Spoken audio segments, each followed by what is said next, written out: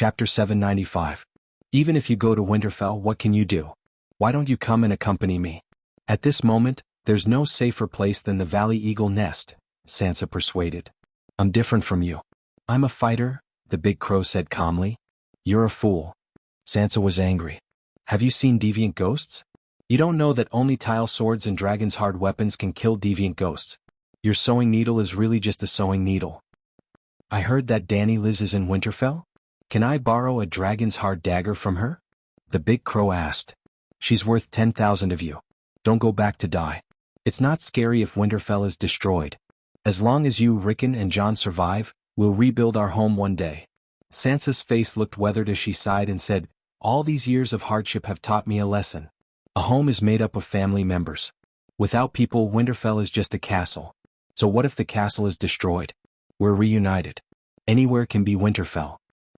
Is that why you brought Rickon away from Winterfell before the war? What about Jon? The big crow said angrily. Do you think Rickon and I can help Jon? Sansa said bitterly, if possible, I'd like to lend him my pterodactyl. Dany, Liz, and Stannis have a large group of pterodactyls. If it's too late, there'll be a place for the king of the northern region. You can't help Jon, but I can, the big crow said confidently. You can't. Sansa's bitter smile froze. An image flashed in her mind. Arya was lifted up by the neck by the deviant ghost king. She switched her right hand to her left hand and stabbed the deviant ghost king's throat. Can the faceless one assassinate the deviant ghost king? She asked in shock. How do you know if you don't try? Sansa struggled. After a while, she looked at the big crow with a bright and passionate gaze. The big crow couldn't help but shrink his neck. Why are you looking at me like that? Arya asked awkwardly. Sansa hugged the raven and said fervently, Arya, you have to swear loyalty to me. I will give you a dragon bone dagger. What? Arya was confused. I'll send you to Winterfell, but before that, you have to pledge your loyalty to me, Sansa repeated. She was still very agitated. Is there something wrong with your brain? Why would I pledge my loyalty to you? The fake crown prince is dead. You are no longer the queen. The big crow shrieked. Boom. Sansa slammed the crow on the table and shouted, Arya, he's your brother-in-law. Why are you so agitated? I didn't say he wasn't, but that doesn't change the fact that he's a fake crown prince. Stop dreaming about being the empress. He's dead and your short-lived dynasty has come to an end. The big crow also retorted loudly. Sansa stood up angrily, but before she could explode, she sat back down on the couch like a deflated balloon. She adjusted her mood and expression and said kindly, You're still as annoying as before. But you're right, I won't admit defeat. I still want to be the empress. No, as long as you're willing to help me, I can become the empress. You're crazy.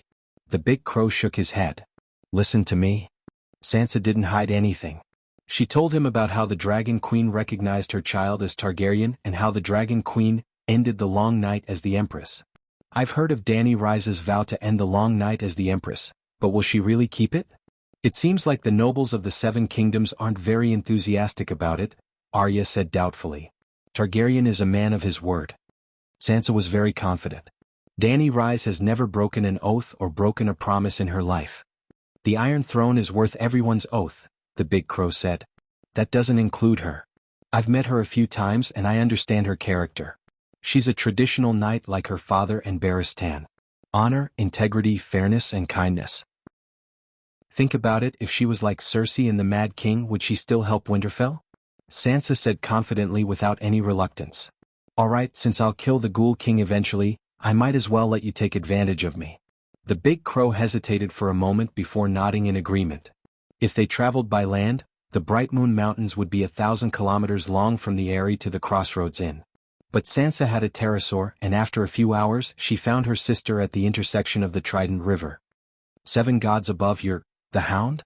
On a hill near the river, Sansa saw 2 people and a dire wolf the size of a horse.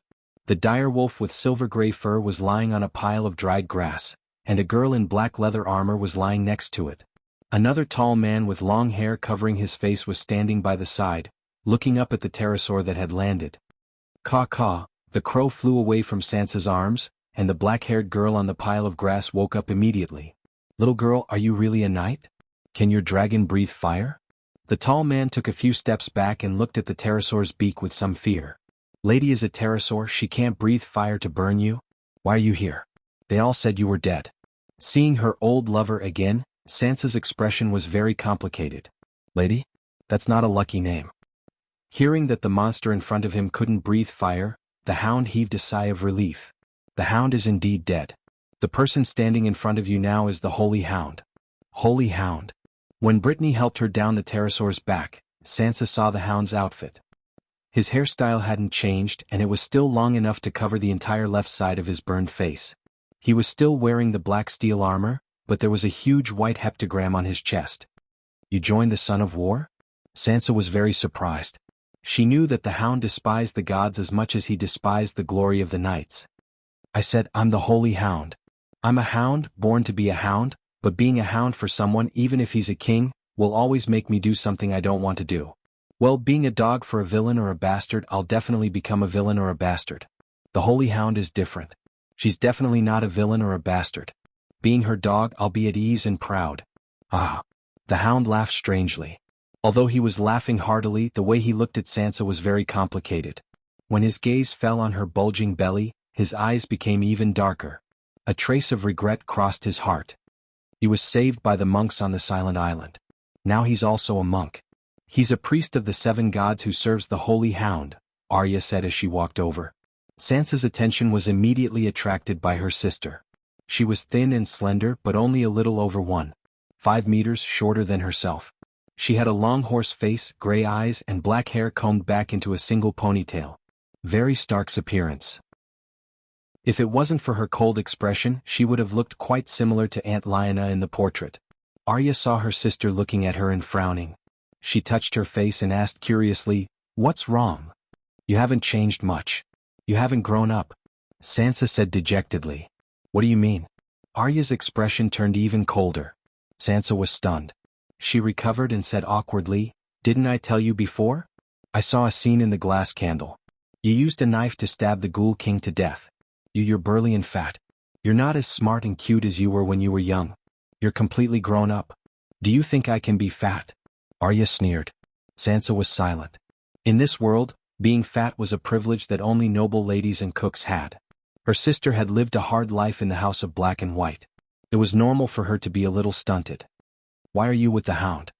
She changed the topic. "When you flew over, didn't you see the people on Riverside Avenue and King's Lane?" Arya asked. Sansa nodded. "The roads were full of people. Hound and I met by chance 2 days ago on the road." After that, Arya and the Hound talked about what they had been through recently. News of the Great Wall collapsing and the ghouls heading south spread through Riverside Avenue.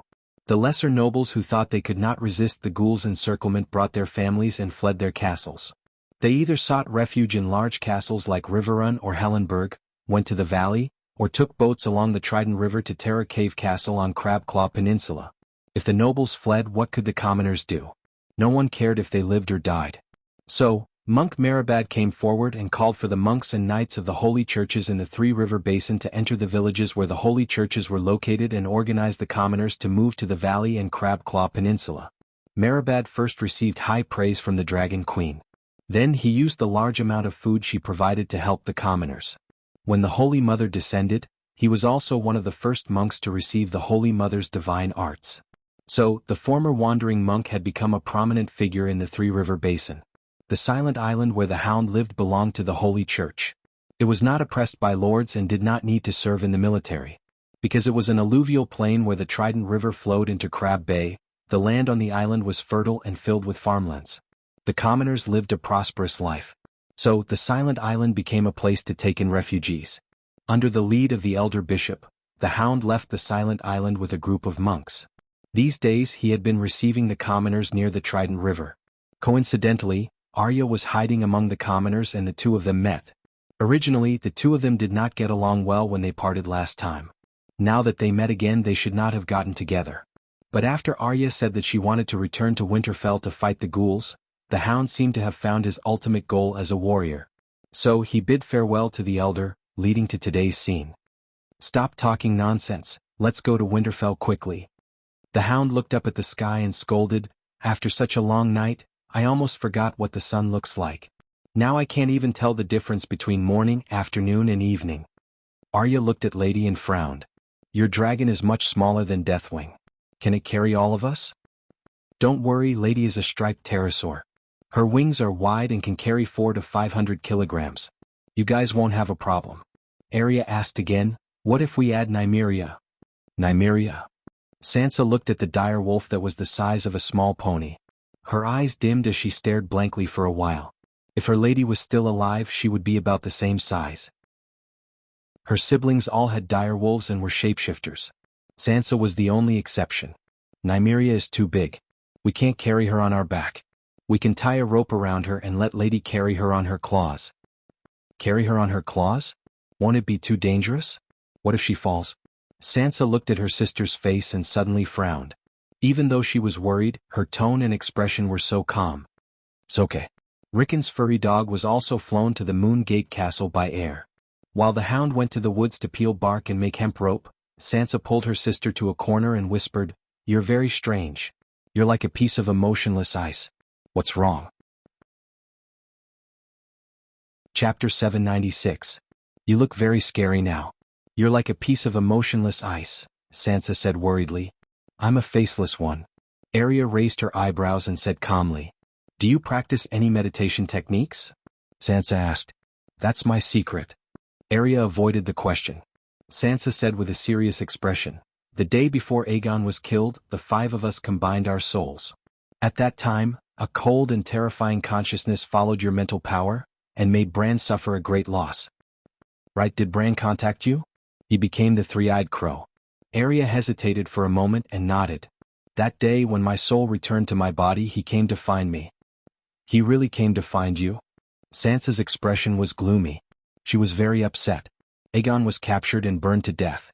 These were the knots in her heart that she could not solve. The three-eyed crow knew everything, and Jon was crying for help under the heart tree in Winterfell. Why did Bran just stand by and watch the tragedy happen to her? Bran helped Jon and Arya. Why didn't he help her? Arya noticed the change in her sister's emotions, but she thought that she was worried about her. She explained, My meditation technique comes from the black and white school. It's very powerful, but it has a weakness. I'm half a deviant ghost. Deviant ghost? Sansa was shocked. Arya turned around and looked at Brittany and the Hound who were looking over. She whispered, Keep your voice down. Don't let others know. Sansa walked to her sister's side with a grim expression. She touched her sister's face and ignored her struggles. She put her hand under her collar and touched her left breast. Your body temperature is abnormal.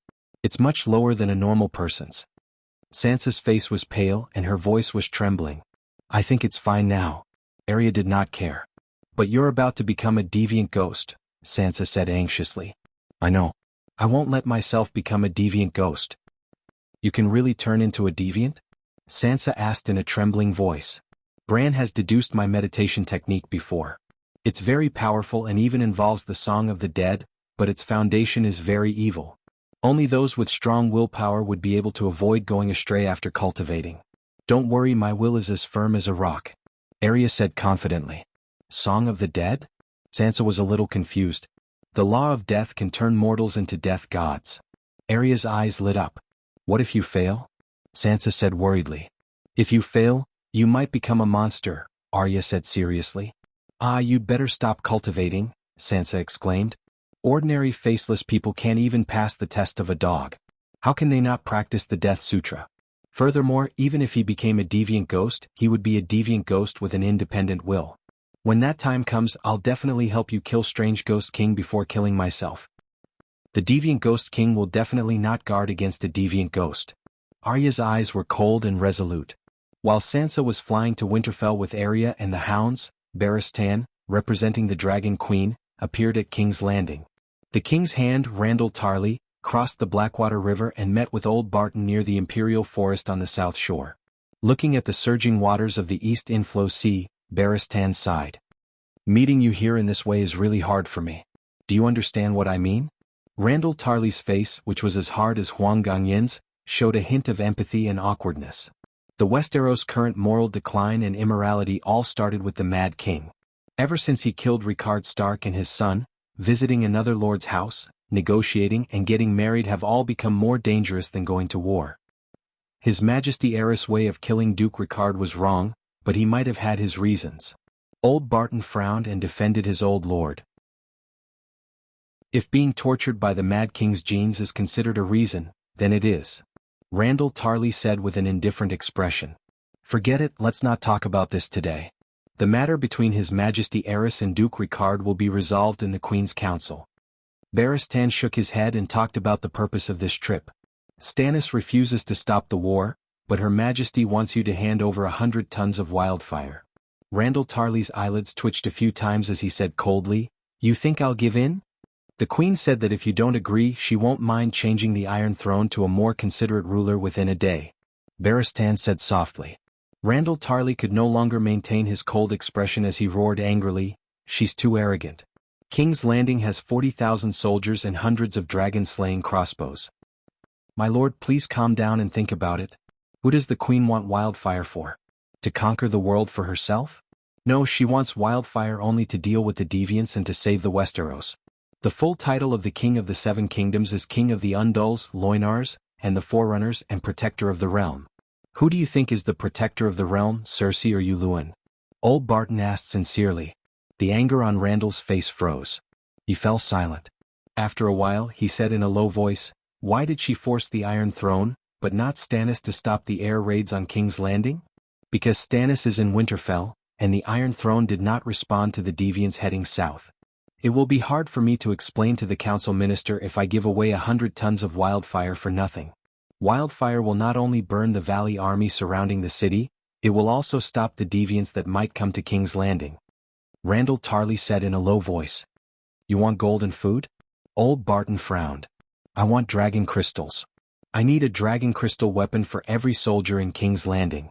Old Barton's expression was strange as he slowly shook his head. Randall Tarley's brows furrowed. 40,000 weapons is indeed a bit much. Then let's make it half and use them in rotation. No, you misunderstand me. Dragonstone Island is willing to provide 500,000 dragon crystal spearheads to King's Landing, completely free of charge. Old Barton said softly. 500,000 is not a small number. Can you make the decision for Dany Rise? Randall Tarley was shocked. Her Majesty is willing to give dragon crystal weapons to all humans who resist the deviants for free. She doesn't care about money, nor does she care if you are loyal to her. Her only goal is to save the world. Randall Tarley was stunned for a long time. I can transport 100 tons of wildfire, but you have to promise me one thing. Take my son Dickon to Winterfell. Are you sure? I want to go personally and lead King's Landing. No, at least lead the Jianghu boys to stop the deviants from heading south. The hand of the King's duty is to protect the Westeros, isn't it? Randall Tarley's eyes dimmed. Unfortunately, I can't do it. Protecting the capital and the king is also the responsibility of the Hand of the King. Perhaps Yuluen and Stannis can make peace. Hand over King's Landing to Davos, and Yuluen and Cersei retreat to High Court. Riverbend also needs to be defended. Old Barton suggested. Your idea is good, but unfortunately. Randall Tarley shook his head and said bitterly, last time when the vassals rebelled, Davos led the Winged Dragon Legion to burn Yuluen's camp outside Twilight Valley. He didn't die in the explosion, but I heard that his thing was burned out. How can such a huge grudge be reconciled? Although the temperature had dropped below zero and the sun had gone out, for safety reasons, Dragon Queen's Winged Dragon Knights still transported a batch of Tyrian oil from Dragonstone Island to increase the stability of wildfire. Just outside Riverface Gate, a large group of alchemists were busy refilling the glass jars with wildfire. Every time a batch was loaded, a winged dragon would fly from the south bank to the north bank's pier, carry the wildfire bombs and immediately fly to Winterfell. There was no delay. Not only the winged dragons but Dany's 3 Megalosaurus also came. 2 Megalosaurus stood guard in mid-air, while the other landed to carry a ton of wildfire. Hey sir, is someone looking for you? Just as Big Black landed, causing a commotion among the residents and sailors at the riverside wharf, a sloppy little beggar with frostbite on his face approached Barristan and threw a ball of paper before turning around and quickly diving into the crowd. Old Barton lowered his head to pick up the ball of paper, opened it and was stunned. Your old brother wants to go to Winterfell, and hopes that you can give him a ride. Old brother, who is it? Why do you say that so ambiguously? The old knight was puzzled and unconsciously took a few steps forward, trying to find the little beggar in the crowd. When the common people saw the white knight with white enamel inlaid on his chest and a white cloak behind him, they all gave way with awe and admiration. Even if some people pointed at him, they didn't block his way. Suddenly, a bearded cripple with a tattered sheepskin coat and a dirty face seemed to be drunk. He lowered his head, swayed and didn't dodge. He just happened to lean towards the left side of Barristan's waist where the sword was hanging. "Be careful, Sir Sammy." Although the bearded man looked like a beggar, he also had a sword on his left waist. The two guards beside old Barton immediately took a step forward and held the bearded man with vigilance. The cripple didn't dodge and let them hold him. He only raised his head abruptly and met Barristan's eyes. "Ah, you old." Barton's expression changed dramatically. He pulled the two guards away, took the cripple's right arm and walked back. "Why are you here?" Old Barton whispered. "Haha, I didn't expect you to recognize me at a glance even though I've become like this. I was just about to tell you my name." The bearded man limped and struggled to keep up with the White Knight's pace. "I'd recognize you even if you turned into ashes," old Barton snorted and unconsciously slowed down his pace. He asked doubtfully, "I heard that your right hand is broken. Why is your left foot lame?" "My right hand is broken, and my left foot is also lame," the bearded man said bitterly. Barristan took the bearded man to the large ship carrying the wildfire cans on the Blackwater River. When they entered the captain's cabin on the second floor, he was relieved and let go of the bearded man's right arm. 40 pterosaurs couldn't take away all the wildfire cans at once. The rest would be sent to Dragonstone Island by ship, and slowly transferred to Winterfell. After the two of them sat down, old Barton threw the letter at the bearded man with a cold face and said lightly, "You're not my brother." The bearded man was puzzled at first, but when he picked up the note and read it, he understood the other party's meaning. He threw the note on the ground and said with a smile, "This was written by Varys. I know myself well. The current me is not worthy of Her Majesty the Queen's Kingsguard Captain and Hand of the King." "Jaime, don't be glib. Why are you dressed like this? Why are you looking for me?" Old Barton said coldly. The crippled man with a sloppy face opposite him was the once elegant and powerful Kingsguard Captain, Jaime Lannister. "Although Varys stuck my coarse beard face to your cold but he didn't lie. I need your help." "What are you going to Winterfell for?" Old Barton frowned. The smile on Jaime's face disappeared. Misery and helplessness were like maggots on the toilet wall, dragging obvious traces on his cheeks and slowly climbing up his eyebrows. "Now if I don't go to Winterfell, what else can I do? I don't know what to do, but I'm very sure that I don't want to do anything wrong again. At least this time I can be completely sure that fighting the deviants and protecting the Westeros is absolutely not wrong." Looking at the obvious wrinkles on his face, old Barton guessed that his little brother must have had a hard time these 2 years. He couldn't help but wonder, Cersei is in the Red Keep and the Lion Army is at King's Landing. Why are you dressed like this? You seem to be hiding from someone. Jaime's blue eyes flashed with a bone-deep hatred. He gritted his teeth and said, "You Lewin." Chapter 797. You Lewin? Barristan was deep in thought. He seems to be controlling Cersei now. Not just Cersei. The Imperial Council, the Red Keep, my Lionhelm Legion, and even the entire King's Landing are all under his control. Jaime was heartbroken, unable to hide his grief and anger. The Lionhelm Legion is all from the Western Territory, and was personally created by Duke Tywin. The middle and high-ranking officers are all Lannister. How could you Lewin control them? Old Barker said in disbelief. Jaime smiled bitterly.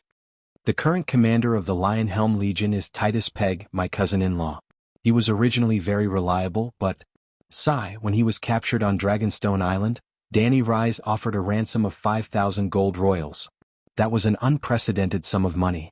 I can't think of anyone who offered a ransom more expensive than him. Oh, the fake Crown Prince Aegon's ransom is far more expensive than Titus's. But my cousin-in-law is only a knight, not a king. Old Barker was a little embarrassed. The Dragon Queen was indeed not very good at that time. Her Majesty was very angry. Dragonstone Island is Targaryen's land, but Sir Pegg was stubborn and refused to surrender when the army approached the city. In fact, she offered such a high ransom just to make Sir Pegg unable to pay, and then force him to wear black clothes and guard the Great Wall, he explained. It would have been better for him to be a night watchman. Jaime sighed and continued. In any case, the Pegg family could not afford the ransom of 5,000 gold royals, so they could only borrow. Originally, when my uncle came to power, he had already promised that Lannister would help House Titus. But Cersei did not agree. She hated Titus for being incompetent and for embarrassing her. It took months for the Iron Throne to take Dragonstone Island, and thousands of people died. Titus could not even hold on for a day, nor did he cause any losses to Danny Rise. Later, my uncle died and Cersei regained the regency. Titus had to bear a huge debt and his family struggled to survive. A person who owes a debt and still harbors resentment is too easy to bribe. Old Ba said thoughtfully. Not only that, Titus is a river bend noble. Now that Tywin has taken down Gauting, Tywin is powerful and Lannister is withering day by day. Titus knows the first rule of power games: always stand on the side of the winner, Jaime added. But why did Cersei give the Lionhelm Legion to Titus? Doesn't she know what she did to him? Old Ba was puzzled. Jaime's expression was complicated. She's more blindly confident. In her heart, it seems that no matter what she does, no one should change their loyalty to her. Just like that Tanya from Meyer, who had betrayed her once before, and now she was summoned back to the Red Castle to become the chief steward of the palace. Tanya was also Yulun's woman. As the old saying goes, if you want to keep your subordinates loyal, you can be stupid, but you must always win in the game of power. No game player is willing to lose. Unfortunately, Cersei is not only stupid but also looks like a loser. Lannister has also been losing for the past few years. Old Ba did not want to judge Cersei in front of Jaime, so he asked, Titus is only the commander of the Lionhelm Legion. The mid-level officers should still be loyal to Lannister, right? Unless Titus is willing to cooperate with me and use a trick to take down Tywin and Yulun, there will be a bloody civil war in King's Landing. Yulun will suffer, but Lannister will definitely die. In the battle with the Golden Corps, most of the Lionhelm Legion's main force was killed by Yulun. They are no match for Tywin now, Jaime said helplessly. Why did you suddenly disappear back then? If you had been at King's Landing all along, none of this would have happened, Old Ba said, puzzled. Jaime lowered his eyes and said vaguely, I was fulfilling a promise I made in my early years, and I was useless at King's Landing. Cersei did not listen to me. Cersei is a lying bitch. As far as I know, she slept with Lancel, the brothers Cate Black, and even Moonchild. For some reason, whenever he thought of Cersei, his dwarf brother's cursing laughter would always ring in his ears. Yes, now it was confirmed that she had indeed slept with her cousin Lancel and the Cate and Blake brothers. Did that mean that Yutong was real? Jaime's heart was in pain. He sacrificed everything for love, and what did he get in the end? Seeing his gloomy face, Barristan changed the subject. What happened to your leg? It's limping. Can't you see? I know it's limping, but why is it so? I returned to King's Landing a few months ago. At that time I thought, first enter the Red Keep through the secret passage, kill Yulun and get everything back on track. Jaime looked at Old Ba, whose eyes were wide open in shock, and smiled indifferently. Yes, Joffrey, Myrcella and Tommen are all my children. You can curse me for being incestuous. But I want to tell you, you don't know how difficult it was for Robert to survive until he was killed by a wild boar. Every time he went to Cersei's bed, he was wandering at the gates of the Seven Hells. I can't even stand Robert, so how could I allow a bastard from the Iron Islands to play with her? And then? You were discovered by the guards or defeated by Yulun? Old Ba asked, frowning. Alas. Jaime closed his eyes and sighed. The sigh contained too much grievance and sadness, and the old knight felt inexplicably sad. What's wrong? He asked softly. I didn't reach the Red Keep at all. Not long after I entered the secret passage, I was lucky enough to step on a bear trap. A giant bear trap. At that moment, my left leg bone was as crunchy as a biscuit. It didn't hurt that much when my hand was broken last time. It was so painful that I screamed and fainted. Lucky, you say? Old Ba was puzzled. That's right. If you knew that there were killing traps, wildfire bottles and poisonous arrows in the secret passage, you would know that you were lucky to have stepped into a bear trap. James's dirty bearded face revealed a hint of relief. I didn't know that the secret passage of the Red Keep was so dangerous. I heard that Varys often used it and Tyrion also used it a few times. Old Ba was puzzled. Alas, Varys' leg was also broken by a bear trap. He was even worse than me. I was saved not long after I fainted, but he howled in the depths of the secret passage for 2 days and 2 nights. Thinking of Varys' experience, Jaime's mood improved a lot, and he couldn't help but smile. Who buried the bear trap? Old Ba asked. After Tyrion left, my uncle Kevin had people bury bear traps and dig pits in the secret passage. After Varys was caught, he became even worse and set up even more terrifying and densely packed traps. You should have become Arthur Dayne, but in the end, you lost your hand and leg in the most dishonorable and worthless way. This is the punishment of the 7 gods for breaking your oath. Old Ba's eyes had a faint trace of regret, but his tone was very cold. Bullshit. If the 7 gods had spirits, they would have let me be healthy, have all my wishes fulfilled, and live a life without illness or disaster. You don't even know what happened back then.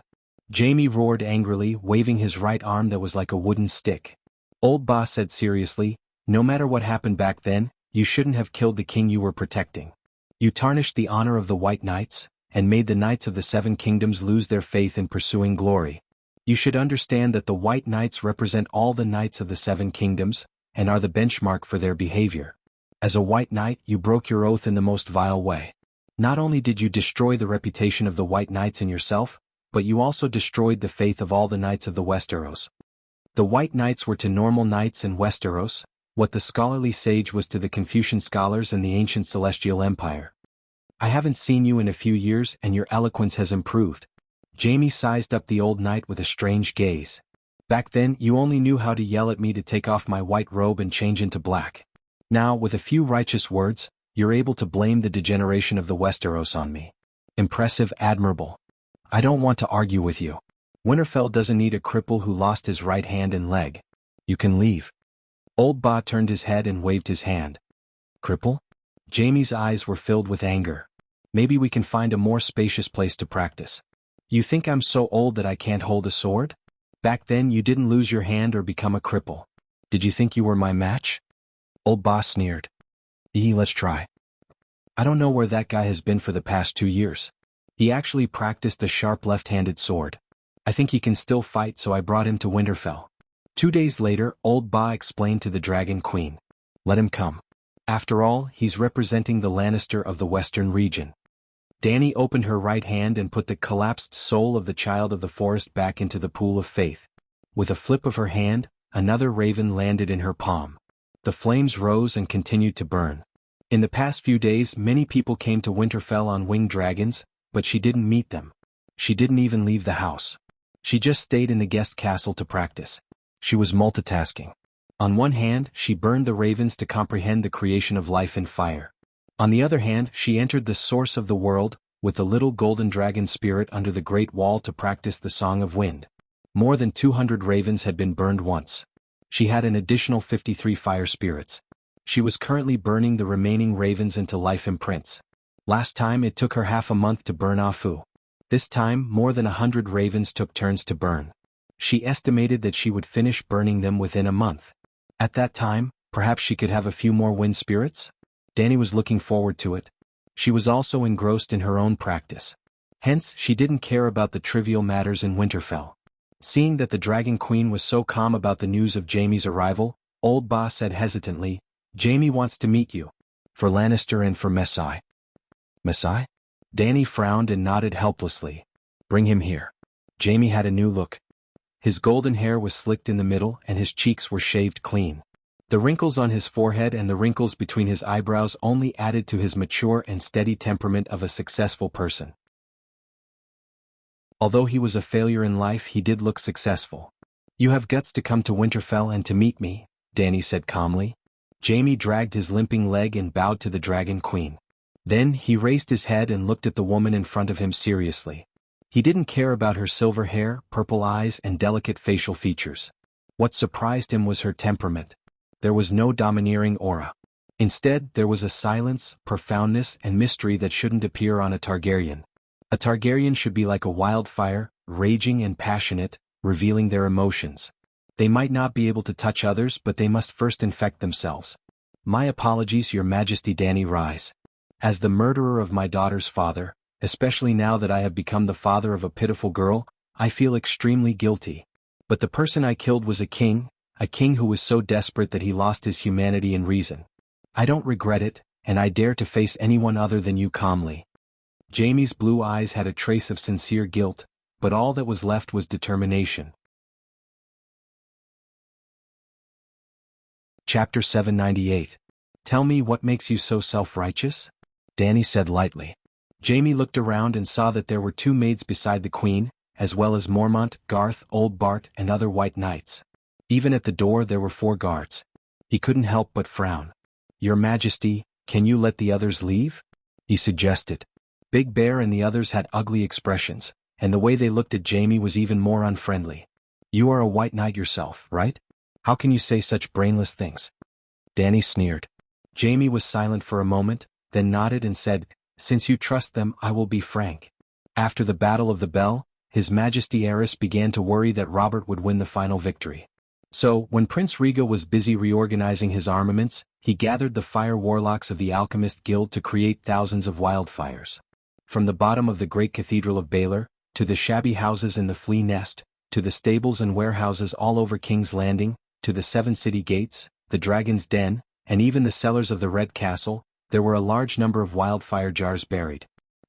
He wanted to perish together with the hundreds of thousands of people in King's Landing, and any rebels who attacked King's Landing. As he spoke, Jaime carefully stared at the Dragon Queen's face, not letting go of any of her expressions. If the Dragon Queen was angry and cursed, or directly summoned the Megalosaurus to eat him, he wouldn't be surprised, but her reaction seemed to be too calm.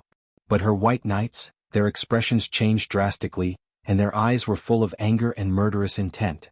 It was as if the one he slandered was not the Mad King but their queen. Just as he was wondering, Jaime heard the Dragon Queen ask, Why haven't I heard of such a big thing from others? Even Sir Barristan didn't know. Your Majesty, you should know the relationship between my father and King Aerys.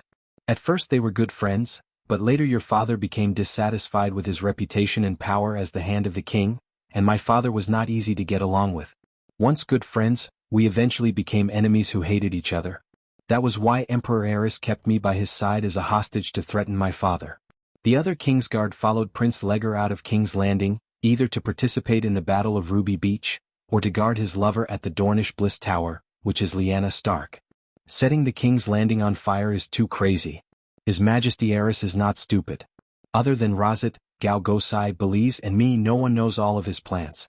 Even in the Alchemist Union, few people knew where the wildfire was buried. After killing the king, I killed everyone who participated in the wildfire burning the city plan. Therefore no one knows about this matter. If you didn't lie, why didn't you tell me or anyone else? Old Ba asked suspiciously. White Knight's words also asked the question in Dany's heart. She knew that Jaime didn't lie, but the reality was that such a big thing as setting the King's Landing on fire had never been known by outsiders.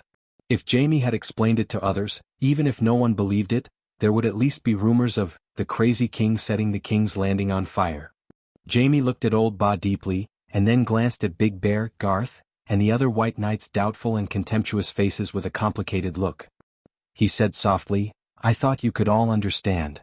Understand what? You have to make it clear. Big Bear frowned.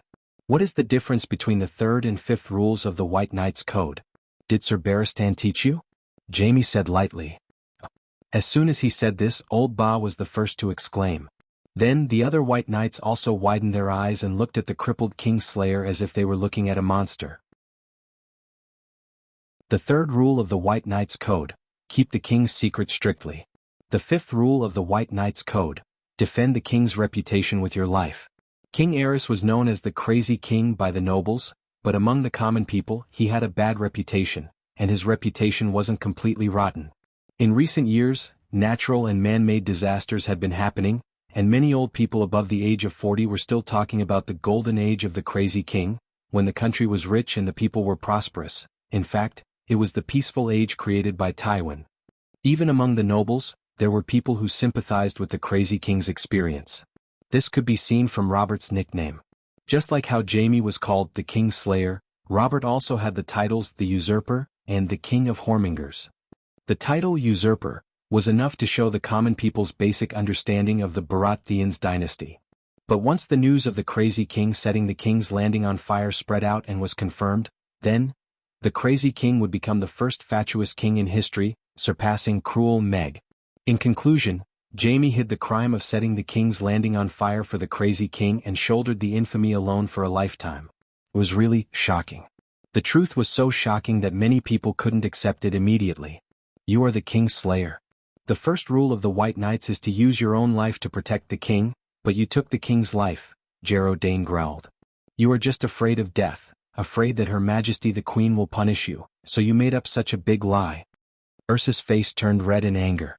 Jaime didn't refute angrily, but only revealed a bitter smile of reminiscence. He said softly, the young me always thought that legendary knights were just like in stories, living in flowers and sunshine. But when I became a sworn brother of a legendary knight, they taught me to turn a blind eye to the harsh reality. When King Aerys bullied his queen, I felt that not only the Kingsguard represented by the Knights of the Seven Kingdoms, even ordinary knights should have stood up to stop this kind of bullying. But John Derry stopped me and warned me that we swore to protect the weak from harm except for the king. When Ricard and his son were sentenced to death, I was scared and disgusted, so I wanted to persuade the king. Then Jero Hyder quietly reminded me that we swore to protect the king, but not to judge him.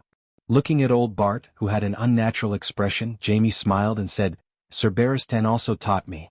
Many times, when King Aerys went crazy, you told me that we swore to be loyal to the king, and should be the sword in his hand, not the shield to block his sword."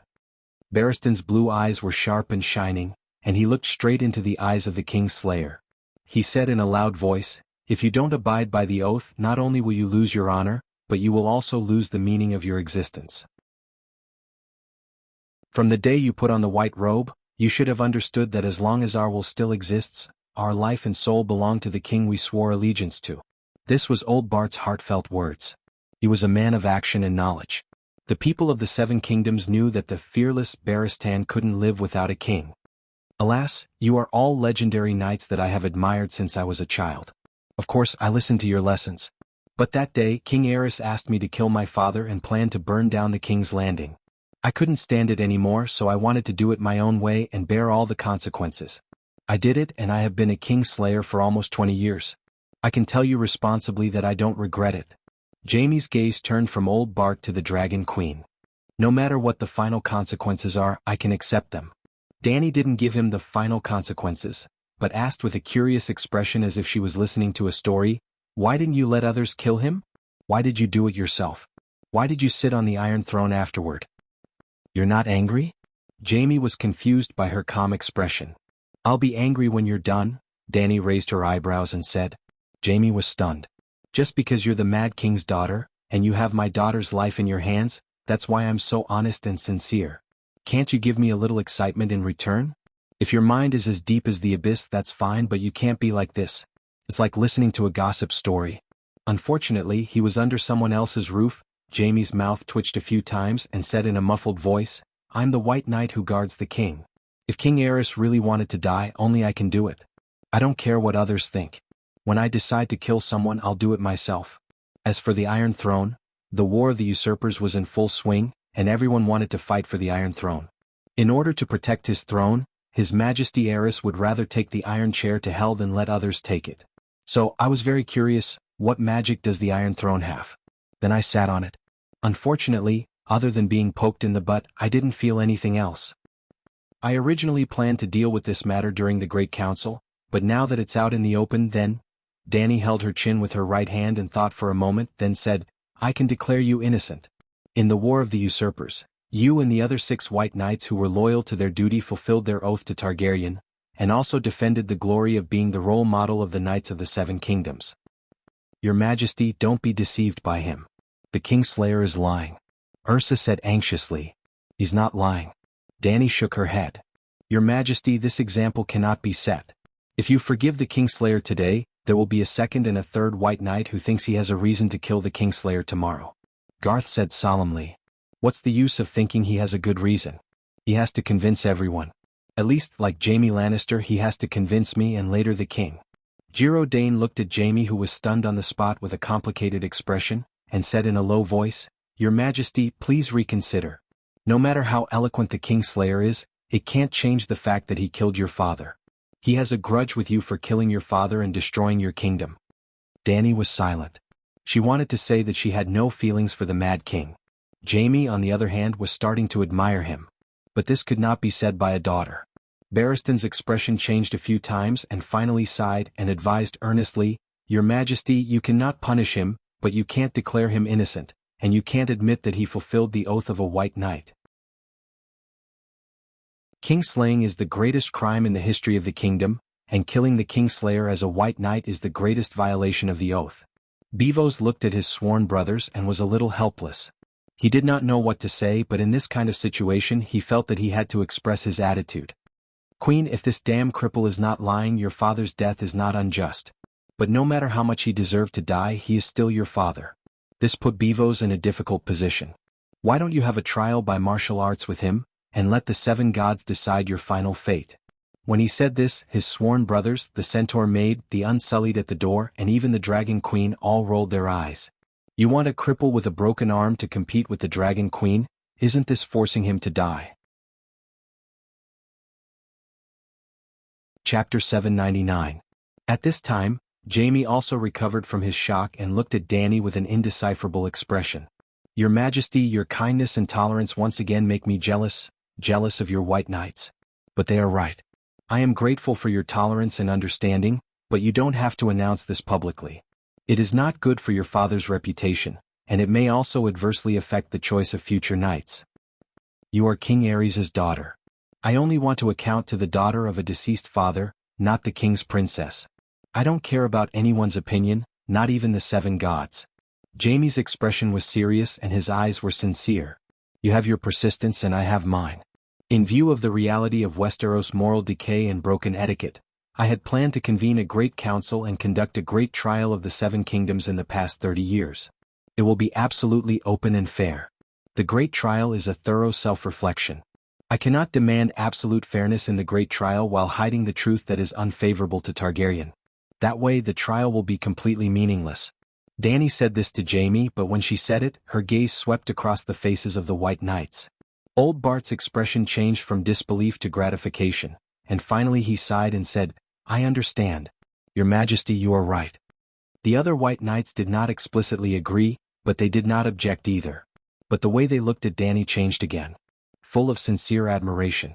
In order to help Westeros rebuild their glorious faith, in order to be fair and just, the Dragon Queen was willing to give up the revenge of her father's murder and publicize the great scandal of her father. What kind of spirit is this? Jaime was deeply shocked. The glorious night that he had been mocking all these years really did exist, and she was a great night queen. The Kingslayer had begun to rebuild the glorious night faith. They did not know about the Dragon Queen's ancestors' plan. Before the great trial, the Mad King would become the ancestor of the dwarf's branch of Targaryen. If the dwarf unfortunately died, he could also be thrown to him. What did you want from me, Messai? Dany asked. Jaime was still in shock, unable to react. Dany raised her eyebrows and asked, I've heard from Sir Barristan what happened to you at King's Landing. If you send Messai back now, can you guarantee her safety? Jaime snapped out of his daze. He shook his head and said with a bitter smile, Earlier I was indeed worried about Messai. But now, in Slaver's Bay, she is safer and has a better environment to grow up in. You're even willing to publicize Emperor Aerys' act of burning down the King's Landing. I can no longer hide the matter between Cersei and myself. It's a good thing that Myrcella has left the Westeros. Even though the scouts discovered traces of ghouls in the werewolf forest 30 kilometers northwest of Winterfell, the residents of Winterfell were shocked by the 3 pieces of news. At the blacksmith shop in Winterfell, beside the stove, the Hound Spirit's naked upper body was only covered by a leather apron. He swung his iron hammer and hammered a red-hot dragon crystal with all his might. Ding ding dang dang dang. With every hit, sparks flew out, leaving mottled charred marks on the leather. Arya sat on a large oak table that was stacked with dragon crystal daggers. Her calves, which were wearing long snow boots, were dangling in midair and swaying non-stop. Have you heard? The Dragon Queen not only forgave the Kingslayer for his crime of killing her father, but she also called him a Knight of Dawn, White Bull, Barristan, and the other White Knights. She also gave him the title of Grey Light Knight. Grey is between white and black. He killed the king, which is a crime, so it is black. His motive for killing the king was to save the world. He is worthy of the white robe behind him. Black and white are gray. However, he killed the king for the sake of the world and bore the eternal infamy of the king. His actions were so glorious, so the Dragon Queen called him the Grey Light Knight. Her expression was complicated. Ever since she met her family, especially after returning to Winterfell, Arya seemed to have evolved. Her expression became richer, and her cold eyes started to warm up. However, she didn't stop practicing the Death Bible. In other words, she had reached a higher level. She could control her emotions freely. She could be as cold as ice and unperturbed as though she wasn't human. She could also return to normal, talking and laughing, loving and hating. So, the Hound's reaction was calm. Arya was puzzled. Aren't you surprised? Everyone in the castle is talking about this. They scolded the Mad King for burning down the King's Landing. They were shocked by Jaime and Lannister's different interpretation of the Great Knights. They also praised the Dragon Queen for her fairness and magnanimity. The hound stopped hammering inside. If I had heard about Jaime and the Dragon Queen 3 years ago, I might have been moved. But now I have found my faith on the Silent Island. Faith of the 7 gods? You didn't believe in the path of knights or the 7 gods. You even blasphemed King Falk and Holy Mother Falk, Arya said. I don't scold the 7 gods anymore, but I don't feel anything towards them. I believe in and practice the 7 gods' teachings. It's like if someone says something reasonable, no matter if that person is a bastard or a saint, I will accept it, the hound said. Arya frowned. Isn't that blasphemy? The hound reached out his right hand and opened his palm. Holy light, he said. A ball of white light the size of a candle appeared in his palm. The holy light was enough to calm one's heart. But Arya was an exception. She felt that the white light was blinding. It was as if she was forced to open her eyes and look at the sun in the sky at noon in summer. It turns out that the Holy Mother is greater and kinder than we thought. She only wants to lead us to light, kindness, and spiritual freedom. She doesn't restrict us with dogma. Even though the hound claimed that he was not devout to the 7 gods, his eyes were filled with love and respect for the Holy Mother. What's that? It's blinding, Arya tilted her head and shouted. You've never seen holy light before? The hound's expression changed. He looked at her seriously. You think it's blinding? Only evil creatures will be hurt by it. Normal people will only feel warmth and peace. What's an evil creature? I've killed people, Arya said in surprise. The souls that wander the mortal world, the ghouls outside the city, Cersei's White Knight Robert Strong, and the dark wizards of Yasher. They're all evil creatures. The hound put the holy light in his palm close to Arya's rough face and asked, How do you feel? Burning, a slight tingling. Arya's gray eyes flashed. She thought of her own meditation method. It was most likely that the Reaper's Bible conflicted with the 7 gods' magic. I'm practicing the dark wizards of Yasher. The hound put away the holy light and frowned. Your sister also believes in the 7 gods. You can try. Shapeshifters are blessed by the old gods. How can they believe in the 7 gods? My sister believes in the 7 gods. That's why she lost her direwolf. She doesn't have the gift of shape-shifting. Arya shook her head. Forget it. Let's not talk about me. She waved her hand and looked at the hound strangely. I didn't expect you to be a real priest. I was going to suggest you to find Dany Rise and ask her to heal your leg. She healed the Kingslayer's left leg. She then asked in confusion, You're a priest. Why don't you heal your leg? Before they went to Bravos, Arya had been hanging out with the hound. Once, they went to the crossroads inn for dinner. They happened to meet 3 followers of the Arcane Mountain drinking there. With Arya's help, the hound successfully killed the 3 followers. However, his thigh and ear were injured as well. Not long after, the wound that had not been treated by the scholar became infected. The tall and strong man collapsed and could not even walk. The hound begged Arya to show him mercy, but Arya refused. She left her old friend to die in the woods by the river and went to Bravos to study abroad. Although the hound's body was recovered by the elders of the Silent Isle and his life was saved, his leg was crippled. It can't be cured. It's been too long. The wound on my leg has already healed. Actually, healing spells are the most effective in stopping bleeding on the battlefield. It's better to use herbs for things like colds, inflammation, poisoning, and diarrhea. The Kingslayer's limp was worse than yours. However, Dany Rise healed him, Arya said. The hound shook his head and sighed. She's the child of the 7 gods. She's different from me. I'm not even as good as Archbishop Meribad. Have you seen the pockmarked knight under Stannis's command? Richard Hope, who died once and was brought back to life by her. She received the great resurrection spell from the Holy Mother. Healing a cripple is nothing to her. I heard that the pockmarked knight was a believer of the Red God. However, because he had the atonement scroll that Dany Rise gave him, he went straight to heaven. Obviously, the atonement scroll has no requirement for faith. Anyone can use it. Dany Rise has been staying in the house for the past few days. Maybe she's avoiding the nobles who want to buy the atonement scroll from her.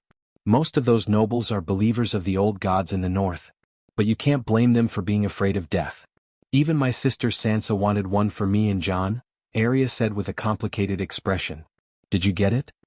The hound asked curiously. She said to wait for 2 days. Why don't we go find her together? Arya looked down at his thigh. Ask her to heal you. The war is coming.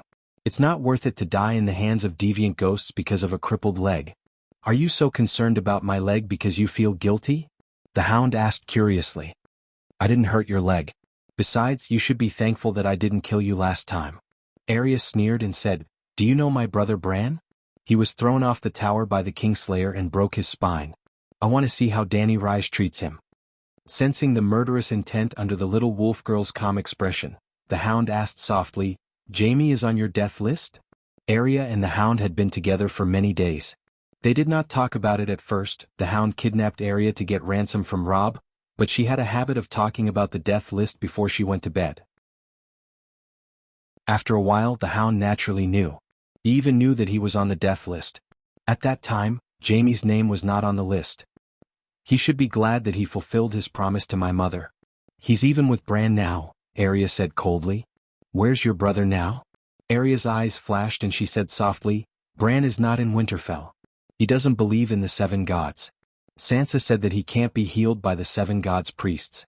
But I want to ask Dany Rise personally. The hound thought about it and felt that it would be easier to fight if his leg was healed. He took off his hard leather apron and put on his leather armor and a large old goat fur coat. He then followed Arya to the guest room. I'm a believer of the 7 gods. Give me an atonement scroll. Your Majesty, as long as you give me 10 atonement scrolls and bless my family to heaven, I'm willing to convert to the 7 gods and fight for the Holy Mother. Your Majesty, I'm willing to donate 100 acres of land to the church. Please have mercy on us believers of the old gods in the Northern Territory. When they arrived at the training ground in front of the guest room castle, the hound and Arya were shocked by the crazed crowd. Chapter 800. Soldiers in old grayish-black leather armor, knights in plate armor with various clan emblems, nobles in high-grade fur robes, cooks with sackcloth wrapped around their foreheads, stables with pimples on their faces. Hundreds and thousands of people with flushed faces shouted fanatically as they squeezed towards the castle gate.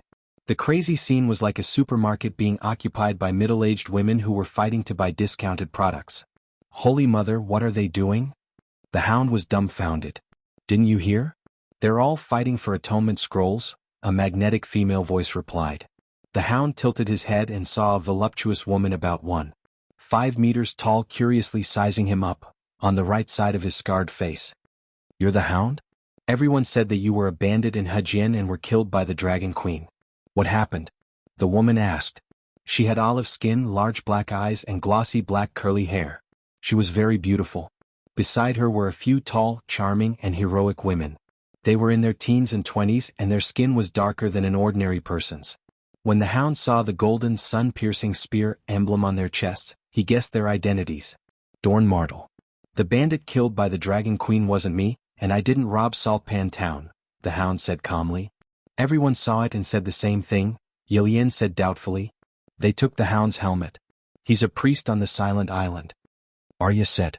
The Princess of the Northern Territory and the Princess of Dorne greeted each other before continuing their conversation by the Moon Gate. The Dornese came to Winterfell and she's the eldest princess. This doesn't seem like Prince Dewang's style, the hound said curiously. It's not certain if we can defend Winterfell, but if we know the enemy and ourselves we won't be defeated. The night is coming but we don't even know what the deviant ghosts look like, the Sand Snake Abaya, who had a long whip around her waist, said. She was the leader of the Sand Snakes. She was almost 30 years old, tall and had long legs, but she looked coarse and wasn't as beautiful as her sisters. Glancing at her outspoken cousin, Elaine said, My father had long since prepared to build a defensive line to stop the deviant ghosts on the Bone Road and the Prince Pass. But even if we haven't seen deviant ghosts, based on the legends, we know that a pass that can defend against the living may not necessarily be able to defend against the dead. Hence, we are here to support Winterfell and to test the combat power of the deviant ghosts. What's going on? Hound pointed at the crowd. Do you know what happened in Caho City? Ylien asked in a low voice.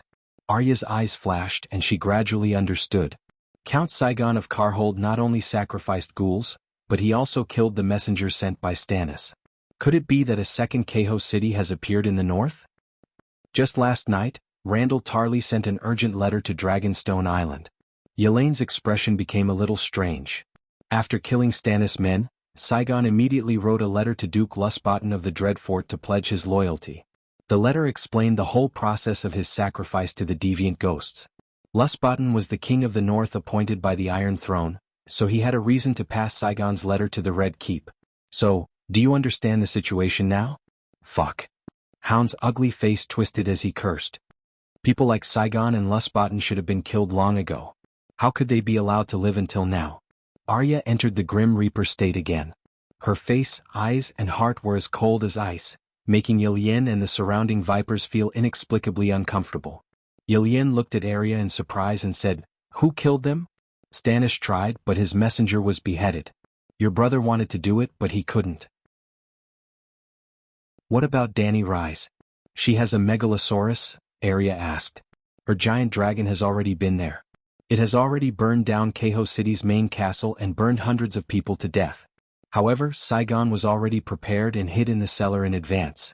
The giant dragon didn't discover him at that time. Actually, Saigon might not be the first dungeon lord to sacrifice himself to a deviant ghost.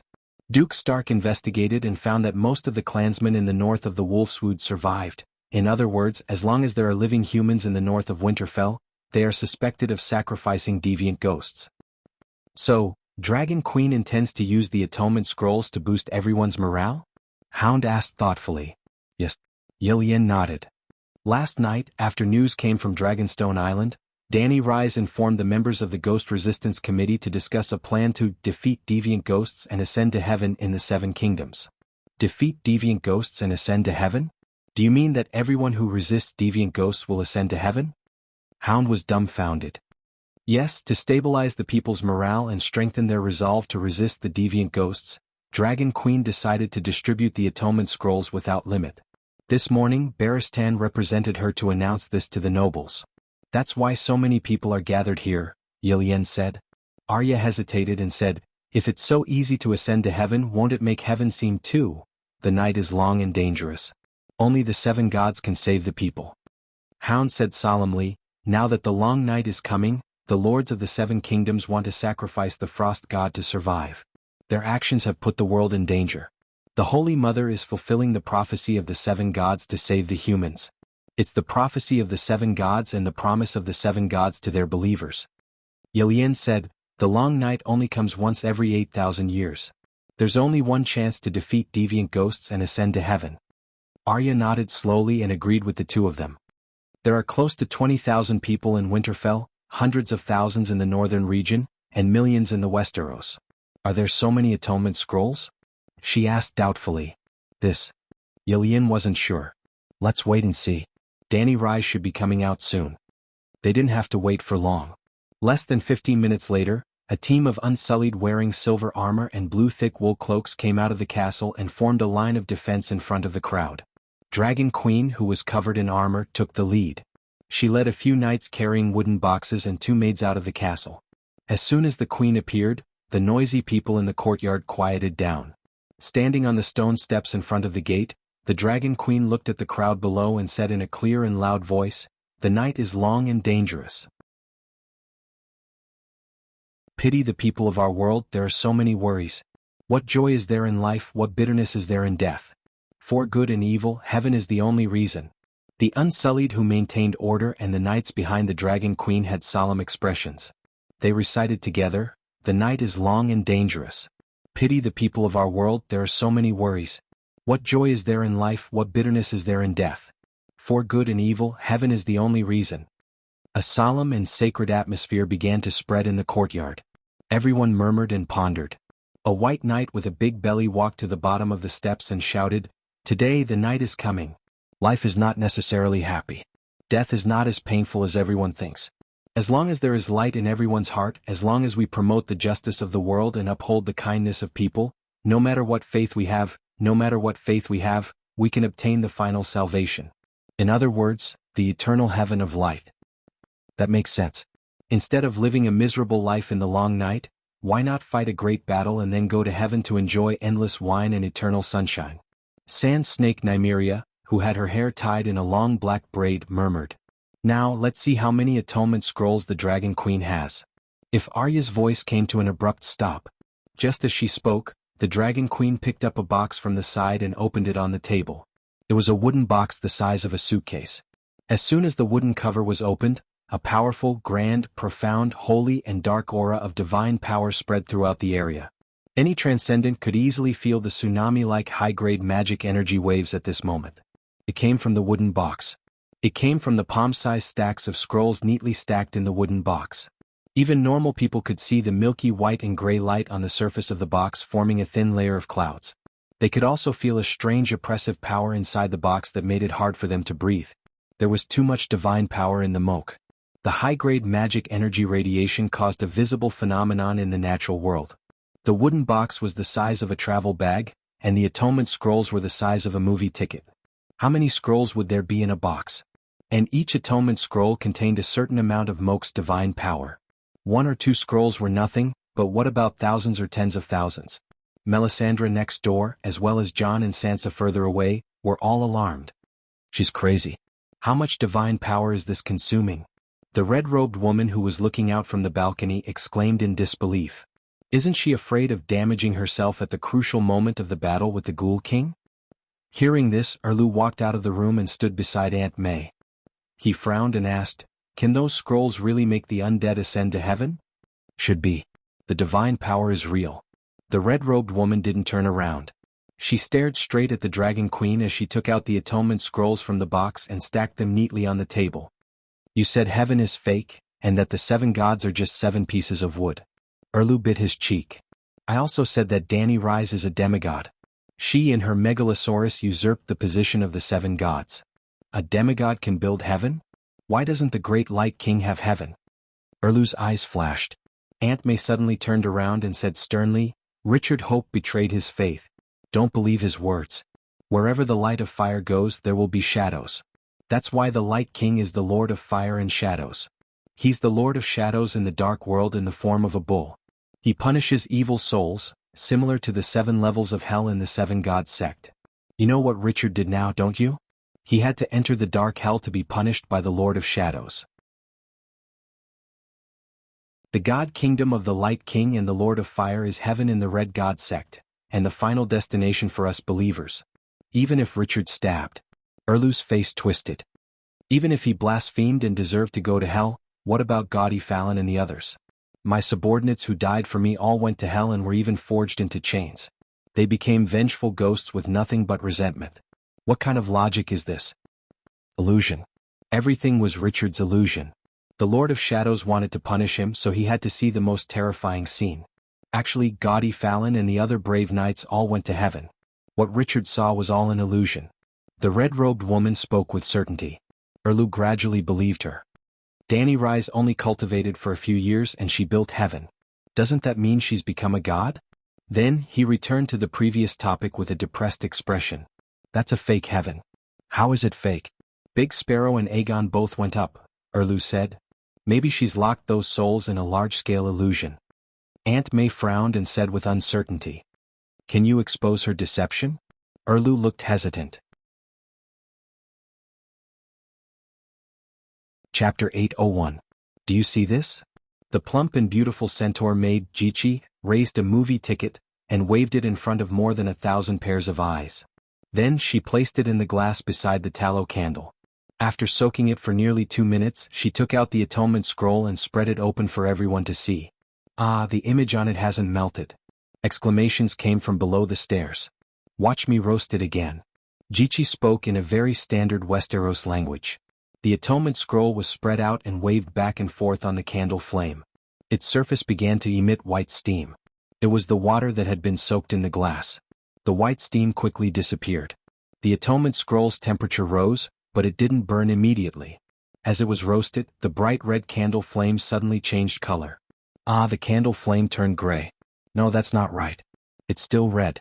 What's going on?" Everyone exclaimed.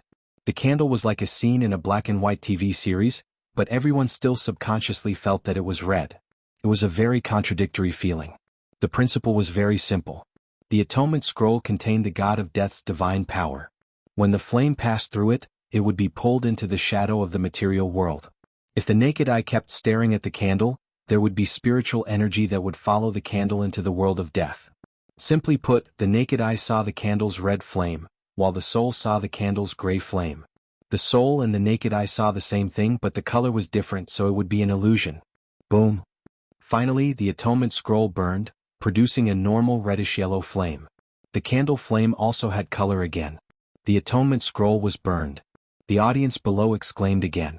Yes, the atonement scroll is very fire-resistant, but it can still be ignited.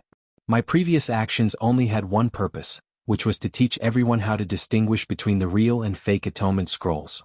The real atonement scroll isn't afraid of water and can make the flame emit a gray light. That gray light can be seen even by the blind. Remember, don't be fooled by the fake atonement scrolls. Jichi said solemnly. The atonement scrolls hadn't been officially circulated, but the Dragon Queen was already on guard against the fake money. Jichi picked up another atonement scroll, soaked it in water and roasted it again. This time the candle's light didn't turn gray. Instead, red light seeped out from the surface of the paper. It was as if a strong flashlight was covered with a palm, emitting a fleshy red glow. Before the atonement scroll burned, Jichi put it away and explained, there are two types of atonement scrolls. The first is the warrior edition, which is the gray light edition. It is specially prepared for warriors who fight against deviant ghosts. With the gray light warrior atonement scroll, one only needed to chant the Song of the Seven Gods 7 times. When the Holy Mother of Heaven heard your song, she would naturally remember your name. At that time your atonement scroll can only be used by you. No one else, not even the king, can take it away from you. This was the binding of spiritual power. The second type of atonement scroll is the red light general edition. Devout believers of the 7 gods need to chant the Song of the 7 gods 77 times or pray to the Holy Mother 77 times. The less devout followers of the 7 gods would probably have to chant it 777 times or even longer.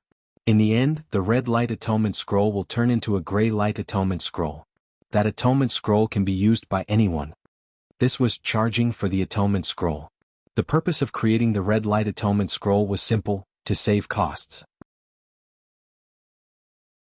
The gray light atonement scroll contained the complete divine power to activate divine spells, while the red light atonement scroll only had runes and a weak divine power seed, which needed the power of faith generated by prayer to fully develop the seed.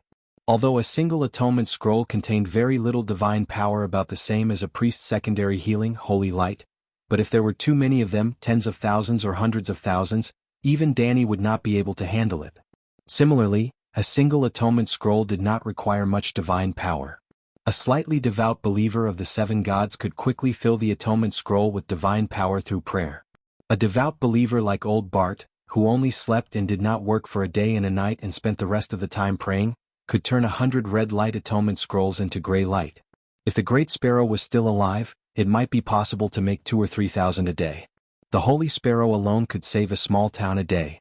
It could be said that the believers of the 7 gods outside the northern region could make the gray light general atonement scroll in a day or two.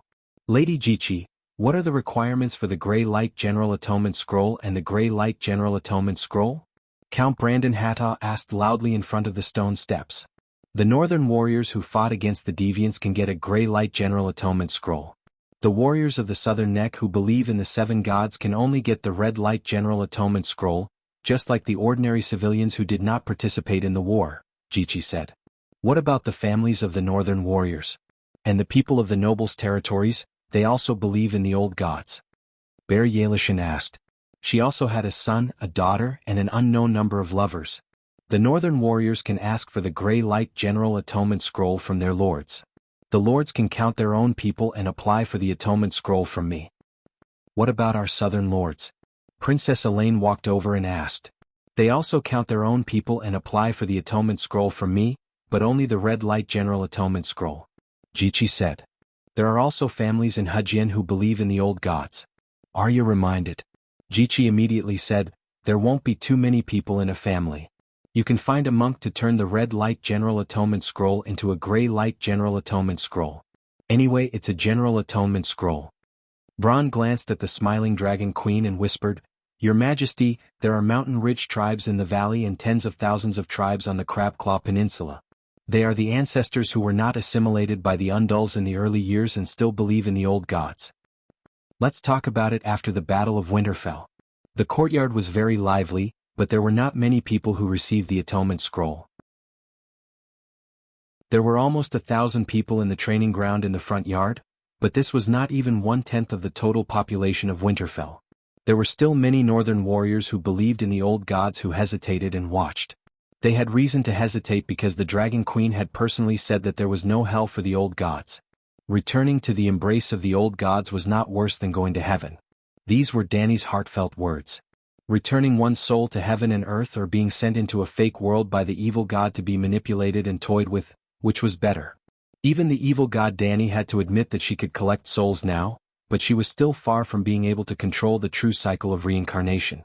However, she did not care about the attitude of the northern warriors because she could not produce 500,000 Grey Light Warrior Atonement Scrolls. She also did not consider the northern territory, which had already fallen, as her main goal. The millions of Seven Gods believers in the south of the next swamp were the ones she needed to encourage. Why did she distribute the Atonement Scrolls? Because all humans were afraid of death. Faced with the invasion of the other ghost army, the incident in Carhold would definitely repeat itself in the territories of the Seven Kingdoms. Refusing the sacrifice would result in the immediate annihilation of the entire city. Offering the other ghost as a sacrifice would result in revenge. Which option would a normal person choose? As for offering the other ghost as a sacrifice, the long night would be even harder to end. People were already dead, so who would care about the future world? Even in modern warfare, most prisoners of war knew that they would be killed, but they still worked for the enemy and even dug their own graves. At the end of the day, the fear of death was engraved in the human genes. Those who were not afraid of death had died long ago, and their genes had not been passed down. Hence, Danny needed all Westeros to not be afraid of death. Only those who were not afraid of death could resist the sacrifice and kill the other ghost. How could millions of people not be afraid of death? Only the world after death would be better than the real world when they were alive. Seeing that Ji-Chi's work was on the right track, Danny brought the four Unsullied back to the castle. "Hey, wait, your majesty!" Danny rise. Arya pulled the hound and chased after them. Elaine and the Sand Snake followed behind them. "Why are you looking for me?" Danny's strange gaze lingered on Arya for a moment longer. Arya pulled the hound's right hand a little harder. "Your majesty, my leg is crippled. Can you treat it for me? I heard that Jaime and Lannister's legs were healed by you." The hound asked dryly. Just as he finished speaking, he added with an unnatural expression, "If it's too troublesome, then forget it. I just want to be more agile before the final battle. Perhaps being crippled won't affect the defense of the castle walls." Danny sized him up and asked, "You became a cultivator?" "Yes, I also received the Holy Mother's healing technique." Previously, when he faced the Dragon Queen who was as bright as the moon in the sky, the hound felt an inexplicable sense of inferiority and lack of confidence. Now, his voice was a little louder, and there was a hint of obvious pride in his tone. If he was facing other people, as one of the few hundred true priests in the Seven Kingdoms, he also had the confidence to be proud. "What about you?" Danny looked at Elaine. "There are only two roads to enter Dorne from the land, the King's Pass and the Bone Road. Do you think it's possible to turn Dorne into the final base for the Seven Kingdoms to resist the other ghosts?" The Princess of Dorne asked. "I'm not sure how much of an impact the mountains that block the human army will have on the other ghosts. The ravens of the shapeshifters have investigated the steep mountains that the people of the north of the wolf spirit live in. Some of the people were exterminated and some survived. They claimed that they relied on the caves and the dangerous mountain paths to repel the ghouls. Of course, it's more likely that their tribe survived because they sacrificed their baby boys. The experience of the people of the north proves that the steep mountain paths do have an impact on the other ghosts. But we don't know how much determination the other ghosts have when they attack the people of the north, and how much power they put in. Therefore, we can't be sure how the mountain terrain really affects the other ghost army. So, if the other ghosts pass through the next swamp, the valley might not be safe? The Blood Gate will become a decoration? Elaine said with a serious expression. "There's no need to be so desperate." Danny shook her head and smiled. "The ghouls and other ghosts are all transformed from humans. If humans can't walk on the road, they can't walk on it either. Unless they can find a secret path that can allow a large army to pass through, it's impossible for the ghouls to ignore the main road like the Blood Gate. Among the millions of ghouls, only a few hundred of them have brains. If they want to avoid the Blood Gate, they have to find the secret path themselves. The problem is, if there is a secret path, don't we humans know about it? Therefore, the scene of millions of other ghosts suddenly entering the valley probably won't happen. In the end, there will still be a siege and a defensive battle. In other words, the defense of Dorne can be done." The Princess of Dorne said happily.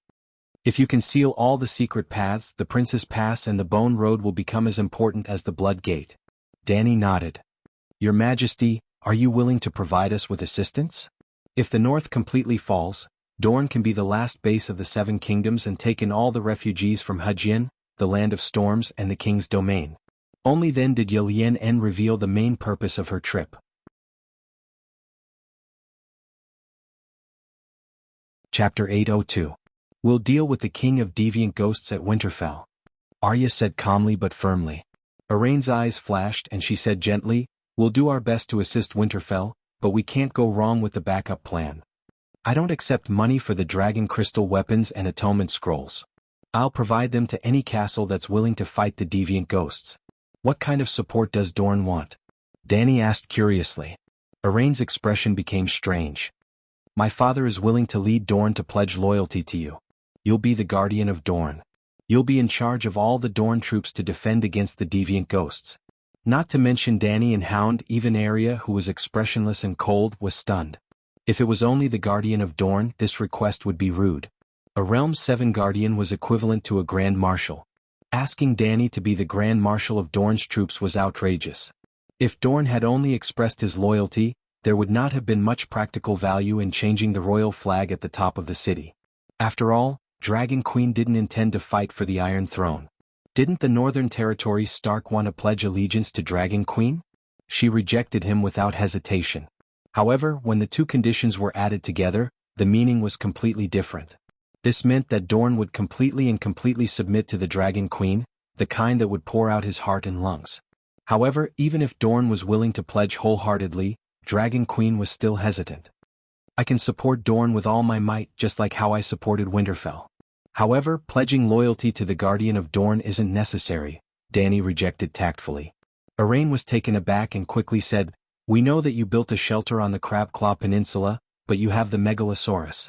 You can fly to both ends without delay. The Dorne defense line won't take up much of your time. Moreover, the Crabclaw Peninsula is so small that the number of refugees you can save will be smaller than Dorne. I can travel to both ends and provide suggestions for the Dorne defense line. However, I don't need the loyalty of Dorne or any other nobles. This is an oath. Dragon Queen said solemnly. Yelene had a pleading look on her face as she said, why don't you reconsider and discuss this after the Battle of Winterfell? When Prince Dowling handed over the mission to his daughter and his niece, he explained the reason why Dwayne chose to side with the Dragon Queen. Firstly, the Dragon Queen had won the Battle of Meereen. Secondly, the Eternal Night had descended. Relying on the powerful Dragon Queen was the most effective way to protect the family and the people. Thirdly, looking at the battle records of the Dragon Queen from her debut until now, no matter how strong the enemy was, she had never lost. In terms of military talent, there was no one in the Seven Kingdoms who was more suitable than her, let alone Dwayne, who lacked talented generals. To be honest, Princess Elaine didn't agree with her father's decision before. She felt that her ability to command troops wasn't weak, but she never had the chance to show it to the world. She deliberately ignored the incident at the Black River. Therefore, she hesitated and wanted to resist her father's plan. But now, she was continuously rejected by the Dragon Queen. For some reason, Princess Elaine's thoughts took a 180-degree turn. She was even more aggressive and desperate than her father. If she couldn't rely on the Dragon Queen, Dwayne would suffer a great loss. Looking at the Dragon Queen, who kept refusing, and then looking at the impatient Arya, Arya's expression was stupefied. She thought of her sister's ambition. If Dwayne said the same thing to Sansa, she would probably go crazy with excitement. But the Dragon Queen rejected her with a troubled expression. Why was there such a huge difference between people? What about you? Why are you looking for me? Arya was sighing for her sister when the Dragon Queen ended her conversation with Yelene and turned her attention to her. My brother Bran broke his spine. Can you help him stand up again? He also has fertility. Can he be cured? A hint of anticipation flashed across Arya's stupefied face. Dany looked at her playfully and asked, Bran asked you to ask? Why didn't he come to me himself? It has nothing to do with Bran. I saw that you cured Jaime Lannister's leg and had some ideas, Arya said insincerely. Actually, your brother and sister asked me the same question and I gave you the same answer. If Bran wants to stand up again, he can talk to me himself, Dany said meaningfully. Bran? Is it Bran Stark? He didn't die. Is he in Winterfell now? Yelene was confused. No one answered her question. Danny didn't want to overstep her boundaries and Arya didn't want to reveal her brother's secret. Everyone was silent for a while. Danny waved to the hound. Let's go. I'll cure your leg. If you can study anatomy and understand the human body's meridian structure, you can cure it yourself. Danny suddenly had a strange idea. Could she transform the first rugged hound in Game of Thrones into an elegant doctor in a white robe? Are you a cleric? Have you cured injured civilians? She turned around and asked the silent scar-faced man. After I became a cleric, I've been treating the injured in Hejian. But the Holy Mother's healing spell isn't very effective. It's only effective on bleeding wounds, the hound said honestly. The holy healing spell is not ineffective. It's just that the way you apply it on the patient is too crude. Only with herbology and anatomy can the full effect of the holy healing spell be unleashed. The holy healing spell didn't have an immediate effect on common diseases such as colds, diarrhea, inflammation, and poisoning. But it didn't mean that it was useless. Take the flu as an example. Even with injections and medicine, many people could die from the flu. If the mortality rate was 1%, then the holy healing spell on the lungs could reduce the mortality rate to 0.001%. That was the correct way to use the holy healing spell. At the end of the day, the holy healing spell only enhanced the vitality of human cells. It didn't kill viruses or eliminate poisons. Seeing the hound's confused face, Danny didn't explain further. Watch carefully when I treat your leg. Arya's eyes flashed as she asked, Can I take a look? I want to watch too. Can I? A baby-faced viper asked with her eyes wide open. Danny hesitated for a moment and nodded. Don't talk. Don't disturb me. The girls agreed very quickly, but in the end they screamed for a while during the operation. Especially when they saw the Dragon Queen using her bloody right hand to pull the hound's white veins and blue nerves. The youngest baby-faced viper screamed and fainted. Then Danny told them to get lost. Arya wasn't afraid. She watched with relish, but she was still expelled. When Danny finished the operation and left the resting room, she found that everyone else had left. Arya was still standing in the corridor outside the door. But Arya wasn't alone. Danny in the gray cloak was standing opposite her. They were about the same age and height. Even their postures were the same. Right hand on the sword, body leaning forward, left foot half a step forward, as gentle as a cat's. Half of their feet touched the ground while the back foot hung in the air. Their right leg looked like it could step out at any moment. Both of them were the best among the water dancers. The only difference was that Danny's cheeks were pale and her forehead was sweating. Her expression was changing back and forth, and her body seemed to want to rush out uncontrollably. Arya was expressionless. Her eyes were like icicles under the eaves. She had an aura as calm as the abyss. Before they started fighting, Danny knew that Danny had lost. What are you doing? Dragon Queen wiped her hands with a towel and casually stood beside the two of them.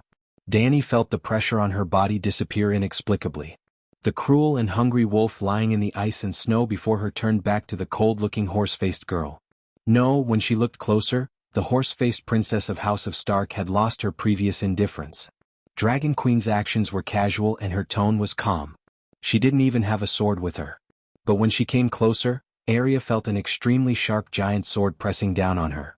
The sword pierced through heaven and earth like a towering mountain, like a huge wave in a tsunami. Thump, thump, thump. Arya was sweating profusely.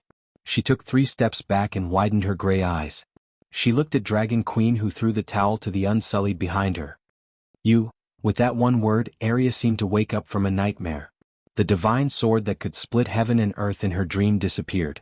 In front of her was a calm and casual Night Queen. Was it an illusion? Arya shook her head hard. The divine sword that broke her death's clear mind was definitely not an illusion. What was that? She asked with a hoarse voice. It's a swordsmanship realm that you can't reach. I can't explain it with words. What are you doing? Danny asked with a smile. Is she the assassin protecting you? Arya pointed at Danny and asked. Although it was a question, her tone was very certain. Her name is Danny C., Danny said. Danny C. has been hiding beside you. But in my eyes, she's as conspicuous as a fly on a white porcelain plate. The fly was angry. Arya shrugged and her expression didn't change. Just like now. She lost the water dancers silent as a shadow, moving as a snake state of mind. When she realized that I was following her with a contemptuous gaze, she got angry and wanted to fight me one-on-one. I know where this is. I won't kill people for no reason. Arya's words were arrogant and made Danny C feel extremely humiliated. I know this is Winterfell. I won't kill the sister of the king of the northern region, she retorted with the same words. Danny C's accent was heavy, and she wasn't fluent in Westeros. Arya replied with a look of disdain. Danny smiled and said to Arya, "Don't doubt me. Danny C's realm isn't as good as yours. But if we fight, you'll definitely die. If it wasn't an illusion, with your help, I would have lost." Arya didn't look at her defeated opponent. Instead, she looked solemnly at the Dragon Queen. "If that's what you think, Danny C will probably be able to kill you without any injuries." Danny shook her head and sighed. "Whatever you say. I don't care what you think of her." Arya lifted her chin and looked indifferent. "Why don't we give it a try?" Danny suggested. "You don't care about her life?" Arya asked in surprise. "Queen, don't worry. I know my limits," Danny C said at the same time. Arya's gaze was sharp. "Since Dragon Queen has the resurrection spell, I don't mind playing with you." In the next moment, the two girls, who were less than 1.5 meters tall, shot out like bullets and collided with each other. Danny C was wearing a gray and black cloak, while Arya was wearing black leather armor. They were like two balls of shadows that were entangled with each other. Within the gray shadows, two black lightning bolts collided with each other, producing indistinct sounds and a series of sparks.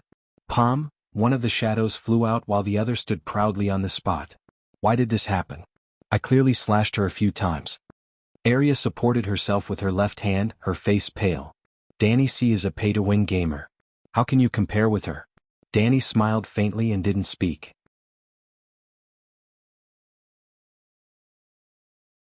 Chapter 803.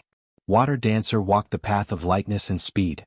When they sparred with their swords, their bodies were like two dancing shadows. Their swords clashed so frequently that sparks never disappeared. However, the speed of the sword attack was fast and the battle ended quickly as well. A moment ago, the two of them were still fighting like twins. In the next moment, Arya was sent flying 3 to 4 meters away and fell hard on the stone floor of the corridor. Danny C stood on the spot with her head held high and a smile on her face. Arya supported herself against the wall and got up slowly. How did this happen? Arya's face was pale. She glanced at herself and Danny C in confusion. There were 3 2-inch-long slashes on Danny C's cloak around her waist. There was an obvious footprint on Arya's chest armor. Arya touched her left leg that was burning and stinging. There was a wet patch on the back of her thigh. Arya's leg was cut. Her body suddenly lost coordination. The moment she stopped moving, Danny C kicked her in the chest. "Although I'm not as good as her in terms of skills and experience, I'm faster than her. I'm stronger than her. I'm calmer than her. My eyesight is also better than hers. I slashed her 3 times in the vitals. Why am I the one who fell?" Arya asked in a hoarse voice. Danny C lifted her chin at Danny C. "Let her see." Danny C sheathed her dagger and unbuckled her belt. She took off her thick gray velvet cloak and revealed a fine chain mail that outlined her flat body. Arya stared at the matte black light chain mail for a long time. Then realization dawned on her. "Steel? Are you convinced now?"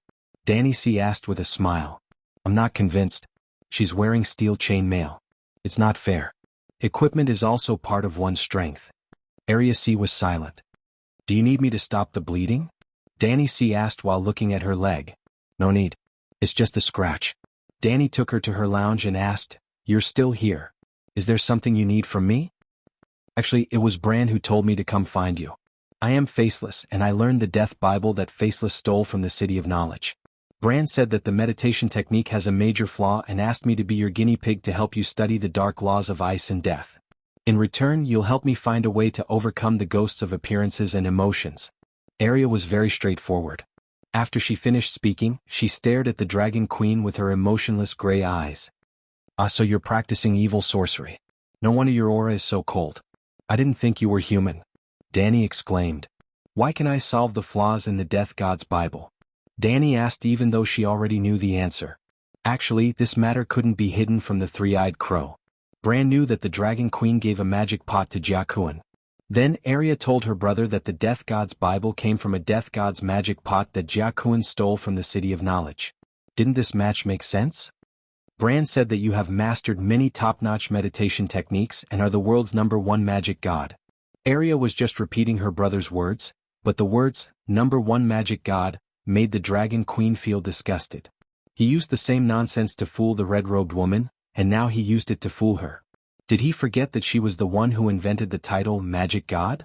However, Danny C was really curious about the evolution of the Death God scripture and its final effects. In the end, the Death God scripture of ice and death was the meditation technique that truly belonged to her. In the past, she wasn't even a demigod, and the Death God scripture she created was really crude. Now that her realm had increased and she even had the stranger godhood, she would surely be able to improve the Death God scripture. If she had Arya as a lab rat, she might really have a chance to comprehend the Song of Death. Don't forget that the fire of creation plus the ice of death is the complete Song of Ice and Fire. P.S. You didn't pay enough. Danny C shook her head. Arya C frowned. What else do you want? Answer a few questions for me first. Go ahead. Will you return to Bravos in the future? No, I don't mind killing people, but I don't want to be a killer controlled by others. My purpose in going to the Black-White School is the same as the aristocratic children going to the City of Knowledge, purely to learn knowledge and skills. Danny C looked at her deeply and said, I'm afraid that the Black-White School doesn't think of itself as a technical school. I used to be worried about the reaction of the people of Bravos, so I hesitated to completely fall out with them. But Bran promised me that no Faceless can get close to Stark from the Westeros. Personally, I'm not afraid of the Faceless. The only thing I'm afraid of is that they can threaten my brothers and sisters. Don't you have any nostalgia for the people in the Black-White School? Danny C asked again. Arya C was stunned for a moment and said softly, There are companions who trained with me and also mentors who taught me. I respect and appreciate them and I will always remember them, but I don't want to become a tool without a will. Danny C nodded. This Arya C is not completely bad. I can help you, but you should know that no one wants to make a losing deal. Tell me about it. Arya C said. Danny C's eyes flashed and she said in a low voice, If you can become a demigod, you must swear to be a stranger's subordinate god. A subordinate god to the Lord God was like the immortals in heaven to the Jade Emperor. Can I really become a god of death? Arya C's mouth was wide open in shock. I don't know. Danny C shrugged and said casually, If you can become a god, it means that I've helped you a lot and you should repay me. If you can't become a demigod, I'll lose a little and you won't gain much. Arya C calmed down and said slowly, What's a subordinate god? Danny C's eyes were deep and she said meaningfully, It's like a feudal lord and a king, but a subordinate god's contract is more binding than a monarch's vows. It's not a verbal restriction, but real power to ensure that the vows are fulfilled. A subordinate god's faith and understanding of the laws are all within the authority of the Lord God. It's like a feudal lord paying taxes to the king, serving in the army, and disclosing all the information about the people and military in the territory. Arya seemed to be moved by this. If she was a modern person she would have complained. But Arya C was a feudal princess born and raised in this land. Since she did not think that there was anything wrong with a feudal lord swearing loyalty to the king, she also did not think that the Dragon Queen's request was excessive. Just like what Arya C said, the more you get, the greater the price you have to pay. Becoming a demigod was such a great benefit. But I don't believe in the 7 gods. Arya C frowned. Do you believe in the Frost God? Do you know who the Frost God is? I know. Saigon of Karhold City sacrificed his son to the Frost God. But I believe in the old gods. Danny C smiled strangely. Normal believers of the 7 gods think that there are 7 gods in total. They often say things like, I believe in the Holy Mother, not the warrior. Most people in the north believe in the old gods, but they don't know who they believe in. In this regard, you people are much worse than the people beyond the Great Wall. The Inami and the storm god that Taimin believes in are the old gods. The Frost God, the ruler of the other ghosts, is still the old god. Even the Light King was once the old god. The old gods are a general term. Its meaning is simple, literally the ancient gods are called the old gods. The gods born in the history of human civilization are called the new gods. It's as simple and straightforward as the old and the young. Then who is the old god that my father and I believe in? Arya C was confused. She had believed in the old gods for so many years, but she did not know who she believed in. Wasn't this a little too ridiculous? Think carefully. Where did your father take you? Who did you pray to? Danny C reminded her. Under the weirwood. The heart tree in Winterfell's Godwood Forest is a weirwood. We prayed to the face on the tree there. Arya C felt that she had grasped something, but she still could not see through the last layer of mystery. It's the weirwood. All the people in the north and most of the people beyond the Great Wall believe in the main god of the Westeros who is made of weirwood. I see. I should have asked the Bran. Arya C was enlightened. But the weirwood is dead. Dany C immediately revealed a piece of shocking news. The old god that I believe in is dead? Arya C was shocked. He died 8,000 years ago. Recently, with the fall of the Great Wall, he completely disappeared. This? Arya C's heart was in a mess. She was scared and lost. What should we do? The weirwood god chose a human as his successor, Dany C said softly. Ah, do I have to believe in the Bran in the future? Arya C was confused. No, your old god chose me as his successor, Dany C said calmly. Arya C was shocked again. Her jaw dropped. If the Dragon Queen was really the successor of the old god, then it would be better to believe in the seven gods than to believe in her. Arya C was still suspicious. If you don't believe in the old god, how did you become his successor? You can ask your brother. Dany C turned her head and looked at the big crow standing on the balcony. Dany C opened the door and let Bran Stark in. Bran? Arya C stood up and looked around. Caw caw caw. It's me. When the door connecting the bedroom to the balcony was pushed open, the crow flapped its wings and flew into the living room and landed on the table. Arya, you can agree to Dany C's request. Keep believing in the old god and become the stranger's god. It's not a bad ending, Bran C said directly. Arya C's expression changed. Bran C's words were equivalent to admitting the Dragon Queen C's words. She was the successor of the old god. Do you and Jon still believe in the old god? Are all the people in the north going to believe in the seven gods from now on? She asked with a complicated expression. No, Dany C is only the successor of the mother god's power. The old god's belief will not change. Then who do the old god believers believe in now? Weirwood, forests, earth, rivers, mountains. They are all part of the mother god. As long as Westeros exists, the old god's belief will never disappear, the big crow said firmly. It seems more proper to believe in the seven gods. Arya C hesitated. Big Crow, Bran C and Erlu C knew that the Dragon Queen had usurped the position of the seven gods, but they did not dare to tell anyone. That was because faith came from anticipation. The believers were looking forward to the mother god's miracles, not the seven pieces of wood that could not respond to them. If the truth was made public, the Church of the Seven Gods would collapse for a while. Then, when they saw the miracles of the mother god, most of the seven gods' believers would transfer their worship to the Dragon Queen. By then, the Church of the Seven Gods would lose a group of pure believers who believed in the Church of the Seven Gods, but the Dragon Queen would become the god of the land, the only god in the hearts of the people. Every word she uttered was an oracle, and every decision she made determined the course of action for millions of people. That scene was too scary. Dany C did not want it, and Erlu and Bran C could not accept it.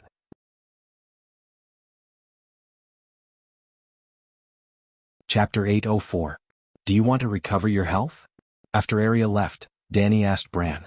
The reason why I went to the Great Wall to look for the three-eyed crow was to treat my broken spine. The big crow's red eyes shone with sentimental emotions. You're the three-eyed crow now, Dany reminded him.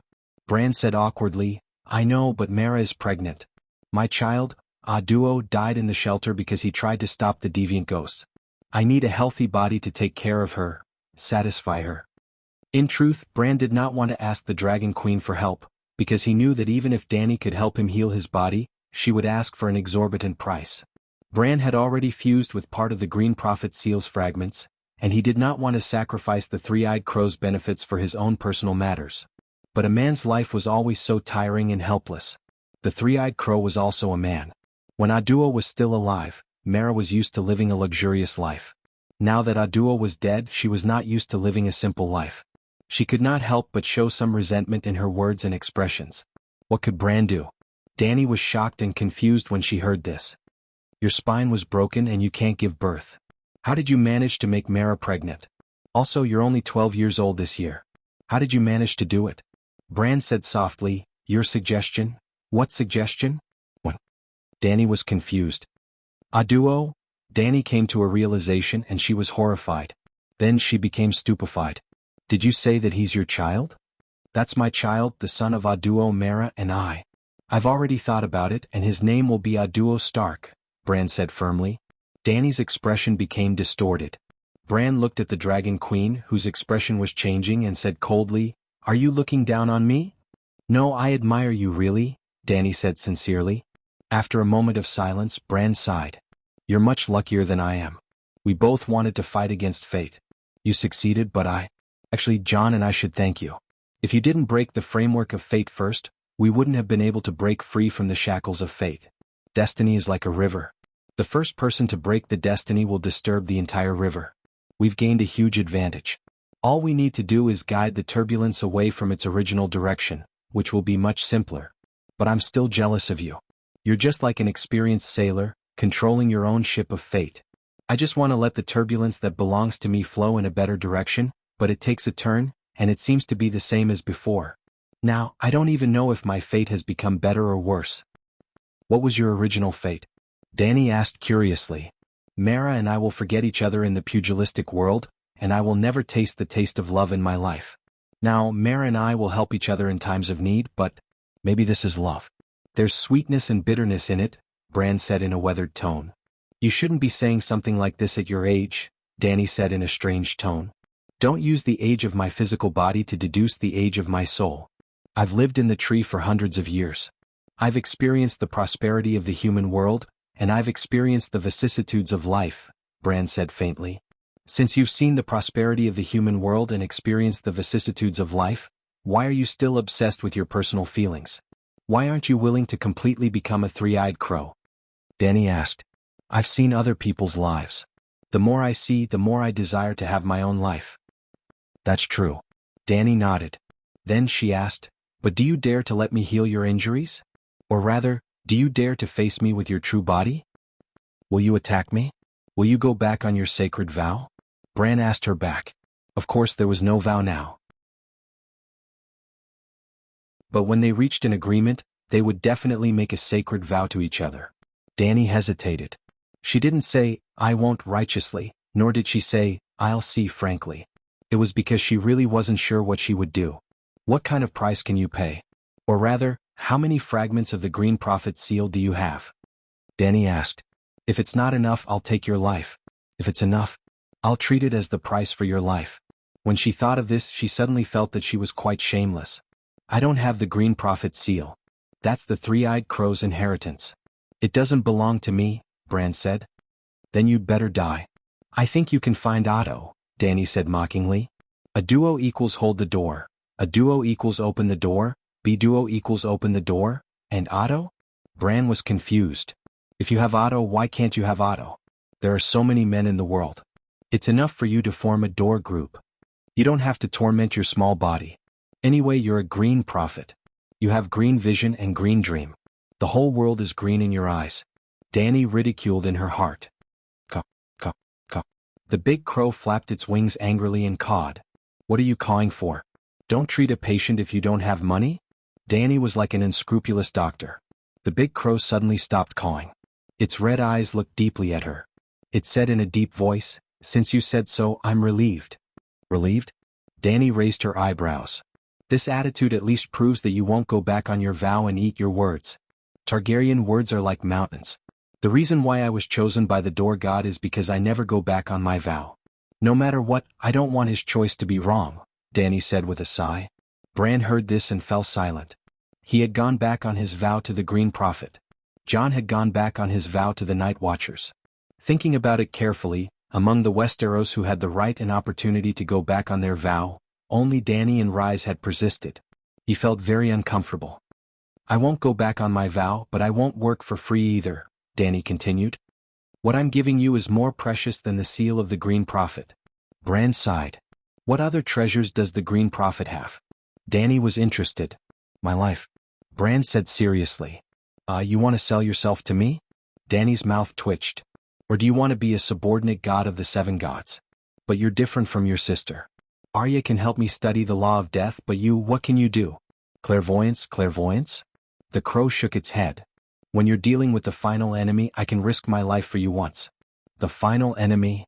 Danny stopped smiling and said seriously, Who are you talking about? No matter who it is, you saved my life and I'll return it to you. Danny stared at the crow's eyes for a long time and sighed. You're very smart. If he risked his life for her once in the future, she would definitely not plot against him when she healed his wounds. Kacha kacha. The gears turned and pulled the chain, which in turn pulled the rolling shaft at the other end. The rolled parchment was dragged forward, and the printed part moved forward, revealing the blank paper under the steel seal. Bam!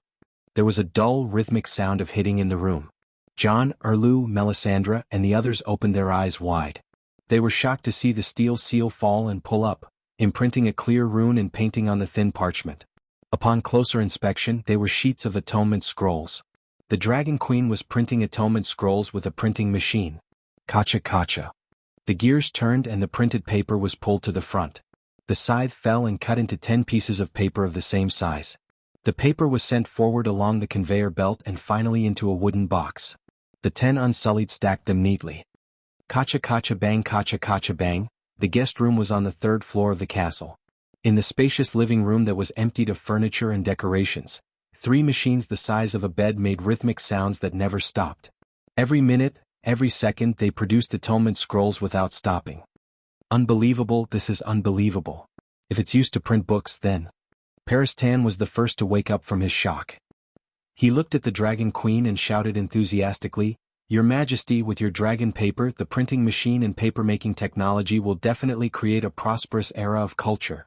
You're the mother of a new civilization, the sage of all scholars and scholars. You're the god of civilization." Dany lifted her chin slightly and looked proud. She waved her hand and said, "The long night hasn't passed yet. Keep a low profile and don't be so exaggerated."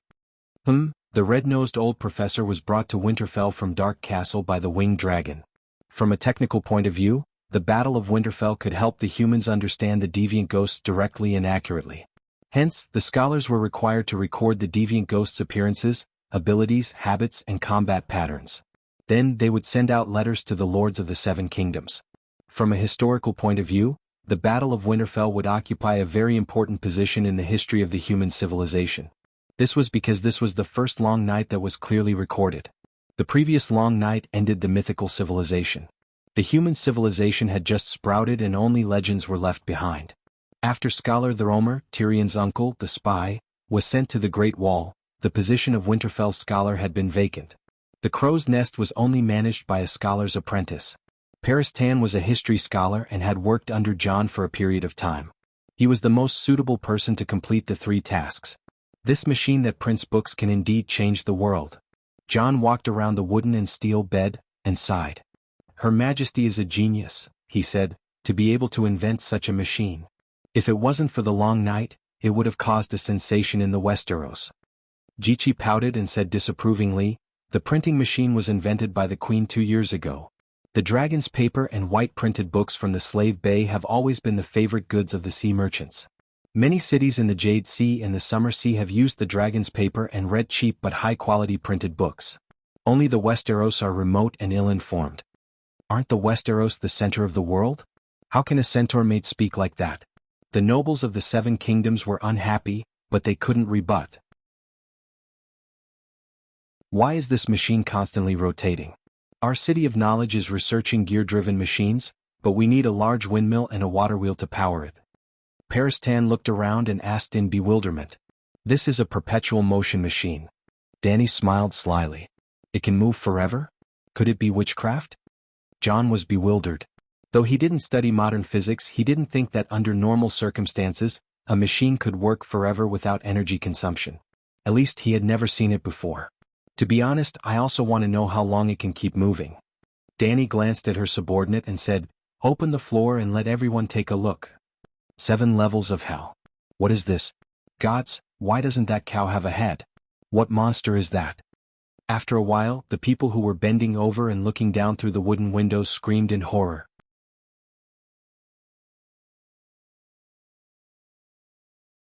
Chapter 805. The living room on the 3rd floor was empty except for a printing press that was the size of 3 beds. The stone floor behind the printing press was covered with an old, faded carpet with a wolf pattern. Unsullied lifted the carpet. Jon frowned and found that Ms. Long had opened a small window between the 2nd and 3rd floors. This was his house and she was just a guest. The Winterfell lord was unhappy. However, when Unsullied lifted the red wooden window, the king of the northern region's previous fanciful thoughts disappeared. He was stunned by what he saw. Not only him but the surrounding people were so shocked that they screamed. Ghoul, that cow pulling the mill is a ghoul. John turned around and looked at the Dragon Queen in disbelief. Danny smiled and nodded. She said casually, I've always wanted to know where the energy of a ghoul that doesn't eat or sleep but can run non-stop comes from. Melisandre looked away from the ghoul cow pulling the mill and said, What's there to be puzzled about? Deviant ghouls and ghouls are all magic creations. They can draw energy from the cold and darkness, just like how you use the magic of fire to build a mage tower. Indeed, energy is conserved. Danny nodded and said emotionally, I should have guessed it when I saw the blue light in the ghoul cow's eyes. That's the effect of the magic runes. They can draw the power of ice. However, I subconsciously didn't want to believe it because this kind of inverse entropy magic is too illogical. Danny was indeed very emotional, but the others didn't understand her nonsense. Why did the ghoul cow listen to you and keep pulling the mill? Erlu was puzzled. Didn't you see? It has no brain. Erlu stared at her with a wooden face. Are you mocking me for having no brain? You cut the ghoul cow's head on purpose? John understood. Without a head, it will lose its memory and simple thinking ability. It can only rely on its body's instinct. No, it's the instinct of a ghoul cow to chase after living things. Who is it chasing? Paris Tan frowned. Shouldn't we get a live chicken and hang it in front of the cow's neck? But it's empty downstairs. There's only one cow. Even the door is tightly shut. Aunt May glanced at the Unsullied who was packing up the newly printed atonement scrolls. There's no need for a live chicken. The living people on the third floor are its targets. Boom. Pop. De. While they were talking, something happened in the power room on the second floor. The zombie ghost bull that had been running in circles suddenly fell to the ground, as if a running bison had been shot in the head. Black blood flowed out from the broken neck. After a while, the floor of the power room was wet. The corpse ghost cow stopped moving and the transmission shaft stopped moving. The gears seemed to be stuck, and after a series of ear-piercing sounds, it came to a complete stop. After that, the guillotine, the printing steel plate, and the rotating shaft that pulled the paper all stopped working. The printing press on the third floor stopped working. Corpse ghost bull also died of exhaustion? Elisa Mormont asked in confusion. Looks like I've reached my limit. But everything was fine before. Big Bear frowned. No. Melisandre's expression was solemn. She shook her head and said, The deviant ghosts noticed the situation in the castle and removed their control over the corpse ghost bull. After saying that, she returned to the window and pulled up the red wooden board. Her white fingers with bright red nail polish gently stroked it. Evil ceiling array. The red-robed woman suddenly turned around and stared at the Dragon Queen. You sealed the entire lower floor? Danny nodded slightly and said helplessly, How long has it been since the window was opened? The deviant ghosts noticed the abnormality and removed the magic on the cow's corpse. What do we do now? Are there enough atonement scrolls? John asked. Take the cow below out and cook it. Then we'll change to another one and continue working. The Northern Territory lacks everything now but not corpse ghost bull. Danny said casually. Cook and eat. Everyone's eyes widened in horror. The moment a corpse turns into a corpse ghost, its body will stop rotting. After the corpse ghost is killed, the corpse will continue rotting according to the rotting process when it turned into a corpse ghost. In other words, the cow on the second floor is no different from a freshly slaughtered cow. Danny explained. But wouldn't a corpse ghost be too? Dragon Queen's words were clear and logical. But not everyone was like Fat Sam. Well, Fat Sam didn't even know what he had eaten. The children of the forest even used this method to preserve the freshness of their food. They've been eating it for thousands of years. What are you afraid of? Danny said nonchalantly. Have you eaten it many times? Erlu asked with a pale face. No, I never eat corpse ghost meat. Danny frowned and said with disdain, That thing sounds disgusting. How can I eat it? Then why do you let us eat it? Don't we feel disgusted? A Northern Territory noble with a goatee mumbled. Why don't you want to drink the brown soup but let the commoners eat it? Danny asked. The commoners are poor and will starve to death if they don't eat the brown soup. But we are nobles. The goatee said proudly. Since you know this, why do you still ask? Danny rolled her eyes. I have the Megalosaurus and the Winged Dragon Legion. Tonight I'll eat deep-sea lobster. Tomorrow morning I'll drink golden wine and taste live grilled squid steak. How can you compare to me? The goatee's eyes widened. His face was blank. The northerners around him were also stunned. They felt depressed but had nothing to say. Ahem, the long night will end soon. We need to save every portion of food. The king of the northern region coughed and broke the awkward silence. Drag the cow away and give the soldiers more food tonight. Nobles were always nobles. They didn't have the right to compete with Dragon Queen, but could they not compare to the commoners under their command? Everyone in the hall nodded slightly. They were very satisfied with Duke Stark's arrangement. Melisandre walked to the front of the printing machine that had stopped working and sniffed the stamp that was stained with ink. She suddenly said, "So that's how it is. Your ink is made with dragon's blood as the main ingredient." Dany glanced at her and didn't comment. Drawing the atonement scroll with one hand was too time-consuming. She couldn't do it alone. Furthermore, drawing runes required a high level of mental strength when moving the brush. Normal ink printing machines could only produce waste paper. These days, Dany often communicated with Kuei-shi of the Jade Sea and learned many effective runes drawing techniques from the blood of demon beasts. Then she used Big Black's blood, which contained the power of the stranger, to make the ink for mass printing of atonement scrolls.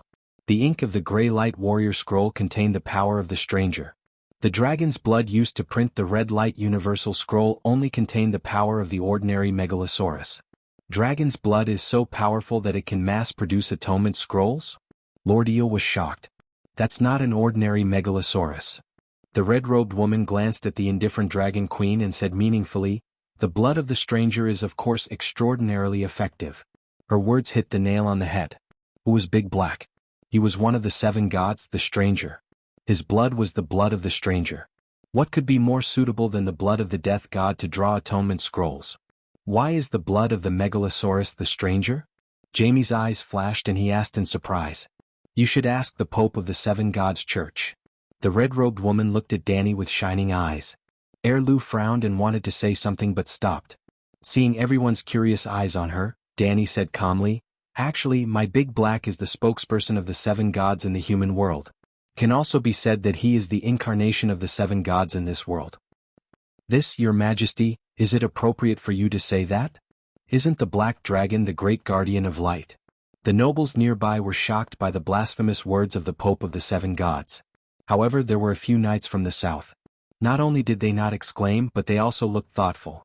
A handsome young man with a fluffy gray beard said hesitantly, "When the Holy Sparrow explained the 7 Stars Bible to the public on the podium, she seemed to have said the same thing. The 7 gods are too far away from our world. Their will cannot descend into the human world, so there are very few miracles before. Megalosaurus is the medium of power between the gods and the human world. If the human world is a pool, the astral world where the gods are in is another pool.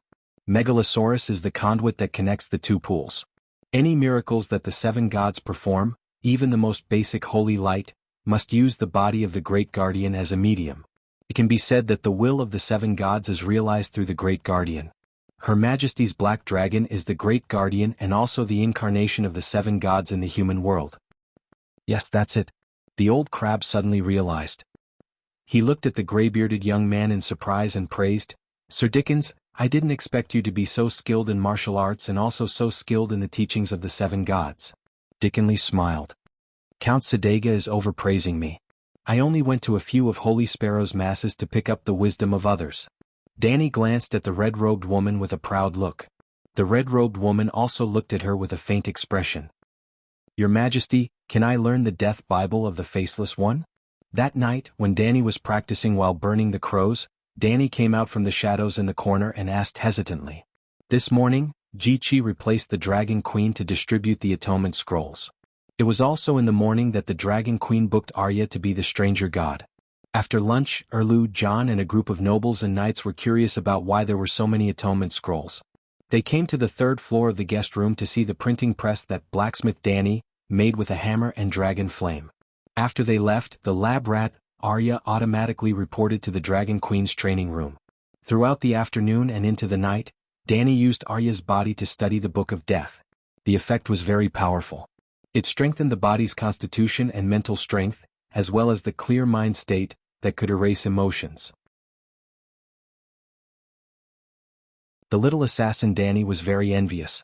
"If I learned the Grim Reaper's Bible, even without the tile mail armor, I could defeat the Winterfell princess easily," Denise said resentfully. Dany extended a finger and poked her little head. "Is there something wrong with your brain? Why did Arya volunteer to be my test subject? Isn't it because of the huge aftereffects of the Death Bible?" Don't tell me you want to become a half-other ghost? So you're saying that Arya will test it first, and I'll learn it after the Reaper's Sutra is perfect? Denise laughed. In your dreams. You don't even have the talent of a transcendent. What's there to learn? Danny mocked. The smile on Denise's face froze. She also remembered that she couldn't light a glass candle. Then I'll never be as good as her? She said dejectedly. That's not necessarily true. You can become a stranger priest. Danny's expression was strange. Shadow assassin? Shadow priest? Or ghost? What are those? Danny was confused.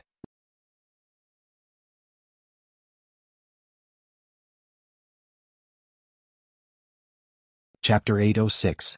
Woo woo woo. On the third night after Arya became Dragon Queen's magical experiment material, at around 1 a.m., 3 horns sounded from the Winterfell Gate Tower. According to the Night Watcher's customs, 1 horn meant allies, 2 horns meant enemies, and 3 horns meant deviant ghosts. Half a month after the collapse of the East Sea Great Wall and a week after the Dragon Queen waited in Winterfell, the deviant ghost army finally crossed more than 3,000 kilometers and arrived at Winterfell. Although it was already 1 a.m., the Winterfell garrison didn't panic. In fact, an hour ago, fully armed soldiers began to climb up the Winterfell wall. Looking down from the sky, a hexagonal fire circle appeared on the gray and white land. It was the torches held by the soldiers on the wall and the iron pots that burned coal or kerosene. Hoo hoo hoo, the north wind howled at the top of his lungs. It was as if the sky had become a lung disease patient and was breathing with all his might, causing the people on the ground to panic. It was already dark enough during the long night, and now it was dawn. The flames from the braziers almost pulled out a horizontal red line. Looking down from the wall, one could only see the trench about 10 meters away. The dark sky was like a devil that sucked in light and heat, sucking in all the warmth and light from the thousands of torches and braziers in Winterfell. At the top of the gate tower, the lookout Jurgrit put down the horn and took a few deep breaths to replenish the air that she had just blown out. Then she took out her longbow from her back and picked up an arrow with a dragon crystal arrowhead, waiting for the deviant ghosts to approach. She was the lover of the king of the northern region and a female warrior who even led hundreds of barbarians. She didn't want to and couldn't hide in Winterfell Castle like Jon's pregnant sister. She would obtain the glory of a warrior in battle. She was the one who blew the horn just now. After the rocket flew for 200 meters, downwind, she saw a sparse army of ghouls wobbling over, so she blew the horn. The waiting time seemed to be extremely long. She couldn't help but look around. At this moment, there were so many companions around her. She was in the towering castle and Jon was behind the gate, but she felt extremely lonely and helpless. It was as though Winterfell was the only boat in the vast ocean. At this moment, the small boat was quietly floating on the dark surface of the ocean. It was extremely peaceful. But at a speed visible to the naked eye, a monstrous wave rose up in front of them. Strong winds blew and torrential rain came crashing down on the small boat. Whoosh whoosh, the cold wind seized her, penetrating her leather armor and woolen sweater, drilling into her bones. It was so cold that her teeth chattered, and her cloak fluttered behind her. Why aren't they here yet? Did they take so long to walk 100 meters? Also, the eyes of the deviant ghosts and corpse ghosts were emitting blue light. Why couldn't I see anything when it was so dark? Creak, the sound of the door opening brought Jurgrit back from her lonely thoughts. The city gates below opened to both sides, and the northern wind carried the grayish-white cold mist into the city gate, causing the flames and shadows to sway. Jurgrit lowered her head and saw Dragon Queen, who was wearing a silver breastplate and a blue skirt armor, raise her right hand, and an orange-sized incandescent fireball slowly rose. The white light pierced through the heavy night fog and reached 100 meters away. A low cry came from the crowd on the city wall near the city gate. With the light emitted by the small sun above Dragon Queen's head, everyone saw snowflakes the size of willow leaves in the strong wind. They saw the dense cold mist condensing into a rain of ice, and also saw the army of the dead walking neatly in the wind and snow. In their field of vision there were only corpses and ghosts. There were northern farmers wearing hemp clothes and tattered leather jackets, women with disheveled hair, knights riding tall horses, armored lords missing half of their faces, decaying corpses with tattered skin hanging on their faces and sparse hair on their heads, and even skeletons. There were dire wolves whose fur was dyed red with dirty blood, livestock whose cold and stiff intestines were dragging on the ground, shadow lynx whose flesh was badly mangled. There were people and also beasts. Their footsteps were very light, almost leaving no trace in the snow, but there were too many of them. The rustling sound of snakes slithering through the grass could be heard in the snow, and it was very creepy. Gradually Yrgrat saw the deviant ghost's blue eyes. They emitted a weak blue light because the snowflakes were too dense and the cold mist was too thick, so it was not very eye-catching. Clang clang clang clang. 40 silver-armored shield-bearers rushed out of the city gate and lined up on the flat black ground in front of the gate to form a double-layered curved shield wall. Dragon Queen, Stannis, Jon, and Melisandre walked out together and slowly walked to the center of the curved shield wall. Jon stood out first and shouted in a hoarse and rough ancient language, "Where is the deviant ghost king? I am the Duke of the Northern Territory, the Guardian of the Northern Territory, Jon Stark. Please come out and meet me." The ghouls that were encircling Winterfell stopped uniformly 50 meters away from the city walls. Seeing this, Stannis took a deep breath, took off his helmet, and exhaled a cloud of white air. He said in a low voice, "Where is the deviant ghost king? I am the only lawful king of the Undulls, the Loinars and the Ancestors, and the guardian of the Seven Realms, the one who ended the long night in Asha's prophecy. I am willing to fight with you." Dragon Queen glanced at the king in the flaming red cloak and muttered, "It would be more accurate to call him the #1 war god of the Seven Realms." Stannis' blue eyes were cold as he stared at her expressionlessly. Dany shrugged and turned to face the darkness. She also said in the ancient language, "I am the child of the era. Where is the deviant ghost king?" Child of the era? What is that? It was a short sentence, but why did it sound so threatening? Yrgrat was puzzled. Erlu opened his mouth and also wanted to ask, "What is the child of the era? Why don't you show all your titles together?" The red-robed woman's red eyes flashed as she looked deeply at the Dragon Queen. Rustle, rustle, rustle.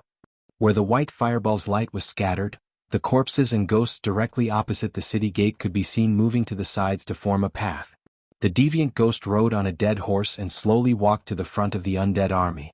The warhorse seemed to have been bitten to death by some animal. Half of the flesh on its neck had been gnawed away, leaving only a pale spine that was as thick as a wrist to support its huge head. The rider on the horse's back carried a huge ice sword that was as wide as a palm and 2 meters long.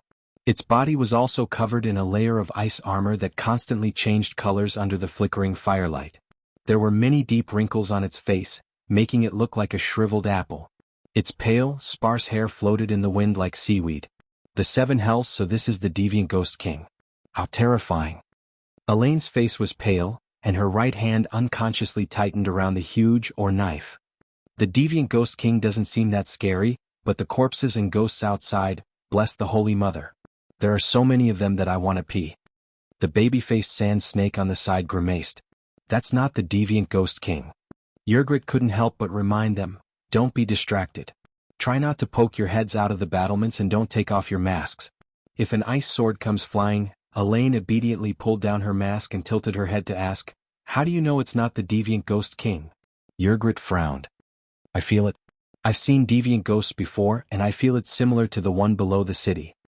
As expected, they soon heard the clear voice of the Dragon Queen floating in the wind. "Is your king a coward who doesn't dare to face the challenge of the #1 war god of the Seven Kingdoms, the reincarnation of Yasuo Yahai, and the child of prophecy?" Erlu clenched her jaw. The deviant ghost on the other side spoke. "If you want to see our king, you must first prove the strength of your race that has been eliminated. Hold on until noon tomorrow. If the city isn't broken, our king will appear." The sound was like an ice lake exploding. It was sharp, loud, and ear-piercing, and it felt like a saw cutting through one's front teeth. Ah, that monster's voice is so horrible. I'm disgusted. The baby-faced sand snake hugged the iron armor and cried. Elaine endured the pain in her head and asked, "Is this magic? Why is its voice so terrifying? What is it saying?" The red-haired girl whispered, "It's actually an ancient saying. The deviant ghost king won't appear until noon tomorrow. That's how deviant ghosts sound. Didn't your castle receive the messenger crow sent by the red-nosed old man?" Elaine was just about to say that seeing was better than hearing, when she heard a roar from below the city. It was the voice of the Dragon Queen.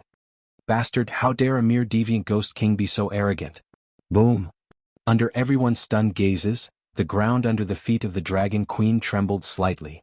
Then her body leaped 2 meters into the air like a cannon, directly jumping over the shield wall in front of her. Wearing full heavy armor, she smashed into the ground like a stone, leaving 2-inch deep footprints on the ground. However, her body was very stable and she didn't sway. After landing, she immediately drew the 4-finger-wide white greatsword from her waist. A kill kill kill. She was like an angry heifer, roaring as she charged at the deviant ghosts on horseback opposite her. Every step she took was so forceful that it left deep footprints and thumping sounds on the ground. She raised her sword and charged at the million-strong army alone. Such fearlessness shocked the ordinary soldiers. The glowing white fireball was still above her head, following her as she ran, dispelling the darkness within a few hundred meters. Because of this, everyone on the city wall could see the terrifying number of corpse ghosts outside the city. They weren't crowded together but were spaced 1 or 2 meters apart. They looked a little loose, but the army of corpse ghosts had no borders, and seemed to extend endlessly in all directions. Why is she so impulsive? Is she going to die alone? On the city wall, Jamie didn't cheer for the Dragon Queen's bravery. Instead, his expression changed drastically and he was extremely anxious. Dragon Queen shouldn't have jumped out of the shield's protective circle. Since the opponent isn't a deviant ghost king, there's no need to risk being surrounded and charging at the enemy's front line, Dick and Tali said with a frown. Clinton and Baristan exchanged glances. After confirming each other's gazes, their expressions became calm, and there was no longer any anxiety. Don't worry, this is Her Majesty's fighting style. It's just a deviant ghost. Back then she was able to kill several of them under the Great Wall. She probably doesn't need to do that now. Old Bart was about to say that the Queen could kill the deviant ghost on horseback in less than 3 moves, but he immediately changed his mind. If it's a one-on-one fight, the deviant ghost's life will be taken within 100 moves. She has to let the deviant ghost king see her power, so that it's easier for her to act later. Jamie didn't understand the main point of Old Bart's words and said excitedly, "This is her style? What are the Gith alliance of Slave Bay and the allied army of the trading city-states doing? With such a reckless fighting style, Danny Rise hasn't lost even once?" Ago frowned and asked Chui Luo beside him, "What is this knight from the land of the sunset talking about?" "I heard Calixi's name."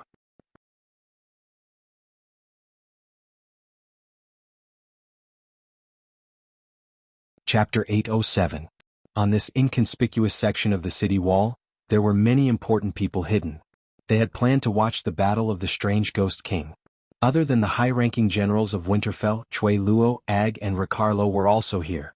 However, the 2 Blood Alliance guards didn't know Westeros and couldn't communicate with the nobles of the 7 kingdoms. They kept silent, but Danny Lilith was too piercing and Ag recognized it. Chui Luo could barely understand the common language, but like Old Bart and Clinton, he understood the true intentions of the Dragon Queen. He remained calm and composed. After explaining to the 2 centaurs, Chui Luo loudly said in Westeros, "Watch quietly. Now that the strange Ghost King hasn't appeared, the situation has changed. The Queen has other plans and with the Megalosaurus, nothing will happen to her." These words couldn't explain the reckless behavior of the Dragon Queen. A few northern knights whispered, "Does she rely on the Megalosaurus to fight? Looks like the Gith people and the World Alliance army are just SOSO. Back then, Aegon relied on the adult Megalosaurus to conquer the 7 kingdoms. Even so, he still couldn't take down Dorne." Dang, a shrill cry broke through the wind and snow. Everyone who heard the sound couldn't help but cover their ears and frown. The whispers about the Dragon Queen also stopped. They held their heads and looked over. They saw 2 large swords clashing, a white blade and an ice broadsword. After a short struggle, the man and the horse staggered away from each other. The Dragon Queen had already rushed to the front of the strange Ghost Knight, and the strange Ghost Knight didn't have the advantage. 1 man and 1 ghost, infantry against cavalry. It was like a competition between knights.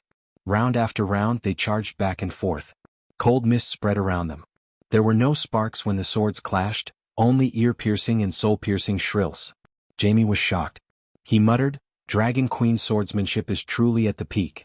It seems that the quality of the Honeywine River tournament was even higher than what was shown in the poem. Her strength and speed had already surpassed most of the knights, but she was still inferior to the deviant ghosts. Her charging power was even weaker than that of a knight with a ghoul warhorse. However, the 2 of them are evenly matched. She even has the upper hand because her swordsmanship is far superior to that of the deviant ghosts. Perhaps it is close to that of Daybreak swordsmanship from back then. The surrounding noble knights were shocked. "Sir, aren't you exaggerating a little? The one below is just an ordinary deviant ghost, not a deviant ghost king." If you don't believe me you can ask Sir Barristan, Jaime said calmly. Barristan's expression was strange. Perhaps Arthur Dane is not as good as Her Majesty the Queen? His voice was low and reluctant, but the nobles of the Seven Kingdoms, including Jaime, looked at him in a new light. Had the just and fearless Barristan also learned how to flatter? Sir, have you forgotten the swordsmanship levels in the White Code? Right now, Dragon Queen was only able to lift heavy objects as if they were light and lift light objects as if they were heavy. She was half a step away from transcending mortality and entering sainthood. How can she surpass Sir Dane? Jaime frowned.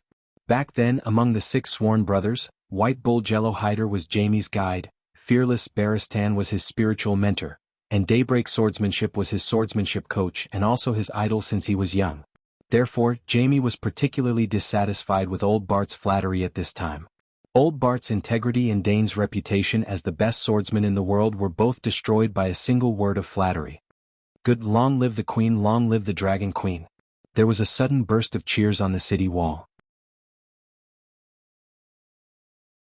In the middle of the battlefield, after 40 rounds of the blood-boiling night charge, Dragon Queen finally found a flaw in the enemy. She slammed her sword on the chest of the corpse ghost's ice crystal armor and knocked it off its horse.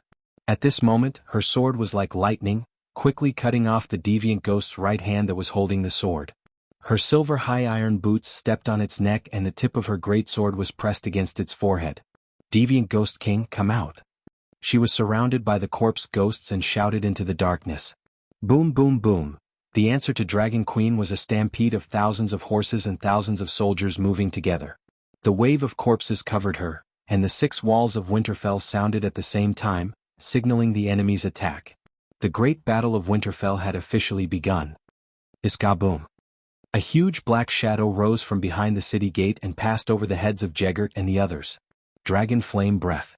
The 40 to 50 meter long dragon flame was like a red flame waterfall, pouring down on Dragon Queen's position. With a slash of her sword, she split open the deviant ghost's skull under her iron boots. Dragon Queen didn't do anything else, she just looked coldly at the swarm of corpse ghosts. Boom, the red flame waterfall fell on her head, but it hit a reef 10 meters in diameter.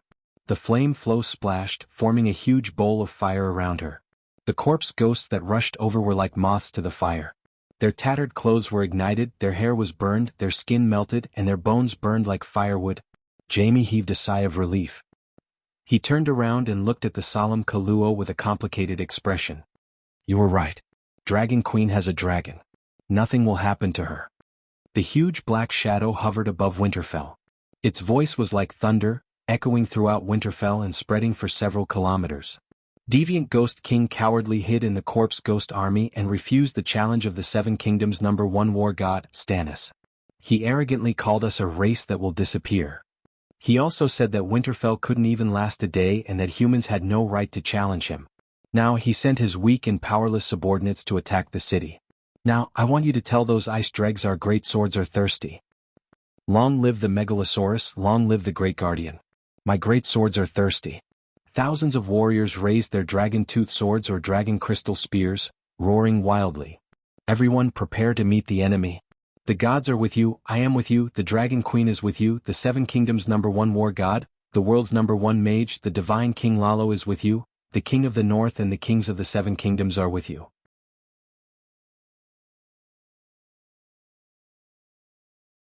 After saying this, Blackie used its loudest voice and the most majestic dragon aura to roar, the living will never surrender. Kill deviant ghosts, go to heaven, kill, kill, kill. The atmosphere made its appearance. Kill deviant ghosts, go to heaven, kill, kill, kill.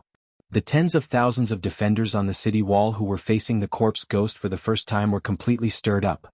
They all wanted to imitate the Dragon Queen and jump off the city wall, roaring as they charged towards the corpse ghost army.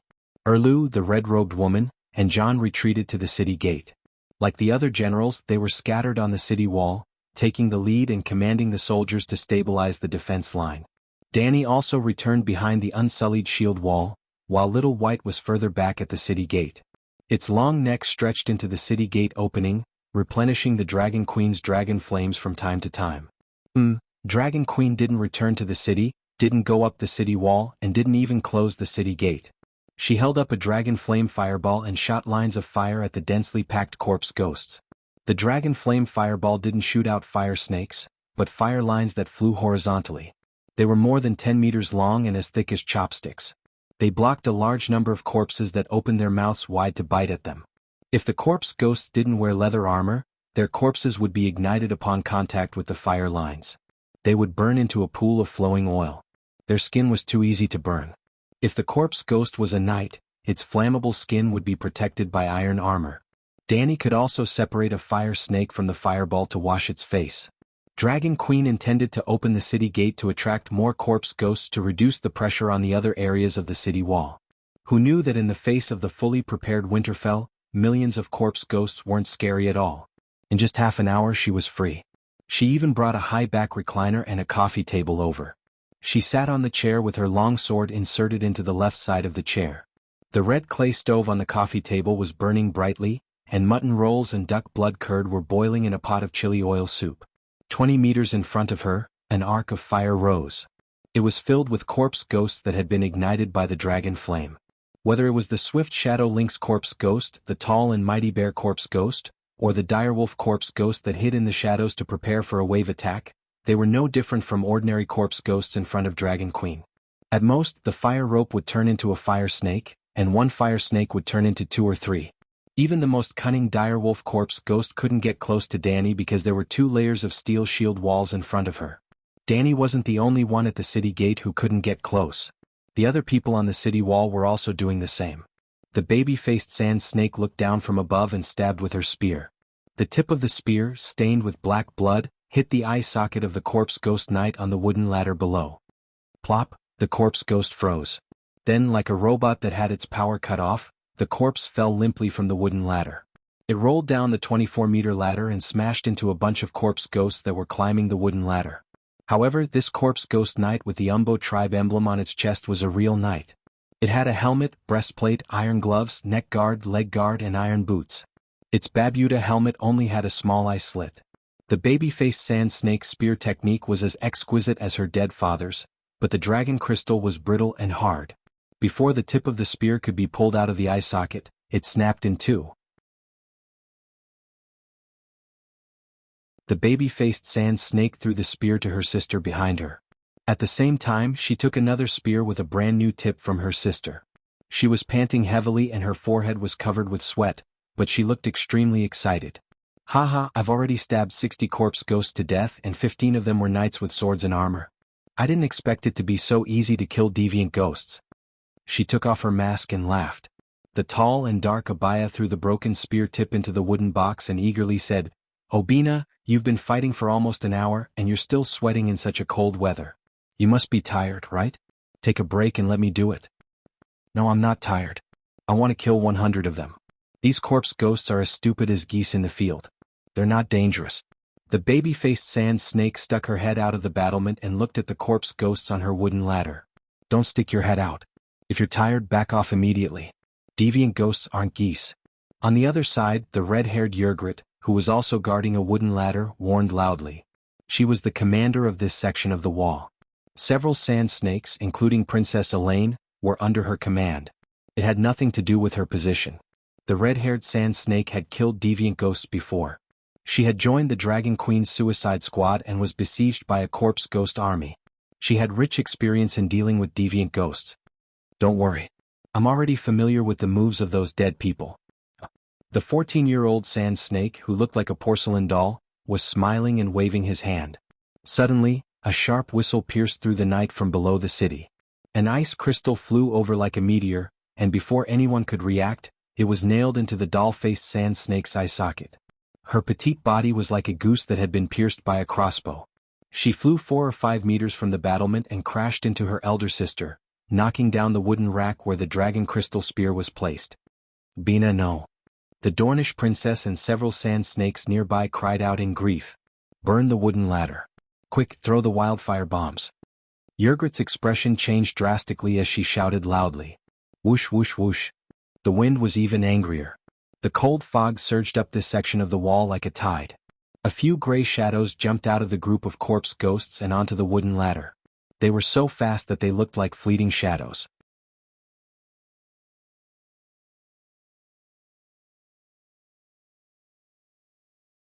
Chapter 808. What was the point of defending Winterfell? It was Stark's castle.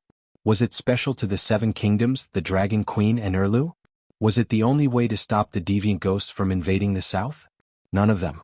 Dany and Erlu, and even Sansa didn't mind that Winterfell was temporarily occupied by the deviant ghosts. As long as Stark's forces were preserved, they would have a chance to reclaim their homeland. Without a doubt, Sansa's thinking was rational and correct. Hence, Winterfell didn't have any special meaning. Winterfell was blocking the King's Lane. Behind it were Savon City, Torrhen City, and White Harbor. It was also the only land route to the south, the Neck. But the deviant ghosts could bypass Winterfell.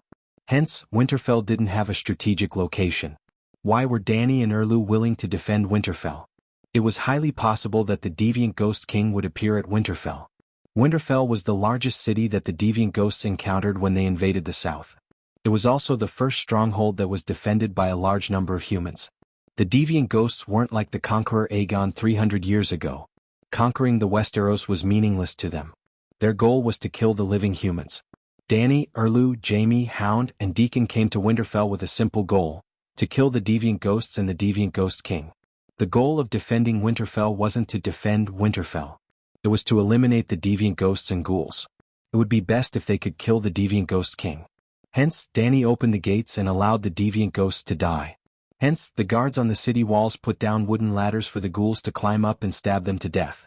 Dany came up with the idea of putting down wooden ladders. Winterfell had 2 layers of city walls. The outer wall was 24 meters high and there was a dry moat in the middle. The inner wall was 30 meters high. The reason why the walls were so high was because the snow in the north was too thick during the winter. It was 7 to 8 meters deep on the plains and 15 meters at the foot of the city walls. Knowing that the deviant ghosts were coming, the Winterfell garrison had to clear the snow outside the city. When the Dragon Queen arrived, 3 megalosaurus were sent to melt the snow within 100 meters of Winterfell into the White Blade River. If there were no wooden ladders, there would be 2 possibilities. First, the ghouls would not be able to climb the city walls, so they would just stand outside the city and not attack. The humans wanted to end the long night as soon as possible and clean up the deviant ghosts and ghouls that had crossed the Great Wall. If the deviant ghost army continued to stand outside the city and confront the humans on the city walls, it would be disadvantageous to the humans. This was because human warriors needed rest and mental pressure, while ghouls were never tired and did not need to eat. It was more likely that a portion of the ghouls would surround Winterfell and not attack, while the rest would continue south. This was the worst-case scenario. Of course, deviant ghosts weren't zombies. They belonged to the subhuman race and had high intelligence, especially when the deviant ghost king was present. Seeing that the city walls were too high, they might try to attack the city. With the number and mobility of the ghouls, it wouldn't be difficult to form a slope on the city walls. After all, including the outer city walls, Winterfell was only 300 meters wide and 500 meters long. It was less than 2 kilometers in circumference. Would it take less time to dig a 2,000-meter river? Instead of waiting for the deviant ghosts to attack, it was better to provide a path for the ghouls to attack the city. The 14-year-old Obina was able to kill 15 night-level ghouls and more than 40 normal ghouls with her spear when she faced a zombie horde for the first time. She was even confident that she could kill 100 ghouls. If the 18,000 soldiers of Winterfell were able to kill 100 ghouls, no matter how many ghouls there were, they wouldn't last long. If the deviant ghosts were stupid and surrounded Winterfell, they would have to challenge the deviant ghost king to kill all the deviant ghosts and ghouls. This was the best wish. The tall city walls could only reduce the casualty ratio between the living and the dead. If more ghouls died, the garrison would also suffer losses. For example, the 14-year-old baby-faced little sand snake made use of the wooden ladder to kill 15 horseman ghouls. She looked down on the ghouls and was immediately taught a lesson. Go. Due to the intense exercise, the little sand snake lifted its visor to get some fresh air. It even poked its head out of the battlements to see what was going on. The knight in full armor who had been stabbed to death earlier had rolled down the siege ladder, bringing the ghouls down with him. An ice sword flew out from the ghouls below and pierced through the baby-faced girl's left eye like lightning. It penetrated her skull and came out from the back of her head. She was killed instantly. The powerful kinetic energy sent her corpse flying back 4 to 5 meters like a cannonball. She knocked down Sister Sand Snake, who was acting as her attendant. No, Obina. Obina collapsed in the corner, her sister's corpse on top of her body. She wailed in pain. But since the deviant ghosts had attacked, they wouldn't just throw an ice sword. Swoosh, swoosh, swoosh, 3 grayish-red shadows leaped up the wooden ladder as though it was flat ground. And this was just the beginning. Like a flood that had found a hole in the dam, more deviant ghosts gathered toward the lost section of the city wall. Unfortunately, the wooden ladder tactic had already taken this situation into consideration. In addition to the battlements at the top, there was also a bowl-sized observation hole in the middle of the city wall. Every wooden ladder was placed on the section of the city wall with the observation hole. The wooden ladder tactic allowed and even encouraged a small number of deviant ghosts to break through the city wall. But there couldn't be too many of them. Otherwise, the city wall would be in danger of being lost. So, when the people on the city wall felt tired, the guards guarding the observation hole would throw a small bottle of wildfire bullets. It was really small, about half a pound. Boom! When Ygritte called for wildfire bullets, there was a fierce explosion under the wooden ladder guarded by the baby-faced girl. Green flames rose 4 to 5 meters high, illuminating this section of the city wall in green. Ouch! The wooden ladder burned in the green flames. The more than 60 ghouls under the wooden ladder were ignited as if they had been splashed with gasoline. In the red and green flames, a deviant ghost was burning and screaming. Ghouls couldn't scream, but deviant ghosts were living people. They could speak and feel pain. Large patches of white mist were emitted from its body, weakening the ordinary flames on the corpses and wooden ladder. However, the green wildfire stuck to the deviant ghost's body was still burning. The flames at the base of the city wall were red and green. The small group of deviant ghosts that were about to climb up the ladder was stopped, and one of them even died. The 3 deviant ghosts that had already jumped onto the city wall didn't have a good ending either. They caught the baby-faced girl and Big Sister Sand Snake off guard.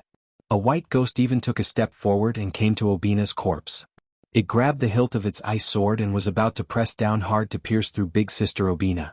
However, more than 20 soldiers with thick oak shields had already surrounded them. The oak shields were thicker than the old chopping boards in rural kitchens. There were even a few horizontal bars added behind them to block slashes. More than 20 huge shield bearers knocked the 3 deviant ghosts to the ground. Then they stabbed with their swords and spears. Light blue ice water flowed on the stone path of the city wall. Don't hurt her. She's my sister. Just as the shield bearers turned around and held down Obina, who was crazily biting Obina's throat, Arain walked over to block Ygritte, who had raised her dragon-tooth blade and was about to slash her neck. She used to be your sister. Now she's a corpse ghost. This is the long night. This is the calamity of the dead. Ygritte's heavy breathing came through the gap in her helmet. Crunch, crunch, crunch. Arain lowered her head and saw Obina, who was behind her, opening her mouth wide and gnawing on her iron boots. Her beautiful baby face lost its redness and luster and became pale and dim. There was a large bloody hole in her left eye, and the beautiful brown pupil in her right eye flashed with blue light. Even with the shield bearers holding her hands, feet, and back, she twisted her neck awkwardly and gnashed her teeth at the living. She had really become a living dead, just like the endless corpse ghosts outside the city.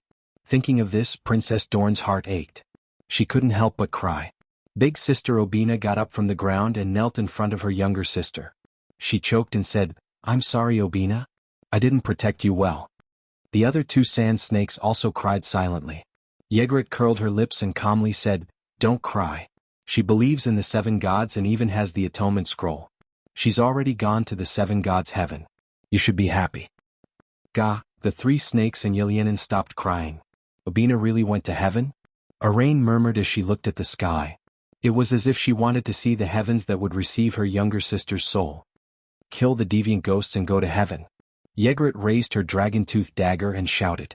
Arain felt much better. She turned around and squatted down. She raised her dagger and stabbed it into the hole in the right eye.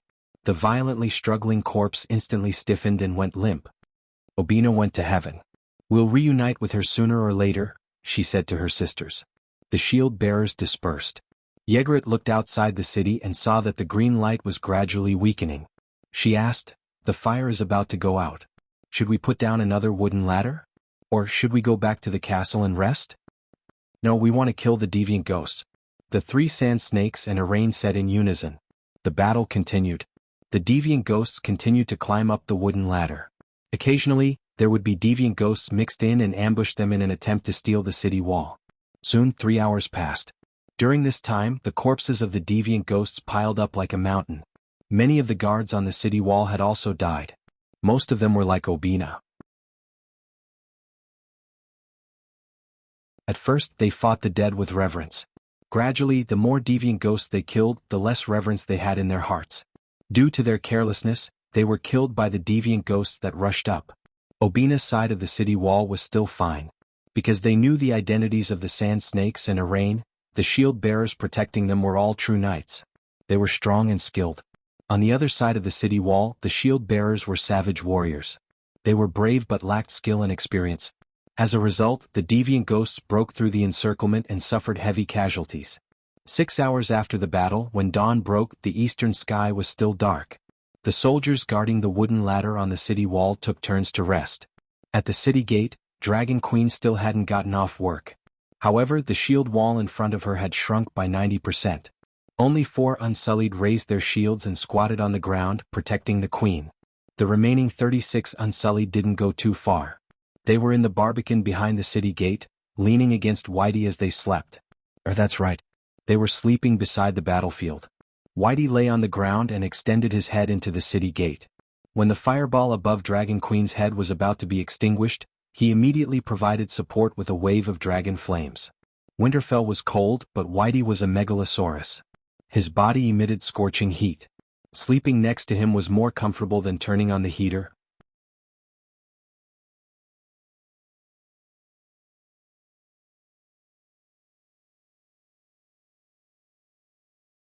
Chapter 809. Dany was a wind and fire demigod. She could multitask. While absorbing the spiritual essence from the burning corpses around Winterfell, she could meditate and rest. At the same time, she could control the fireball above her head to ensure that the deviant ghosts and ghouls near the city gate would not return. However, the Unsullied were just normal humans. When they were protecting the Dragon Queen with their shields, even if they did not fight much, they had to maintain a high level of concentration at all times. At around 9 o'clock in the morning, the battle had lasted for more than 8 hours. Woo woo woo, suddenly, an urgent horn sounded from the west side of the city wall. Dany looked back. With the castle as a barrier, she could only see that the sky in the direction of the forest of heavenly trees was reflected in a demonic green color. Then she entered her dragon spirit state. From Blackie's point of view, she could see the rolling green clouds on the city wall. They soared up to 2 to 3 stories high, and in the howling wind, they pulled out a green cloud that was 40 to 50 meters long towards the south. A large number of wildfire bombs detonated on the city wall. Under the green cloud, the defenders on the city wall bent over to avoid the flying sparks while resisting the surging corpse tide with all their might. That section of the city wall had already fallen. Nearly 30 deviant ghosts broke through the defensive line and waved their ice greatswords. They killed hundreds of defenders on the city wall, directly clearing out hundreds of defenders within 30 meters. Then, the wooden ladder tactic, the Glory Bomb, was activated by the defenders. The green flames were torrential, killing 7 or 8 on the spot. The remaining 20 deviant ghosts spread out and protected that section of the city wall while enduring the burning of the green flames. Even though the wooden ladders were ignited, countless ghouls surged forward. Like a torrent that could not be stopped by a torch, every deviant ghost and ghoul was a source of cold fog. Soon, the flames were extinguished and they piled up a zombie slope under the city wall. Then thousands of cows, wolves, lions, mammoths and other non-human ghouls ran out of the darkness. They stepped on the zombie slope and quickly climbed up the city wall.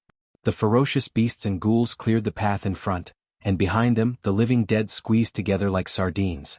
It was like ink dripping into a clear pool. With the slope as the center, the corpse tide quickly spread out in all directions of Winterfell. The demonic green flames of the Glory Bomb were also suppressed by the cold air brought by the large number of ghouls and gradually weakened. In the end, the ghoul army that intended to invade Winterfell from the east was blocked by the second defensive line on the inner city wall. However, although they encountered resistance in the dried-up moat behind the outer wall, they did not stop spreading. Woo woo woo, the sound of the horn became more urgent. The fear and anxiety of the bugler was transmitted to everyone through the sound of the bugle. Melisandre and Erlu are defending that part of the wall. What's wrong with them? Dany was confused, but she still said to the little green dragon spirit, "Go and get rid of the source." Little White was lying behind the city gate as a super battery, Big Black was on guard in the sky, and Little Green was in reserve and had been napping on the clock tower. Screech, Little Green let out a deafening howl in the direction of the sound of the horn. It picked up a 300-kilogram giant wildfire bomb and leaped up. His figure continued to rise until it reached a height of 500 meters. Then it fell vertically. Aiming at the mountain of zombies, he retracted his wings and descended straight down. When he was 300 meters away, he released his claws and spread his wings. His speed suddenly slowed down and he drew an arc in the air. Boom! It was as if a pile of fresh cow dung had landed on a landmine. The violent shockwave sent thousands of corpses flying. While they were still flying in the air, they were stained with demonic green sparks and began to burn fiercely. From afar, a 100-meter-tall green mushroom cloud could be seen rising from the west of the city. The entire Winterfell seemed to tremble slightly. The sky, the castle, the courtyard, and the ground were all illuminated in a gloomy green, just like the fate of the people of the northern region. Screech boom. The wildfire bomb was just the beginning. Little Green and Big Black were entangled like twin stars as they flew around the city, leaving streaks of bright red dragon flames on the city wall. Under the dual dragon spirit state, Big Black and Little Green shared vision. Their enemies were only the deviant ghosts beneath them. Only the deviant ghosts' flying swords could hurt them. Hiss! In Little Green's blind spot, an icy blue lightning flew toward its left wing as if it had teleported. Little Green turned sideways and raised its wings, just in time, for Big Black to come closer and use its abdomen to block the attack. Bang! Like a normal ice spike hitting the front of a tank, the ice sword left a table-sized icy blue frost on the steel armor and shattered into pieces of crystal-clear ice shards. Big Black didn't even change its flying posture. The frost on the armor evaporated into water vapor at a speed visible to the naked eye. Even if it was unlucky enough to be hit by the ice sword, it wasn't a big deal. A hole in its leather wings didn't affect the flight of the Megalosaurus. Long live the Megalosaurus, long live the Dragon Queen. The Megalosaurus dragon flames washed the ground. After plowing the outer city wall and the moat behind the city wall 7 to 8 times, the Winterfell garrison general shouted his slogan and stepped on the ground that was scorched by the dragon flames. He started to clear the half-crippled deviant ghosts that had escaped the calamity. Even if they hid in the observation hole, the corpses were ignited by the dragon flames. Only the deviant ghosts could resist the heat and the dragon flames and survive. The western city wall was reclaimed and Big Black and Little Green left. Winterfell had more than 5,000 soldiers in reserve. Jon deployed a group of soldiers carrying dragon crystal weapons, wildfire bombs, and wooden ladders to the western city wall to set up a new defense. What happened to the western city wall? Did Melisandre and Stannis fall? Dany retreated to the King's Gate and asked the soldiers who came to check on the situation. Winterfell's gate faced east. Outside the gate was King's Avenue, Winterfell Town, and the White Blade River. The inner city wall's gate was the eastern gate, while the outer city wall's gate facing King's Avenue was called the King's Gate.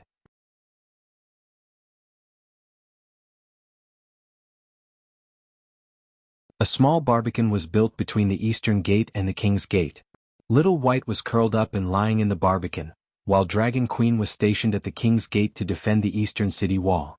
According to the previous plan, the hexagonal Winterfell had 6 sections of the city wall, and each section had a leader. Dany guarded the city gate and defended the eastern section of the city wall, while Aunt May and Erlu guarded the western section of the city wall. Jon, Barristan, Savage Tormund, and Yrgrat were the commanders, and they led their men to guard the other 4 sections of the city wall. Now, Erlu and Melisandre were in charge of the city wall, and something big had happened. 2 hours ago they went back to the castle to sleep. Embarrassed looked tired, his voice was hoarse and his gray eyes were bloodshot. His old plate armor and half-new direwolf cloak were stained with smelly, dirty blood and charred by smoke. Sleep? Dany was deep in thought. They are preparing for the battle with the king of mutated ghosts at noon? Embarrassed nodded and frowned. From last night until now, the battle has been going on for almost 9 hours. The soldiers can still take turns to rest, but the generals will be tired even if they don't fight. Moreover, Stannis killed nearly 200 ghouls. When I went to patrol the western section of the city wall, I found that he was almost exhausted, and his sword movements were out of shape, so I let him go back to rest, but I didn't expect. The person who replaced Stannis in command is Sir Dickon Tarly. I don't know how to explain this to Sam and Earl Randall. Embarrassed voice was filled with helplessness and pain. He is a devout believer of the 7 gods, and he has an atonement scroll on him. Right now, he is in heaven enjoying the golden wine of the green pavilion island and the glorious summer beach. Thinking about the brave youth who had competed with her for the title of Champion of Martial Arts, Dany felt pity. Princess Elaine's cousin Obina, and 7 or 8 other knights also died in battle last night. Embarrassed sighed softly. Who doesn't die in battle? Moreover, it is a long night and millions of ghouls are attacking the city. Who can guarantee that they won't die? None of your men seem to have died. John glanced at her but didn't say what was on his mind. Dragon Queen guarded the gates of Winterfell alone, and the number of ghouls she burned and killed was more than all the noble knights combined. If the Ghoul King keeps his promise, he will appear in about 3 hours. Why don't we close the gates and you go and rest for a while? He said with concern. Dany looked back and shook her head. I can't leave. The gates are made of wood. If the ghouls rush over, will the guards on the gates throw wildfire bombs? If not, the ghouls will pile up like the western section of the city and form a zombie hill to attack the castle. If we throw kerosene bombs to burn the ghouls, even if it doesn't blow up the king's gate, it will set the wooden gates on fire and collapse. Maybe we should completely block the gates just like the Hunter's Gate in the west, John said with a frown. Let's talk about blocking the gates later. I can still hold on for 3 hours, she said casually. John glanced at the red dates and white fungus soup simmering on the stove. His eyebrows twitched a few times, but he didn't try to persuade her. Bang bang bang. The two of them were talking, but the ghouls in front of them didn't stop. At this moment, a nearly 2-meter-tall black-furred bison opened its bright blue eyes and charged at them like a small train at full speed. Dany's expression didn't change. She just stared at it. A line of fire flew out from the bison's head, and as far as the eye could see, the line of fire flew out. The line of fire was like a red needle in Invincible East's hand. With a whoosh, it shot into the bison's big eye socket. Boom. In an instant, the bison's 7 orifices spat out fire. Its skull seemed to have been lit up by a light bulb. Its stiff and powerful limbs immediately went limp. It slid on the ground for 7 or 8 meters and didn't stop until it hit the huge steel shield in front of it. Smelling the burnt beef from the burning bison, Dany's heart skipped a beat. She stretched out her left hand and grabbed the air. The flames on the bison's corpse seemed to have encountered the smoke from a range hood. It turned into a fire python and flew towards the zombies behind them. Do you smell it? She asked. Your white fungus soup is so sweet. John swallowed his saliva. Dany rolled her eyes and pointed at the burnt bison corpse in front of the shield wall. She said, That's a living bison that was killed by a ghoul. It's very fresh and has the fresh aroma of roasted beef. There must be more than one bison living in a herd. You should send someone to wait for them at the city gate. Maybe they can find a herd of bison. You mean we should carry this bison back and eat it? He asked with an awkward expression. In my opinion, except for the human corpses, all the beasts and ghouls don't need to be burned. They are your enemies and also food sent by your enemies, Dany said seriously. John frowned and said, Actually, Winterfell doesn't lack food as much as you think. Including the commoners, Winterfell has a population of more than 20,000. How long can your food last? I used the taxes of the entire northern region as collateral and borrowed millions of gold royals from the Iron Treasury to exchange for food. More than 300,000 tons is enough to feed the people of Winterfell for decades, John said with a proud smile. More than 30 tons have been transported to Winterfell? Dany asked. No, 250,000 tons are stored at White Harbor, and 100,000 tons are in Bravos.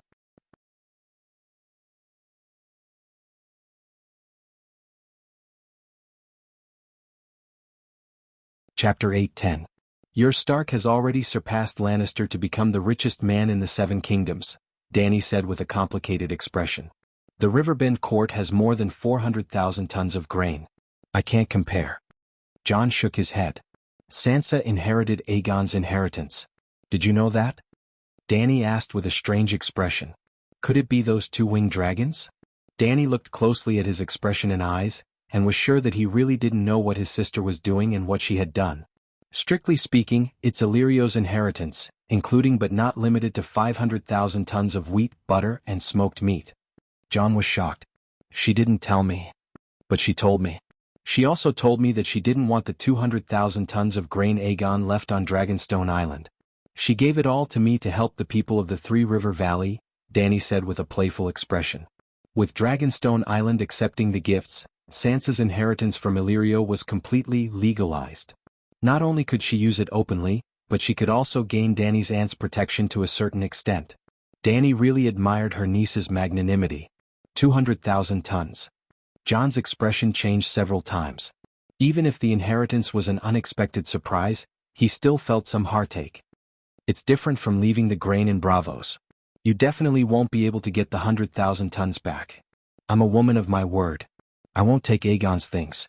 If you can't bear to part with it, let Sansa tell me." Dany smiled, her tone very friendly. Jon glanced at her, suddenly understanding his sister's intentions. A glint flashed in his gray eyes behind his helmet as he said in a deep voice, "I'm not going to lie to you, but I deliberately left the grain in Bravos there." Dany's expression froze and she said in surprise, "You left the grain in Bravos on purpose, waiting for them to steal it? Could it be, in the contract you signed with Bravos there's a harsh breach of contract?"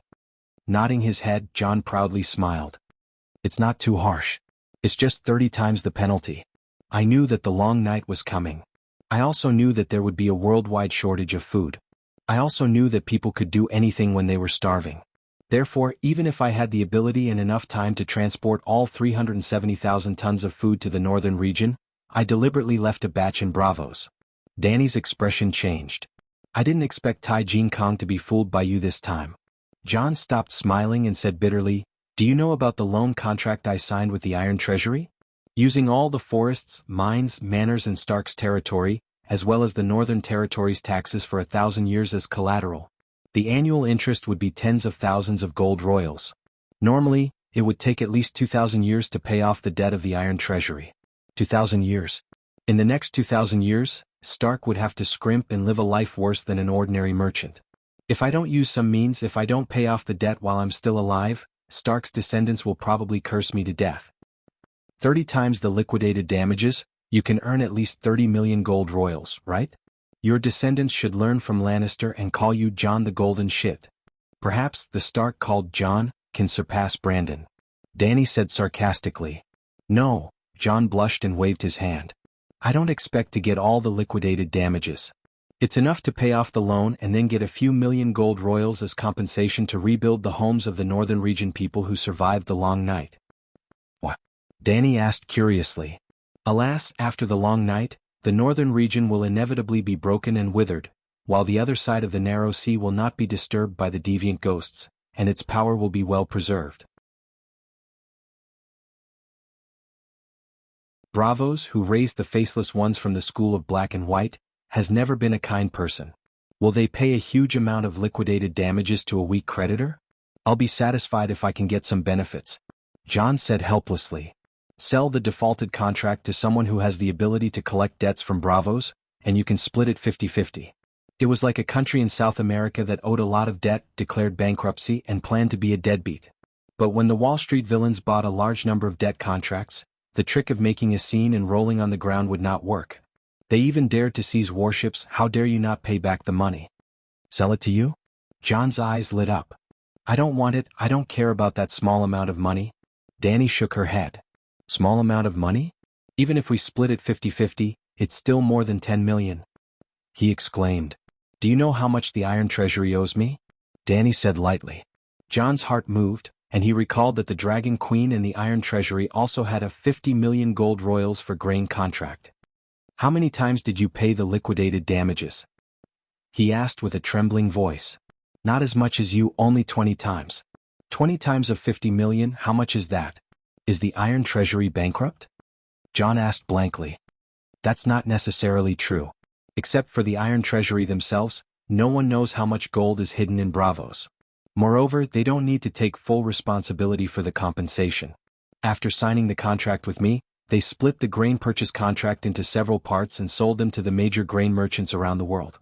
The major grain merchants then split the large contract into medium contracts, and the medium contracts into small contracts." Jon's eyes widened and he looked at the Dragon Queen strangely. "Even if the world didn't die in the long night, it will most likely be destroyed in this debt crisis." Dany was about to say something, but suddenly her face was solemn, and the dragon flame fireball above her head rose quickly, forcing the darkness further away. On the snowy plain that was like a white rag that had been used once, the embers of the corpses rose into the air. As far as the eye could see, there were charred bones and blackened snowdrifts everywhere, as dense as the pockmarks on Sir Richard's face. But there were no deviant ghosts, no ghouls. It was also at this moment that Dany suddenly realized that she had been talking in front of the gate for so long, and no enemy had come to disturb them. This was the battlefield. "The ghouls have retreated," she said with a serious face. John also noticed the abnormality after the dragon flame fireball rose. He frowned and said, "The ghouls are not afraid of death and the corpse tide is endless. I thought they would never retreat." Danny entered the dragon spirit state, and Dahe circled around the city wall.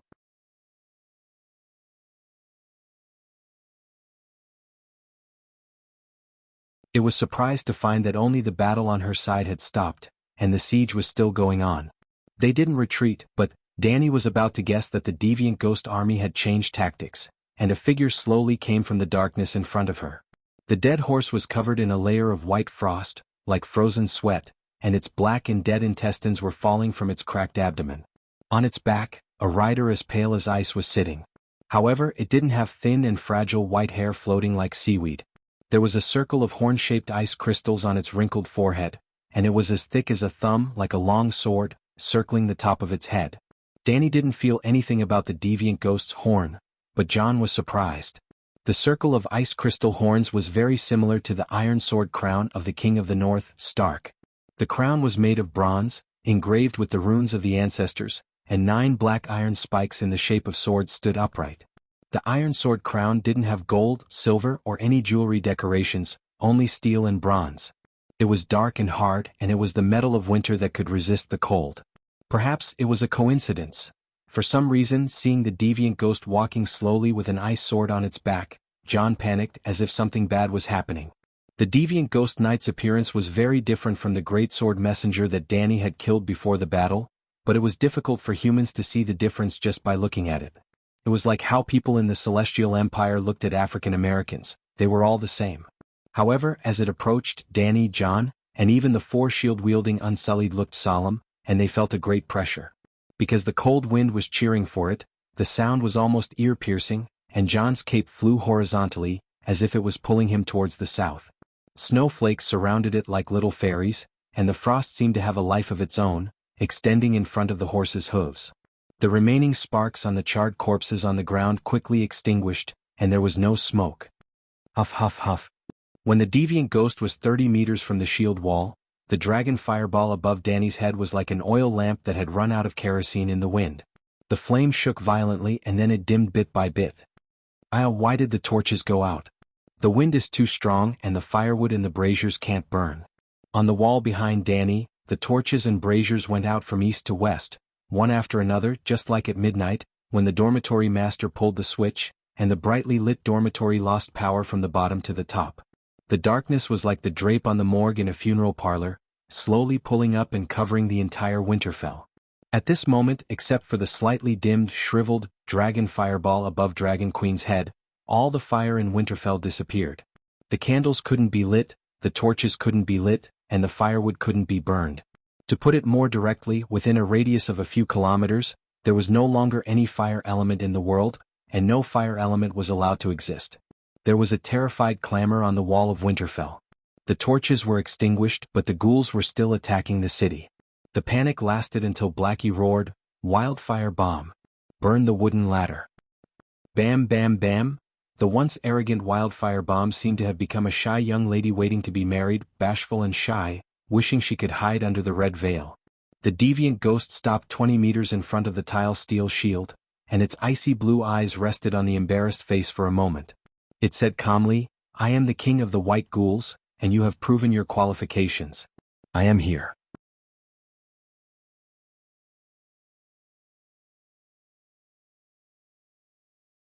There was no ear-piercing sound like an ice lake, and it was just speaking in the common language. Other than its tone being too cold, it was no different from an ordinary person. "Oh, that's not right." At this moment, the cold wind was howling as if thousands of malicious ghosts were wailing in their ears, but its voice was not affected by the wind at all, and could be heard clearly. Danny could do it too because she was the wind god. "What about it?" "The Deviant Ghost King is really here, it is the Deviant Ghost King," John said with a trembling voice. "It's too early." Danny frowned. Looking at the lonely horse, the pretty face behind the mask was conflicted. Should she shout, "Let me verify your qualifications," and then the 3 Megalosaurus would pounce on it together? Or should she shout, nice to meet you," and then invite the other party to enter the city for a discussion, and then close the city gate and have 5,000 axemen wait on it? Or should she call the tile steel guards at the city gate to welcome the deviant ghost king, and then surround it while it was unprepared, and crush it with 40 tile steel shields? Or should she say to it, "Wait for a while, I will enter the city to call for the challenger," and then sneak out from the back door and go behind it? Previously, everyone thought that the deviant ghost king would be surrounded by hundreds of deviant ghost minions, and an army of hundreds of thousands of ghouls. Now that she saw it riding alone, Danny couldn't help but be tempted, and all kinds of tricks popped up in her mind. "I will challenge you." Just as she was thinking about which trick would be more foolproof, Erlu's loud voice came from behind.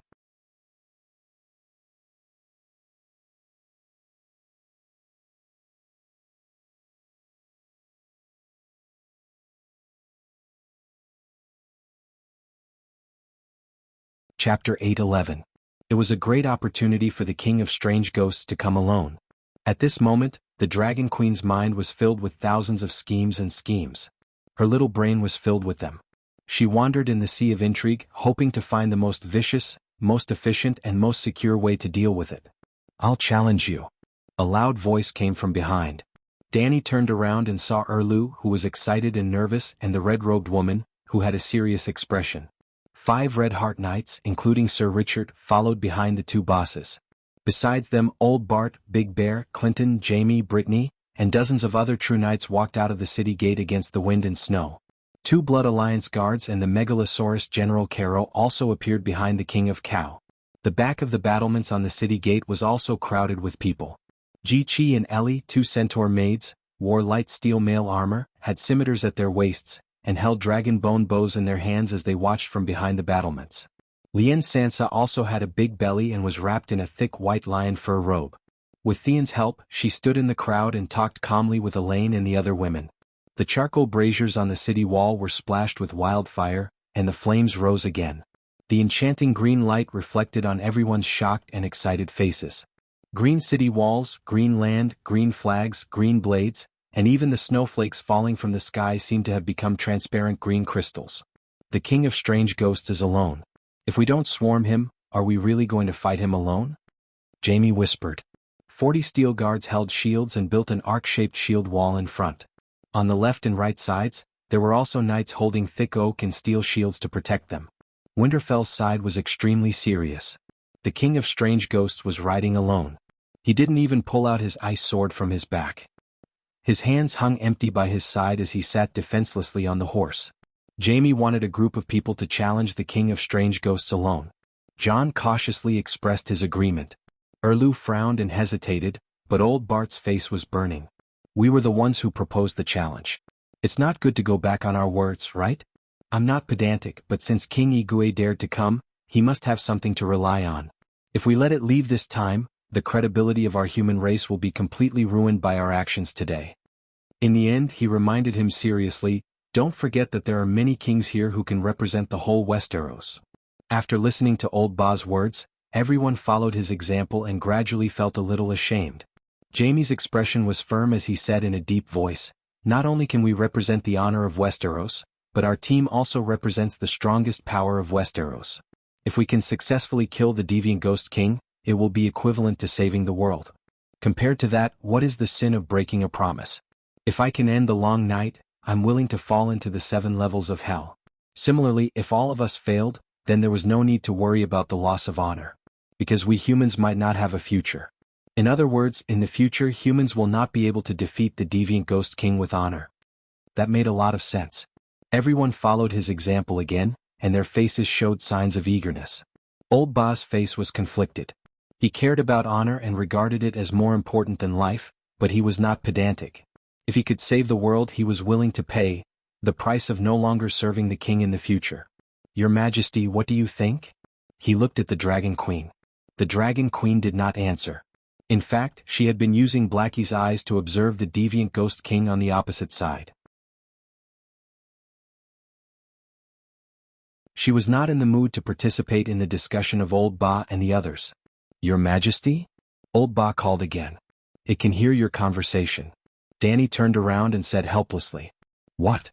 Old Ba said uncertainly, "You're saying that it heard our previous conversation? But our voices were very low." Melisandre glanced at the Dragon Queen and said, "The wind brought our voices to the Deviant Ghost King's ears. Magic? Jamie frowned. Erlu let out a long breath, pulled down his helmet, held the hilt of his sword tightly and said, "No need to discuss any more, I will duel with it." "Are you sure?" Big Bear was worried. "Who knows if we don't fight? But I am not afraid of death, this is my advantage, if I fight to the death I can at least severely injure it." When Erlu said this, his expression was very strange, as if there was a deeper meaning. Danny noticed it but did not know why. And the red-robed woman's red eyes flashed with sadness very quickly. Everyone was in awe, bowed their heads in a knight's salute and made way for him. Erlu walked out of the shield wall with his head held high, paused and turned to the Dragon Queen. "Remember our agreement, remember, you must seize the opportunity." Danny nodded in a daze. Agreement. If Erlu showed signs of weakness during the battle with the deviant Ghost King, the Dragon Queen and the three-eyed crow would attack with all their strength, together with the Megalosaurus. If Erlu died in battle, the Dragon Queen would pick up his sword and continue the battle. Before that, he would really go all out and fight to the death. "We need to pray to the Light King one last time." The red-robed woman looked at everyone and said, "What do you want to do?" John frowned and asked, "You, wait." Professor Peristan, who was wrapped into a ball in a thick sheepskin coat, suddenly reminded them, "You forgot one thing, the deviant Ghost King's identity. It was a human before, with a name and a surname. If we know its identity, we might be able to find its flaws. For example, its fighting skills and habits." "That's right." Jamie's eyes lit up. "I almost forgot about that. Seeing its ghostly appearance, I subconsciously forgot that it was a normal person before." The Dark Star rolled his eyes and said in annoyance, "How stupid do you think it is? It can hear us." "Who are you?" They were still discussing, but the Dragon Queen asked directly. Everyone was surprised to find that even though the wind was howling, her clear voice sounded like it was right beside their ears. The deviant Ghost King didn't answer, and even its eyes and expression didn't change. All right, from the moment it appeared until now, the deviant Ghost King seemed to have only one expression and one gaze, cold and indifferent. Danny said loudly, "Before the battle, shouldn't you announce your name and origin first? Speaking of which, there has to be a purpose for the battle between two armies, right? You are the deviant Ghost King and you were once a human, so you should know what a declaration is. Why don't you say your ideals in front of everyone?" "Hypocrite, arrogant." The deviant Ghost King said slowly, "Fallen humans are like the trash of the world. Why do I need a declaration and reason to clean you all up?" It was good that it was willing to talk. This meant that they could still communicate with it. The deviant Ghost King's words were cold and didn't leave any room for negotiation, but everyone was excited. Danny continued, "Have you forgotten the memories of your past as a human? Or are your memories so painful, ashamed, and regretful that you don't even want to be a human anymore?" The deviant Ghost King's indifferent eyes flickered slightly. Almost no one noticed this almost undetectable change. It couldn't be helped, the wind was too strong and the dragon fireball and wildfire were flickering. The light wasn't stable, so no one could see the change in the other's eyes. Seeing that the deviant Ghost King didn't answer, Danny had a thought and asked, "There are many people here now. Are there any of your family, friends, acquaintances, or enemies?" The deviant Ghost King was silent. "As long as you are a human, you must have interacted with this world. The frontier is the closest to the north, so you are either a noble of the north or a night watcher from the south. Why don't you tell me about your past? It's so embarrassing." Danny's words were meant to provoke the deviant Ghost King, but John seemed to have been reminded of something important. His eyes widened in horror and he stumbled over the shield wall, even walking step by step towards the deviant Ghost King. "What are you doing?" Everyone was bewildered. Beristan even reached out to grab him, but he was stopped by the quick-witted Dragon Queen. Seeing the emblem on the horse's head and saddle, the deviant Ghost King's pupils contracted, and then he knelt on the ground holding his head and howling, "No, no, impossible, this is impossible." Ta-ta-ta. The corpse ghost warhorse moved. Frost spread on the ground in front of the horse, and the horse's hooves made crisp sounds on the ice, and it arrived in front of the deviant Ghost King in a few steps. The knight on the dead horse didn't move, looking down at the deviant Ghost King, blue light flashing in his eyes. This time they were too close and everyone noticed the change in his mood. The seven hells. Perestan's pupils contracted and he exclaimed in shock, "That's the Night Watcher's warhorse. It has the emblem of a ranger, it is Bunyan Stark, it is Bunyan Stark, he is Bunyan Stark." What? Everyone was shocked. Bunyan Stark? Danny was shocked but at the same time felt that it was natural. It wasn't that she knew what Bunyan did, but Other than the King of the North, Stark, the main character of Wandering Power, Stark, who was qualified to be the Deviant Ghost King. No, my uncle is dead, he's dead. A shrill voice rang out in the crowd. The Hound was shocked, and when he saw Arya, he loosened his grip on his sword and shouted, "Where did you come from?" When they left the city they didn't see her, and when they were talking she didn't come over either. Why did she suddenly seem to have come out from a crack in the ground? The others were also shocked by the little princess of the House of Stark, and then turned their attention to the Deviant Ghost King. The red-nosed old doctor smiled bitterly. Bunyan Stark is not dead. He was the commander of the Rangers and he went missing during a patrol mission 6 years ago. I don't know him, but since Duke Stark reacted like this, he must have seen something. Uncle Bunyan, what happened to you? Why did you become the Deviant Ghost King? John calmed down and got up. He stepped back cautiously and asked loudly with tears in his eyes.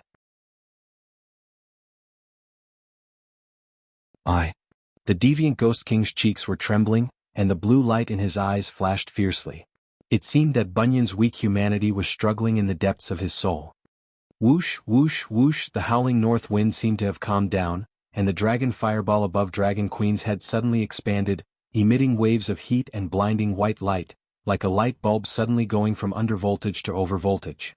Rustle, rustle, rustle, in the screams of the guards on the city wall, the green wildfire in the brazier suddenly jumped 4 or 5 feet high, and then fell back to its normal state of burning. Danny felt it the most. Previously, there was no trace of fire element within a 5-kilometer radius around the Deviant Ghost King, as if it had become an anti-magic area that specifically prohibited fire element. Now the anti-fire area was broken, and the fire element returned, rising suddenly and then falling quickly. Danny clenched the hilt of her sword, eager to try. She glanced sideways at the red-robed woman, who was also excited and looked over. This is the time, hurry, whoosh whoosh whoosh. Danny, Erlu and Melisandre had already taken half a step forward, and were hanging in the air about to fall. The next moment the north wind came again with piercing cold air, and the dragon fireball above their heads suddenly dimmed. The anti-fire area was reactivated. Fuck. Danny's face turned red and she slowly spat out a word, and then slowly retracted her foot. The red-robed woman didn't have as much control as she did, so she couldn't control herself and staggered to the ground. Fortunately, it was crowded here, and she grabbed Big Bear's cloak to prevent herself from falling.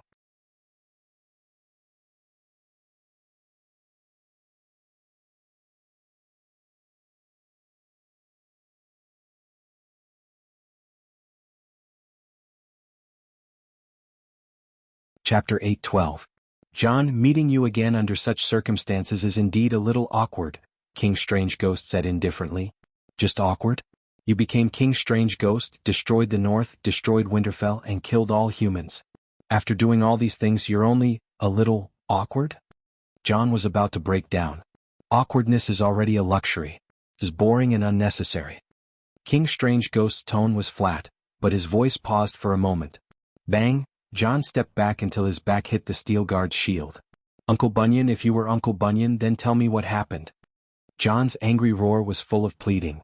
After a long silence, just when everyone thought that he would not answer this question, King Strange Ghost said softly, I was ordered to investigate the reason for the strange movements of the barbarians beyond the Great Wall, and I encountered, huff, huff, huff. The wind suddenly weakened, and the dragon flame fireball shone again. The green flame in the brazier rose into the air like a fountain. This area allowed the fire element to exist again. Attack, he focused his mind, tensed his muscles and took a step forward. Then, he shuddered. Swoosh, swoosh, swoosh, the north wind was like the knife of Shao Li's flying dagger. It accurately found the gap in the armor and drilled deep into the bone marrow, freezing the blood and soul. The fire-forbidden domain was activated again. Erlu suppressed it again. Although she had walked back and forth twice, which made Danny extremely depressed, she also looked at the King of Strange Ghosts and seemed to understand something. It probably still retained part of Bunyan Stark's humanity, and if Bunyan's emotions were awakened he would lose the divinity of King Strange Ghost. Humanity and divinity were incompatible, and even conflicted with each other.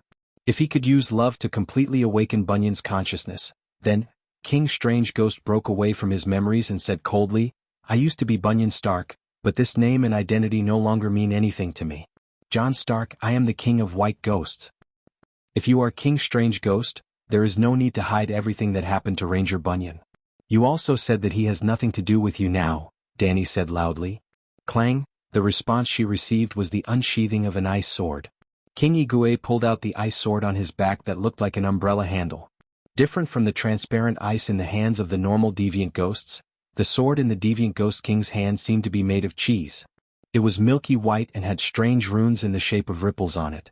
The edge of the sword flashed with a faint blue light. The one-handed sword, which was 3 feet long and 2 fingers wide, was pointed at the crowd at the city gate.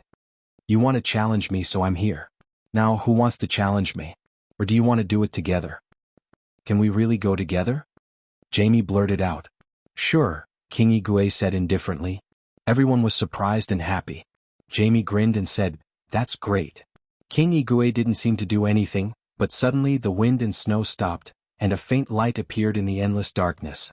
The bulb-like blue eyeballs were like blue stars dotting the dark sky. A group of deviant ghosts.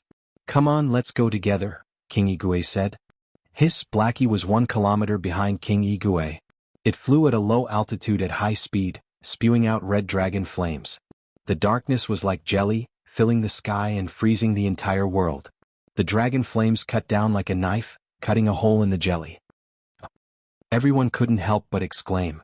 Through the hole, they saw a scene that could only be seen in nightmares. Hundreds of deviant ghosts lined up in front. They were either riding dead horses or ice spiders with sharp spikes. They were like the most regular army of knights. Behind the cavalry there was a spread. The people on the city wall looked through binoculars. The black dragon flew 3 kilometers away, but there was still an army of undead standing in the snow. But everyone also found that there were only about 200 deviant ghost cavalry units 1 kilometer behind King Igue. Even that group of deviant ghost cavalry was 500 meters away. If they were faster, they might be able to surround King Igue before the army of deviant ghosts arrived. As everyone was thinking this, Erlu strode out of the protection of the shield wall and stood in front of King Igue. He said in a deep voice, Bunyan Stark, I don't know what you did or what those monsters did to you, but from the moment you led the undead army into the north, we were destined to fight to the death. Even though the deviant ghosts brought extreme cold to Winterfell, Aunt May still wore a red robe. Her sleeves fluttered as she walked to Erlu's side and stood beside him. Everything is arranged by fate. The night is long, but there will be an end. Servant of the frost god, your fate will end in front of the Savior. She raised her head, and the ruby at her Adam's apple shone with a bright red light. A warm and dry aura spread out in all directions with her as the center. Boom boom boom. Danny was surprised to see that the dragon fireball above her head expanded again. The white light shone in all directions. At this moment even the roaring north wind calmed down. The icy cold air turned into a spring breeze, and the frost on the ground that had solidified because of King Igue's arrival melted inch by inch. Not only did the fire element recover, it even began to accumulate. In King Igue's forbidden fire domain, Melisandre created a fire domain with her own strength. The wind and frost elements in the forbidden fire domain were all converted into fire elements. Danny was shocked and suddenly recalled the 3 realms of fire control, PS. Back then she used the 3 gods to cave, divine protective skill to exchange for a fire witchcraft inherited from Valeglia from the first generation of youths. She named it the extremely low-level fire control spell. But in fact its real name was King of Fire Demons. Because its highest realm was to convert other elements into fire elements and ignite all high-energy elements. Unfortunately, the fire control spell was incomplete and lacked the last and most important 3rd realm. Now, Melisandre used something similar to King of Fire Demons, in front of Dragon Queen. Crack crack, 5 meters in front of King Igue, the ice crystals on the ground melted and melted back and forth, making slight cracking sounds. The red-robed woman and King Igue were wrestling. King Igue controlled the elemental power within a 5-kilometer radius, while Aunt May could only maintain the natural balance of the elements within a 10-meter radius. Yes, it was only natural balance.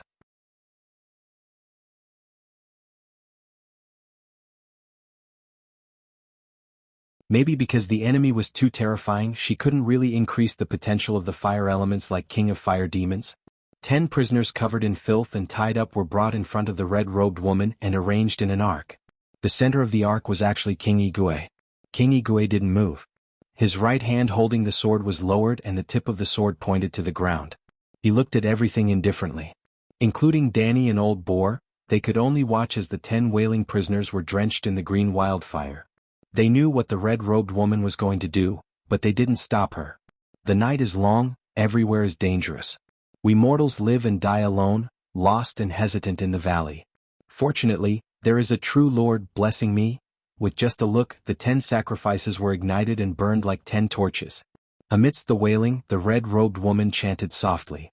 Erlu and his 5 red heart knights chanted together. And there seemed to be something disharmonious mixed in. The one on the side, "Why do you have a white 7-pointed star on your chest that represents the church's knights?" But he was indeed wearing the red heart cloak and prayed the loudest with the most solemn expression. The extremely sacred and solemn ritual became extremely funny because of the demon hunter Richard.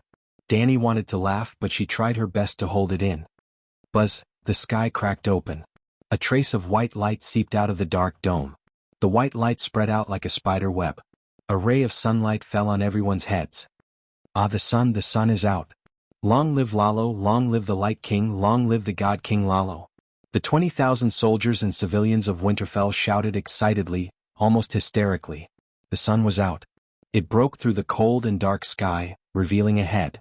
Winterfell, which had been dark for many days, was once again bathed in sunlight. The northern plains was like a stage, and Winterfell was the main character on the stage. In the dark theater, a searchlight fell from above and enveloped the main character. Aunt May raised her arms and shouted, "King of Light, please bestow power upon us believers." Buzz buzz, the sky was trembling and the light was getting stronger.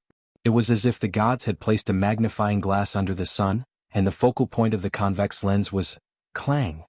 Erlu was enlightened. He pulled out the red hero's sword from his waist and raised it above his head.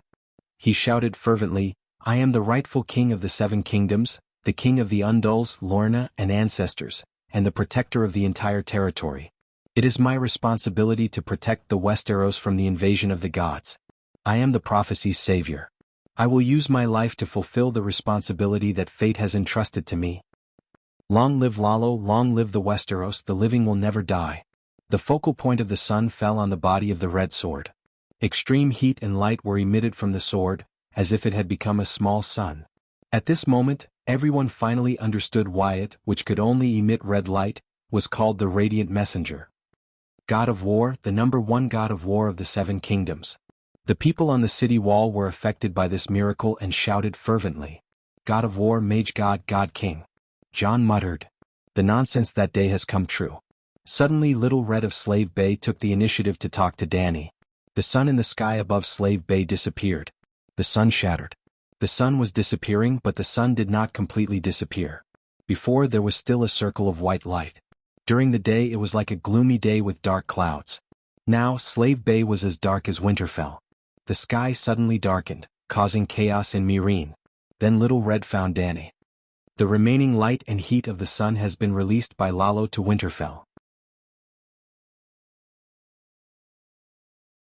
Danny suddenly realized, but she was also worried.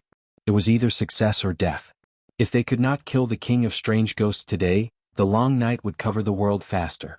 Yes, the shattering of the sun only meant the beginning of the long night. For it to completely descend, the sun would disappear and the world would enter a state of extreme night. Without a doubt, Lalo's action sped up the complete destruction of the sun. But Danny did not think that Lalo was wrong. Using the remaining power of the sun to deal with the King of Strange Ghosts would allow the sun to achieve its greatest value.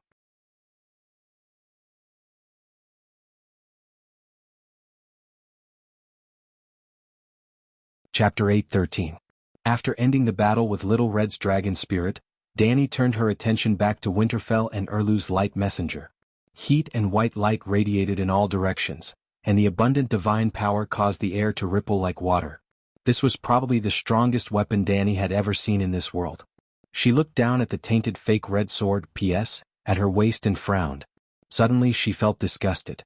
After a moment of hesitation she took off her sword belt, stepped forward, and threw it to the pale, frightened, trembling demon hunter like trash. When the King of Light revealed his miracles, everyone cheered. Only he was an exception. In fact, Sir Richard, who was under the sun, did not feel the warmth and light. Instead, he was almost scared to death. "I'll give it to you. Keep up the good work and create good results." "For me? What?" Richard held the scabbard in a daze and looked up at the sun in the sky. He immediately shivered. "In this situation at this time, why are you giving this weapon to me? Is she trying to shift the blame? The demon hunter was about to cry.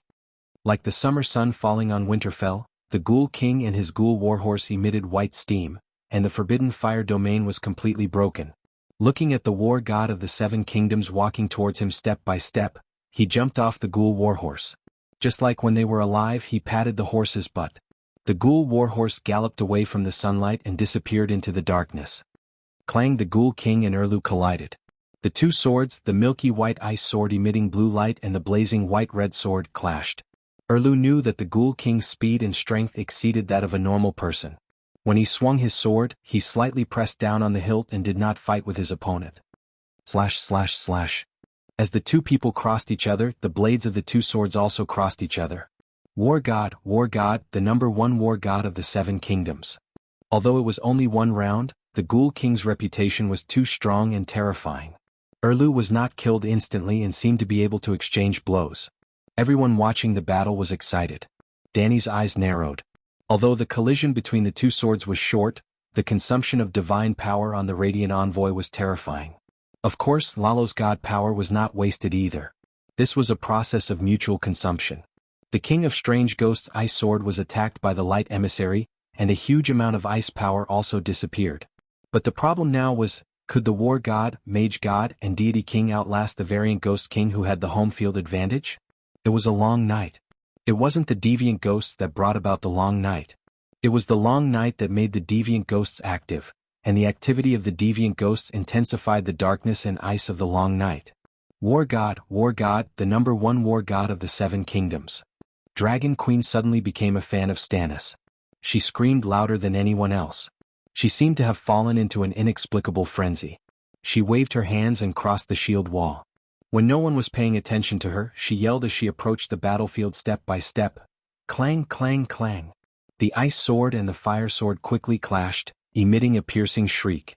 Erlu did not seem to be holding a sword. Instead, it seemed to be waving a small white sun. Every strike shattered the cold wind and ice, and rippled light and heat in all directions. The umbrella sword in the King of Strange Ghosts' hand was blue and had the style of the lightsaber in Star Wars. Waves of cold mist and ice shards spread from the blade, as if they were the source of the ice in the long night. The two of them were actually evenly matched. After more than 10 rounds, Erlu was still standing strong. Dr. Paristan was right. The King of Strange Ghosts was transformed from a human. Its swordsmanship skills and style were not much different from Benjen Stark. The only things that changed were its physical attributes and magic power. It was faster, stronger, and more agile. The ice power rippled in a circle of white frost, which quickly melted under the sun. The swords clashed, emitting a soul-piercing explosion. The surrounding people were in pain and could not help but retreat step by step. The red-nosed old man, who had the weakest strength and will, even had blood seeping out of his eyes and ears. But Stannis seemed to be possessed by the god of war. He turned a deaf ear to the soul attack. His movements were still agile, and his swordsmanship was still exquisite. Aunt May's red eyes lit up like light bulbs. The ruby in her throat was so hot that it began to burn her skin. Kacha. An almost undetectable sound came from the ruby.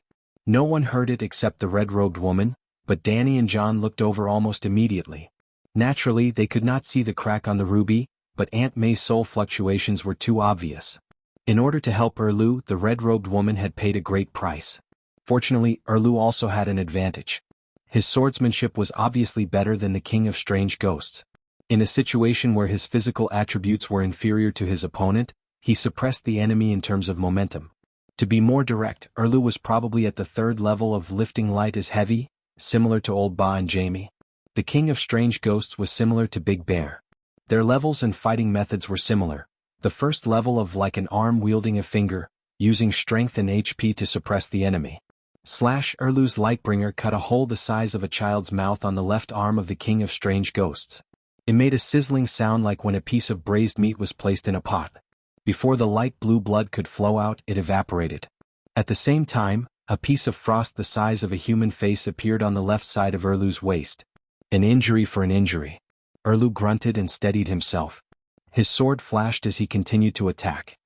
God of War, the number one god of war of the Seven Kingdoms. Seeing the King of Strange Ghosts injured, the spectators seemed to be illuminated by the dawn of victory. They endured the torture of the sword strikes on their souls and shouted enthusiastically. As for Erlu's previous pause, many people with good swordsmanship saw it, but they did not care. Because Stannis was wearing King Aegon's tile steel armor. Tile steel armor was immortal and indestructible, everyone knew. Slash, slash, then everyone's spirits rose. Erlu seemed to have found his advantage. His next move was to exchange injury for injury. Facing the King of Strange Ghosts' attacks, he only deflected the force and did not actively block with his sword. Every strike was aimed at the King of Strange Ghosts' vital points. Gradually, Erlu's waist and back were covered in frost, which quickly melted and evaporated. The King of Strange Ghosts' arms, shoulders, chest, waist, thighs and other places were all cut by the shining red sword. The red sword strengthened by the King of Light was indeed sharp. It was no different from when the Dragon Queen used her soul to activate it in Dark Castle. Even though the King of Strange Ghosts was covered in a layer of camouflage ice armor, he was still stabbed.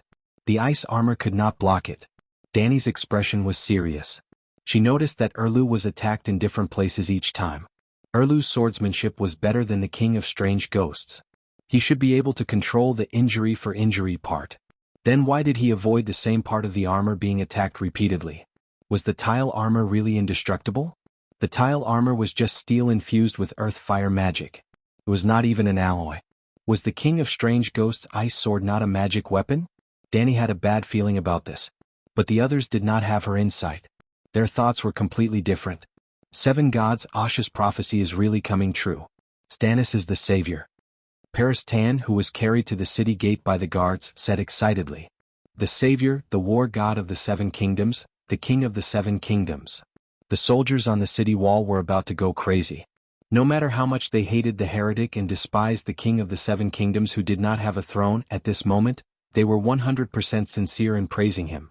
They were willing to call him king. I didn't expect the red god to be so strong. This is a miracle. Elaine looked at the sun in the sky and then lowered her head to look at Stannis, who was forcing the King of Strange Ghosts to retreat. Her expression changed a few times. In the end, she said firmly to the sand snake beside her, "No matter what the others think, when we return to Dorne, I will persuade my father to pledge his loyalty to Stannis. He killed the King of Strange Ghosts and ended the long night. Dany and Rhys have always rejected our alliance. The one who ends the long night will be the king. This is the Dragon Queen's vow. I think she will keep it." Elder Sister Opaya nodded. Sansa heard this and sighed helplessly. The conflict in her blue eyes turned into determination. The Gold Legion should leave the Stormlands. Give half of the remaining 300,000 tons of food to Stannis. It should be enough to exchange for a piece of land. In recent years, Hajin has withered. Many territories have either lost their lords or been occupied by Lannister's men. I can support Stannis in cleansing Hajin, Riverbend, the Western region and the Royal Territory. There should be hope for the title of Duke in land. The Duke of the 7 Kingdoms, the Targaryen branch and Illyrio's property should be enough. At least Winterfell and the northern region would be preserved after the long night ends. She thought. Millions of ghouls crossed the Great Wall and came suddenly. They came thousands of miles to Winterfell and were ended by the Child of Prophecy. They rise and fall quickly. Is this the power of fate? Then what is the fate of Cersei and I? Seeing this, Jaime had confirmed the difference in swordsmanship between Erlu and the King of Strange Ghosts. After he was completely relieved, he even had the mood to think about his and Cersei's future. I didn't expect the Strange Ghosts to be so. They are not weak, but their shortcomings are so obvious. Her Majesty the Queen made a loss by letting Stannis challenge them first. The wager is the Iron Throne. Vagon. John Clinton's expression dimmed. War God, the #1 war god of the 7 kingdoms. The Dragon Queen seemed to be more excited than anyone else. She jumped and cheered, taking 3 steps forward and 2 steps back. But her actions were quickly discovered and stopped. When Dany wanted to take another step closer to the battlefield, her cloak was pulled by someone. Turning around, she saw a short and muscular knight of Red Heart. Together with Richard and Gordiffelin, he was known as the 3 heroes of Red Heart, Clutton Sange. Yes, they were Erlu's 3 most loyal and powerful noble knights. Dragon Queen, I know what you want to do, but now His Majesty Stannis is about to complete Asha's prophecy and fulfill his promise with you. Please don't disturb him. To be more direct, don't even think about taking the King of Strange Ghosts' head. The short, bald knight bared his rotten brown teeth and advised in a low voice. You idiot. Danny used a soul strike to make him dizzy. She turned around, but her cloak was tightly held by Clutton and she couldn't move. I won't let you go. The short knight shook his head and gritted his teeth. He actually took a soul suppression strike head-on. Scram. Danny was furious.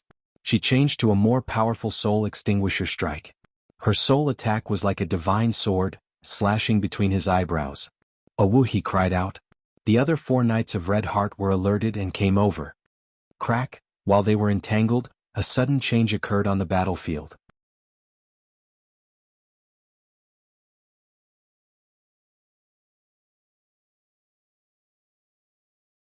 Chapter 8:14. Before the deviants approached Winterfell last night, Erlu had received the news. He had enough time to adjust himself to his best condition. Tonight I will fulfill my destiny. I will end the deviant Ghost King, end the long night, and bring summer back to the world. Stannis thought as he looked at himself in the mirror as Melisandre tied the ruby chains around his wrists and neck. He had reason to be confident, because the red-robed woman saw his end in the fire. He definitely would not die today. If he did not die, then the one who would die would be the deviant Ghost King. I am with you. The red-robed woman was like a vine, wrapping around his lean and strong body from behind. Her red lips wandered along his exposed skin. Her red eyes were shining, and the ruby at her throat shone brightly. He felt heat rising from his wrists and neck. In the mirror opposite him, the 3 rubies on the man's neck and wrist shone brightly. I am with you. Tonight, glory belongs to us. Stannis murmured. These were not empty words.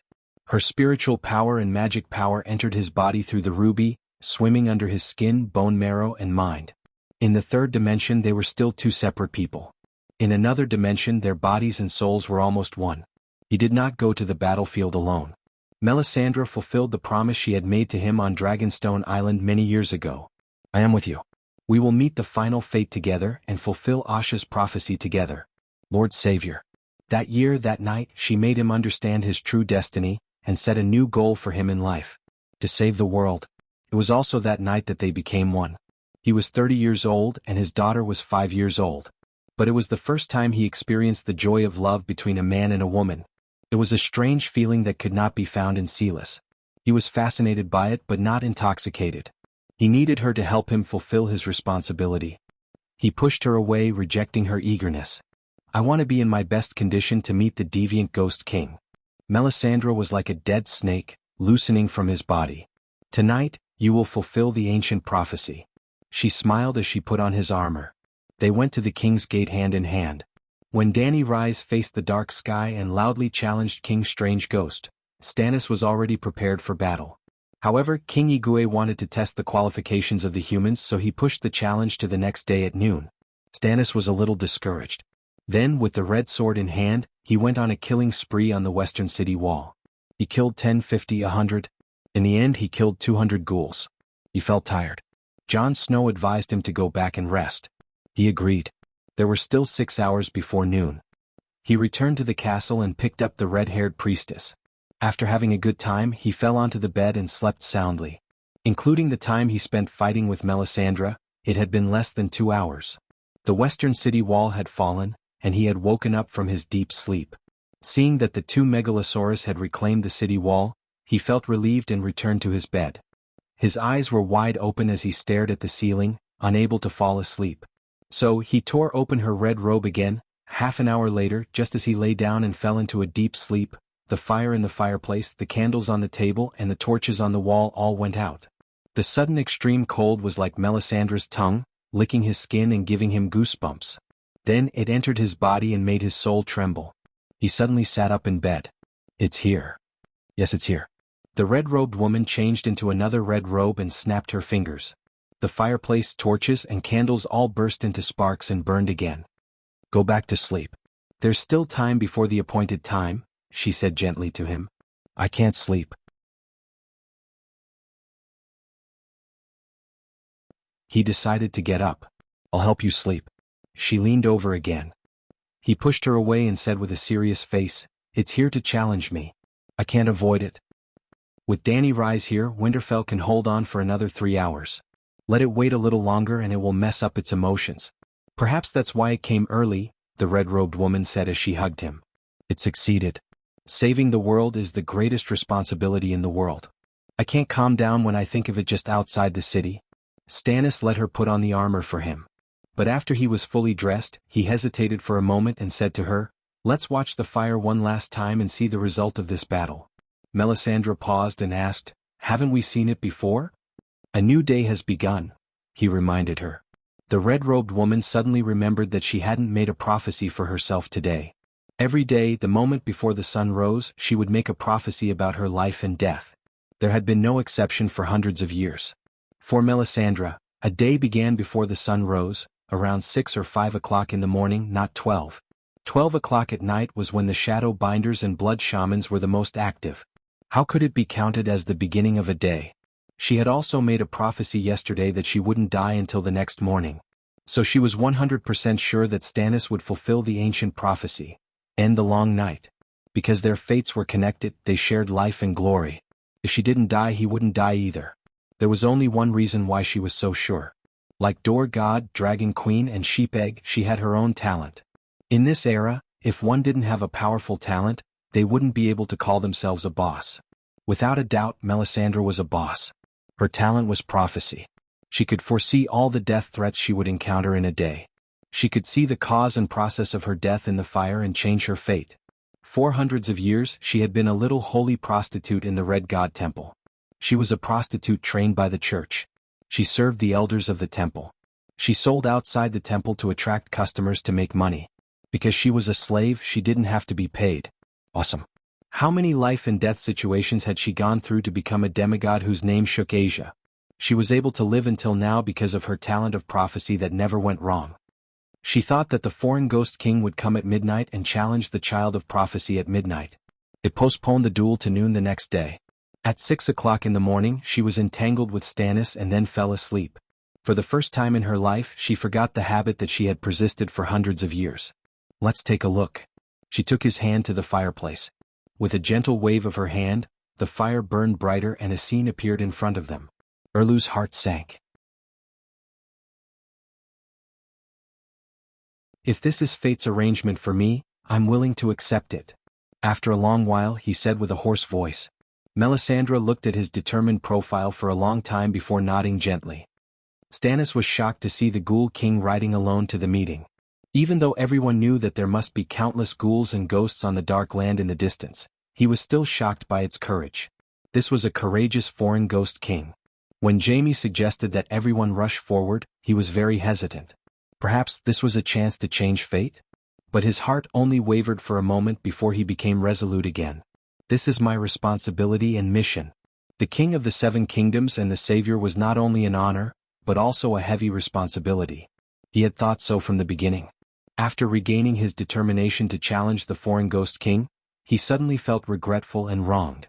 He had always wanted to take on his own responsibilities, but he had never enjoyed the glory of being the King of the Seven Kingdoms and the Savior.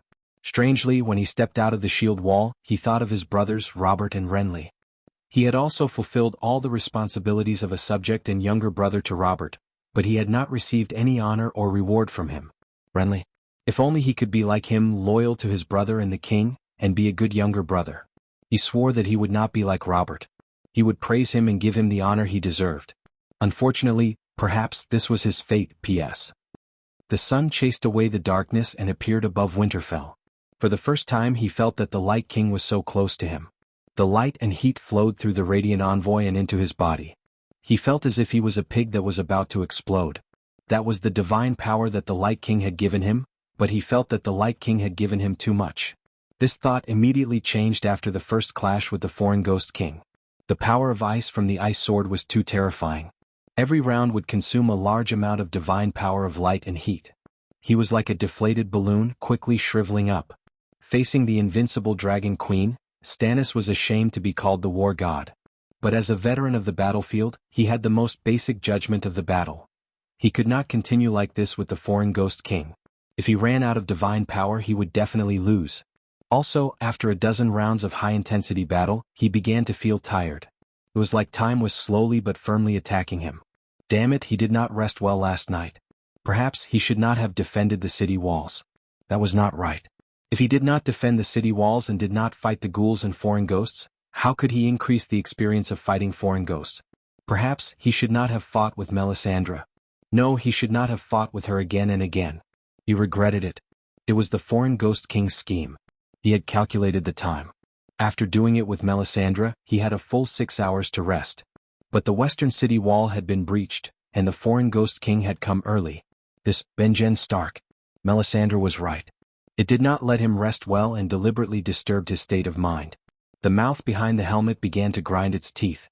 Benjen Stark was born in a noble family and had received complete and professional military training. He had also been the chief ranger for 10 years and had honed the cunning habits of a wolf. Damn it. I underestimated it. Stannis began to change his tactics. He intended to use his superior swordsmanship and the advantage of his impenetrable armor to exchange blows with the foreign ghost king. After a round, when the people of Winterfell were cheering for the foreign ghost king's injury, Stannis discovered another terrifying fact.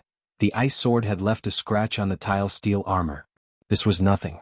The myth of the tile steel armor being indestructible had been broken by Lalo's doppelganger at Eastwatch. At that time, the monster with the head of a bull and the body of a snake had used its tiger claws to leave deep scratches on Dany Rise's armor and the Unsullied's tile steel shield. After that, he had seen her use a hammer to repair the armor and shield in the Winterfell blacksmith's shop. In Dany Rise's words, the people of Valeglia had injected high-level earth-fire magic into the steel. In essence, the tile steel was just steel with magic. Magic was incomprehensible to normal people, but extraordinary people were in control of extraordinary power, and the gods were the most powerful extraordinary people. Obviously, the magic of the tile steel armor would be much less effective against the gods. With this mental preparation, Stannis was not worried about the sword marks on the armor. Just like how an iron sword would leave a sword mark on a steel armor, few knights were worried about their armor being cut by the enemy during battle. By the time the enemy cut through his armor, he would have killed him countless times or been killed countless times. But the King of Strange Ghosts' ice sword not only cut through the tile steel armor, but he also felt that the area frozen by the ice seemed to have lost some magic. This was not an illusion. The tile steel armor was not only strong, but also had the magic immunity effect to reduce magic damage and was even immune to evil spells. Fighting with the King of Strange Ghosts was not simple. Other than the soul attack caused by the collision of weapons, there was also the cold and dark power around it. It was like fighting with a pile of shit. You would definitely be stung by the shit. Fighting with the King of Strange Ghosts, who represented cold, dark, and death, you would be attacked by the evil power at all times. The Lightbringer in Stannis' hand was also emitting light and heat that hurt the King of Strange Ghosts. He himself could not withstand the active and passive evil power from the King of Strange Ghosts. The tile steel armor filtered out some of it, and the rest was absorbed by Melisandre's soul power. Then the Light King's divine power helped to repair the parts that were attacked by the evil power. After taking a hit from the King of Strange Ghosts on the left side of his waist, Stannis keenly felt that the armor on the left side of his waist had completely lost its defense against the evil power. It was like a rainy day. You were walking in the rain with an umbrella. Suddenly, there was a hole in the umbrella and the rainwater leaked out. Stannis did not know what happened to the armor, but he understood his current situation. He used different parts of the armor to block the King of Strange Ghosts' attacks, and at the same time used his Lightbringer to deal the most damage to the enemy. There were more and more people cheering for him on the city walls, and the cheers became louder and louder. They called him the God of War, the Savior, the King. He finally received everyone's recognition. It felt wonderful, and he hoped that this moment would last forever. Maybe, before the armor completely breaks, I can get rid of the King of Strange Ghosts. After all, I have cut it so many times. He thought excitedly. Then he saw the first expression on his opponent's face. The King of Strange Ghosts' pale face that was covered with strange swirls showed a mocking smile. It was very faint, very light, but it was shocking. The King of Strange Ghosts was mocking him? Fool. His voice came with the wind and then ka. The King of Strange Ghosts' ice sword was a one-handed sword, and the Lightbringer was a two-handed sword. The moment Stannis swung his sword to block, the King of Strange Ghosts did something that was almost impossible in a battle between knights. A palm hit his chest. This was not a Wuxia drama, and there was no such thing as palm power. Unless there was a special situation where he could push the opponent down with a palm, reaching out his hand was a huge flaw, and there was the danger of losing his arm. The king of strange ghosts' thin, wrinkled, and pale left hand pressed against Stannis' chest, and the tile armor that once belonged to Aegon immediately froze with a layer of light blue ice, and then cracked and exploded into countless pieces. The strong sense of danger was like hearing a group of women's voices outside the door when he was squatting in a public toilet. It fell on him so suddenly, so clearly, and made his body tremble and his scalp tingle. The ice spread over his body like a spider's web, freezing him into an ice sculpture. I'm going to die. He had an epiphany. I'm not afraid of death. I fulfilled my duty as the king of the Seven Kingdoms and the savior. Although I didn't succeed. No, I can still think now, I still have help, it can't end like this, I can't give up the last chance to drag it to hell with me. Just like what he saw in the fireplace, he had an epiphany.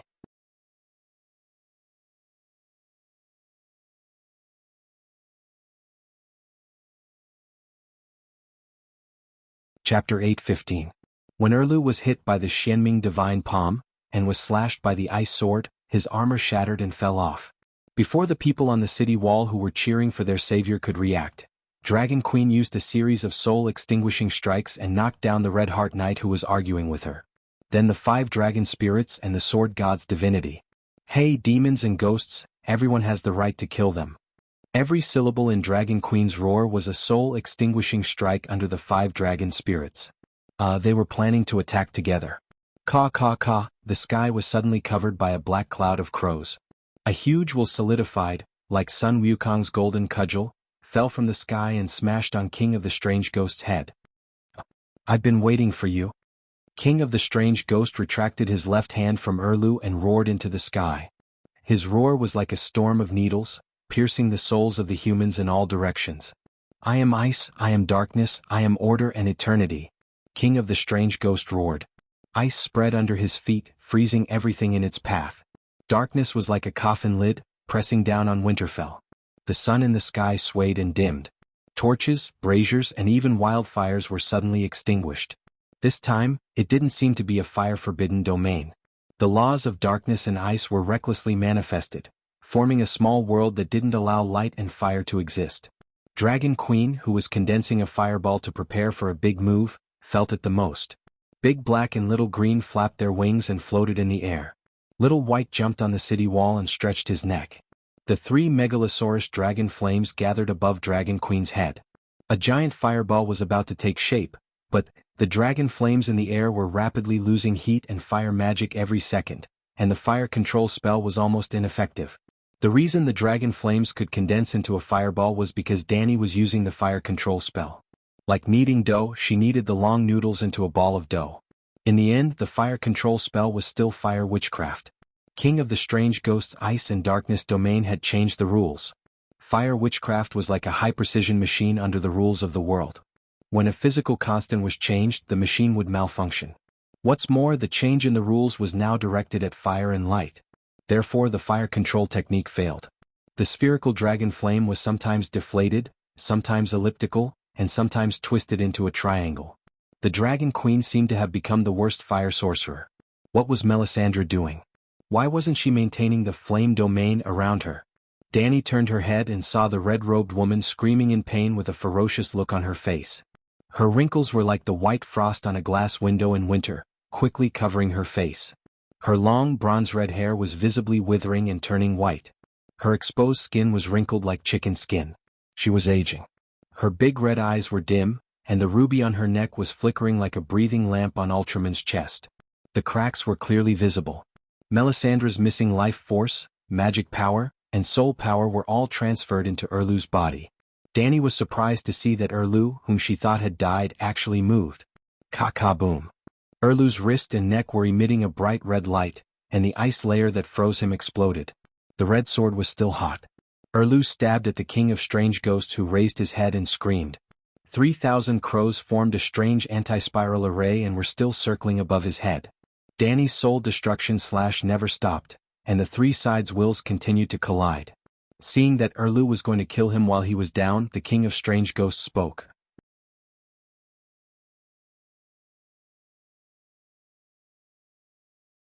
Mother Goddess. He screamed and called for his big backer.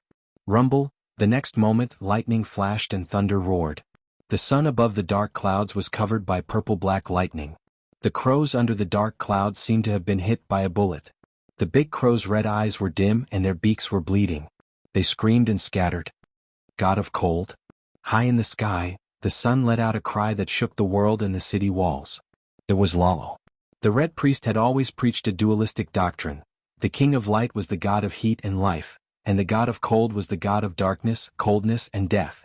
They were the two origins of the world, good and evil, light and darkness. The battle between them would never end, and the outcome of their battle would determine the fate of mankind.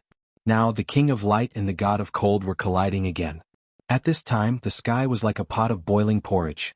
Ice water stewed the sun, darkness stewed the light. Dark clouds that were as thick as a blanket wrapped around the shattered sun.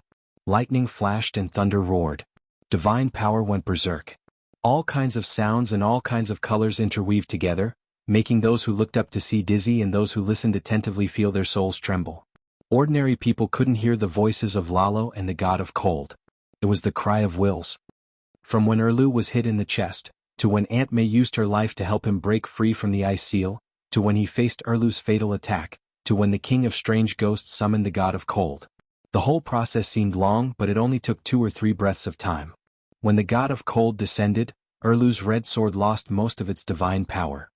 His sudden attack also lost its chance to kill the three-eyed crow because the god of cold restrained it.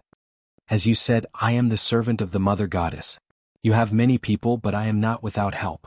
The King of Strange Ghosts' voice was faintly discernible in the wind, making it difficult to hear clearly. However, anyone with ears could hear the pride in his voice. Without the suppression of the three-eyed crow's will, he regained his agility. He withstood the Dragon Queen's soul slash, and as if he was skating, he spun around and arrived behind Erlu. While dodging Erlu's sword, he also stabbed his own ice sword into Erlu's back. It seemed to be easier than tofu with a fork. However, before the King of Strange Ghosts could even laugh, his face froze on the pale veined face. Idiot, I have seen everything, these were Erlu's last words.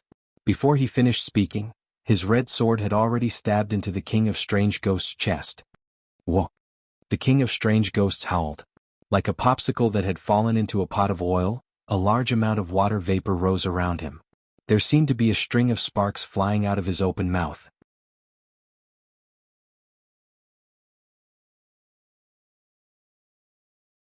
The change happened quickly, almost in the blink of an eye. Only the Dragon Queen, who had drawn her sword and ran in front of the King of Strange Ghosts, saw the entire process clearly. The god of cold descended, the crows scattered, and the King of Strange Ghosts regained his mobility. In the midst of the shocking change, Erlu seemed to know what was going to happen next. He changed his action of stabbing his sword halfway. Or rather, he didn't plan to attack the King of Strange Ghosts with a straight stab. It was a feint. He flipped his wrist and the red sword reversed its direction. The flashing red and white blade pointed at himself.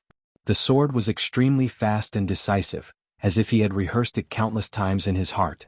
The red sword also pierced his chest like tofu with a fork. The blade slid past his spine and through his back. It didn't touch any bones in the entire process, and easily pierced into the King of Strange Ghosts who was stabbing at him from behind. TCH.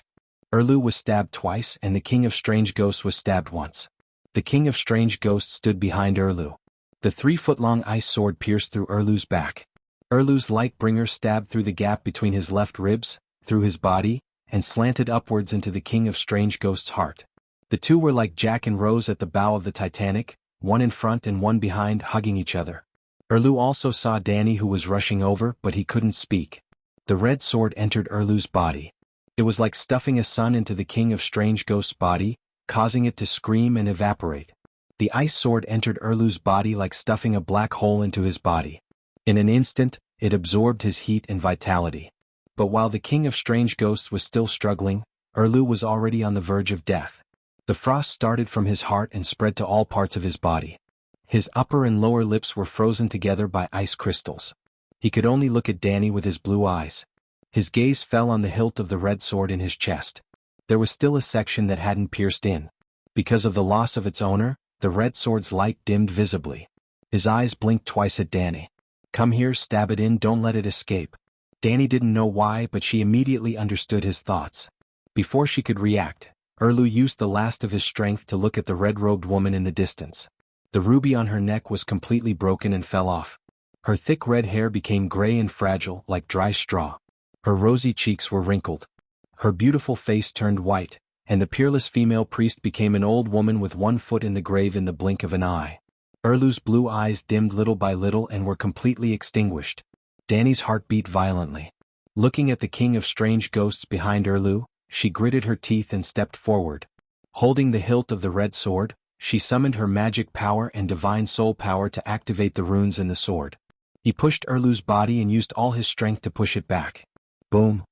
The red sword, which had already dimmed, emitted endless light and heat again. Ouch! The king of strange ghosts, who had just broken free from the red sword's blade, was pierced in the chest again. He let out an ear-piercing scream. Danny's expression suddenly changed. Her divinity, soul, and magic power poured into the red sword like a flood that had opened a valve. It was as if the red sword was a straw and she was a can of milk tea. There was an invisible greedy mouth sucking through the straw. When Danny listened to Erlu's last wish and was ready to give the king of strange ghosts the final blow with the red sword, she was already prepared to permanently lose part of her soul and magic power. Just like last time in Dark Castle, she had permanently lost about 1/20th of her wizard power and 1/100th of her soul after only 2 swings of the sword. This time it was even more terrifying. In less than a second she lost 5% of her divinity, soul, and magic power. Even the Song of Fire, which was created in the fire, seemed to be disappearing. This wasn't normal. She was now a demigod, a dual-element demigod. She was 10 times, no, 100 times stronger than when she had just learned meditation in Dark Castle. This meant that the consumption of the red sword was hundreds of times higher than before. She wanted to stop pouring magic power and let go of her right hand holding the sword, but she couldn't do it. The sword hilt seemed to be covered with glue and stuck to her palm. However, her struggle and resistance weren't useless. Without her cooperation, the speed of her essence loss decreased by 10 times. Even if it decreased by 10 times, she would wither and die in less than a minute. Lalo, you're tricking me at a time like this. Danny's soul let out an angry roar. The 2 dragon spirits, Little Red and Little Gold, moved from the king of strange ghosts to the twisted and greedy evil spirit inside the red sword. This is your fate. Don't struggle. Look, the king of strange ghosts is about to break free. A grand, bright, warm, and holy voice came from the red sword. It seemed to be able to cleanse the soul. This wasn't Lalo, the shadow demon, but the king of light who represented heat and life. He was more holy than the mother. This holy father stabbed her in the back. It hurts.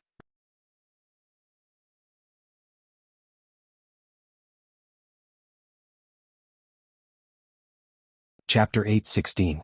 Damn it, why is there so little of my soul and divinity? Where did the rest go? In the space of the 7 gods' faith, Dragon Queen was exasperated as she roared at Little Sun, who was tied up in chains. Of course you have to swallow the meat in your mouth. Do you want to keep it in your mouth and chew it? The King of Light mocked. Danny had lost 30% of her soul, divinity, and divine power. However, she had only recovered 10% after burning the sword's soul evil spirit. In other words, because she had held the red sword for about 2 minutes, she had permanently lost 20% of her soul, 20% of her divinity, and 20% of her divine power. Permanent loss could not be recovered by meditating in a short period of time. How could Danny not be enraged and mad? It seems that the chairman is right. We have to settle our internal problems before we can fight external problems. Danny looked at the King of Light as if she was looking at a dead man. Chairman, who is it? The King of Light was confused. Without waiting for Danny to answer, he was also angry. Only the Light Emissary can kill the King of Deviant Ghosts, but you destroyed it? I only hate that I did not destroy it the first time I met it, Danny said coldly. The long night is temporary. When the world finishes falling, a new era will begin. But if the King of Deviant Ghosts does not die, when it kills all the living, the world will fall into a balanced, eternal dark and cold abyss of death. Your cowardice and cowardice have destroyed the entire human era, the entire world of light. You are a sinner of humanity, a sinner of the world. The King of Light's voice was loud and filled with a vast and holy aura, like the judgment of the King of Gods. Very good, let's do that. Danny smiled. You are crazy. The King of Light was shocked. Cough cough. Evil God Lalo almost destroyed the entire human era and the world of light because of his cowardice and cowardice. He is a sinner of humanity, a sinner of the world, a scum of the true gods, and the greatest shame of the transcendent world. Looking at the dumbfounded King of Light, Danny smiled coldly and said, "This will be the evaluation of the deceased evil god Lalo in the history books many years later. You're not crazy, but you're going crazy soon. Now you can only satisfy yourself through lust," the King of Light mocked. "Look at this. You should know what it is, right?" Danny turned her hand and took out a bowl-sized golden jelly. Sensing the faint ripples of the law of light from the jelly, the Light King cried out, "How is this possible? This is the destiny of the Lady of Light." "Where did you get it?" "The destiny of the Maiden of Light?" Danny was shocked. Destiny was a mission bestowed by the heavens, and not everyone could accomplish it. Bestowing a mission was equivalent to bestowing the talent or ability to accomplish it. Therefore, things like the Savior's destiny and the Lady of Light's destiny were talents or abilities granted by the will of the universe. Of course, destiny was very complicated. It included but was not limited to talent and divinity. It also involved some authority bestowed by the heavens. Xiaolingyun once said, "There is only one stone of talent in the world. Chao Zijin alone has 8 stones and I have 1 stone. Since ancient times we've shared 1 stone." From the literal meaning, the total number of literary talents, since ancient times was fixed. Xiaolingyun took 10%, Chao Ji took 80%, and the remaining 10% was divided between Wang Shiji, Li Bai Du Fu and other literati before the Southern Song dynasty. Good heavens! That Xie guy was really shameless. His bragging was through the roof. It was just a matter of fact. Literary talent could also be considered fate.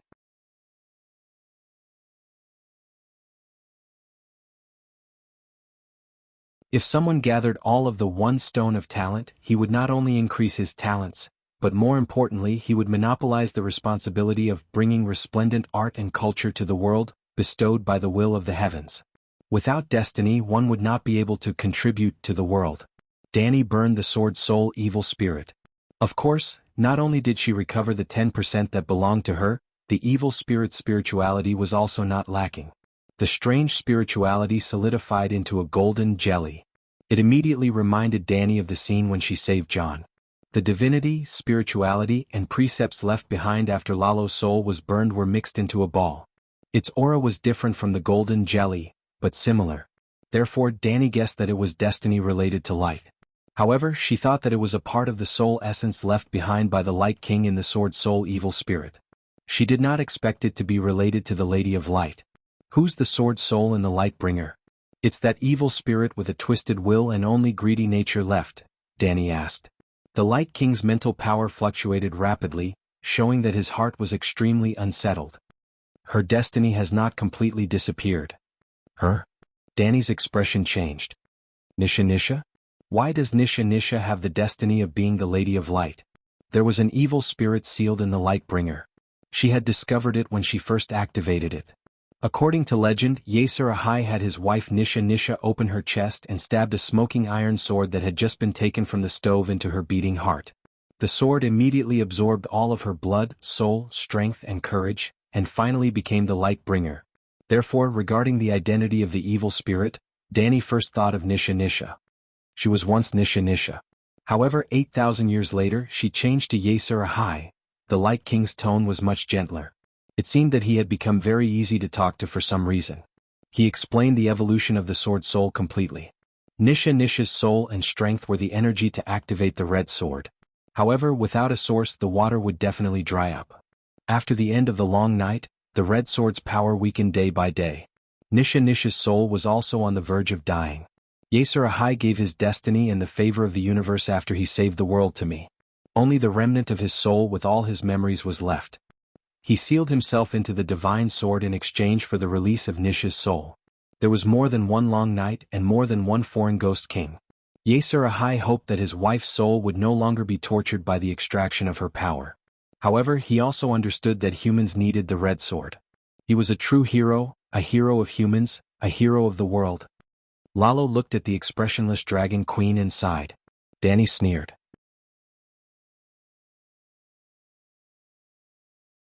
With a sigh, the Light King continued. His last request to me was to replace Nisha with himself and become the source of the red sword's power. Of course, at that time he had nothing but his memories. Everything he had belonged to me. That remnant of his soul with only memories and thoughts was not qualified to be the source of the red sword's divinity. As you said, the sword soul. Hence, Nisha's soul core was freed from its shackles and reincarnated. The soul shell that retained the last of its power was left in the red sword and merged with Yasir Ahai's remnant soul. I thought that Nisha's destiny had been reincarnated with her soul core. Even if it was left in the soul shell after 8,000 years, it should have been worn out. The Light King's voice was filled with doubt. The crystal, in the center of a human's eye with all its memories, was the soul core. The spiritual sea outside the soul core was the soul shell. The soul core and the soul shell were similar to the 3 souls and 7 spirits. Perhaps due to the different laws of the universe, Danny had not found anyone in this world who could divide their soul into 10 parts. After a person died, the soul core entered the world of death. The soul shell was like the body, remaining in the body. Hence, even if a night watcher's soul went to heaven, his body could still become a ghoul that retained its memories and battle experience. If a person died, the soul core and the soul shell were still combined, forming a ghost that wandered between the mortal world and the world of death. Why does Nisha have the destiny of the Lady of Light? Danny asked. Nisha was able to become the sword soul of the Light Messenger. Of course, there's something special about her. The Light King was vague, as if he did not want to delve into this topic. Danny looked at him deeply and asked, since the sword soul of the demon sword has been replaced by Yasuo and Ahai, why has it become an evil spirit that is devoid of humanity and twisted without any nightmares? The Light Messenger is not the demon sword. The Light King refuted with a straight face. It represents the most noble and great human emotions. It's a sword of love and sacrifice. Nisha sacrificed herself for love without any regrets. She was even happy to be able to fight alongside her lover. The Light Messenger would let Yasuo and Ahai feel the endless love at all times. That kind of supreme human emotion is a real and magical power that can stimulate all his potential and make his will as strong as iron. He is not afraid of any soul damage. After Nisha reincarnated, the red sword was only left with Yasuo and Ahai's remnant soul. 8,000 years of loneliness and emptiness hollowed out his former sincerity, kindness, greatness, and love. In the end, he went from being kind and pure to being greedy and twisted. If you follow your fate and infect him with love and sacrifice, the evil spirit can also become a holy spirit. At that time, the Light Messenger will once again convey love, sacrifice, light, kindness, and all the other good things to the world. I only see your greed, ruthlessness, shamelessness, and evil, Danny said coldly. Actually, I am very principled in my actions. Among the gods, no god is more principled than me. The Light King sighed. The principle of sacrificing others for yourself, Danny said sarcastically. When I ask for something in return, I must first give something in return. The Light King said in a low voice. Yasuo and Ahai were split into 2 in the end. Other than the remnant soul with memories, the rest almost became a part of my soul. This is a fact. But I helped him forge the red sword and taught him magic and martial arts. In the end, he was able to defeat Long Night. My help was indispensable. I gave and received in return. This is a matter of course. It's the same this time. I helped you end the life of the deviant Ghost King and finally brought light to the world. Your soul and destiny are my rewards. What's wrong with that? Isn't it the responsibility of the true gods to save the world? You just have to push the responsibility onto the humans. Danny found the Light King's strange idea inconceivable. What you mean is that we true gods should disregard life and death, disregard the gains and losses, and let you humans enjoy the fruits of our labor? The Light King asked in return. Aren't we fighting the deviant ghosts under Winterfell? How can we enjoy the fruits of others' labor? The true gods and humans each have their own duties, sacrifice, and work together.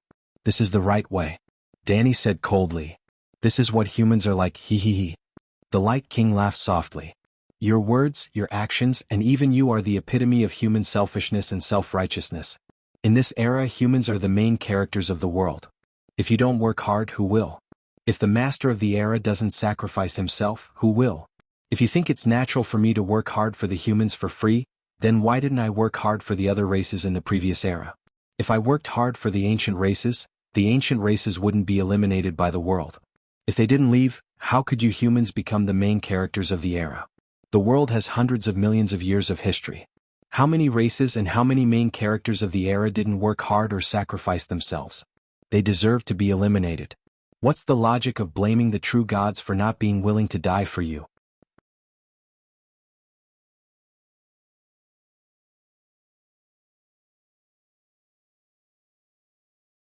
Chapter 8:17. The Light King Lalo's series of complaints seemed to be very reasonable, and Danny was temporarily speechless. But after a moment she found a reason to refute. Are humans not willing to sacrifice? Didn't Stannis sacrifice himself? I knew that activating the red sword would cost me a part of my soul, but I was determined to sacrifice myself. You were too greedy and wanted to take my life. You still have the face to say that. How can it be considered a sacrifice if you don't lose your life? From Nisanisa, Yasuo, Ahai to Stannis, these heroes, which one of them didn't know that they would die but still went to die. The problem is that I am stronger than them. I can kill the King of Deviant Ghosts without dying. What about after killing the King of Deviant Ghosts? Summoning the sun and stopping the world from falling, isn't it hard? Your sacrifice is the price I pay for helping you humans save the world. This has nothing to do with your strength. Just like the roast chicken in the hotel, each roast chicken costs 5 copper coins, and the roast chicken must be extraordinarily fat. Some are fatter, some are thinner. I took out 5 copper coins, so you should give me a whole chicken. You are a very fat chicken, that's true, but you can't just give me a chicken butt. Maybe the next time I help humans save the world I can only buy a skinny chicken for the same 5 copper coins, but I won't complain. Fuck you. Danny clenched her fist and said coldly, how about I give you 5 copper coins and buy your whole chicken? 5 copper coins is easy to say, but it means that I will try my best to save the world once. Can you do it? The Light King sneered. Bring me the big pot of chicken first. When I finish eating and have the strength, the task of saving the world will have nothing to do with you. Sai, you're really stubborn. I tried my best to tell you the story of the Light Emissary and the responsibility of the protagonist of this era, but you didn't even understand the slightest bit of a hero's fearless and sacrificial spirit? The Light King lamented with an emotional voice like a holy father. Danny held up the golden jelly and said lightly, don't pretend. I know you said so much because you are afraid. What am I afraid of? The Light King looked at the jelly, and his tone was slightly unnatural. You're afraid that I'll fuse it into my soul. The mandate of heaven is only useful to those who are compatible with it. I am the Light King, so only I can use it. You are the mandate of First Flame Ember, so you are not compatible with it, the Light King said seriously. You said that I'm Nissa's reincarnation. Danny smiled. Reincarnation. The Light King sighed and said sincerely, you may have misunderstood the concept of reincarnation. Currently, there is no clear evidence that a soul can naturally start a second life. I have studied the field of death for hundreds of millions of years and discovered that every life has a most essential label, which is the life imprint. Every new life would give birth to an independent life imprint. A true reincarnation should retain the original life imprint in the new life. But the reality was that no Grim Reaper could do this. Even the god of frost, the most powerful of the gods of death, could not do it even after he had sung the complete song of death. The so-called reincarnation was just 2 people with similar life imprints. You are a stranger, a Grim Reaper among the believers of the 7 gods. You should understand this. Haha, you said 99% of the truth, but twisted the truth at the most crucial point. Danny smiled. What did I say wrong? The Light King asked in a low voice. About reincarnation, the door god has already explained to me that it is not the life imprint that is similar at all. It is only the mandate of heaven and the fluctuations of the soul that are similar. If I am Nissa's reincarnation, except for me, her mandate of heaven would only be a high-level tonic for others. It would have no special effect. That piece of wood is not even a Grim Reaper. What does he know? The Light King said disapprovingly. How about this? I am the Light King. You give me the mandate of Lady of Light, and I will return your spirit, divinity, and divine power? He suggested sincerely. Crunch. Danny did not say anything and swallowed the golden jelly in one gulp. She did not feel hungry, but she felt a sense of satisfaction as if she had finally eaten her fill. Buzz. Her soul was expanding and her body was getting bigger and bigger. There was also a faint golden glow from inside out. In an instant, Danny's soul was like a huge human-shaped sun, lying across the space of faith. The effect is so good?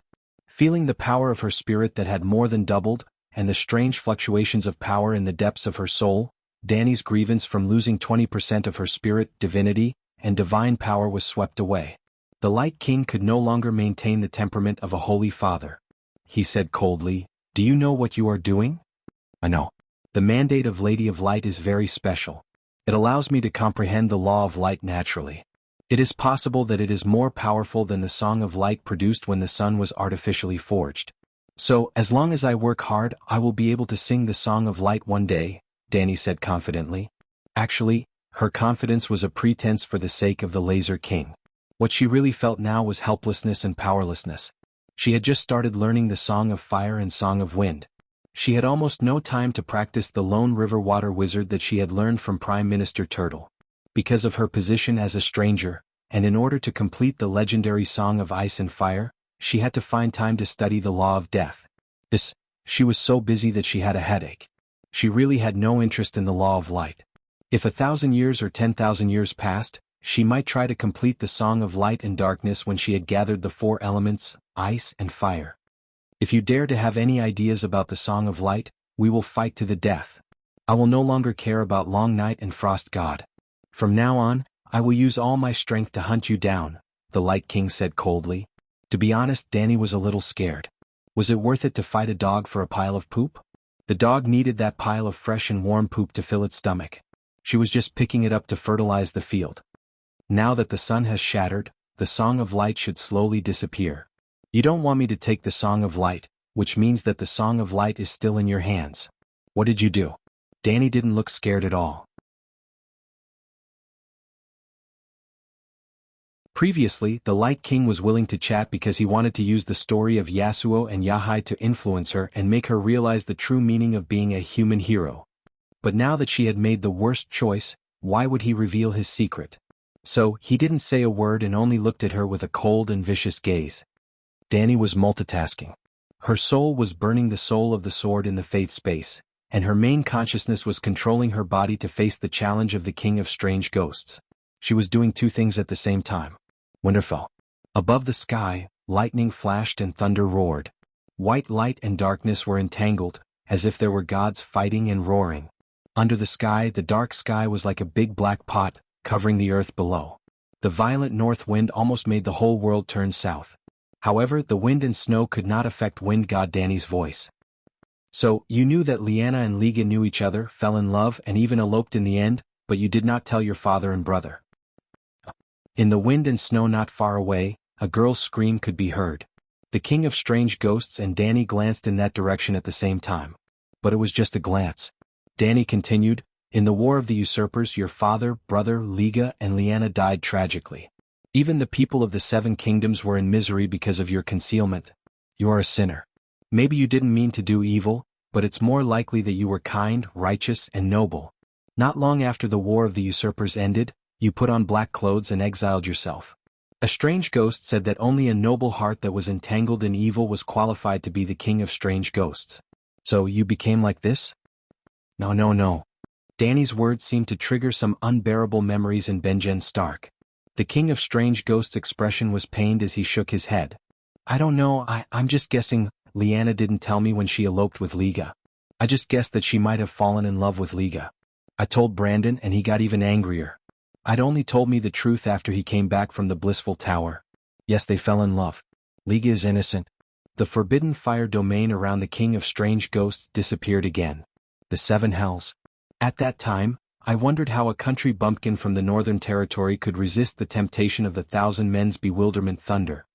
Well, they formed a shield wall holding wildfire torches and moved in the direction of the swords. At this time the forbidden fire domain disappeared, the wind stopped, the snow stopped, the flames rose and the darkness faded. With visibility they moved faster.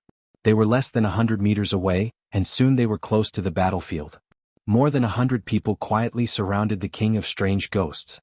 "What were you thinking, Benjen, to become the King of Strange Ghosts for this kind of thing?" Big Bear couldn't help but ask loudly. Uncle Benjen didn't want to. The strange ghosts caught him and used magic to turn him into a strange ghost, John refuted. "Why are you talking so much? The fire seems to be getting bigger and the wind is much weaker. Let's go together." Dark Star Jiro Dane said in a low voice. "Wait, it's the Queen's turn to fight with it. We can win without losing. If we really rush up, I'm afraid that the hundreds of strange ghosts will join the battle. It's not good for us," Old Man advised. "Win without losing? Are you sure?" Jamie doubted. Even Stannis' swordsmanship is better than Benjen's. The few of them talked in low voices. On the battlefield, Dragon Queen finished talking and attacked when the forbidden fire domain disappeared. Jamie watched the battle between the Dragon Queen and the first strange ghost. He had a general understanding of her strength. She had reached the realm of lifting something heavy as if it were light. She was very strong among the young people. At least when he was her age, his swordsmanship was not as good as hers. However, Benjen was not weak either. He had more strength, faster speed, more accurate dynamic vision, and his body was better than humans in all aspects. But now, Dragon Queen's fighting style had completely broken his understanding. Whoosh/boom. He felt a blue shadow flash in front of him, Dragon Queen's cape. A large amount of ice chips appeared on the King of Strange Ghost's chest. He flew 7 or 8 meters away and crashed heavily into the shield wall. There were even 2 tall and strong savage warriors who could not hold their oak shields. Like bowling pins that had been hit, they flipped a few times on the frost-covered ground. Fuck, this is like a father beating his son. She was hiding her strength before. Jamie was stunned. And this was just the beginning. Dragon Queen seemed to be very dissatisfied with the result of the sudden attack. A string of bright red flames appeared in her left hand, igniting the entire wide white blade. Whoosh, like a gust of wind, she crossed the distance of 7 or 8 meters. She raised the flaming sword and stabbed it into the heart of the King of Strange Ghosts, who was struggling to get up.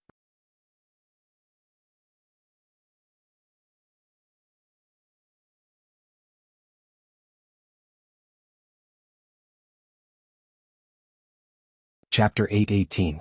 Few King of Strange Ghosts laid on the oak shield. The confusion in his eyes disappeared and he let out a long breath.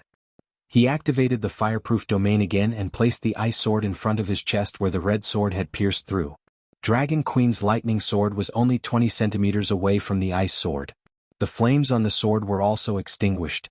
Just when everyone thought that there would be a ding sound of weapons colliding, the tip of the white sword pierced the blade of the ice sword. Like a sudden breeze or a falling willow leaf, the white sword moved forward 35 centimeters at an even faster speed, stabbing into King of Strange Ghost's left eye. The cold eyeball flashed with blue light and exploded like a small light bulb. The sword continued to move downwards.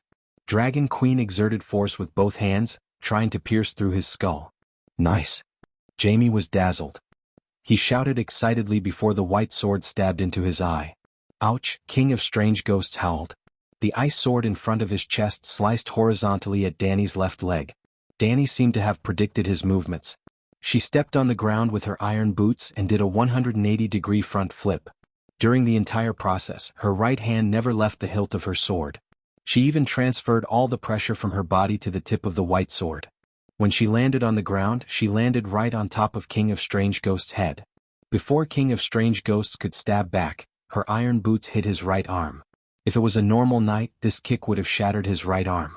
However, the ice armor on his right arm didn't shatter. Just now, Stannis had used the red sword to easily break through the ice armor. It was as simple as a sword cutting through leather armor. Oh, King of Foreign Ghosts howled.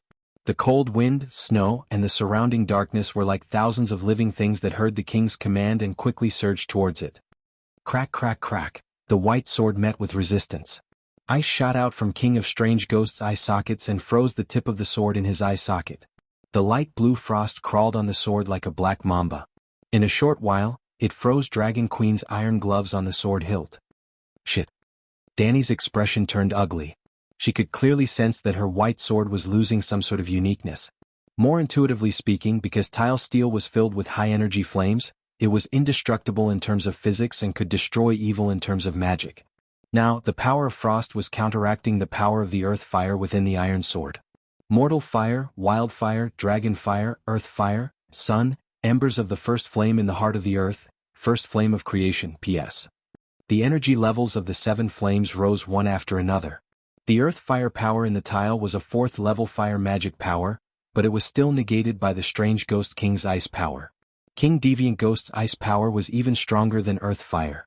Then something that made everyone's eyeballs pop out happened. Dragon Queen's right hand gripped the hilt of her sword and swung it left and right. The blade of the sword made a horrifying sound as it rubbed against King of Strange Ghost's eye sockets. She raised her left foot and stomped on King of Strange Ghost's nose, mouth, cheek and right eye with the heel of her long iron boot. Bam bam bam. The bridge of his nose was broken, his teeth fell out, and light blue icy liquid flowed out of his tightly shut right eye. Oh, King Strange Ghost cried out in pain. A layer of ice crystals began to cover his entire body. Everyone was dumbfounded. The shield-bearers near Dragon Queen regained their senses and waved their dragon teeth blades. Like chopping vegetables, they left small holes in King Strange Ghost's ice crystal armor. Suddenly, Dragon Queen raised her head and looked at the dark land in the distance. Her expression changed as she shouted, "Quick, retreat quickly, the deviant ghost army has moved out, retreat to the city gate." "Dragon Queen, we are not afraid. Let's fight it out with those bastards," Tormund shouted. Dany snatched a steel shield from an unsullied and snapped, "Bastard, how can you be a chilly arch? I told you to retreat, so hurry up and retreat." "Retreat. Retreat to the city gate immediately." Old Ba, Clinton, Jaime, and the others suddenly remembered the battle plan. They stopped insisting and immediately called for everyone to retreat. Dany stayed where she was and continued to step on King Strange Ghost's face with her iron boots. She stomped King Strange Ghost's pale and shriveled face into a plate of juicy dumpling fillings. She couldn't even tell his nose, eyes, and mouth apart. But King Strange Ghost was still howling. A layer of frost climbed onto her tall iron boots. Dragon Queen activated her divine power and immediately dispelled the frost. Whoosh whoosh whoosh, 7 to 8 5-foot-long ice swords attacked like lightning. They were so fast that they barely left a trace. Dragon Queen lowered her body and hid half of her body behind the steel shield.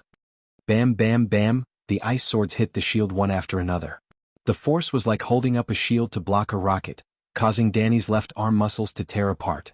Okay, her left arm muscles were already torn apart. But Dany still let out a long sigh of relief. The ice swords of normal strange ghosts were very strong. They were bone-chilling and formed a layer of ice on the surface of the steel. But the ice swords didn't do any damage to the steel itself. To put it more directly, even if the long night fell, the power of the ice of normal strange ghosts was still lower than the power of the fire in the steel. Ka bang, accompanied by the sound of ice crystals shattering, Dany's right hand felt lighter. Looking down, she saw that the tip of her white sword had already shattered. It was like a normal iron sword that had been shattered by a normal strange ghost's ice sword. The 3-foot-long blade was half an inch shorter.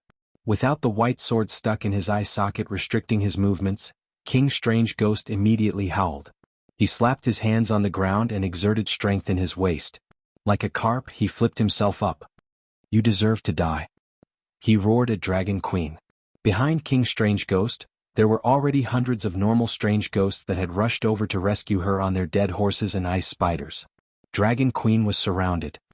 "Haha, let's take a hot bath together." She wasn't afraid at all. She raised her head and laughed. Whoosh whoosh whoosh, even the howling north wind couldn't stop the sharp whistling coming from the sky. The winged dragon army's wildfire bombs had arrived. Boom boom boom.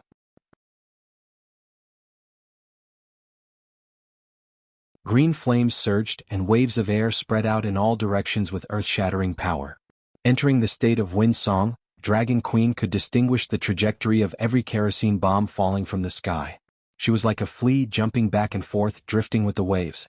She dodged the kerosene bombs and directly hit her head. She moved with the wind, in the strong airflow that could tear apart steel. He was strong, but he was strong. The cool breeze caressed the grave. A tornado could destroy a tall building. A piece of paper that fell into the eye of the storm remained intact. Dragon Queen, in the waves of air, tried her best to become a small piece of paper in the tornado. Dragon Queen took King Strange Ghost down with her? Inside the city gate, Jaime stretched out his hand to block the violent waves of heat. He was shocked beyond words. Excluding Old Bar, Big Bear, and the other winged dragon knights who stayed outside the city, a total of 34 winged dragons carried out the bombing mission, dropping 20 tons of wildfire at once. 50 meters in front of the city gate, 100 meters to the east, the ground within 100 meters was covered in demonic green flames. The flames rose 3 meters into the air and the waves of heat rolled. The onlookers on the city wall 50 meters away couldn't help but retreat. Even the excitement of their blood couldn't make them ignore the scorching heat on their skin. They're all too noble. Stannis traded his life for hers, and the Dragon Queen also threw bombs at me. The night was dangerous and humanity was in danger. Finally, there were heroes who stood up and sacrificed themselves to save the world. They are all legendary heroes like Yasuo and Ahai. They should all be recorded in the annals of history, and the spirit of heroes will be immortal. The red-nosed old doctor's eyes were wet. 2 streams of tears flowed down his cheeks as he looked at the ocean-like lake of fire. He was moved to tears by the heroic sacrifice of the legendary heroes. King Strange Ghost is dead and the night is over. Is it over just like that? Stannis and Daenerys are both dead. Sansa felt a sense of loss. She couldn't feel happy about losing her two biggest competitors. They are all true kings, great heroes who sacrificed themselves for the people of the Seven Kingdoms, Elaine said emotionally. What are you talking about? The plump and short Jichi widened her almond-shaped eyes and said disdainfully, You want to burn Calixi to death with this little fire? Haven't you heard of the name Immortal? Can she really not burn? She can't burn to death? The big sister of the sand snakes, Opaya, said doubtfully. That's wildfire. It's different from normal firewood. Elaine had vaguely heard of the legend of the Dragon Queen's Immortal, but she didn't believe that the Immortal was immune to wildfire. How many Targaryens in the past had been burned to death by wildfire? These people couldn't be blamed for being ignorant. In fact, this Dany was different from the original host who liked to wear a lot of titles. The original owner of the body often said the name of the Immortal, but Dany wanted everyone to think that she could actually be burned to death. Wildfire is just Calixi's special bath water, that's all, Jichi said with certainty. Boom. Everyone was about to say something when they heard an explosion from the sea of green fire in front of them. Then a black figure flew out of the green fire. It slid on the ground for 7 or 8 meters, its body covered in gray frost. Everyone was shocked and some of the warriors cried out in despair. Ah, the king of Foreign Ghost isn't dead. Even this can't burn it to death? The seven hells. Stannis died together with it and pierced its heart with his red sword. Actually, he didn't. The onlookers couldn't see clearly and misunderstood. It didn't die. The Dragon Queen's tile steel sword is so wide. It pierced its head, misunderstood again. It stuck in its eye, and it still didn't die. It was stepped on, surrounded by warriors, bathed in wildfire. How could it not die? Look, there's someone in the fire. Someone is coming out of the fire. Suddenly, a sharp-eyed knight saw a black figure slowly walking out of the green fire. It's the Dragon Queen. She really doesn't burn? Of course the queen doesn't burn. She's the immortal. But that's wildfire. The Dragon Queen had a shield in her left hand and a sword in her right. She was surrounded by green flames and looked like a flame demon. She walked out of the wildfire step by step and walked towards the King of Foreign Ghost, who was quickly getting up. When the King of Foreign Ghost stood up and raised his sword in a defensive position, everyone's vision blurred and they suddenly lost track of the Dragon Queen. She was too fast. She stepped on the wind and appeared in front of the King of Foreign Ghost in a few steps. It was such a big steel shield. It was about 1.2 meters on the ground, but in the Dragon Queen's hands, the shield seemed to have shrunk by 10 times. She skillfully avoided the King of Foreign Ghost's ice sword. She squatted down and attacked with the shield, smashing it into its stomach. Bang! A thunderous explosion sounded again. It was exactly the same as before. The King of Foreign Ghost was very clumsy during the whole process. It was like a dummy doing a shield attack in the arena. It was sent flying 7 or 8 meters without any resistance. Then, bang! The third time. Bang! The fourth time. Now all the knights understood. It wasn't that the King of Foreign Ghost was too weak. It was that the Dragon Queen's shield attack was too strong. 7 gods above, her swordsmanship has already surpassed Arthur Dayne's. Even her shield attack has reached perfection. Is she possessed by a warrior? Jaime looked at the King of Foreign Ghost who had landed in front of him. He felt like he was in a dream. Hold it down and chop it up. The Dragon Queen's voice came from afar.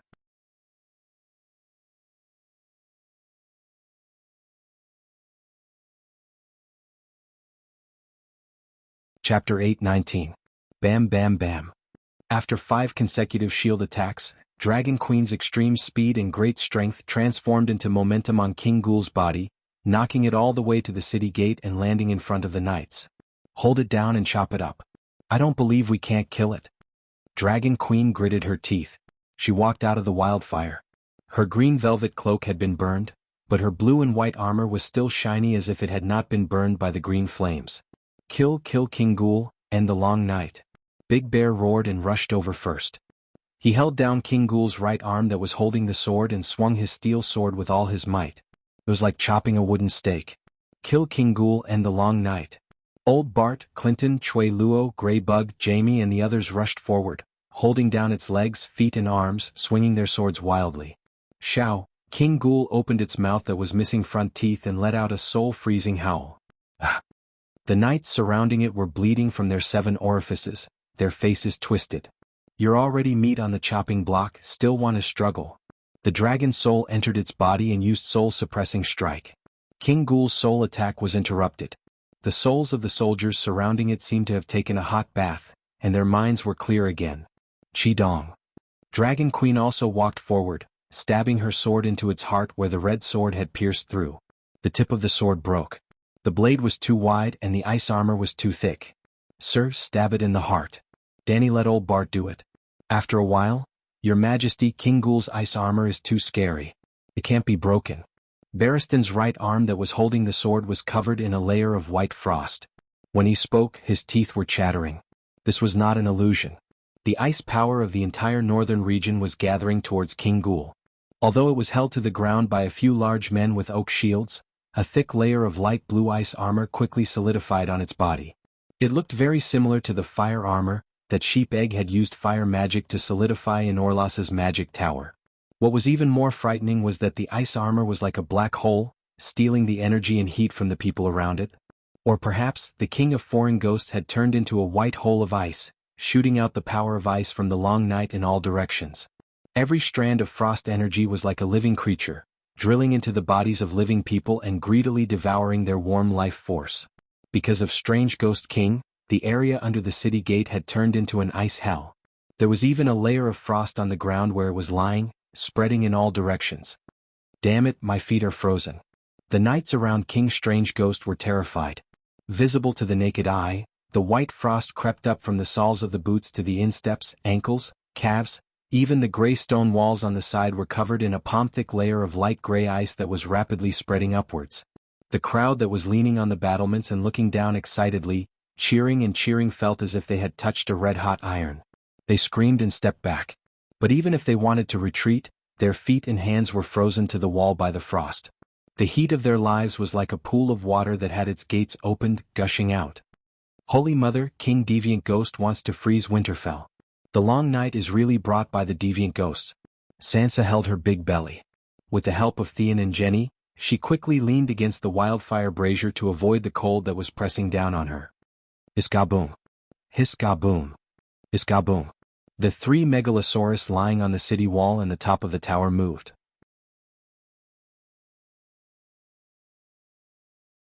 They roared into the sky and spewed out white, golden, and blood-red dragon flames from their mouths.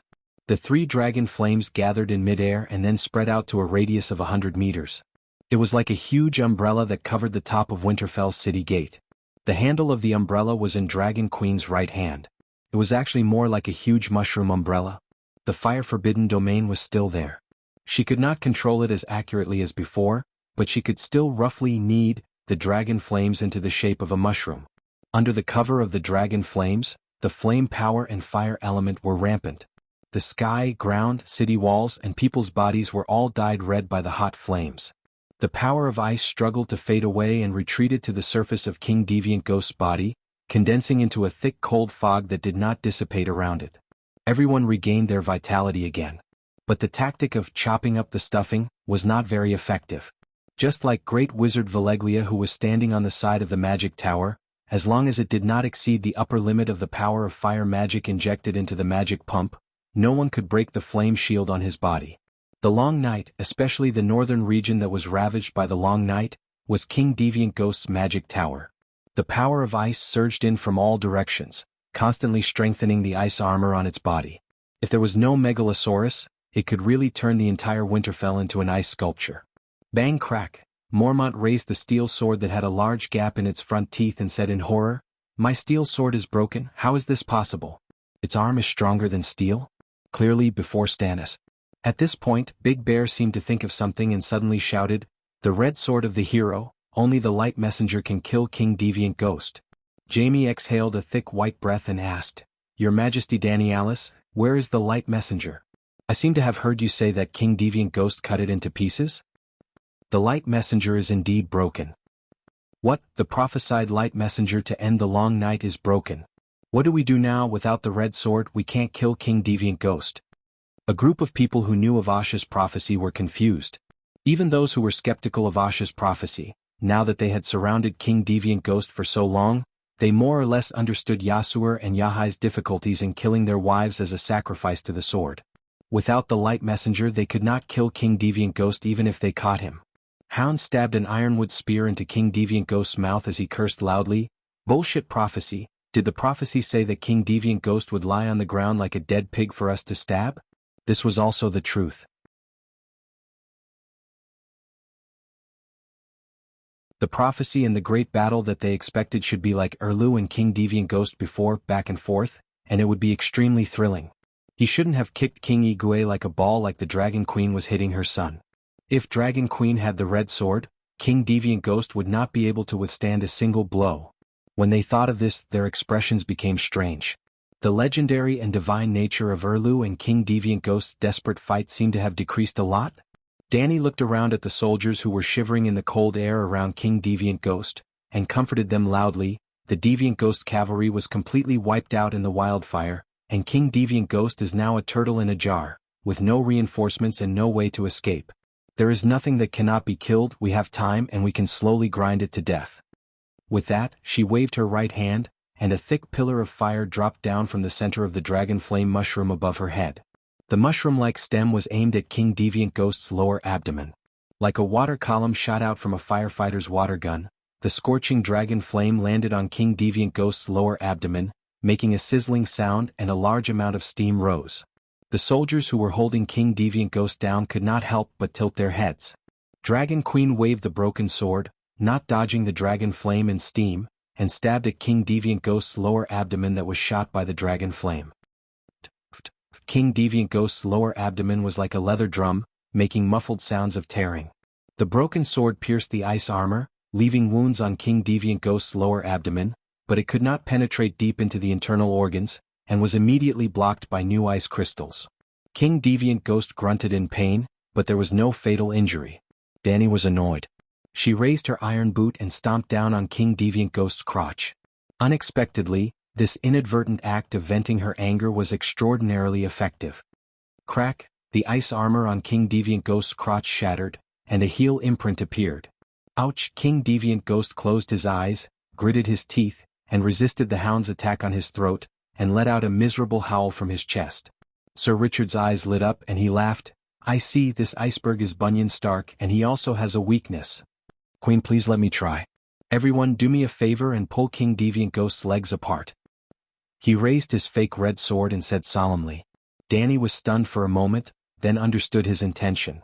She shuddered and made room for the demon hunter. Although Grey Worm and Missand, who were in charge of pressing King Deviant Ghost's legs, didn't know what was going on, they endured the bone-piercing cold and pulled King Deviant Ghost's ankle. Activate the Saint Seiya armor. Before Richard attacked, Dragon Queen kindly reminded him. I almost forgot if you didn't mention it. Richard suddenly understood and took 2 steps back, his expression extremely sincere. The power of faith accumulated for 4 days can only maintain the Saint Seiya armor for a few breaths, but it won't take much time to complete a killing blow. What Saint Seiya armor? Jamie and the others were confused. You're not lying, did you really bring down a set of Saint Seiya armor from heaven? Clutton Sanj, one of the 3 heroes of hearts, was surprised. Saint Seiya, what kind of warrior is that? Armor brought down from the heavens? He's clearly wearing an old ancestral armor. The surrounding people were puzzled and looked at the warrior of hearts strangely. Almighty Dragon of Heaven. Richard chanted a spell, and a circle of golden 7-pointed stars lit up between his eyebrows. The warrior's divine power and the Holy Mother's holy healing poured into his body. Supreme Stranger. The deity's descent rune imprinted on his soul was activated, and the golden light came from the depths of his soul, from the inside out. 7 gods of Bo Ruah. The divine power of the warrior of the 7 gods ran in the deity's descent rune. Richard's muscles inflated, and his bones stretched and stretched with a crackling sound. Such an explosive change of body would certainly cause great damage to the body, but the Holy Mother's divine power immediately followed. Bo Ruah Bamakutbaz. The divine power seeped out of the armor through the flesh and solidified into a set of pale golden armor on the surface of Richard. A bull's head, a snake's god, a scorpion's tail, a tiger's claw, the fake golden Saint Seiya Lalo. Almighty Dragon of Heaven, Supreme Stranger, Seven gods of Bo-Rua Ba-Ma-Ku. Richard's originally rough voice suddenly became grand and holy, like thunder in an empty valley, and the surrounding people were enlightened. They felt that the world in front of them was shaking in the thunder. Seven gods, Richard has become a giant. Gods, what power is this? It's so strong. Lord of Light, Richard has become. Sir Songji's expression was distorted. After the pockmarked night pierced the sun, the red-robed woman began to spread the doctrine and image of Shadow Demon Lalo among the Red Heart Knights. The others were shocked by the demon hunter's transformation, but the Dragon Queen was not very satisfied. Even without the service fee, Richard's divine power was still too little, and the time was too short. The outer holy robe was actually made of divine power, and with little divine power, the color and texture were naturally a little illusory. It was not solid enough. However, the sun-piercing strike was enough. But if the king of deviant ghosts really died, how would history be written? The Dragon Queen's face was conflicted, and she began to worry unnecessarily. Demon die.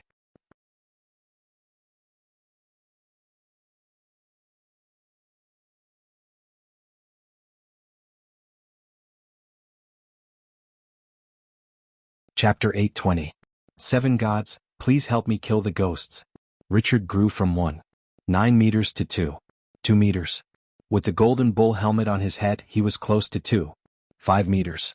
He was like a mini giant. He also felt that he had the strength of a giant. His muscles bulged and he only had strength left.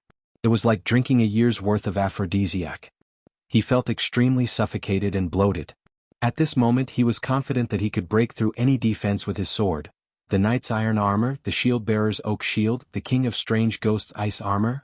Almighty dragon of heaven, kill, kill, kill. He bent down and charged forward. The warrior's divine power activated the red sword in his hand, and a circle of golden red flames rose. He rushed in. He advanced quickly, but halfway through he found it difficult to walk. He thought of the night when he was 13 years old and became a man on a maid. Almighty dragon of heaven, pineapple 8 meters red. The light golden armor on the surface of his body was drained of divine power, and it instantly dimmed and disappeared. But the attack was effective. Half of the 3-foot-long sword went in. The king of strange ghosts trembled like a sieve. He closed his mouth and didn't dare to open it. He could only let out a soul-shaking wail from his chest. John, who was pressing the king of strange ghosts' head and using the Sisters of Darkness to poke its eyes and ears, heard his uncle's wail and looked at Richard, who was grinning and charging forward bravely. He couldn't bear to see it. Uncle Bunyan, open your eyes and remove the ice crystal armor. Let me free you. He begged in a low voice. Buzz, at this moment, the sky suddenly darkened. The battle between sunlight and darkness ended. The sun disappeared completely. The darkness was like a coffin, locking the last gap. Danny was doing two things at the same time.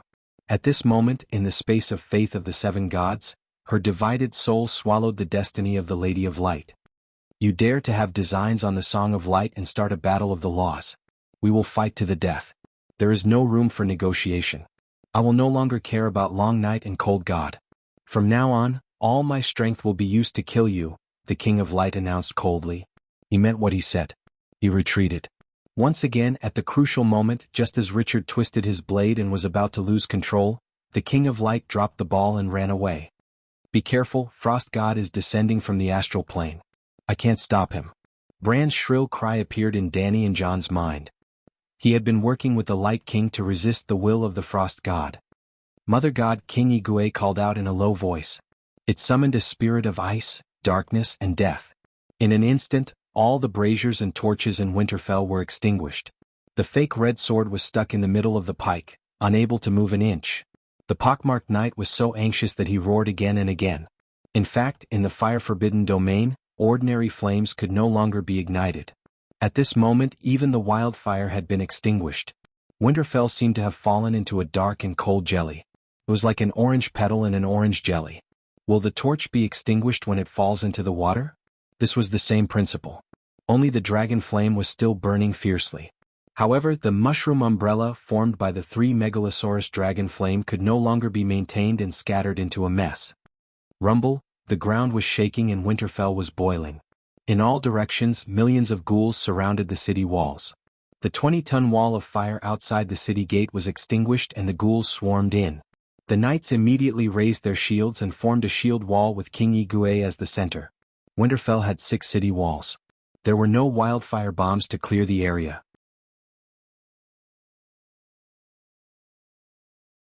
The ghouls could pile up zombie ramps at any angle of the city walls. Only the dragon crystal weapons could cause damage. The real battle of Winterfell had begun. As Whitey leaped up and flew within the city walls to avoid the deviant ghosts that might appear among the ghouls. He extended his neck and twisted outwards. The dragon flame pillar swept the battlefield outside the city walls. Blackie landed on the tower above the city gate and stepped on a pile of rubble. The dragon flame landed directly on the shield wall more than 10 meters away. Dany raised one hand to the sky, and the dragon flames that were gushing towards her scattered in all directions like a pillar of water that had encountered a reef, splashing onto the ghouls outside the shield wall. Seeing that Winterfell was barely able to maintain the situation, Bran's warning came again. Be careful, the frost god is changing the weather. The snowstorm in Winterfell and even in half of the northern region stopped temporarily. The cold air and snow all gathered above King Igue's head and formed huge hailstones that fell from the sky. Only in the area near the city gate, the hailstones were as thick as a fist, as long as an arm, and as sharp as a spear. It was as if the frost god in the sky was lying on the clouds and smashing the ground with his iron fists. It was the terrifying Pegasus meteor punch. Every hailstone was a punch. Blackie! Dany shouted. At the critical moment, Blackie opened his mouth and spat out a bright red fireball with a mosaic.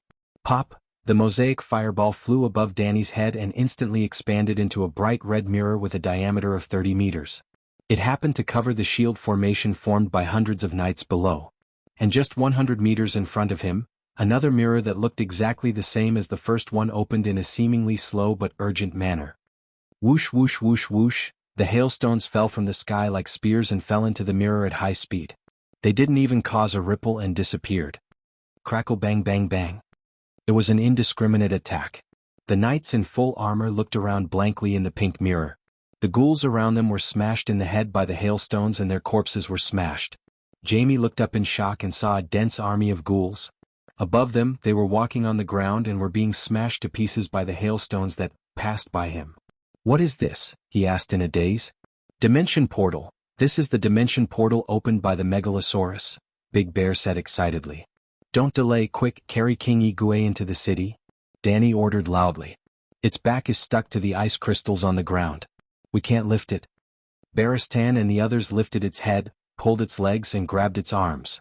After a lot of tossing and turning, they were shocked to find that King Igue's back was like a cement block, unable to move at all. Dany's eyes flashed and she said coldly, since it doesn't want to get up, let's bury it here. Bury?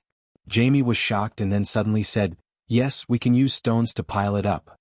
How can we have the time and opportunity to move the boulders now? Barristan said helplessly.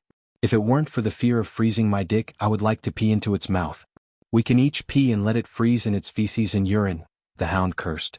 That's a good idea. If we have time, we can try it. Dany thought. We can use the materials here, she said to Jon. What do you mean? Jon was surprised. Leave this tower. Big Black roared at the people in the tower below. The guards were at a loss and did not move. Squeak, squeak, Little White and Little Green changed their direction. The dragon flame was like a waterfall, burning the 3-story tower above the city gate from top to bottom. The dragon flame burning the tower woke everyone up. Although they did not know what was going on, they immediately fled the tower under the fire. Looking at the knights who looked over in surprise, Dany only said lightly, get ready to retreat.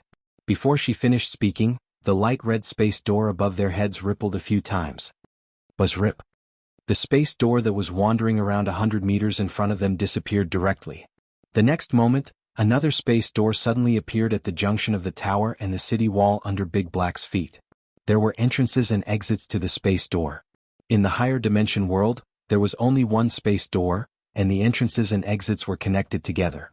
But in the 3-dimensional material world, there seemed to be 2 space doors, and the entrances and exits were separated. Now Big Black kept the entrance of the space door unchanged, and the exit position changed from outside the city to under the tower. Like a chainsaw cutting wood, the light red mirror laboriously cut open the boulder wall. It stopped halfway and the remaining half of the wall was still connected.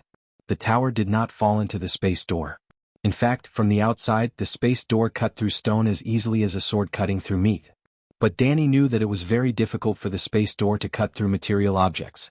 The difficulty here was mainly reflected in the consumption of the soul power. Big Black was completely using its power to drive the space door god's talent. Its own comprehension and skills were all gone. Last time in Orlos, its space door was blocked by the Black Tower's immortal stone. Puchi Puchi.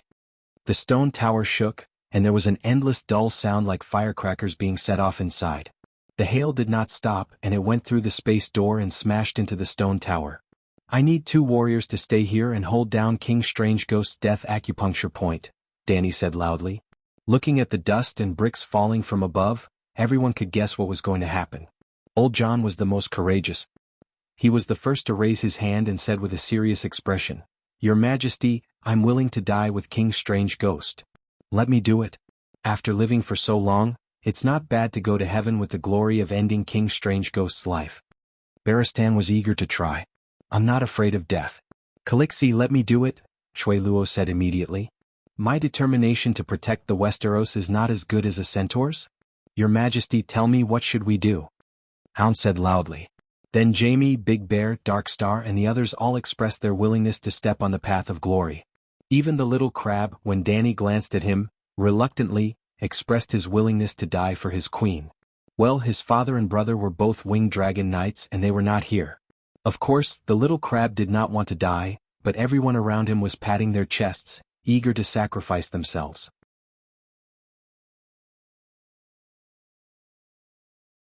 If he did not do anything, he would be too conspicuous and unconventional. But he did not know the Dragon Queen's habits. If Sir Elisa was here, he would rather lose face than raise his hand to ask for a sacrifice. Because the Dragon Queen loved to drag her own people into the death squads. She called it leading by example, absolutely fair. "Sir Sadiga, your ancestors and your descendants will be proud of you." The Dragon Queen sighed. "Sir Richard, Mother of God bless you." The little crab's eyes widened, and his soul froze into ice. The Queen's voice seemed to come from the sky. "I've been chosen? Why, I'm Sadiga, your direct descendant. Also, I'm still dreaming of becoming the Queen's husband. I'm not married and I don't have any descendants." His mind went blank and he did not even know what to say. "Your Majesty, thank you for bestowing this honor upon me. I promise to complete the mission." The pockmarked knight was different. He was very happy and excited. "Dragon Queen, His Majesty Stannis is dead. I'm willing to imitate his heroic act of perishing together with King Strange Ghost. Please give me this opportunity." The short and stout Sir Sanj said emotionally. "Don't even think about snatching it from me." The pockmarked knight glared at his partner. "Richard, we've known each other for many years. Just help me this once and leave the honor to me." Sir Sanj pleaded. "No, I can give up everything else, but the honor of perishing together with King Strange Ghost must not be given up." Seeing the two arguing, the little crab was conflicted.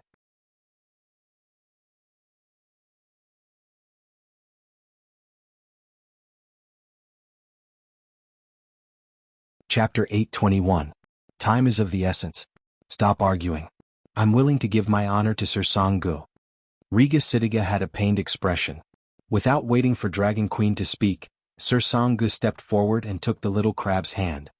He said sincerely, "Thank you, Sir Sitiga. Thank you so much. When I go to heaven, I'll pray to the Holy Mother every day to bless you with health and longevity until the summer comes." "Holy Mother? Don't you believe in the Red God?" The little crab looked at the red heart on his chest and asked in confusion. "Believing in the Red God can also go to heaven. Defeating the deviants can also go to heaven," Sanggu said matter-of-factly. The pockmarked knight looked at his little friend in shock. Seeing that he was serious and did not seem to have lost his mind, he asked curiously, "You scolded me for betraying my faith and refused to even bring the atonement scroll. Why did you change your mind now?" Sir Sanggu looked at the sky and quickly said, "His Majesty Stannis and Mage Melisandre are both dead. The sun is also covered by darkness. I don't think the King of Light is reliable. The Holy Mother of the Seven Kingdoms is more realistic and powerful.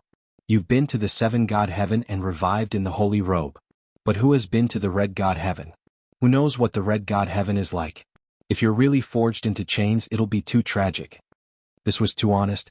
Richard could not refute it. The little crab ran away in shame under the gaze of the Dragon Queen, but was stopped by the short night. Wait, Count Sitiga. I don't have an atonement scroll. Lend me your red light version. I still have to fight the corpses outside the city. The little crab was troubled. Richard turned to the Dragon Queen and asked, Do you have an extra atonement scroll? I didn't bring it. But don't worry, I'll be right beside you. When you die, I'll immediately summon Stranger and send you to heaven. Danny promised. Actually, while they were chatting, the others were not just standing there and listening. After confirming that the members of the Suicide Squad were the little crab and Richard, Old Barton, Jamie and the others had already raised their shields and retreated into the city gate. Now, there were only a dozen stainless steel warriors, Danny, the Red Heart Knight and the little crab holding the Deviant Ghost King down. You two hold on tight to it. Danny instructed the two Red Heart Knights to pin down the King of Strange Ghosts. Then she flashed and moved 10 meters away. The next moment, whoosh, the space door under Big Black's body suddenly expanded. The tower, which had only been cut in half, was now cut in half by the light red mirror. Boom, the chimney-shaped stone tower immediately sank into the pale red mirror and fell from another mirror outside the city gate. Holy Mother, please protect me. Looking at the hollow stone tower falling from above, Sangha couldn't help but shout, You must smash me to death. Well, of course the tower is not solid. The space door was cut along the city wall. The bottom of the stone tower that fell from the sky was actually the hall of the first floor of the tower. It was more than 20 square meters and more than 4 meters high. It was like a big bowl that covered the heads of the Red Heart Knight and the King of Strange Ghosts. If the stone tower was solid enough, the two of them and the ghost would be like Baisujin under the Leifeng Tower. They would be trapped under the tower instead of being crushed into meat paste. After all, there was still a space of 4 meters above their heads. Fortunately, the space door was opened a little high. It was more than 20 meters in the air. The 100-ton stone tower did not have a steel frame. It fell to the ground, shook a few times and collapsed. Boom. The ground shook a few times. Smoke and dust filled the air.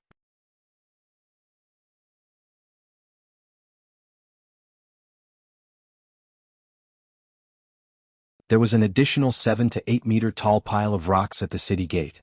The hailstones in the sky stopped. The entire Winterfell fell into silence after the explosion. It was quiet. Other than the whistling of the north wind, everyone stretched their necks and looked at the rocks below the city. Is the King of Strange Ghosts dead? Barristan asked expectantly. Definitely not dead. The ghouls outside the city did not fall. The torches on the city wall still can't be lit. Jon frowned. Not just the King of Strange Ghosts, even Sir Richard and Sir Sanggu are not dead, Danny said awkwardly. She kept her promise and had been waiting for their souls to send them to heaven. Now that their souls did not appear, it meant that they were not dead. Winterfell had a history of 8,000 years. The building materials were of high quality. Even the stone tower's floor was made of a whole piece of rock. It was very sturdy. A few long pieces of rock were placed horizontally to form an angular space, allowing the two Knights of Red Heart to survive. But as Knight Sanggu shouted, he would rather be smashed into meat paste. It was too torturous to slowly suffer in pain and bleeding. Is it really impossible to kill the King of Strange Ghosts without the hero's red sword? Big Bear frowned. It has a thick layer of ice armor on its body that cannot be broken. It is normal for it to be able to withstand the falling rocks. But the King of Strange Ghosts is trapped inside. We can kill all the ghouls first and then slowly torture it. Jaime said excitedly. Your Highness, we can use the space door to cut its body. Jon suggested softly. Danny pointed to the sky and said in a low voice, We can try, but we have to chase away the one in the sky first. Gods, what is that? Jon looked up and exclaimed. Rumble Kalala. The dark clouds above Winterfell rotated slowly, forming a giant whirlpool that rotated counterclockwise. Purplish-black lightning chains swam around the center of the whirlpool. At first, the area of the dark clouds was not large, barely covering 100 meters around the King's Gate. But like cotton candy, every time the dark cloud whirlpool rotated, the surrounding dark sky would rotate as well. Round after round. Under everyone's stunned gaze, a black whirlpool with a radius of 10 kilometers covered the sky. Ah, look in the distance, there is light. Suddenly, Jacqueline shouted from the city wall. Actually, without her reminder, everyone noticed that the dark sky that was originally the same color was divided into 2 circles. Every time the giant whirlpool rotated, the darkness became thicker, and the color of the sky outside the whirlpool became lighter. If the darkness was material velvet, the total number of velvet was fixed and evenly distributed in the sky of the northern region. Now, under the control of the gods, The velvet that represented the darkness began to accumulate in the sky above Winterfell.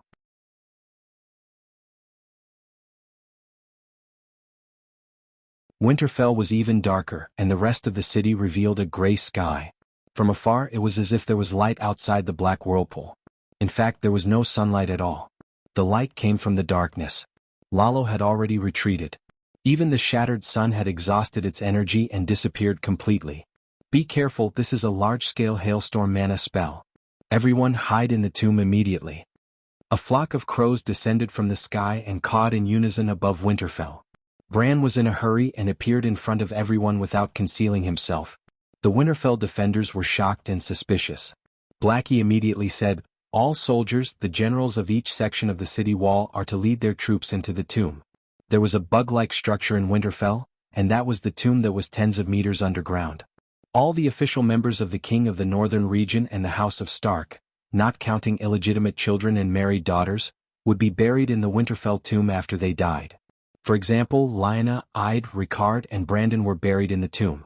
Every deceased person had a space the size of a parking space to place the sarcophagus, statues, and direwolves. Yes, in front of the sarcophagus, there was a statue of the deceased ascending to the top. At the foot of the statue was a roaring direwolf. Every time Robert went to Winterfell, the first thing he did was enter the tomb to see Lyanna's statue. For 8,000 years the Stark legacy had been passed down. How many people had died? However, they were all placed in the tomb. From this, one could see how big the tomb was. In fact, the huge cavern in the tomb was even bigger than the castle on the surface. Under Blackie's command, the soldiers in the city began to leave in an orderly manner. Dany asked telepathically, "How powerful is the large-scale Frost God spell?" "The kind that can destroy cities and countries. It's less powerful than the Dorn Arm in the next swamp, but it's definitely stronger than the time when Loina Water Wizard flooded Valeglia's city." Bran's mental waves were filled with fatigue and powerlessness. Fuck, this is a forbidden spell. Is hiding in the tomb useful? Dany's face was pale. She began to consider if she should escape on her dragon. "If it wasn't for you, everyone here would have died." A large crow cawed as it landed on the city gate. "What's the use of personal strength against such a natural disaster? You are the controller of the wind song. How can there be a wind god defeated by a storm?" Bran said in a low voice. His words were very reasonable. Dany could not refute him. However, she had to refute him even if she could not. "I don't know a single wind spell. I can only use the most primitive way to communicate with the wind." "Or, do you have any powerful wind spell in the Green Prophet's memory that you can teach me now?" "You have the wind of the world from the Mother Goddess. Find all the tornadoes and analyze their structure. Then you can create a spell to summon tornadoes yourself. Do you still need me to teach you? You can say this to me 500 years later. I have only had the wind of the world for half a month. However, how many things do I have to worry about in this half a month? We are not attacking each other but defending against their attacks. You don't need to use large-scale spells. You just need to destroy their ice storm. Try it first." Bran's voice became softer. Dany sighed. 2 fire crows flew out of her eyes and landed on her shoulders. They turned into a pair of fire wings in the shape of a round shield. She leaped into the air like a big bird, leaving behind a trail of fire in the pitch-black sky. Then she arrived at the giant black vortex. Wherever the wind god went, the wind in nature was her friend. She could merge with it and fly with it. Now she felt that the wind was out of her control. The wind was very cold.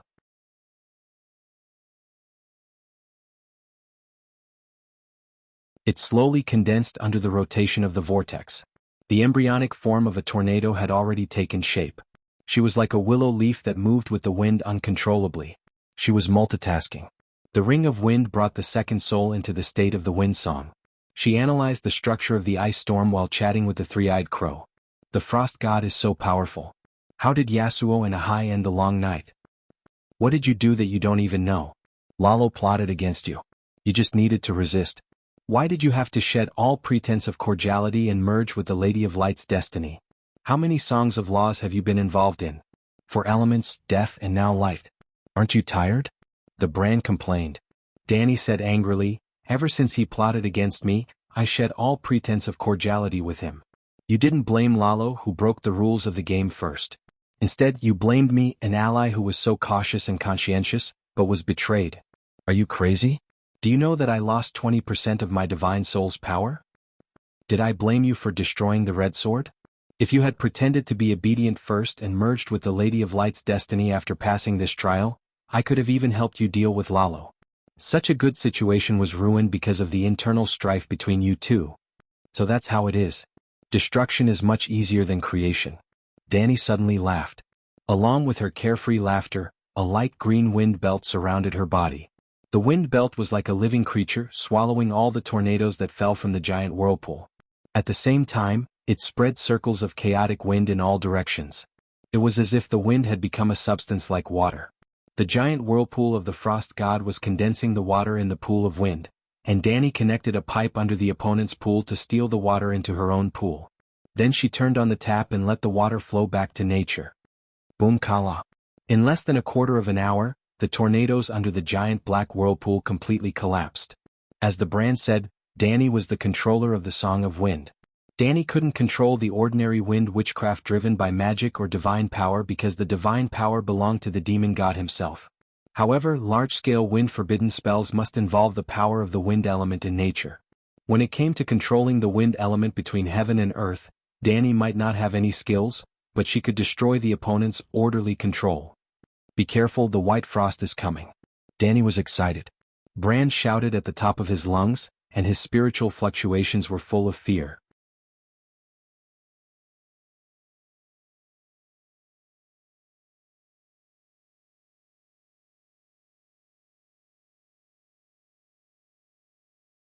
Chapter 822.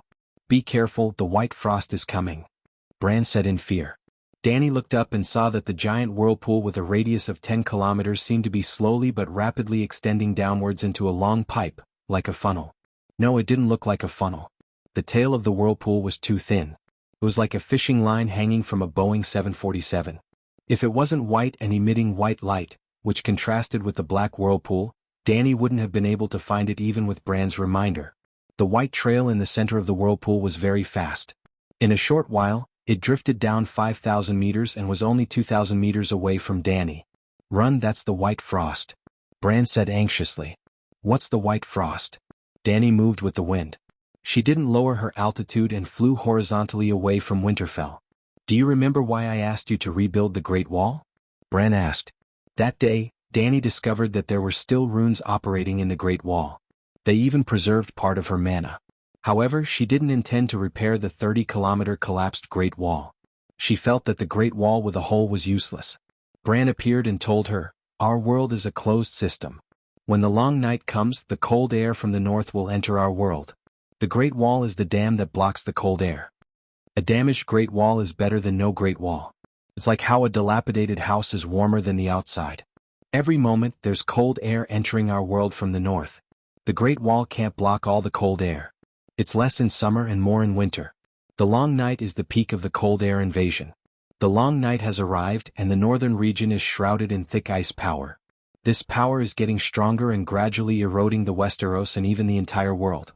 Eventually, the world will be dragged into the abyss of ice and darkness. The ice power is like poison to us living beings, but the deviant ghosts absorb the ice power to grow stronger. We can't break the ice armor on the deviant ghost king because he can absorb the ice power from the heavens and earth to replenish himself. Now, the frost god is extracting the ice power from the northern region and condensing it into an ice mana spell. It was by Shuang. Because of the frost god's spell, the ice power in the northern region has been greatly reduced. As you can see, the sky in the distance has brightened up and the average temperature has risen. Using your dragon degrees, it's at least 20 dragon degrees higher. In other words, the white frost we're about to face is an ice monster that can lower the temperature of the entire northern region by 20 dragon degrees. Danny's voice trembled. How big was the northern region? At least 2 million square kilometers. Then, how much energy would it take to lower the temperature of the entire northern region by 20 degrees Celsius? You don't have to use up all the white frost. That's not realistic. It's like a flood. You can't drink it. We just need to make sure the white frost can't hit us, Bran said in a deep voice. That was true. White frost didn't chase me. You went to Winterfell. Can dragon flames deal with white frost? Danny turned her head to take a look before flying towards Winterfell. You can try, but you must be careful. Megalosaurus is not agile enough, and its huge body can easily be caught by the hoarfrost. Sansa regretted it. She shouldn't have brought her sister back to Winterfell because of the prophecy about the deviant ghost. The deviant Ghost King's ice armor was so thick and sturdy that dozens of knights couldn't even break through it. What was the use of Arya holding the dragon bone dagger? Well, no one knew that the prophecy was true. Only the radiant messenger could kill the deviant Ghost King. But she shouldn't have stayed in Winterfell.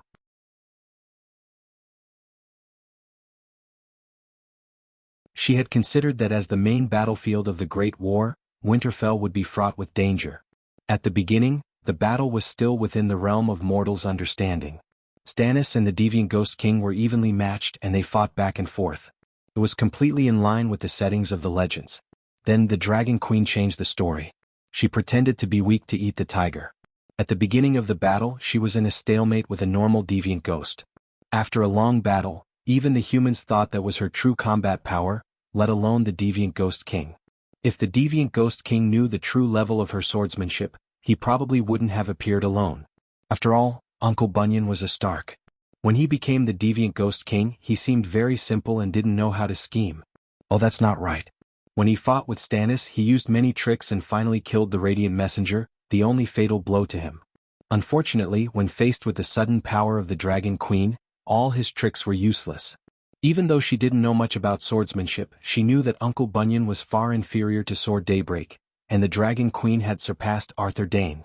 The deviant Ghost King was beaten up like a child by the Dragon Queen.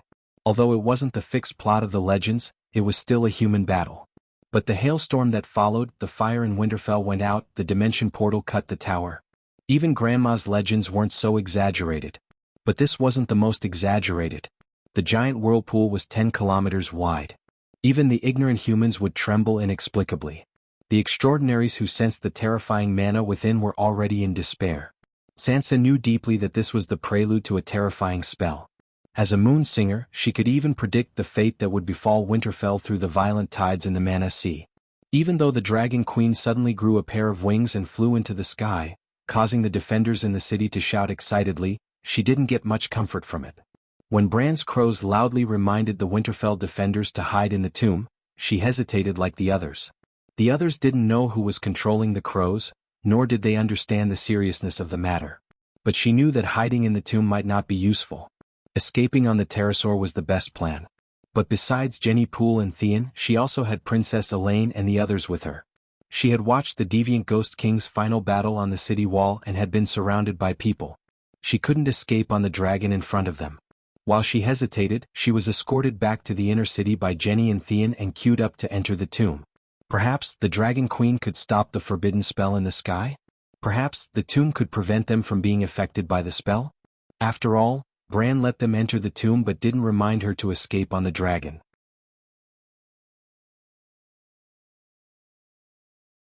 And Jon and Arya.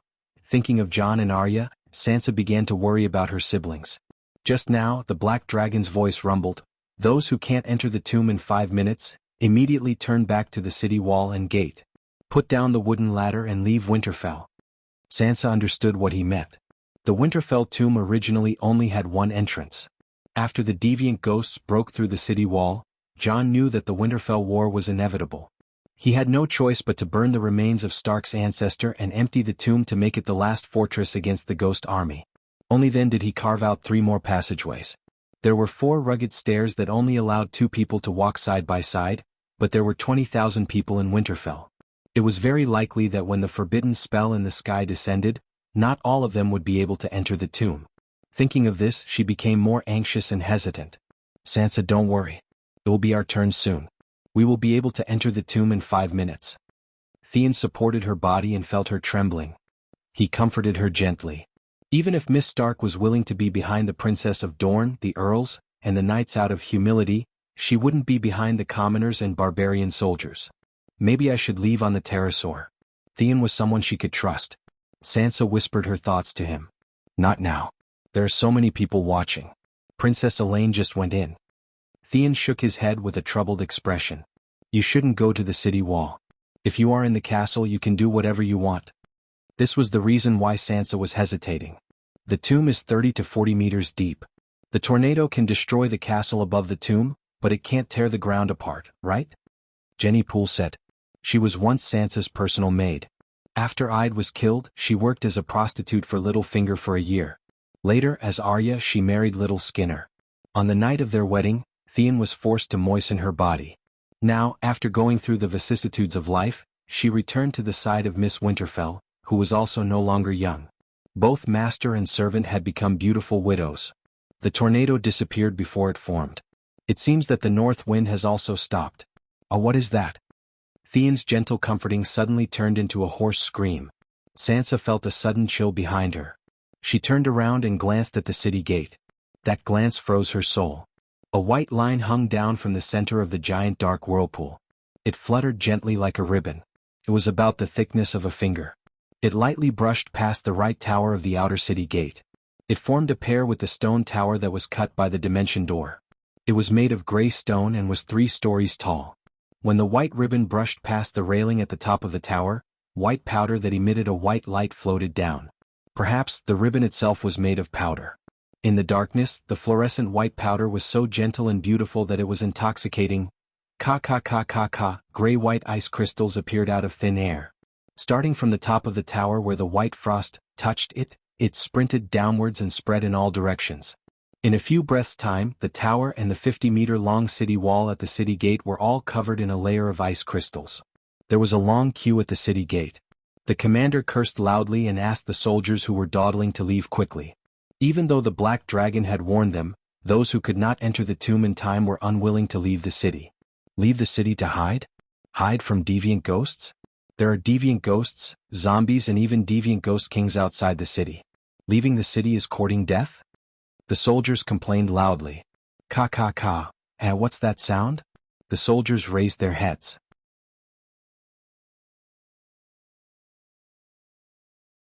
Their expressions froze and their movements froze. The white frost crawled on the walls of the city gate. The moment they felt the cold air from the white frost, they were frozen into ice sculptures. Bam bam bam. Because many people were still walking forward, their feet froze when they took a step forward. Their bodies naturally fell forward, shattering a handful of icy blue dust.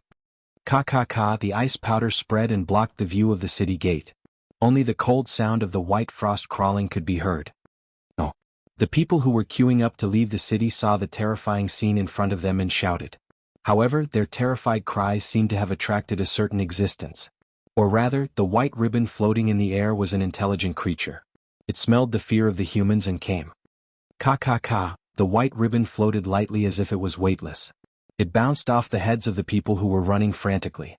It was like a dragonfly skimming the surface of the water. It left behind a circle of ripples. Wherever the ripples passed, the white frost spread out like ink falling into clear water. The entire world fell silent. No, Sansa's delicate features twisted into a demon's. She was so terrified that she peed her pants.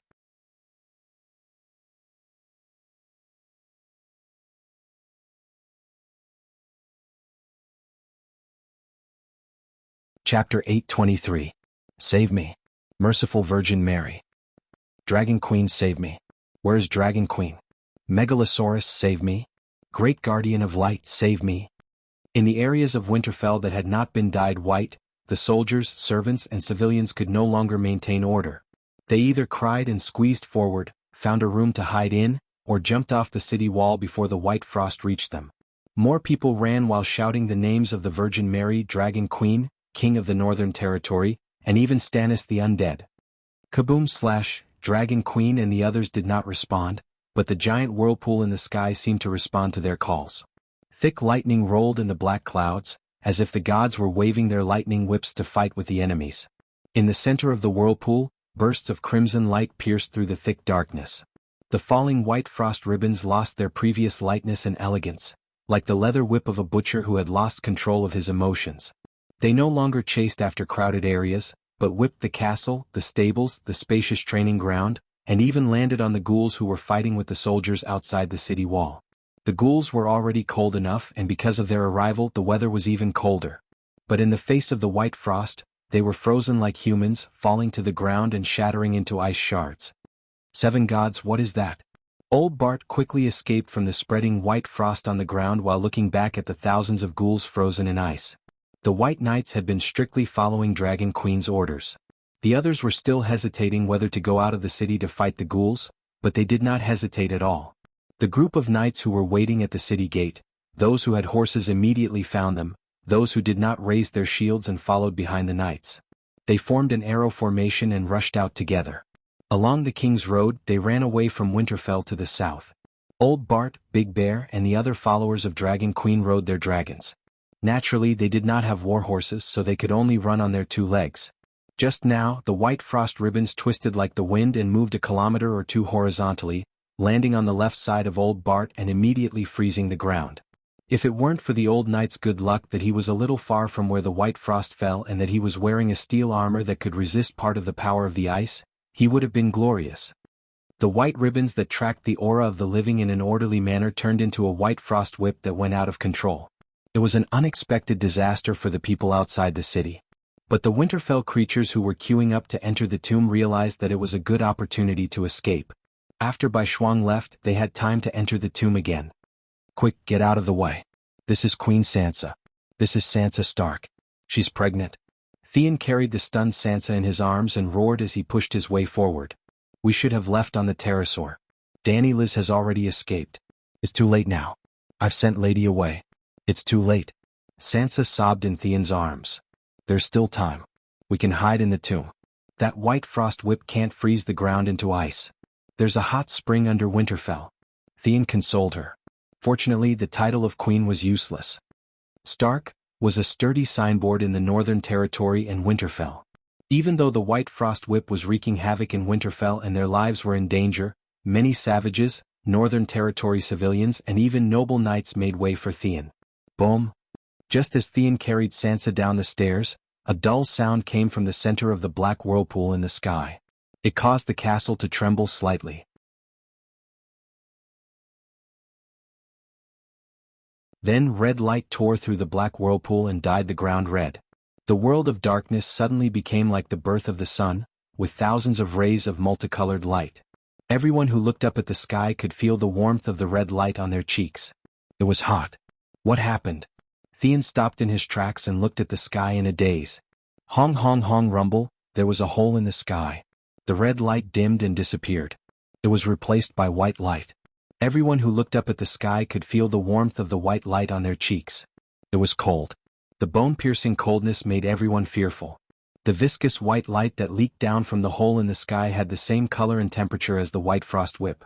But the amount of white light, it was like a black iron pot covering the ground. At this moment, there was a hole at the bottom of the pot, and the white porridge in the pot flowed out of the hole. It was like a child playing outside the house in winter. The snot that flowed out of the nose was long and cold. It flowed down the mouth and chin. Then with a slurp sound, the snot was sucked back into the nostrils. It was very cool. It was a pity that the black whirlpool only left the white snot and didn't suck it in. Now the snot was falling towards Winterfell. Quick, let's enter the tomb. Sansa gripped Theon's cloak tightly and screamed with a distorted face. Walala, before his snot could fall, the hailstones arrived first.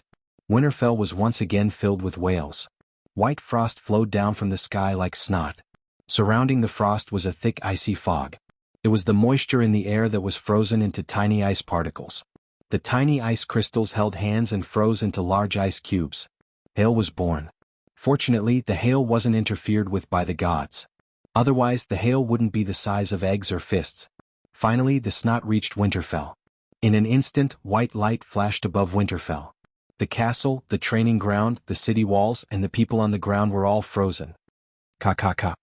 The snot froze into an icicle. The snot continued to flow, and the icicle expanded and rose. The water vapor in the northern region was sucked in, forming a cyclone around the icicle. The cyclone was like the hands of the gods that rubbed the sky above Winterfell. It created a 1 kilometer wide and 2 kilometer tall iceberg. Within the iceberg, one could see a lifelike castle with city walls, tall towers, courtyards, people, and forests. It was like a magnified Disney's crystal ball castle. 7 gods above were only fighting the deviant ghosts. Why is there such a powerful force? On King's Lane, Jaime was on the verge of breaking down. Plop. Jon's legs turned to jelly and he knelt on the ground. He wailed heartbreakingly, "No, Sansa, my sister, caw caw caw." A flock of black crows flew down from the sky.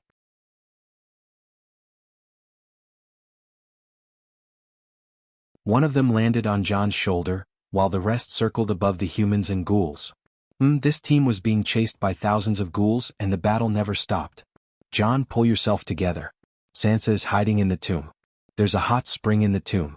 Arya isn't in Winterfell. They're not dead. After hearing that his two sisters were fine, John felt much better. He tilted his head to look at the big crow on his shoulder and said sadly, "What happened? Winterfell is frozen. Sigh, this is the best ending. White Frost's ice power was released into the air. It's like the Frost God's forbidden spell missed. Dragon Queen neutralized the Frost God's attack." Bran sighed. Best ending? We were about to win, but we were all wiped out. What kind of ending is that? The Hound cut down a ghoul and roared without turning his head. Didn't you see the strange phenomenon in the sky? That's a true god casting a large-scale forbidden spell. If it wasn't interrupted, there wouldn't be anyone alive within a 10-kilometer radius. Now you're all alive. True god? Fuck, what's that? Where's our god King Lalo? The Hound asked blankly. It should be the Frost God. In the Asha prophecy, the deviant Ghost King was the servant of the Frost God. The god that Carhold City sacrificed was also the Frost God. Although James was paying attention to their conversation, his own line of defense was not messed up. He tied a round shield on his right hand to protect his waist. The sword in his left hand was as fast as lightning. The widow's wail pierced the ghoul's eye socket. He then pulled the sword horizontally, cutting off half of the ghoul's head and another ghoul's neck. That's right. The dark vortex in the sky is the Frost God's spell. Lalo is no match for him and has retreated. The Light King ran away? What about the 7 gods? Why didn't the warrior and the Holy Mother come? Jaime asked. 7 gods. The big crow had a strange look in his eyes. The 7 gods are here. It's the 7 gods and Dany Rise who stopped the Frost God's forbidden spell. There was nothing wrong with that. Dany didn't run away. She was usually afraid of death, but in the face of danger she had a brute courage that she didn't know she had. In fact, she had been trying to stop the white frost from falling from the sky. For the first time, she hovered in the path of the white frost ribbons. 3 megalosaurus surrounded her and formed 3 huge dragon fireballs. The megalosaurus left. She held the fireballs and waited for the white frost ribbons as thick as a thumb to reach her body. The 3 dragon fireballs the size of carriages, one of which was the blacksmith fireball with the strongest flame power, smashed over together. There wasn't even a splash. There was no explosion, no expansion, no sizzling sound of red-hot soldering iron entering water.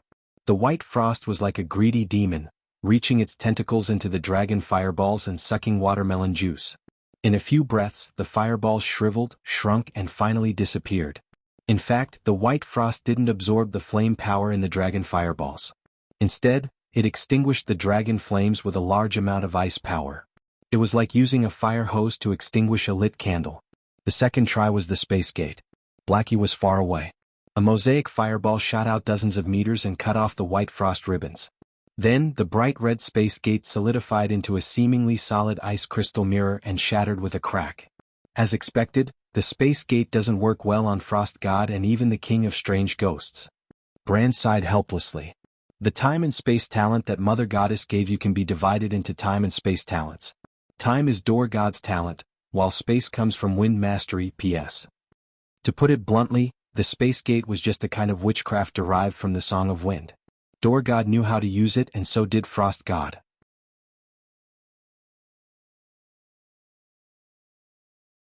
However, the Song of Wind completely belonged to Door God. The Weirwood Root retained the Song of Darkness and could no longer use the Wind Space Gate. After 2 failed attempts, Dany gritted her teeth and thought, since I can't block the frost, I'll deal with the source of the frost. She rode on Blackie and opened the space gate. In an instant they crossed 8 kilometers, which was 8,000 meters in the sky. She and Blackie came to the top of the dark vortex. Only she and Blackie were left. Little White and Little Green flew to the White Blade River Mountains far away from Winterfell. Above the dark vortex, Dany looked up and saw the stars and moon that she hadn't seen for many days. They were still shining, but they were more than 10 times dimmer. She wasn't in the mood to lament the lack of stars. Below her, in the huge vortex of ice and darkness, a malicious and terrifying will was staring at her. It was Frost God. Dany versus Frost God, the first round.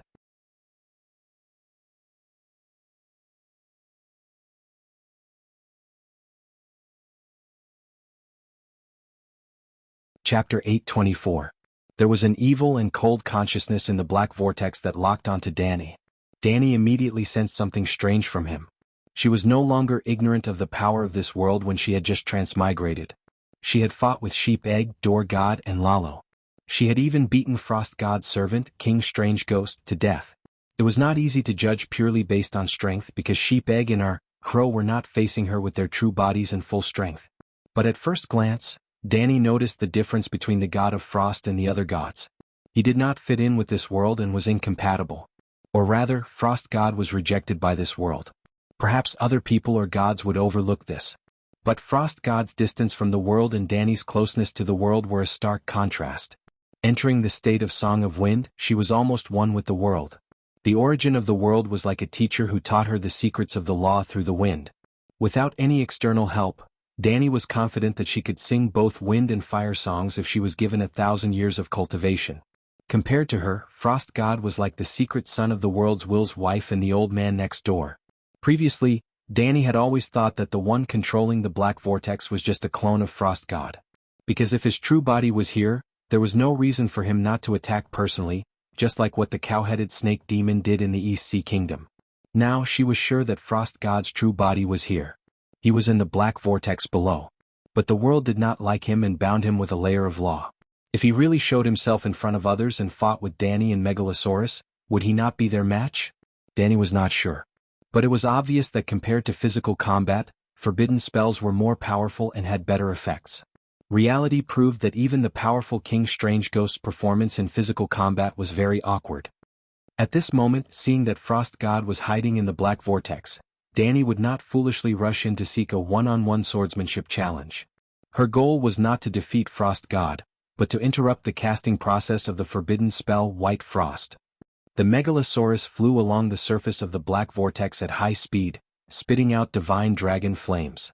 She was like a nimble fly, constantly harassing a certain lousy hand, who was sitting in front of the computer typing. As it turned out, even the Frost God was not that skilled. The purplish-red lightning and black shadow tentacles had tried to catch Dahe several times, but failed. However, flies could not cause much harm to people who were writing. From time to time, Blackie would sweep across the surface of the dark whirlpool and leave behind streaks of dragon flames. Besides producing white steam and black smoke, Blackie couldn't stop the white frost from corroding Winterfell. Yes, the dragon flame vortex still had some effect on Bai Shuang. Danny had indirectly saved Sansa's life. Due to the dragon flames, the power of ice and power of darkness in the whirlpool were unbalanced. The frost above Winterfell was like a whip that randomly whipped Winterfell. Before that, the ribbon-like white frost was like a devil's tentacles that accurately tracked the aura of living people. It went all the way to the dungeon gate and almost froze all the people who were queuing at the entrance of the tomb. I also have a forbidden spell. Cooperate with me and let's try it. In the end, Danny decided to use her killing move. Her divine power and soul power were infused into the bodies of the 10 fire elves. They turned into 10 crows and blended into the three-eyed crow's army of 3,000 crows. When the three-eyed crow and the frost god's wills clashed, the 10 crows left the flock and dove into the center of the black vortex.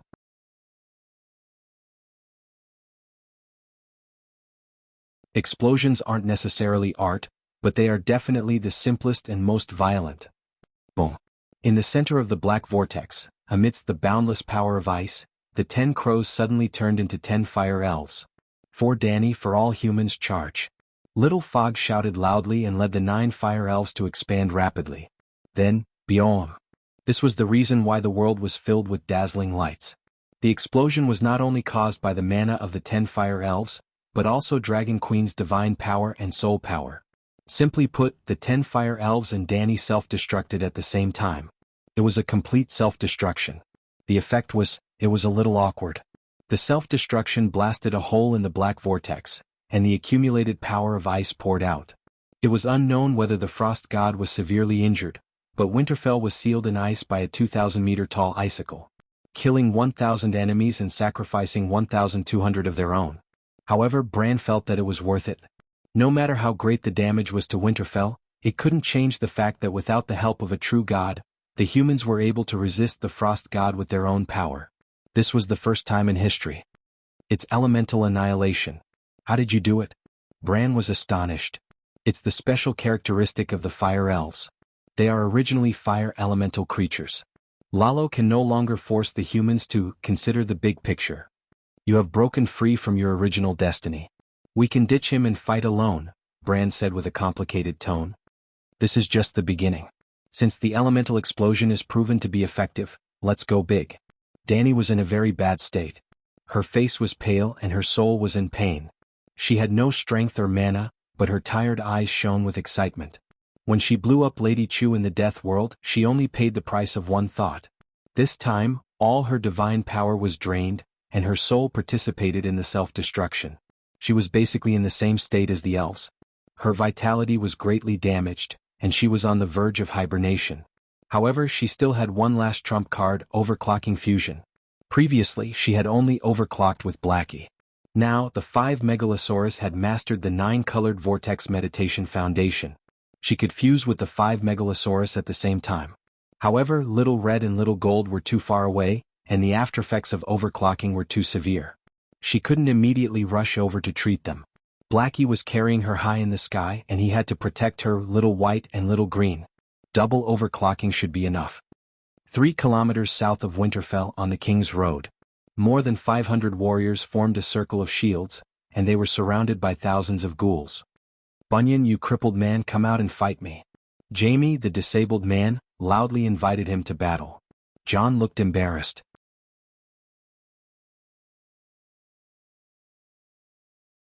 Uncle Bunyan, I'm now the Lord of Winterfell and you're also from Winterfell. You used to be the person I respected the most and I was deeply loved by you. Now that Winterfell has been destroyed, I'm destined to die on the battlefield. Please fulfill my last wish. Come out and fight me fairly. Let me sever the last of our friendship before I die. The big crow leaped up from Jon's shoulder, and its sole voice entered the ears of all the living people. Found it. The whole army has it. The shield-bearers on the periphery squatted down, and the wounded in the inner circle crawled on the ground. Caw caw caw. Without waiting for Jaime and the others to respond, the big crow leaped up and led a flock of crows to an inconspicuous corner of the ghoul army. In the snow 200 meters away from the living shield formation, in the middle of a group of ghouls stood a white ghoul with an umbrella sword on its back and a horned crown on its head. King Strange Ghost. In the chaos, it was fished out from a pile of rocks by the ghoul giant. Previously, it had been hiding in the ghoul army, and even the three-eyed crow couldn't find it. Therefore, when Jaime provoked it, Jon moved it emotionally, and when it showed strong emotional fluctuations, it was immediately noticed by Bran. Then Bran led a flock of crows over. Bran Stark. Seeing the flock of crows flying over, King Strange Ghost felt an inexplicable sense of danger. Red Sword wasn't the only one who could kill King Strange Ghost. In the world, only Red Sword's mana level had reached the highest true god level, and it could easily break through King Strange Ghost's defense. Without another word, King Strange Ghost retreated in a flash. It wasn't slow, but the way it ran was very awkward. It bent its body, stuck its butt out, and limped like a patient with severe hemorrhoids. Perhaps King Strange Ghost himself realized that his running posture wasn't graceful or domineering enough, so he hurriedly called for his horse. Soon, the ghoul horse with frost on its surface ran over. But before King Strange Ghost could climb onto the horse, the 8 crows had already surrounded it. Before King Strange Ghost could draw his sword and slash. Bam bam bam, the 8 crows turned into 8 little suns with human faces. They held hands and surrounded King Strange Ghost in the center, and shouted in unison, "Greetings to you on behalf of the Dragon Queen, long live explosion." At the same time, above the dark vortex, the remaining 40 crows and Mengzatsi all fell into the center of the vortex and turned into 40 fire spirits. The 40 fire spirits squeezed together and shouted in unison, "Greetings to you on behalf of the Dragon Queen, long live explosion." There were 40 fire spirits in the sky and 8 on the ground. The 48 fire spirits divided all of Little White's and Little Green's souls and magic power. Especially the magic power. The Megalosaurus magic power was almost endless, but at this moment they all self-destructed. Boom! The explosion wasn't loud, but the entire sky seemed to be ignited by flames. The dark vortex was like a cow dung that had been hit by a cannon, and a 1-kilometer-wide hole instantly exploded. Then the entire dark vortex was like a deflated balloon, spewing out large amounts of white powder and dark smoke. Before the powder and black smoke fell, they immediately turned into a surging storm and egg-sized hail. However, the water vapor in the sky of the northern region was almost dry, and the hail seemed abnormally thin. Visible to the naked eye, the dark vortex disappeared, the black clouds in the sky dispersed, and the sky gradually began to brighten. It was like coming from a dark night to a gloomy evening. The sky was clean and gray. As the sky brightened, the warriors who got up from the ground could see their surroundings clearly. 200 meters ahead, there was a hole the size of a basketball court.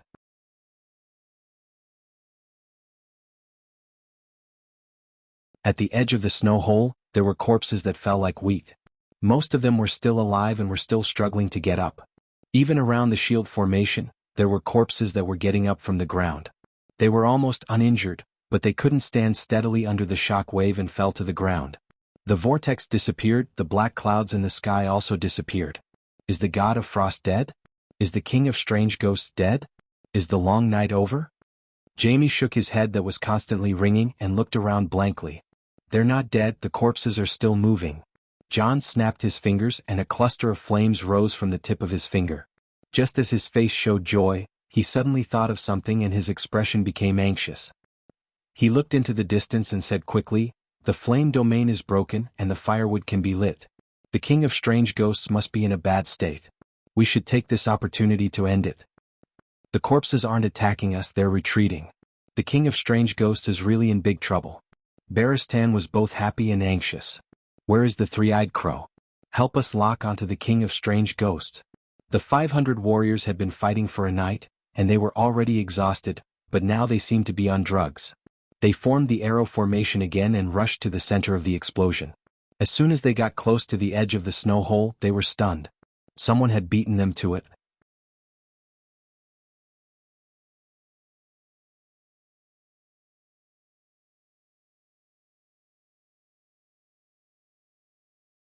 Chapter 825. 40 Fire Elves, carrying 2 Megalosaurus mana and soul power, self-destructed. The power was terrifying. Before the explosion, Danny had been looking forward to it. But she wasn't naive enough to think that a fire element annihilation could kill a true god. The theme of the Winterfell battle hadn't changed: kill the king of strange ghosts. Yes, the king of strange ghosts was the target. If the frost god was chased away, it would be a success. But after the black vortex disappeared and the frost god left, the king of strange ghosts wouldn't insist on fighting Winterfell. It would also run away. Even the three-eyed crow wouldn't be able to find it if it hid among the millions of ghouls. So, before Danny attacked the black vortex, she had to find the king of strange ghosts and detonate the 48 fire elves. It would be best if she could kill it in one go. Even if she couldn't, with the sun vessel, the tower pressure, and the explosion of the fire elves, it would be at least half dead. Even if she couldn't kill it, she had to capture it alive. In short, everyone had suffered heavy losses in the Battle of Winterfell. She couldn't let the culprit escape. Arya discovered something terrifying. When she activated the Death God's Bible, the ghouls ignored her. The ghouls treated her as one of them. Bran was right, the Death God's Bible had a huge flaw. But she wasn't worried. First, under the Death God's mindset, there were no negative emotions like worry or fear. Second, the Dragon Queen promised to help her solve the problem of becoming a ghoul. She didn't trust the Dragon Queen, but she trusted Bran. Bran said that the Dragon Queen would definitely help her solve the side effects of the meditation technique. Finally, if the ghouls treated her as one of them, wouldn't it be easier to assassinate the king of strange ghosts? Yes, Arya also had the ambition to assassinate the king. Fighting for the Iron Throne for her sister Sansa was only a small part of the reason. She wanted to help Winterfell solve its crisis. Then, assassinating the king of strange ghosts would make her a legend. Who didn't want to become the hero in old Nan's legend? She hid in the darkness and pretended to be a ghoul. Stannis' eternal life had touched her deeply. Of course, she was also tempted to attack him. Later, she saw a terrifying thing. The Dragon Queen actually took the initiative to break the hero's red sword. What? Arya's heart was filled with questions. For a moment, she even suspected that the chairman of the United Front of Ghosts had defected to the Deviant Ghosts. However, when he thought about the Dragon Queen's identity as the Pope of the Seven Gods, the Seven Gods would definitely not be deceived by their believers, and they would definitely not side with the Frost God. Soon she stopped thinking about this problem. The conversation between the Dragon Queen and King Ygue revealed a shocking secret. Her aunt wasn't kidnapped by Liga at all. That adulterous couple eloped. What did this mean? The legitimacy of the War of the Usurpers was gone. The Deviant Ghost King who wanted to destroy the Westeros was a Stark, which was enough to make Stark feel vexed. If Stark was labeled as the main culprit of the War of the Usurpers, how would Winterfell and Stark be able to maintain their standing in front of the Seven Kingdoms? What would everyone think? Would there be a great reckoning? Arya was shocked again while she was lost in her thoughts. Dragon Queen pretended to be a pig to eat the tiger. She suddenly exploded and captured King Igue. Well, compared to the unforeseen events that happened one after another, this small matter was nothing. Finally, opportunities were given to those who were prepared. After a shocking explosion, Arya met King Igue, who was lying on the ground like a corpse. Actually, this wasn't just dumb luck. She saw King Igue being rescued from the rubble by the corpse ghost giant with her own eyes.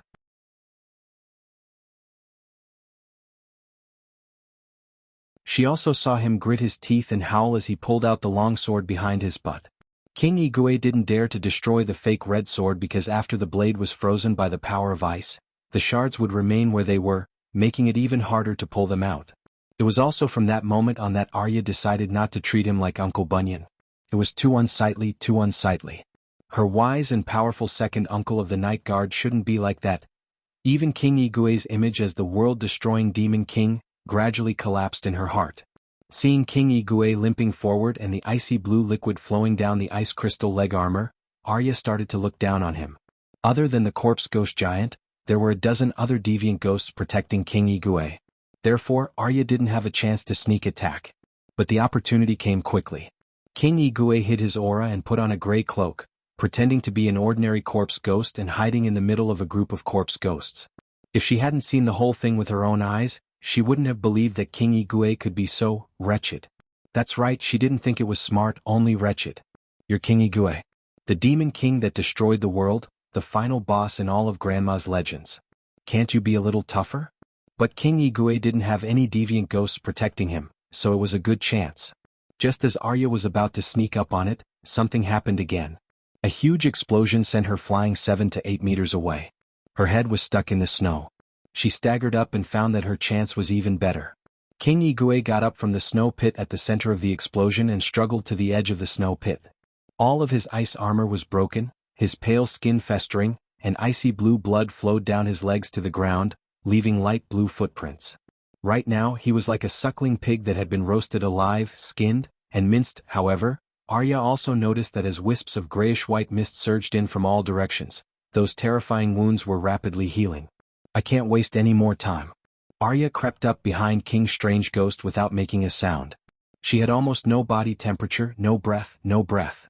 She didn't seem to be any different from the corpse ghosts around her. Cut off its head. Pierce through its back? After hesitating for a moment, Arya decided to sneak attack King Igue's back because she only had a steel dagger in her hand. Unlike swords, daggers couldn't cut off heads easily. The dagger didn't make a sound, but Arya missed. After missing, she lost her balance and the dagger whistled in the air.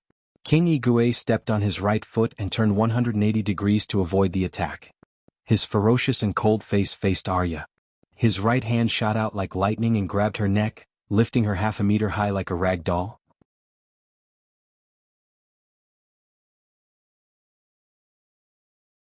His left hand twisted her right arm that was holding the dagger into a V shape. Crack. Arya's forehead was covered in sweat from the pain. She groaned, but her right hand didn't let go of the dagger. Idiot, in my eyes your life force is more obvious than a bonfire in the dark.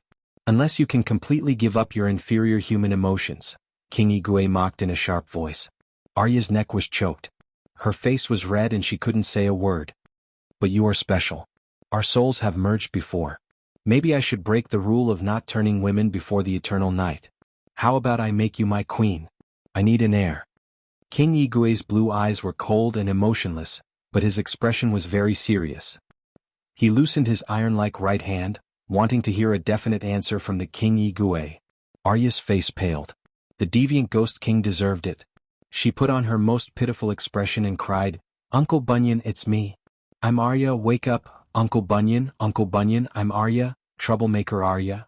When I was young you taught me archery and horse riding. You even said that I would become a female knight." King Igue's pale face showed signs of struggle. His blue eyes could no longer maintain the coldness from before.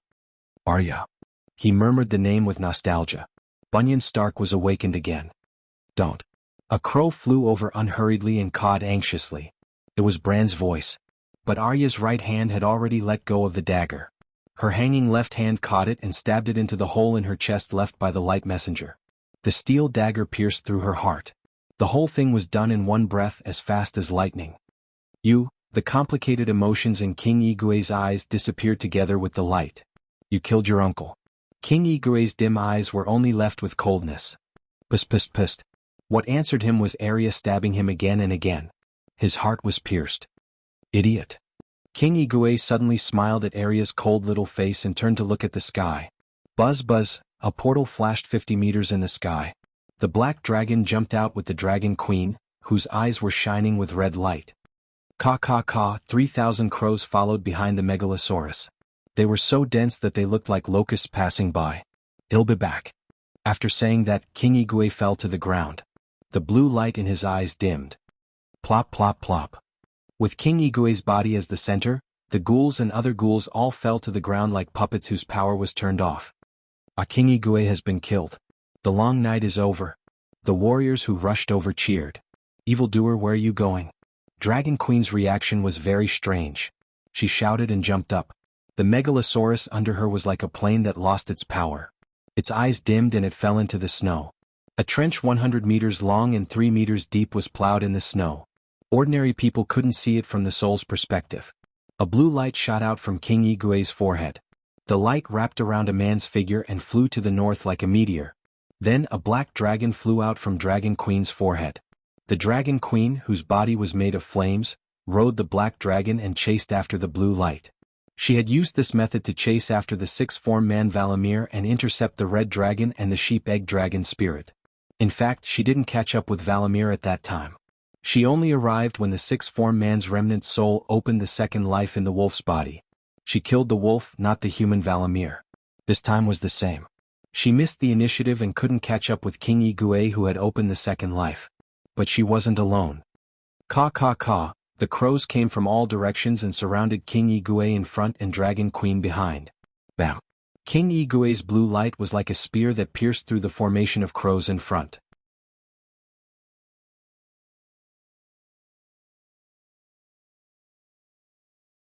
But its speed was greatly reduced. Hiss, kaboom. The megalosaurus chased after it and bit the blue light. It spat out divine dragon flames and activated the bestowment spirit. Mother goddess. The blue light quickly melted in the dragon flames and turned into spirit and divinity that entered the space of the seven gods' faith. Then Dany saw a pair of cold dark eyes. Her, Blackie, and the three-eyed crow's soul vision were all occupied by the huge eyeball. Their souls began to form a layer of white frost, and all their thinking and ability to move disappeared. Whoosh, the blue light that wrapped around King Igue's soul disappeared instantly.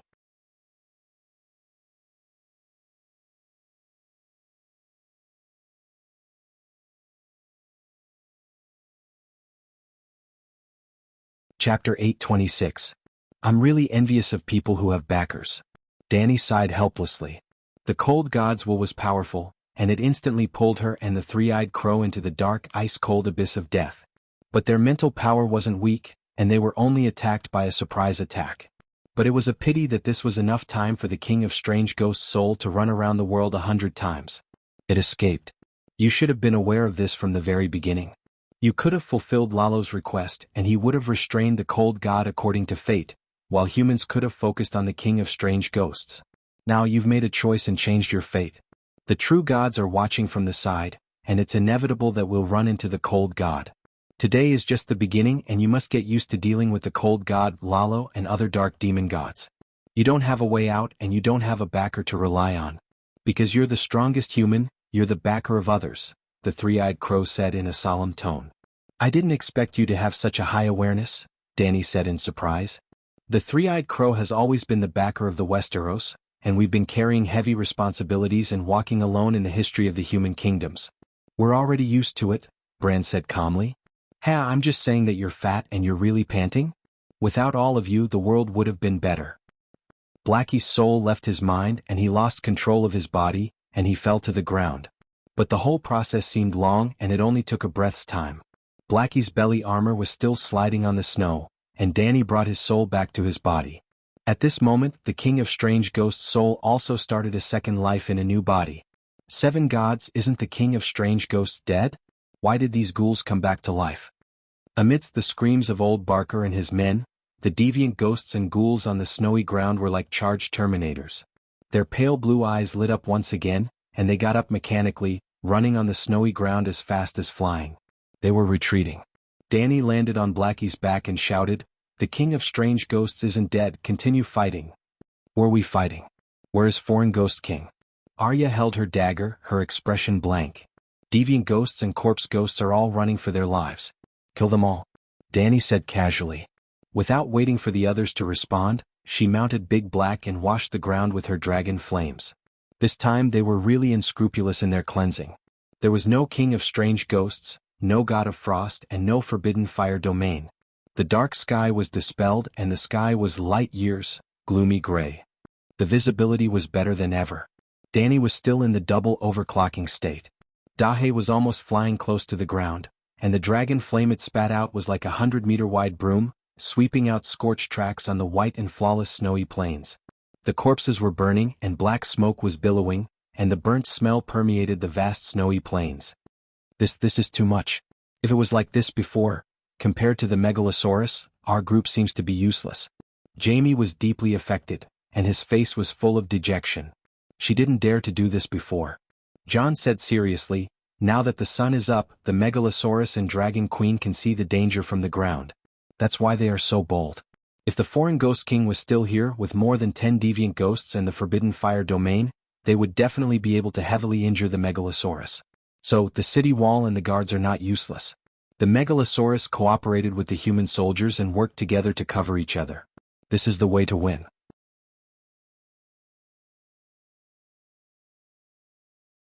Thinking about how it was so dark that they could only rely on their blue eyes to determine the identity of the corpse ghosts and their attacks, Jamie nodded silently. His expression was much better. Arya looked around and found a big crow that had landed on the corpse ghost's cheek and was pecking at the pale flesh. She walked over and asked, "Why is the foreign ghost king not dead?" "I killed it." The crow swallowed the bloody white meat and asked, "The foreign ghost king can control deviant ghosts, just like a shapeshifter can control animal companions. Do you understand now? The foreign ghost king is also a shapeshifter?" Arya's expression was ugly. In fact, the first deviant ghost and the first foreign ghost king were both Green Prophet. The deviant ghost's meditation technique is 90% similar to the Green Prophet's. Your Reaper's Bible was created based on the meditation technique of the deviant ghost and the Green Prophet. So the foreign ghost king can never be killed? John found it hard to accept. "No, it's already dead. Uncle Bunyan's will completely dissipated, and then the real foreign ghost king was born." Bran's tone was complicated. "What do you mean wasn't the one before the foreign ghost king?" Jamie frowned at the crow whose mouth was stained with blood. "It's the foreign ghost king, but it's not complete. You guys noticed it too, right? Bunyan Stark can control the body of the foreign ghost king from time to time. At that time, the forbidden fire domain disappears, the ice power that automatically surges towards it disappears, and the piercing north wind slows down. It can be said that other than the appearance of a deviant ghost, it has lost all the talents and abilities of the foreign ghost king. That is the pure Bunyan Stark, a human. The reason for this is that there seems to be a problem with the ritual of transforming the foreign ghost king, and it's only half completed. Most of the time, Bunyan can't take control of the body of the foreign ghost king, but his will never disappear. The foreign ghost king with human emotions is naturally an unfinished product of failure. Therefore, the foreign ghost king must come to attack Winterfell, and Frost God must destroy Winterfell. By destroying his own home and killing his own family, Bunyan Stark completed the final transformation to the foreign ghost king, Bran explained. "Isn't that too incredible?" Jared Dane looked suspicious. "You didn't tell us this before, and you didn't even reveal the secret of the foreign ghost king's true identity." Jon frowned and said unhappily, "If you knew all this, why didn't you tell us in advance?" "I was just guessing then, I wasn't sure." Big Raven's eyes flashed with human-like helplessness. "Jon, do you still remember how you found the Winter Horn? The horn that blew down the Great Wall?" Jaime exclaimed. "Did a horn really cause the Great Wall to collapse?"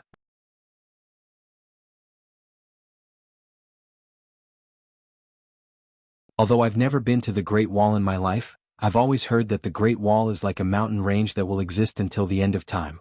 It sounds incredible, but it's a fact. The Eastwatch Night Watchmen saw it with their own eyes." Barristan pouted in the direction of Winterfell. "Before today, could you have thought of this?" Looking at the towering iceberg, all the doubtful creatures fell silent. Bran continued, "The barbarians guessed correctly. For thousands of years, the winter horn has been in Joman's tomb, but how did it appear? Humans don't remember, but the deviant ghosts remember, and they dug it out. 5 years ago, John found the winter horn under a rock at the Ancestor Fist Peak. It wasn't an accident. At that time, the deviant ghosts had just dug out the horn and transformed Bunyan.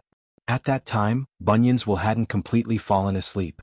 He didn't want to destroy humans, so he stole the horn and prepared to leave it to the night watchman. How is that possible? John couldn't believe it and shook his head. The others were also in disbelief. Bran sighed and said slowly, "Others may not understand the significance of the Ancestor Fist Peak, but John, you were the commander-in-chief of the Night Watchmen. Don't you know?" The Ancestor Fist Peak was a hill that rose abruptly in the Ghost Shadow Forest.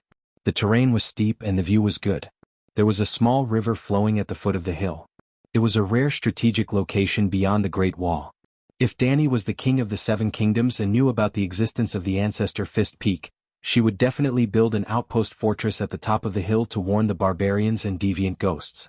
In fact, before the first long night, the ancestors had built a simple circular fortress at the top of the hill, a circle of gray stone walls that reached the height of one's chest. Therefore, until now, the Ancestor Fist Peak was an important stronghold for the Night Watchmen north of the Great Wall. When old Mormont led the Night Watchmen out of the Great Wall to inquire about the movements of the barbarians and deviant ghosts, he used the Ancestor Fist Peak as a base to stop the invading barbarians and deviant ghosts.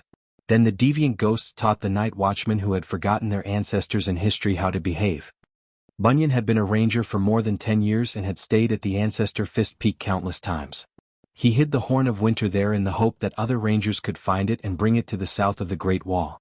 In order to remind the Night Watchmen, he also put a bag of dragon crystals beside the Horn of Winter. Unfortunately, no one understood what he meant. Bran said helplessly. John carefully recalled the scene when he found the horn and slowly accepted Bran's explanation. Why didn't Uncle Bunyan leave a letter to make things clear? He asked in a hoarse voice. He wasn't a scholar. How could he carry a pen and paper with him? Besides, he had already been transformed into the King of Deviant Ghosts at that time.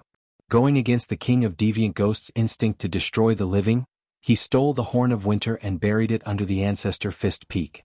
That was the limit of what he could do. Why didn't the King of Deviant Ghosts find the horn after that? Barristan frowned. John smiled bitterly. Now that I think about it, they really did find it. Not long after Commander Mormont led us to the Ancestor Fist Peak, the Ghoul army surrounded us. After that, they chased the Night Watchmen all the way to Castle Castle. Bran continued, I know what happened in the past, but I can't predict the state of the King of Deviant Ghosts. Combined with everything that happened today and seeing the King of Deviant Ghosts' second life with my own eyes, I came to this conclusion. The Hound glanced at the big crow and said impatiently, I don't care about Bunyan Stark's will.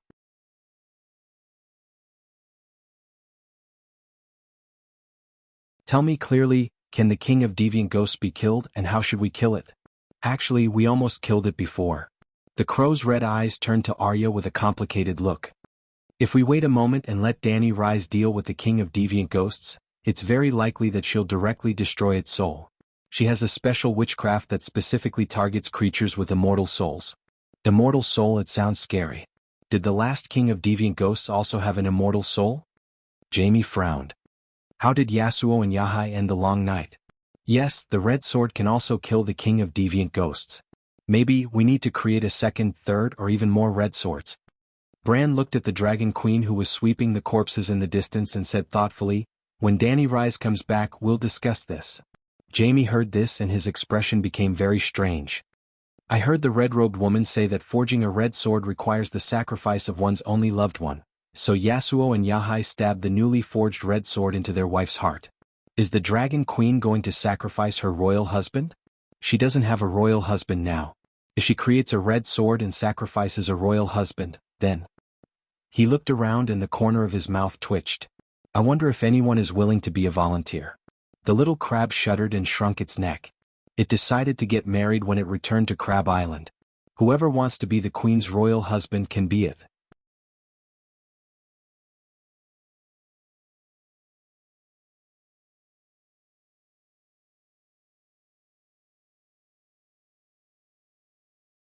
Chapter 827.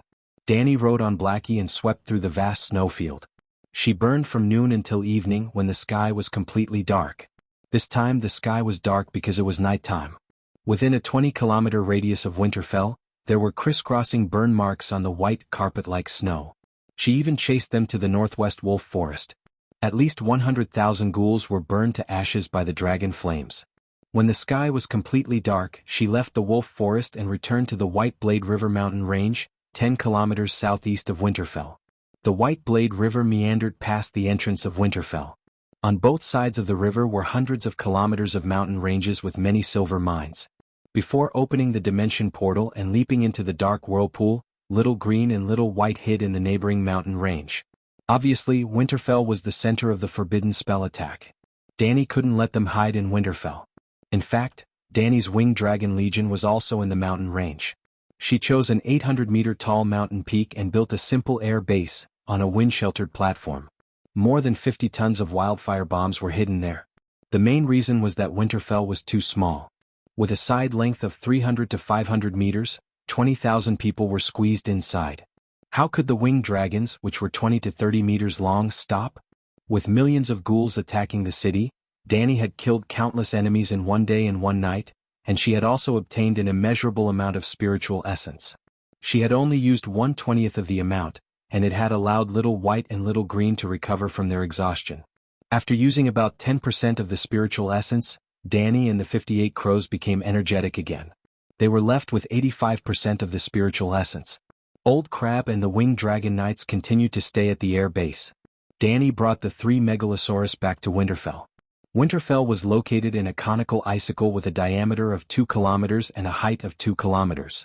The ice outside was crystal clear. Inside, the war-torn castle, frightened people and snow-covered trees were lifelike, forming a strange and beautiful scene. When Dany landed, about 3,000 soldiers were gathered in the ruins of Winterfell in front of the King's Gate. Only the wooden houses, pillars and roofs of Winterfell were demolished. The main structure was still there. Moreover, the people of the northern region were used to building basements to avoid the winter. Even some multi-story stone buildings could be used as living quarters. After receiving Blackie's warning, the 3,000 soldiers left Winterfell via the city gates or ladders. At least 5,000 of them left Winterfell. Now there were only 3,000 left and most of them were injured. Wounds from swords, bites from deviant ghosts, frostbites from cold air.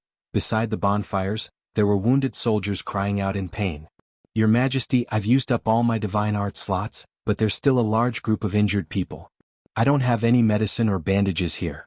Do you think you should help treat them?" As soon as the Megalosaurus landed, the exhausted Hound came looking for them. "Gather the wounded soldiers together." "I'll treat them together," Dany said directly. Hound said blankly, "The wounded soldiers have been arranged together. You can treat them when you go over. Let them line up before me side by side. Sir Barristan, bring some people over to help," Dany said. Hound was still puzzled, but he still left with White Knight. Jon came over again and said, "Your Majesty, there are still many people trapped in the Winterfell graveyard. Why don't you use your dragon flames to burn a hole and rescue them?" Dany didn't refuse. "There's no need to evacuate Winterfell. We can hollow out the interior and use this iceberg to survive the long night."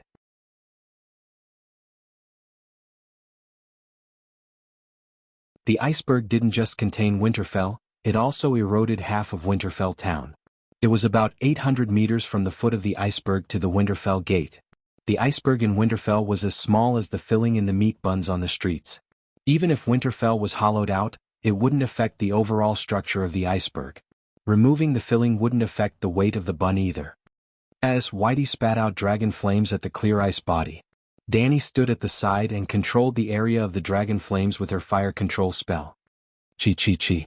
The red flames collided with the blue ice, and the 2-meter-tall and 2-meter-wide semicircular arch slowly pushed inwards. The iceberg melted and warm water flowed into the snow pit at the side. Hot steam lingered. At this time, Old Bart, Hound, and a group of healthy warriors carried the wounded soldiers over. Dany frowned and looked at the dirty soldiers for a while. She said loudly, "Find some pots and pans and get some water for me to clean the wounds." After a while, when the wounded were shivering under the half-cold water, Dany let them huddle together again, shoulder to shoulder. "Most of you aren't believers of the 7 gods. In order to increase the effectiveness of the sacred healing spell, you are all praying to the Holy Mother in your hearts. At the same time, you are singing the Holy Mother's song with Hound. With me?" Hound pointed at his nose and asked, "You are the chief bishop. You lead the singing, I will cast the divine spell." "All right." Hound stood in front of the wounded soldier.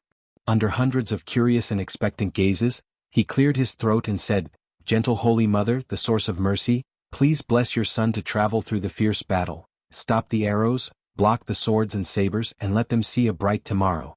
Gentle Holy Mother, the hope of women, help your daughter not to suffer, calm the anger, tame the madness, teach us to be tolerant of each other." After singing for a while in an off-key rough voice, Hound suddenly froze. He looked at the crowd opposite him and asked, "Why don't you sing with me?" "Slow down, they can't keep up," Danny said impatiently. Then Hound slowly sang, "Gentle Holy Mother, the source of mercy. Gentle Holy Mother, the source of mercy." The group of northerners loudly sang the same off-key song. Although their singing was not very good, they had the pious and holy attitude that Danny needed. In short, these northerners had become shallow believers of the seven gods without even knowing it or being willing to admit it. Faith came from hope.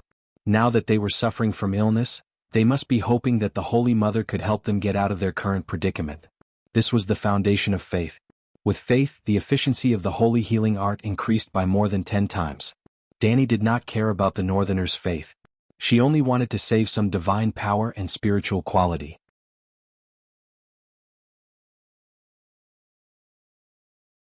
As the Holy Mother's song continued, a faint milky white halo rose from their wounds. The halo connected into a milky white glow. "Holy, holy, grand and warm. Holy Mother, I can feel it. Holy Mother is watching me gently and caressing my wounds. I am full of strength." A bearded northerner closed his eyes and shouted randomly. The wound on his cheek that was bitten by a zombie was healing at a speed visible to the naked eye. "Holy Mother is merciful. The hole in my stomach is healing. My intestines are moving. It's a miracle. My leg is healed. Isn't this a little too exaggerated?" Jamie was dumbfounded. The Hound was sweating profusely after casting a palm-sized holy healing art. The Queen healed 600 to 700 people at once and her face didn't even turn pale. Is there such a huge difference between the chief bishop and a normal monk? His Majesty is blessed by the Holy Mother. He is the child of the 7 saints. He is different from the others, old Barton said with a devout expression. Wounded soldiers were often one of the biggest reasons for the decline of the army's morale. By the same logic, wounded soldiers were treated effectively with the miraculous, group healing art. Even if Winterfell was frozen, even if the King of Strange Ghosts escaped, even if the humans suffered heavy casualties in this battle, the remaining soldiers quickly regained their fighting spirit and became energetic. The atmosphere in the winter avoidance town camp became much more relaxed and cheerful. "What's the matter with the King of Strange Ghosts?"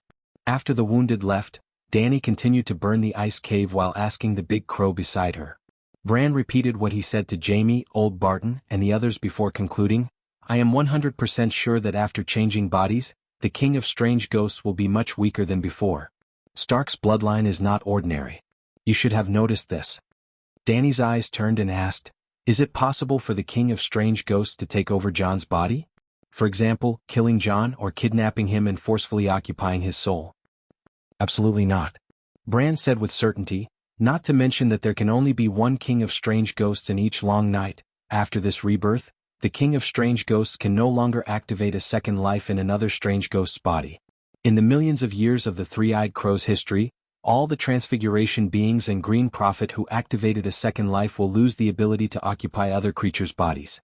In other words, the gift of rebirth through possession is a one-time use. After using it, the Transfiguration ability will be lost." "You mean, if the King of Strange Ghosts is killed again it will definitely die?"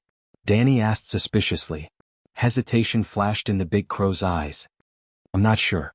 Do you know how the King of Strange Ghosts was born?" "You know?" Danny asked. The big crow shook its head and said, "I have a guess but I don't know the specific process. The strange ghosts leave simple ice runes in the dead's mind, transforming the corpse into a corpse ghost and controlling it. The King of Strange Ghosts leaves its will and meditation technique in the mind of a baby, allowing the baby to absorb the power of ice and become a strange ghost to control it. Then is it possible that the strange ghost summon the frost god through sacrifice and let the frost god leave its will in Bunyan's mind?" "It's very possible," Danny said. "Then, can the frost god take back the assimilated soul and return it to its main body, or transfer that soul to the next strange ghost?" Bran said. Then the king of strange ghosts can never be killed? Danny said. What I mean is, killing the king of strange ghosts who activated a second life with a normal weapon might not be able to end the long night. What we really need to do is to destroy the will of the frost god in Bunyan's soul. Danny thought. You're right.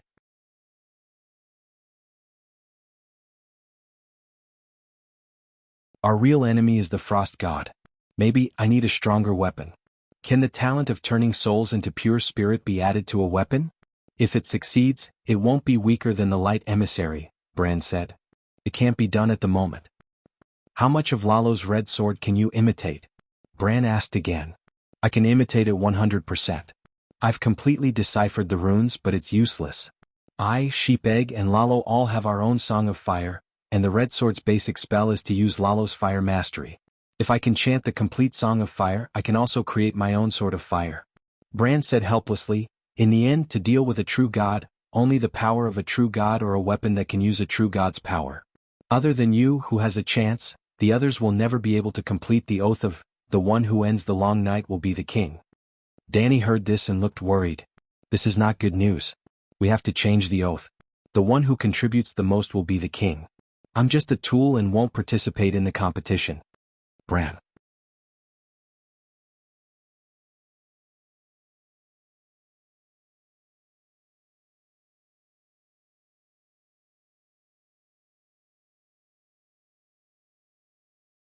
Chapter 828. How many fragments of the seal of the Green Prophet did you get from King Strange Ghost? Bran asked. That's mine. Danny coldly said. Although King Strange Ghost was saved by Frost God, a small part of his soul had already been burned by Dragon Queen before he escaped. The seal of the Green Prophet belongs to the Three-Eyed Crow. I feel uneasy losing it in my hands. We've worked together a few times now and can be considered a reliable ally. Can't you help me? He couldn't take her by force and he couldn't offer anything that could move Dragon Queen, so Bran had no choice but to play the sentimental card. But the problem was, did Dragon Queen have feelings for him? It's too late, I've already turned the seal of the Green Prophet into pure sentience, Danny said. Sentience is fine too, strengthening my soul is the same as completing the seal of the Green Prophet. After I die, I'll also become a part of the Green Prophet, Bran hurriedly said. I've already fused the sentience into my soul, Danny said. I can feel it, you haven't ga. Bran stopped halfway because Dragon Queen had swallowed the sentience of the Green Prophet right in front of him. You can feel what? I haven't? Danny asked solemnly. Bran didn't say anything. Danny sighed. With another 2% increase in my control over the heavenly path, the connection between the 7 gods and their followers is becoming clearer and clearer. So many voices, so many prayers, I can't handle it all. The 800 meters of ice was about to burn through, and the ice cave met the pile of rocks that was used to suppress King Strange Ghost. Save me. Danny was shocked. The voice came from the pile of rocks. There was still someone alive inside. Who's outside? Save me. Although the voice was as soft as a mosquito's, it was filled with great pain. Even the most cold-hearted person couldn't help but feel pity. Sir Richard, you're not dead yet? Danny was stunned for a moment when she sensed the mental wave from the stone. The stone pile in front of the city gate was different from the tomb cellar. The tomb was built from a natural underground cavern. There were gaps in the interior that led to further underground caverns, so air circulation was not a problem at all. Therefore, the ghoul army had already retreated, and Danny didn't immediately set fire to the glacier. But the rocks were completely covered by the ice and there was limited oxygen. After such a long time, the oxygen must have been depleted. No, Richard was no longer a normal person. At this moment, Danny remembers that Richard is not a perfect resurrection like Big Sparrow. The Yin spirit in his body is not completely removed. Not long after, a group of soldiers came in and moved away the stone slabs, bricks, wood and other debris, revealing a small space between 2 stone slabs. There were 2 corpses inside. They were naturally corpses. However, one of the corpses slowly opened its eyes and gently breathed in the cold air. Ah, the corpse is coming back to life. Quick, kill it. It's a corpse ghost. The barbarian soldiers carrying the corpse howled and went to look for the dragon-toothed dagger. I told you he's Sir Richard. He's not dead, Danny said with a dark face. But he's ice, colder than ice, the soldier shouted. Look at his eyes. They're glowing blue, Danny reminded him. Everyone took a closer look and let out a long sigh of relief. Sir Richard's blue eyes were like extinguished candles. They were almost completely dim, let alone shining. When they carried Richard out of the ice and placed him by the fire to heat up, everyone gathered around to look at him curiously. "Why isn't he dead?" John asked in surprise. "Well, the last time he was resurrected, he accidentally brought down a holy garment from heaven." Lying came naturally to her. "Oh, I remember now," John said thoughtfully. "At that time, Sir Richard was chanting something like, 'Mighty Heavenly Dragon.'"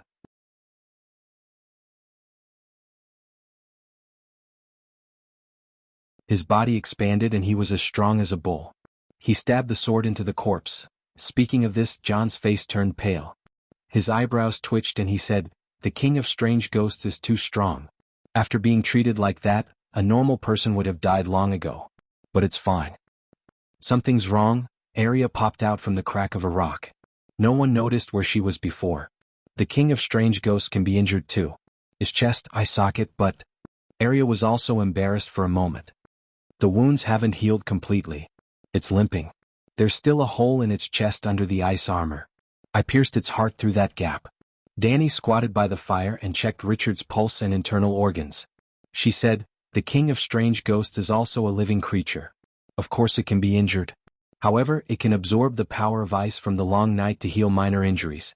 It's similar to the healing skills of the seven gods. It's easy to heal external wounds, but it's very time-consuming to regenerate broken limbs." "How is he?" Arya leaned over and asked. "It's very strange. The surface of his body is covered with a layer of frost, but the liquid inside his body is not frozen. Instead, it's in a state of hibernation," Dany said excitedly. In her previous life, scientists had worked hard for more than half a century, but they still couldn't find the technology to freeze living people. Now, with the productivity and the level of science in the Middle Ages, Richard had perfectly achieved the goal of scientists.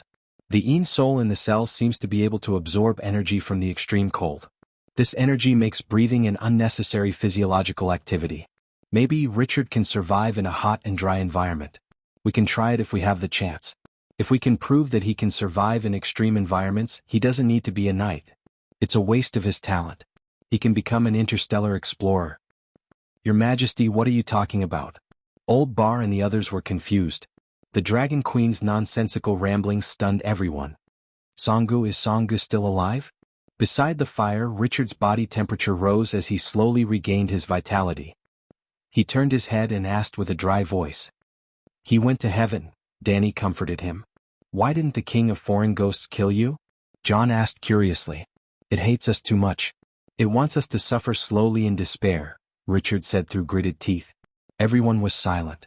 "You did such a thing to the king of foreign ghosts. You deserve to suffer slowly. But Sir Songu was just unlucky to be implicated." They started to burn from the city gate. Along the way they met hundreds of people from the north who were frozen in ice. They melted the ice and carried the bodies out.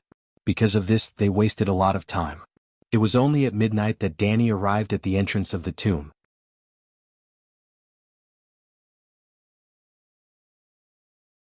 Oh no, it was so crowded that the door of the tomb couldn't be closed in time. The cold air rushed in. Seeing the anxious and terrified ice sculptures in the staircase of the tomb, John's heart sank. Ah, this is Jenny Poole. She was always by Sansa's side. The tomb was very deep, about 30 meters underground. The narrow staircase spread down in a zigzag pattern. At the bottom of the staircase, John saw an ice sculpture that made his soul freeze. His eyes reddened and he almost cried. "I told you Sansa is fine," the big crow on his shoulder said calmly. "Not only is she fine, you can also see an unexpected old friend." Bran's voice sounded strange in the narrow passage. After clearing another layer of ice, the worry on John's face turned into surprise. The thick oak board at the entrance to the upper level was not covered, but the entrance to the tomb at the bottom level was tightly shut. He looked back at Jenny Poole's body carefully. Her face was filled with despair. She was curled up into a ball, her right hand clenched into a fist as if she was hitting something. Jenny was blocked outside. She struggled for a long time before she froze to death. John shuddered. The iron oak door that was thicker than Dany's waist was slowly opened by the people in the tomb. There was a gap, and a few soldiers were holding torches to clear the ice shards between the door, so that the door could move freely. When the door was fully opened, a woman in red stood under the light of the fire. Her mysterious red eyes looked at the Dragon Queen who was holding the fireball. She said calmly, "What took you so long? You're not dead?" Danny was still calm, but John shouted first. Melisandre wore another ruby around her neck.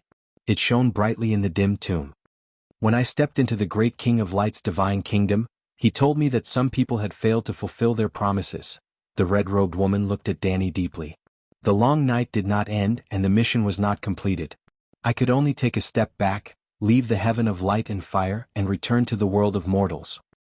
Welcome, welcome. It's good that you're back. The world still needs a great wizard like you. Danny's eyes were gloomy, but there was a bright smile on her face.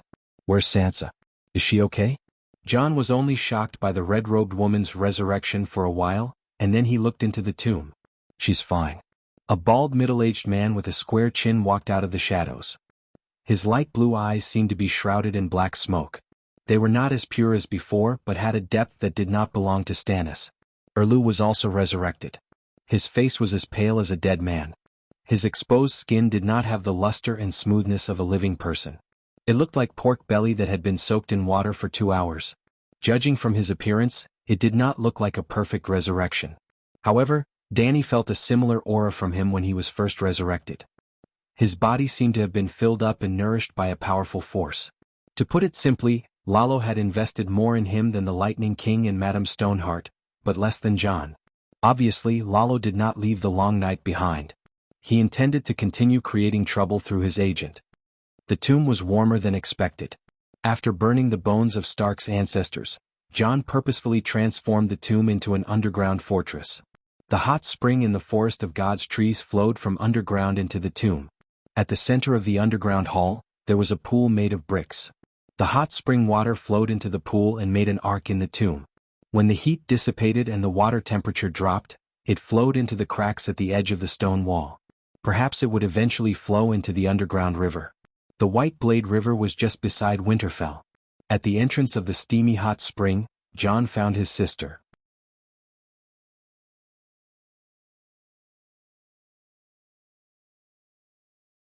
Although it was a little damp, it was the warmest like spring. I didn't expect the tomb to be so big. Perhaps it is connected to Gorney's Passage. The city builder, Brandon, chose a good place. At the end of the tomb, Danny felt the cold air pouring in through the gaps and holes. She sighed with emotion. You don't have to go to the surface anymore. Just spend the winter here. It's quite warm. A Northern Territory woman washing carrots by the hot spring water looked at the Dragon Queen in awe and whispered, "Everyone says that there is a mystic dragon hidden under Winterfell." Danny shook her head and said, "There is no mystic dragon, but there is a crack in the ground. Perhaps there was a volcano nearby tens of millions of years ago. But now, it is long dead. There are fewer and fewer volcanoes in the world."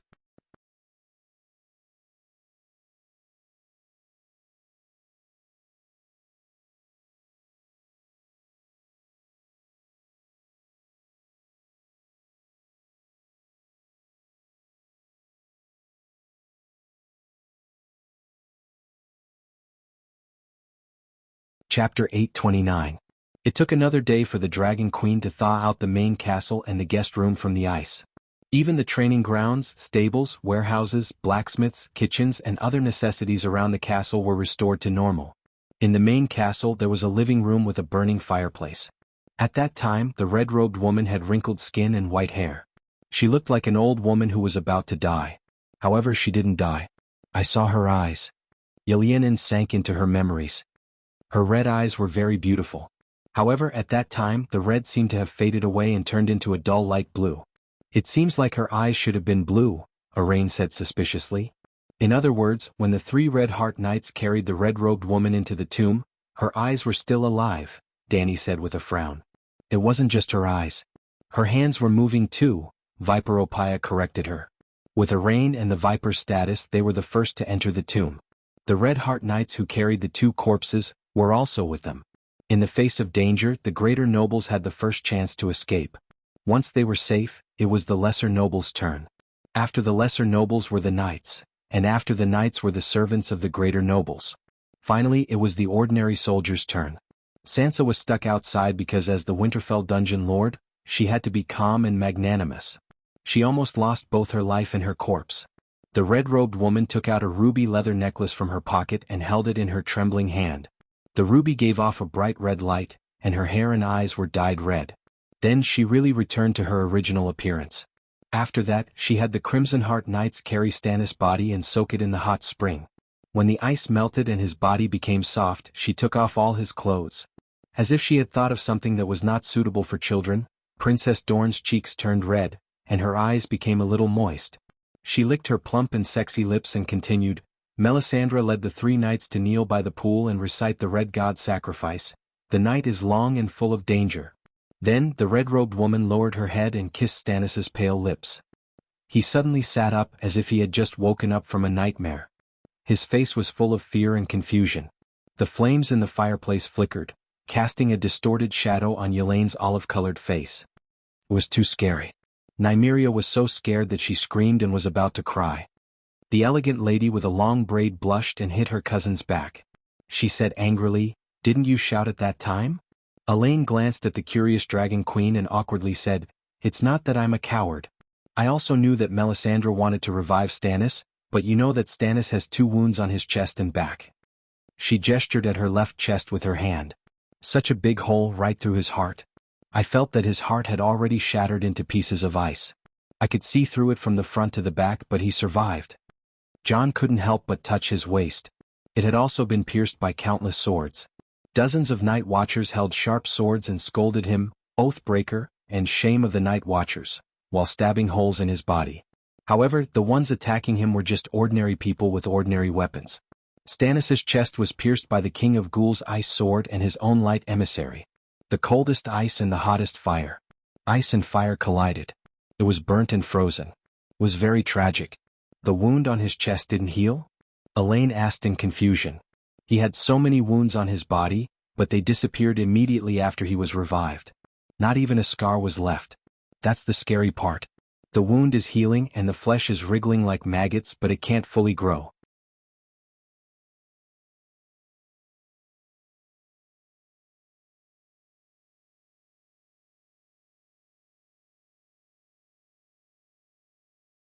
In the end, there are 2 slits in his heart. Yelene's face was pale and her voice was trembling. The snake elder sister Opaya thought of her father and said, "It seems that the wound of the ice sword and the fire sword can't be healed. It's like a curse." Prince Oberyn was also a strange person. He was a scholar in his early years and left the City of Knowledge after creating the 6-section necklace. He traveled in the 9 free cities as a mercenary and formed his own mercenary group. He slept with men and women, and he was also slept with by men. He learned a lot about poisons and dark witchcraft. The poison that stabbed the Demon Mountain contained evil blood magic. Even the spellcaster scholar Cabourn was helpless against it. Although Oberyn was promiscuous, he was very good to his illegitimate daughter and imparted all his knowledge to them. That night, in the main hall of the Winterfell castle, the fireplace was blazing and the 4 walls were filled with torches. In the middle of the long wooden table sat the Earl and a group of knights, night attendants and barbarian leaders. They were either sitting or standing. The summary meeting of the Battle of Winterfell was in progress. In this battle we lost 8,000 soldiers and more than 5,000 civilians.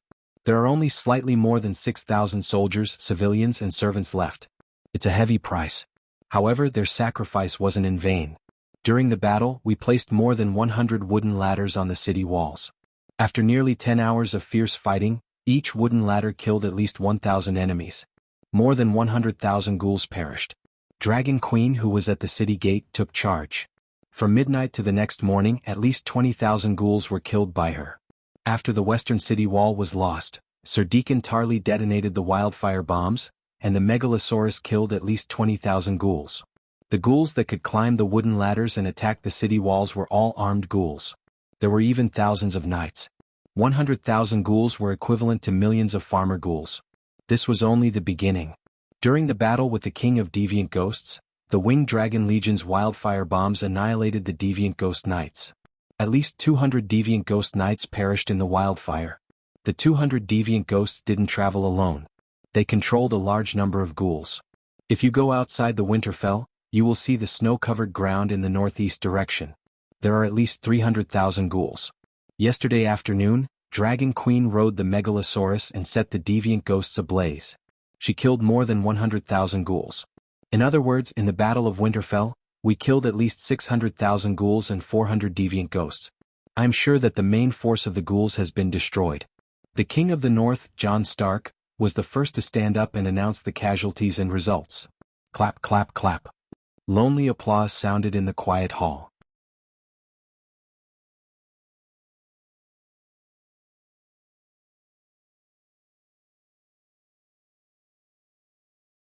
Everyone looked at Ms. Long, who was at the main table, in confusion. Isn't such an achievement worthy of celebration? Danny was open and not embarrassed at all. You ran away from the king of deviant ghosts, Erlu said coldly. Dan and I frowned. At this moment she could feel a repressed hostility from him. It was a hostility that shouldn't belong to him. In the process of his resurrection, his soul had lost a part of its precious characteristics. There's no other way. The first divine king suddenly became weak. The red sword lost its magic, and the frost god in the sky no longer forced it to use forbidden spells, she said. Why are you unwilling to sacrifice yourself? You know what I'm saying. I used my life to create such a good opportunity for you, Erlu questioned in a low voice. I need to consider the big picture. I can't sacrifice myself so easily. Danny's expression was serious. Erlu's pale and thin face began to twist. I misjudged you, he said coldly. Ah, I understand. Danny suddenly understood. You don't grind your teeth now. Lalo took away your habit of grinding your teeth. So, grinding your teeth is your most precious characteristic. Danny's expression became very strange. Erlu really stopped grinding his teeth. He just looked at her with a cold and emotionless gaze without saying a word. In fact, Erlu's grinding of teeth was just an external manifestation of his intense emotions. Just like when Danny was too agitated, her eyebrows would change into strange shapes. Erlu didn't grind his teeth now, not because he couldn't, but because the fire in his heart was extinguished. He rarely had intense emotions.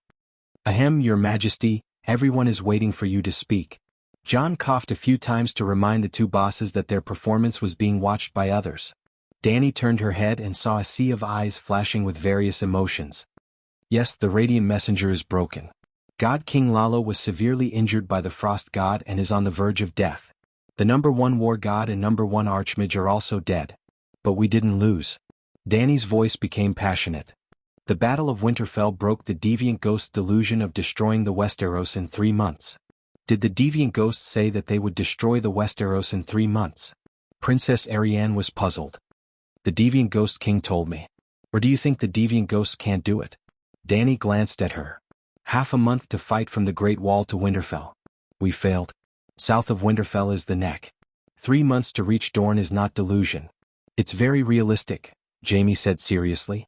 Danny ignored them and continued speaking loudly. This is the first defeat in the War of the Million Ghouls. To the deviant ghosts, it's not only a loss in numbers but also a loss in spirit. The Battle of Winterfell increased the confidence of the Seven Kingdoms. It changed the fate of the humans who couldn't defeat the Frost God without the help of the gods. The fact that Arya Stark killed the deviant ghost king proves that everyone can be the savior of the world.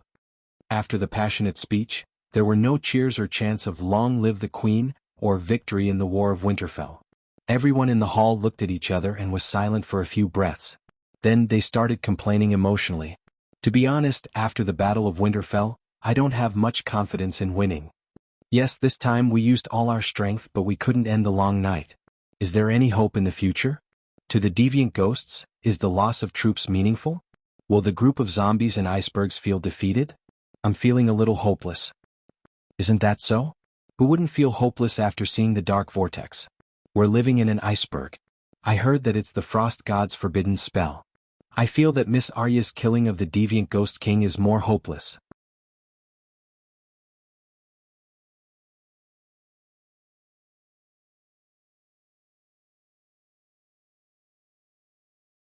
After killing him he can be reborn. I feel like going to heaven.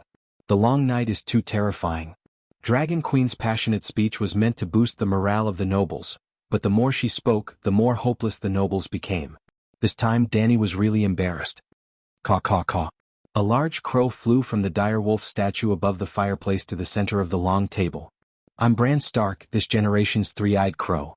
The three-eyed crow is the god's messenger who protects the Westeros.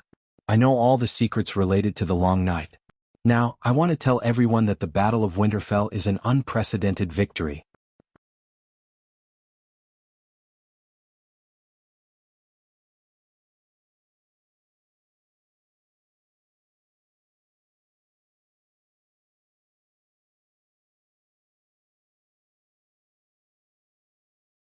Chapter 830. Did you notice the change in Stannis? After the conclusion of the Battle of Winterfell, Dany immediately found Melisandre and invited her to a corner of the castle corridor. What do you want to say? The red-robed woman's attitude was cold. Dany pursed her pink lips and her beautiful face became serious. When Lalo revives the dead, he will take away the most precious part of that person's soul. I saw Lady Stoneheart in Hujin and heard Monk Soros talk about what happened to the Lightning King Earl Bailey. After they were revived, they were no longer their previous selves. Lord Barry had even forgotten the name and face of his most beloved fiancée, and Lady Stoneheart had committed her most abhorrent crimes one by one. I don't know why the Light King wants to take away a person's soul, but it is clear that he didn't even let go of his chosen savior. Stannis used to be unscrupulous for the Iron Throne and power, but he at least understood that power was also a responsibility. He pursued the Iron Throne fervently, but he also fulfilled the responsibility of the King of the Seven Kingdoms to protect the Seven Kingdoms. For the sake of the big picture, he temporarily put down the Iron Throne and worked with me to deal with the strange Ghost King. Now he has changed. Melisandre raised her head and stared at Dany with her beautiful red eyes. She asked, "Do you know that Stannis knew he was going to die, but he still created an opportunity for you?" Dany shook her head. He knew his end? Before challenging the strange Ghost King, he and I saw our fates in the bonfire, our shared fate. He knew how he would die under the strange Ghost King's sword, so you got such a good opportunity. The red-robed woman's eyes were filled with grief and anger. Dany was startled. She didn't expect Erlu to be so fearless. She sighed for Erlu who had passed away and said lightly, "Bullshit opportunity. Do you know that your prophecy was already known by Lalo?" The red-robed woman was stunned for a moment. What do you mean? The King of Light that you believe in is not a good person. He knows that you are heroes and he also guessed that I am a human hero. That sly old man knows how heroes make decisions at critical moments, and he is also good at using righteousness to deal with heroes. Therefore he who had seen through everything, set a trap on the red sword to lure me in. He guessed the beginning but not the end. You are a hero and so is Stannis, but I only look like a hero. The Dragon Queen showed unprecedented sincerity. Why is the Light King trying to tempt you? Melisandre asked, puzzled. He wanted to plunder my talent, soul and magic power. When I held the Light Emissary, Dany told her everything that had happened that day. As if she was worried that the red-robed woman would not understand Lalo's viciousness, she even told her what had happened to Yasuo, Ahai and Nisha. Let me tell you clearly. The real savior is Jon Stark and Stannis is just a spare tire. When you revived Jon the last time, the Three-Eyed Crow and I did something, and reversed his fate of being entrusted with Lalo's will. We also indirectly changed Stannis' fate, and he became the main one from the spare tire. As if she was still not satisfied, Dany blabbered on, and revealed everything she could. Melisandre was dazed for a moment, but in the end she bit her red lips and said firmly, "Since the great King of Light needs your talent and special traits, then give them to him. Being able to become one with him is the greatest honor in the world." Dany widened her eyes and said in disbelief, "You usually look quite smart, how can you say such stupid things? The so-called gods are just living beings with great power and superhuman knowledge. We can revere their power and learn from their teachings, but we must never lose ourselves and worship them without a bottom line."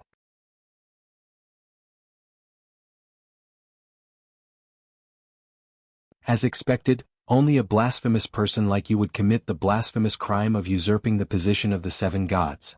The red-robed woman looked at Dany with obvious disdain and disgust in her eyes. Dany looked at the red-robed woman carefully for a long time, from top to bottom, from left to right, and through her eyes she looked into her soul. Finally, she was sure that the red-robed woman was a native fanatic who had not been baptized by modern thinking. Alright, this conclusion did not require her to look left, right, up or down. Aunt May was a native. Dany found it hard to understand because Melisandre was also an extraordinaire, and she was even a top-notch boss among extraordinaires, a demigod. You have such great power, and you are no different from a god in the eyes of mortals. Why are you so obsessed with faith? She asked curiously. Melisandre showed an intelligent and elegant smile and asked in return, "One day, a nobleman who was born a slave will be promoted to a duke of a country. A duke is no different from a king in the eyes of ordinary people, so can he look down on you and betray you?" Dany did not know how to answer that. "Alright, you have a point. I can't use my own beliefs to ask you.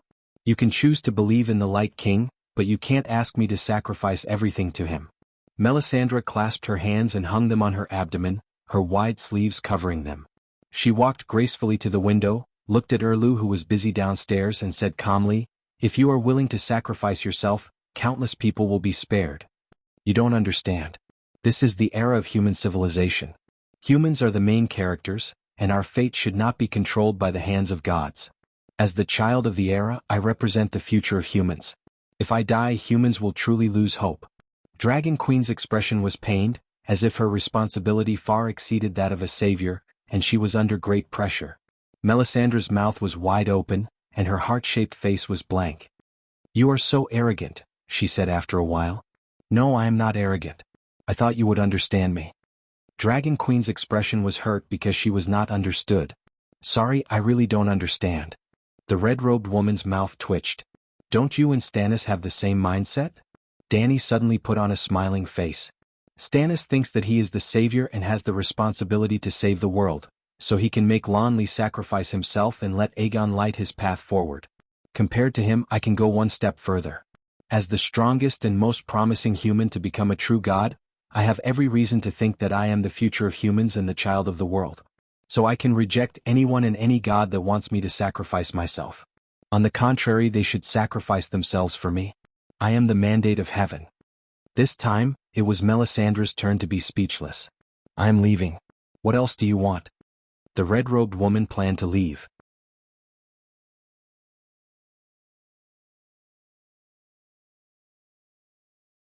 Stannis, try to persuade Stannis. Persuade Stannis.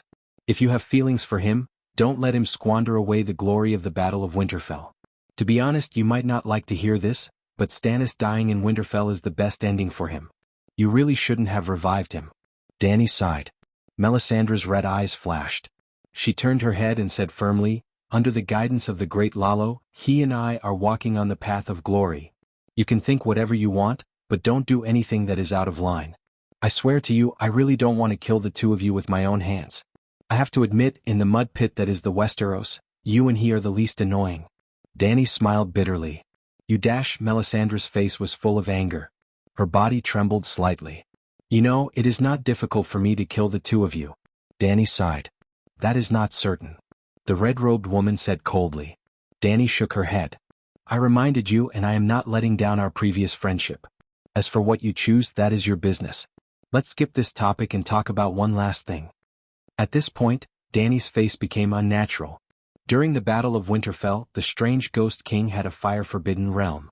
You also created a fire-forbidden realm. Can you teach me that technique? Melisandre's eyes widened.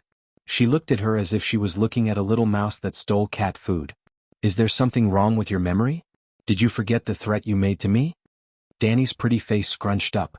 She said helplessly, "You should know how helpful the realm is to me.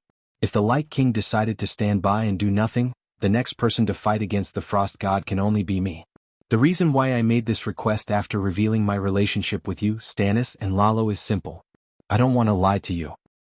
You want to use sincerity to move me? Unfortunately, you failed." The red-robed woman sneered. Dany shook her head and said, "I just want to live with a clear conscience." Melisandre looked at her deeply and turned to leave. Dany shrugged and opened the window. She leaned on the windowsill and admired the beautiful crystal city. Winterfell was embedded in an ice mountain, and the sky was a large piece of clear ice crystal. When the firelight shone on it, the ice reflected rainbow-colored light, and the ice surface reflected red clouds. Just a few torches created a fairy tale-like scene. Winterfell can be considered a blessing in disguise. This ice mountain is not only a barrier to the strange ghosts, but it also turned a dilapidated gray stone castle into the most beautiful building in the Seven Kingdoms. If Longlegs Lomas was still alive, he might have listed Winterfell as the 10th wonder of the world. You should thank me. It's a pity that I don't know the technique of the fire elemental domain. As for the wind elemental domain, the wind elemental domain isn't urgent. I suggest you spend some time to understand it yourself through the wind of a world. The Green Prophet is not on the same path as you. The big crow stepped into the window and cawed. I have to leave Winterfell too. A week ago there was an urgent report from Slaves Bay. A few dragon worms burned the manor and barns south of Meereen City. Perhaps I have to make a trip to the Smoke Sea. Tap tap tap. The sound of iron boots running on the stone walkway approached. Dany turned her head and saw a pockmarked knight trotting over in a hurry in the dim walkway. Your Majesty, we are leaving soon. Melisandre asked me to pass this to you. Without waiting for Dany to ask, Sir Richard handed her a ham sausage. It was as thick and long as 200 grams of ham sausage, wrapped in a layer of gray lambskin. Reaching out to take it, Dany immediately realized that it was a roll of lambskin. What is this? She shook it thoughtfully. It was quite heavy. Richard shook his head.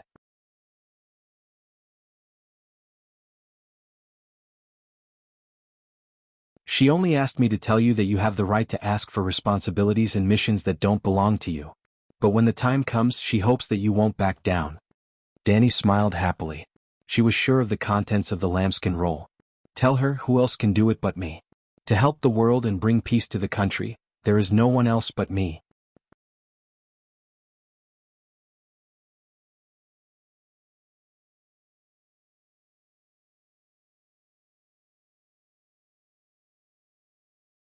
Chapter 831. After the pterosaur flew over from the White Blade River Air Force Base, Erlu brought Aunt May and left Winterfell. Jon led a group of Northern Territory nobles to send the king off. Dany received Aunt May's gift and started reading it on the spot. You're right. Territory should be comprehended by oneself. After a while, Dany looked away from the thin parchment and thought hard for a moment. She sighed and said, I'm an unorthodox person and lack a complete system of teaching.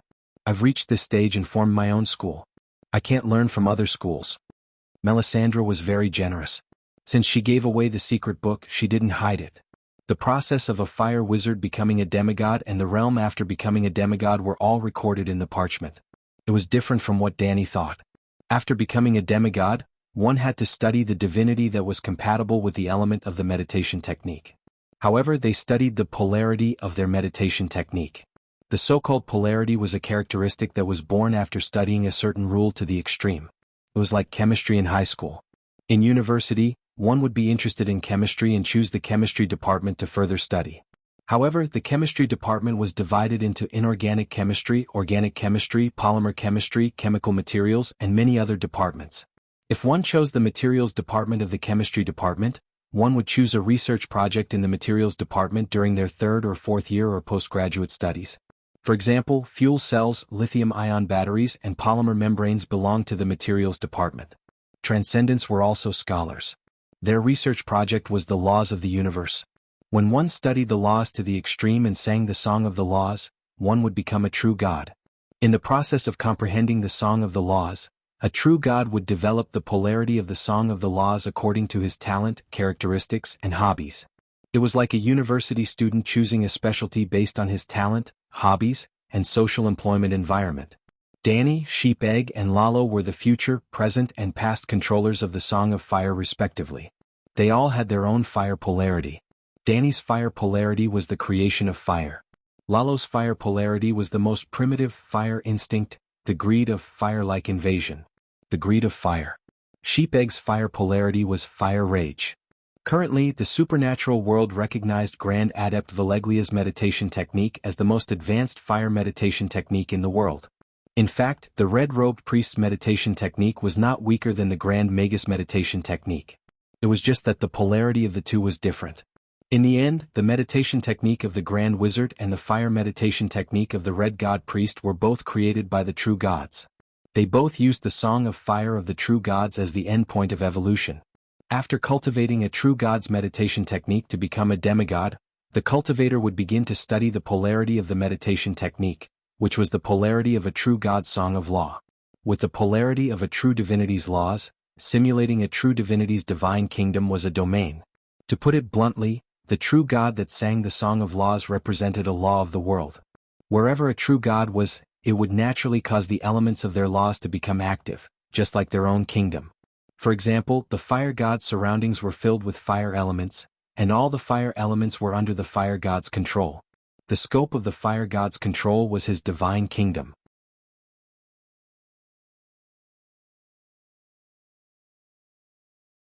A demigod who cultivated the fire god's meditation technique and delved into the fire god's fire polarity could simulate a counterfeit divine kingdom, which was the fire domain that Dany desired. If the Song of Law's chanter was a towering tree, then the transcendents who cultivated the true god's meditation technique were the vines on the tree. I can't walk on Lalo's path, I've also walked on another path for Sheep Egg's Grand Wizard meditation technique. If I don't study their fire mastery, their divine kingdoms will naturally not be able to be simulated. Danny said helplessly. Actually, a person can't only master one type of mastery. Mastery is both talent and knowledge. Bran said. You're not wrong, but now isn't the time. If my Song of Fire is completed, then I'll study Lalo's and Sheep Egg's mastery and learn from their strengths to make up for my weaknesses. I'll definitely be able to improve further. But right now, I haven't even fully grasped my own talent. Where would I have the time and energy to learn from others' strengths? Then use your own fire mastery to develop the domain, Bran said in a low voice. Danny gripped the red-robed lady's parchment tightly and nodded with a heavy expression. Although it's difficult, this is the only choice. Caw caw caw caw. Amidst the shocked cries of the guards, a black torrent poured into the ice castle through the ice cave, spreading out a black cloud under the dazzling ice crystal sky. It was a large flock of crows. After half a year, you should have 1,000 fire elves and 1,000 wind elves, right? Bran asked. It'll be a little hard, but it should be possible. Bran's method of distinguishing the elemental attributes of the crows was ingenious. He separated a thought from the 4,000 crows, the thought of the child of the forest crows fusing with his own consciousness, and then burned it in the flames of the Dragon Queen. Because his own consciousness was in the thought, he could distinguish the sensitivity of the child of the forest crows to the fire and wind elements. In just half an hour, 2,000 large crows with blinking red and golden eyes appeared around Danny. Blackie spat out dragon flames, and under the control of Danny, the 2,000 crows were burned to ashes, leaving only the souls to enter the faith space. With a skillful flip of her hand, she pulled out a soul of a large crow and burned it until it screeched.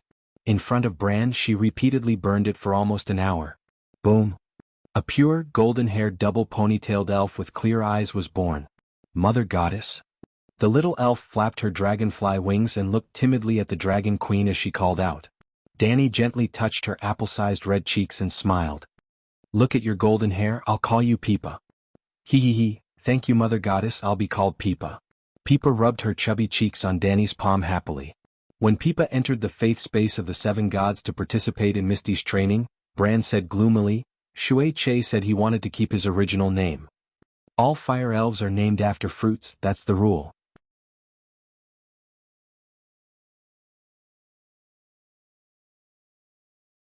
Let's go to the Great Wall and heal your spine, then I'll return to Slaver's Bay. With the red-robed lady's secret manual and the 2,000 large crows, the Dragon Queen was in a good mood. After hesitating for a moment, Bran said with difficulty, Do you understand Sansa's thoughts? The change of topic was too fast, and Danny was stunned for a moment before saying, What plans does she have now? Bran's mouth was filled with bitterness and helplessness. She's different from the other Stark. Her personality, her experience after leaving Winterfell, and the teachings of Cersei and Littlefinger have filled her heart with a desire for power. Danny glanced at the large crow on the windowsill and sneered in her heart. Different from the other Stark, I don't believe you don't know what your grandfather did. Stark had never been more indifferent to fame and fortune than the other nobles of the 7 kingdoms. In other words, without the protagonist's life providence and halo, Stark was just a normal gamer. I'd had no desire for power because he was born as a second son and received the education of a second son. If I'd was replaced by Brandon, perhaps the one to sit on the Iron Throne would not be Robert but Stark. In the Deer, Fish, Eagle and Wolf Alliance, the alliance leader was Jon Arryn, the first godfather of the 7 kingdoms. I'd and Robert had the same status. The first to enter the King's Landing was Stark, but I'd looked at the Iron Throne in front of him and handed it to Robert without hesitation. Jaime was stunned. Get to the point, I don't have time to waste, Danny said impatiently.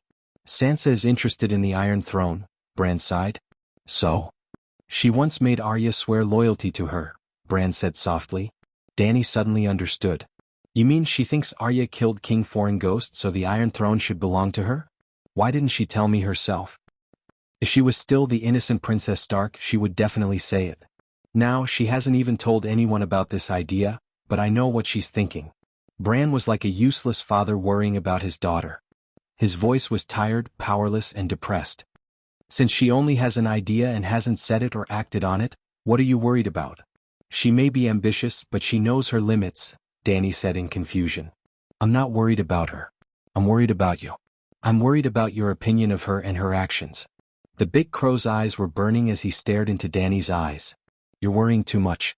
I treat everyone who wants to fight for the Iron Throne equally.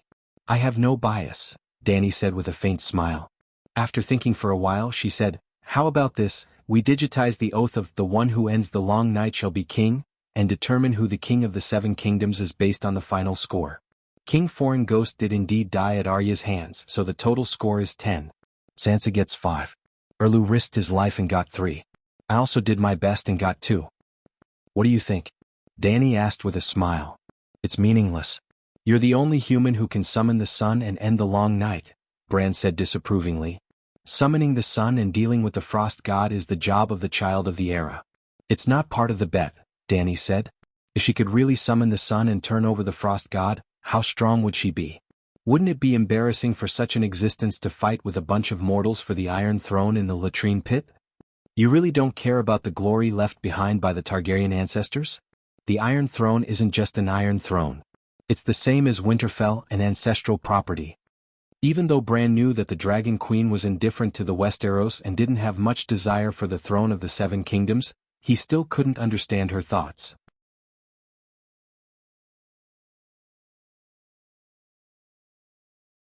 Jon broke the oath for the House of Stark, Tyrion schemed for Lannister, and Stannis unswervingly pursued the legitimacy of the Baratheon dynasty. This was the normal behavior that was in line with Bran's worldview and values. You're right. The King's Landing and the surrounding royal lands were all developed by the Targaryens. They belonged to the ancestral property of the Targaryens, just like the Northern Territory is the land of the Stark family. Danny lamented, I don't care about the ancestral property, but I don't want to be a prodigal either. In the future, no matter who becomes the king of the 7 kingdoms, they will have to find a new capital. The King's Landing will be like Winterfell and Storm's End Castle, becoming a Targaryen family castle. That's not what I meant. Bran mumbled. The two of them were talking by the stables in the corner of the training ground. Jon led a group of soldiers towards the city gate. Every 2 soldiers were carrying a corpse, and there were also wailing Northern Region civilians and soldiers on the side. I want to hold a mass funeral and cremation for the soldiers and civilians who died in Winterfell. Seeing the Dragon Queen's gaze, Jon explained. Danny nodded. I'll get Blackie to light the fire for you. And absorb a wave of soul essence. Just as she was thinking, she suddenly caught a glimpse of the unusually conspicuous blazing red heart cloak.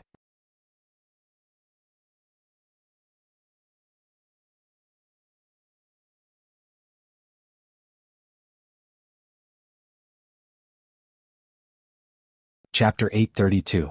Among the corpses in gray and black linen, the flaming red heart cloak on Clutton Sanja's body was especially eye-catching. Danny found it among the hundreds of stretchers at a glance. Stannis didn't even take care of his subordinate's body? She frowned. He left in a hurry, but he didn't forget Sir Sanj. Before he left, he asked me to help burn the body. At this point, Jon looked at Danny with a strange expression. You forgot that Sir Sanj went to heaven.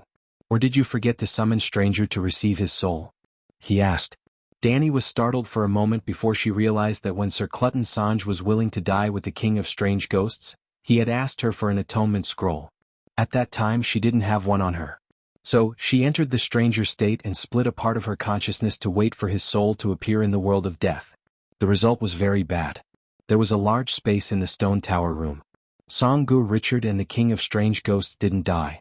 Then the forbidden spell appeared and the Dragon Queen dealt with the Frost God with all her strength. Danny was embarrassed. Jon had been paying attention to her expression and immediately understood that Sir Clutton Sanj had died for nothing. This is really... He looked back at the stretcher covered with the flaming red heart cloak, his eyes full of pity and sympathy. Stannis and the red-robed woman refused to hold a funeral for him because he was going to heaven. When his soul really goes to Lalo, I'm afraid, Danny was full of guilt. She should have. She decided that no matter where she went, she would carry a few atonement scrolls with her like a golden dragon. Don't worry, he won't go to Lalo's hell, the big crow on top of the stable's wooden door said calmly. Danny looked at the crow expectantly. Did you interfere? I didn't know about this at all. And I was busy suppressing the Frost God's will. How could I have time? The big crow shook its head and reminded her. Sir Sanj doesn't believe in Lalo. He's the flaming red heart knight. How could Danny's words stopped abruptly? She suddenly understood what Bran meant. Back then, when Song-gu saw that the child of prophecy and Aunt May had died in battle and that the first divine king had been defeated, Lalo had fled and the sun had been covered by darkness. He felt that the king of light was unreliable and believed that the local holy mother of the seven kingdoms was more real and stronger. What did this mean? That guy no longer had any faith in Lalo. It really is.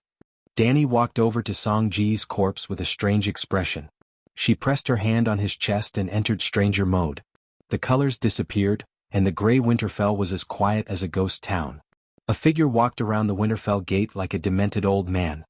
Fight deviant ghosts, go to heaven, fight deviant ghosts, go to heaven. The undead's eyes were dull and he kept muttering the same sentence. A short and stocky figure, a bald head and a blazing red heart cape. It was Sir Clutton Songe. As Bran expected, he lost his faith in Lalo, but his devotion to the seven gods was not enough to go to heaven, so he could only dissipate between heaven and earth. However, Sir Songe died with a deep obsession. If the obsession could not be fulfilled, it would turn into resentment, and resentment was the nourishment of the vengeful spirit. If Danny left him alone, Winterfell would be haunted in a few years.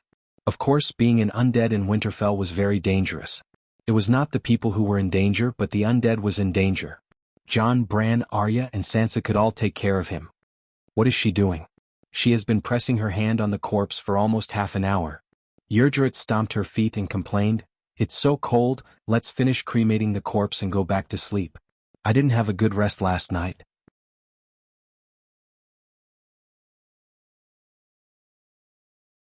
The big crow's red eyes stared at Song-ji's corpse without moving or speaking. Jon looked around. The people carrying the corpse were all squeezed in the training ground behind the city gate. Their faces were red from the cold and they looked impatient. Carry the corpse out and pile it on the crematorium. When the Megalosaurus, Wong. Before Jon could finish his sentence, a golden light broke through the dark night and descended from the sky. Within the holy light there were specks of fog. A golden armored general slowly descended from the light. Everyone widened their eyes. The golden armored general's face and attire were too familiar. They could not help but exclaim, "Sir Richard, it's Sir Richard. He has descended from heaven." Swoosh. The holy golden light descended from the sky onto Sir Songe's corpse. The moment the golden armored general touched the corpse, the golden light was injected into it. Ah! Under everyone's shocked but reasonable gazes, Sir Songe on the stretcher moved a few times and groaned as he slowly woke up. "Is this heaven? It's so beautiful." Song-gu looked at the dazzling ice crystal dome and was mesmerized. Ah! He could not help but scream. Suddenly a big hairy face leaned over. The face was too close and the face was too ugly. It woke him up from his fantasy of heaven. Tormund touched Song-ji's face that was gradually warming up. "You're really alive? How magical. Knight of Hearts, this is Winterfell. Didn't you go to heaven?" the savage asked curiously. "Winterfell." Song-gu looked around and asked curiously, "I'm not dead." Suddenly, his face was filled with fear. "Ah, I'm dead. I died a terrible death. I froze to death in the ice. I went to a terrifying world. It's not heaven. It's Lalo's hell. Why didn't I go to heaven?" "Your Majesty, you..." Danny quickly interrupted his nonsense and said sternly, "After you died, you went to the stranger's kingdom of the dead. It's not Lalo's hell. As for why you didn't go to heaven, sigh, I haven't achieved my goal. How can I be happy?" "What do you mean?" Sir Song-gu was confused. "The king of the deviant ghosts is not dead. Your mission is not complete." Then the Dragon Queen explained the second half of the Battle of Winterfell to Song-gu with a serious expression. She also let Song-gu understand the current situation. Finally she comforted him. "Although you didn't go to heaven, you received a silver sacred garment from the seven gods, just like Sir Richard." Song-gu felt better, but he still muttered, "The silver sacred garment sounds inferior to the gold sacred garment." Pope Danny said sternly, "The power of the sacred garment comes from the faith of the seven gods. As long as you're devout enough, it's normal for the bronze sacred garment to defeat the gold sacred garment. Moreover, yours is silver. There were only 12 gold sacred garments. Of course they could not be given out randomly. Besides, she was right."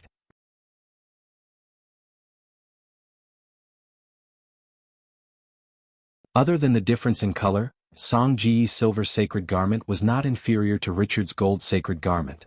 Tormund rubbed his hands and smiled obsequiously. "Your Majesty, can you give me a sacred garment? I've also fought deviant ghosts. During the Battle of Winterfell 2 days ago, I killed 146 ghouls.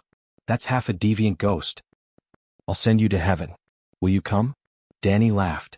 If I can return from heaven, I'm willing to give you a sacred garment. Tormund patted his chest and said righteously, you don't believe in the 7 gods. Without the divine power of the 7 gods, you can't activate the sacred garment. Danny shook her head. Tormund looked conflicted. It seemed that he did not see any benefits from believing in the old gods. As for the 7 gods, Your Majesty, can you revive my brother? He's only 15 years old. A young savage in his early 20s came before the Dragon Queen and knelt down to beg. Your Majesty, please have mercy on my 2 children. They're only 3 years old at most. They can't live without a father. A northern woman sobbed. Your Majesty, my mother? In a short while, 30 to 40 northerners knelt in front of Danny and begged for the revival of their loved ones. They've gone to heaven, or the heaven of the 7 gods, or the heaven of the old gods. That's the best place for them. Isn't it good to let them enjoy the sun and wine in heaven? What can they do after revival? What's the point of living? What's the point of dying? Danny advised loudly. Besides the huge consumption of energy during the revival, the flaws of the revival were apparent in the pockmarked knights. She could still control a small number of revivals. If there were too many flawed revivals and they formed a humanoid race with yin and yang spirituality, the situation would be unsalvageable. After Danny consoled them and offered to be the priest of the cremation ceremony, the northerners who missed their loved ones were persuaded to return. At night, after the cremation ceremony ended, the Dragon Queen rode the Black Dragon and left Winterfell for the north. In the bedroom of Miss Stark in the Winterfell main castle. Jenny, don't. Close the door, close the door. I'm sorry, Jenny. Sansa gripped the quilt tightly like a person who was grabbing onto the last vine before falling off a cliff. Theon squatted by the bed and used a wet towel to wipe the sweat off Sansa's face and forehead. Has she always been like this? Arya stood at the end of the bed and frowned. She was fine before, but after she saw Jenny's body, she kept having nightmares. Theon sighed softly. What happened then? Jon asked. Sansa was terrified. When the white frost fell, I carried her and ran. She screamed and screamed as she closed the door. Then when we entered the tomb, the guards locked the door. Jenny was left behind. Theon's expression was gloomy. His face was filled with sorrow and self-blame. When we recovered from the shock, we found Jenny blocked outside the door. Her cries and cries seemed to come from another world. She always did things that she regretted. But what's the use of regretting? Bran said coldly. In this bedroom, other than the dead Robb and Rickon of the Valley, the rest of the Stark siblings were present. Yes, Theon was Id's adopted son. He could be considered their sworn brother. If Ide was still alive, he would definitely be happy to see this warm family reunion in the room. Bran. Sansa suddenly opened her eyes. Her beautiful eyes were filled with fear as they locked onto the big crow on the railing at the end of the bed. You're finally willing to see me. I really don't want to see you. Bran said flatly. You hate me? Sansa waved away Theon's towel and struggled to sit up. She stared into the crow's eyes and asked in a hoarse voice, Why do you hate me? Theon looked back and forth between Sansa and the big crow. He wanted to say something but stopped.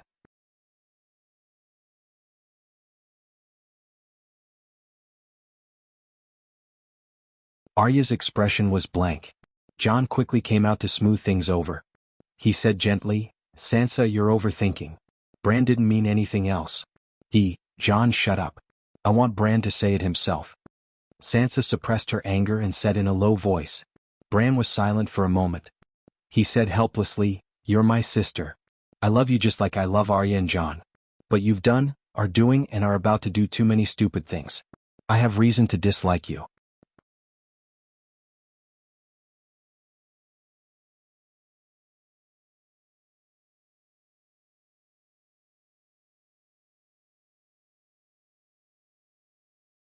Chapter 833.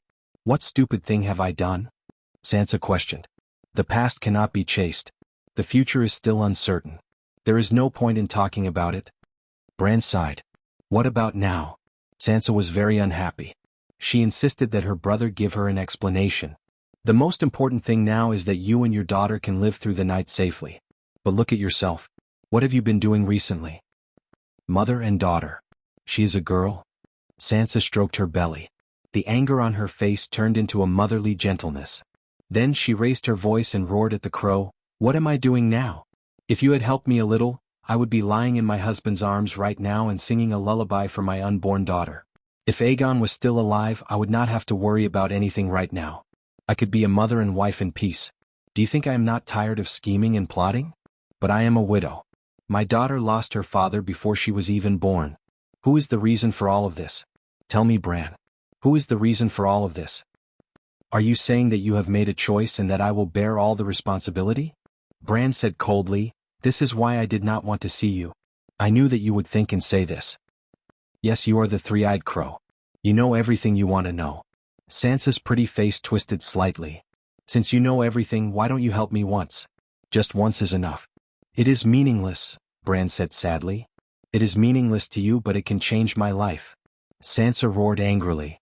"Sansa, if I told you that I was protecting you and paid a great price to help you avoid the most tragic fate, would you believe me?" Bran sighed. "Can I be worse off than now?" Sansa obviously did not believe him. She thought that her brother was lying. She was so angry that her face turned pale and her lips trembled. The crow's red eyes swept across Jon, Arya, and Theon's faces. Then it asked, "If I helped Sansa once, do you think she would ask me to help her a second time or a third time? If I don't respond to her after helping her once, will she hate me even more than she does now?" This. Jon lowered his head and rubbed his nose, silently agreeing with Bran's statement. Theon smiled awkwardly. Arya nodded without hesitation. "She definitely will." Sansa pulled out a pillow from behind her and threw it at Arya. Bang. Watch. Arya even had the time to roll her eyes. With a light punch, she sent the pillow flying back to her sister's head. "I'm only asking you to help me once. Let Aegon live. Is this too much?" Sansa asked loudly. "If I want Aegon to live, I have to help you countless times. In the end, Jon, Arya, Rickon, and even me would be dragged into the abyss. At that time, not only will you lose your husband, but you will also lose your brothers and sisters and even your daughter," Bran said indifferently. "You're lying." Sansa shook her head hard. "I don't believe that Aegon is destined to die. Dany Rise is not hostile to him. As long as she doesn't do anything, as long as you're willing to help, the Westeros will not be able to harm him. Your thinking is the main reason why he won't live." Bran sighed. "No one is destined to die. But after meeting you, Aegon will die sooner or later. I'm helping him with everything I have. Why would I harm him?" Sansa's eyes widened. If you didn't help him so much, he might still be alive. Sighing inwardly, Bran said bitterly, "I've seen Aegon's various endings in the River of Fate. In order to save you and your child, he died under Melisandre's magic. In order to get food for Highgarden, he died under Luwin's evil scheme. In order to help you and our Stark take revenge, he was ambushed under Riverrun. Because you wanted to kill Cersei, Aegon had a trial by combat with the Kingslayer. He died under the Kingslayer's left sword.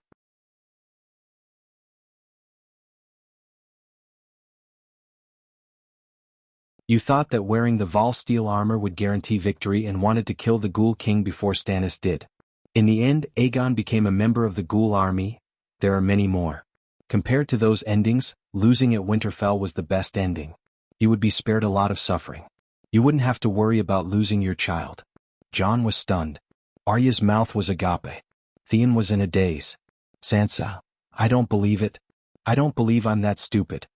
She was stunned for a moment and immediately shook her head in denial. The Sansa that Bran mentioned was not even as smart as Cersei. It was too fake. He must be spouting nonsense in order to shirk responsibility. Bran seemed to have guessed her thoughts and said, "Sansa, you've been with Cersei for a long time.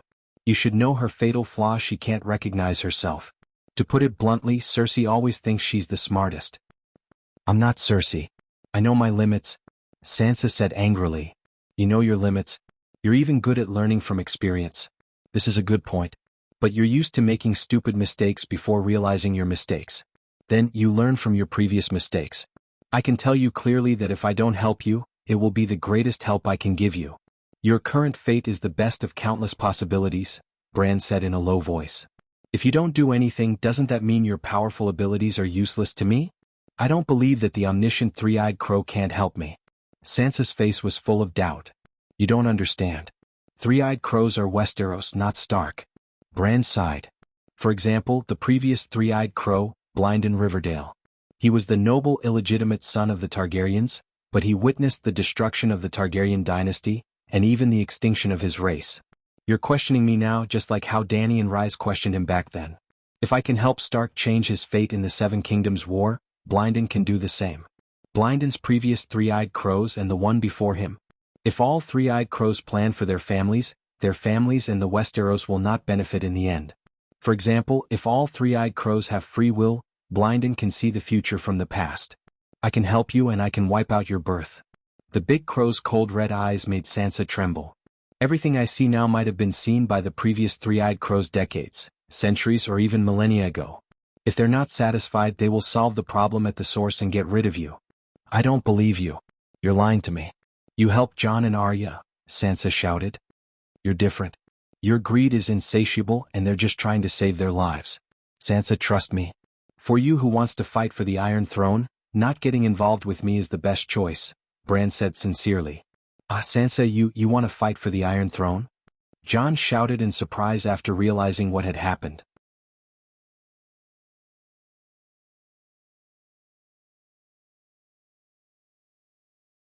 When Sansa saw her brothers and sisters' unfamiliar gazes, she explained awkwardly, I don't have to. It's just like when I'm walking by a river and suddenly see a big fat sheep floating down from upstream. Isn't it normal to spend some effort to fish it up? If I really can't get it, I won't go into the river and wet my shoes. Ah, you're so small, Dany said in surprise. The next morning, in the forest 50 kilometers south of Longnight Castle, she saw Bran wrapped in fur. He was really small. He was a little over 1.4 meters tall and weighed no more than 60 pounds. He was small and skinny like a stunted child.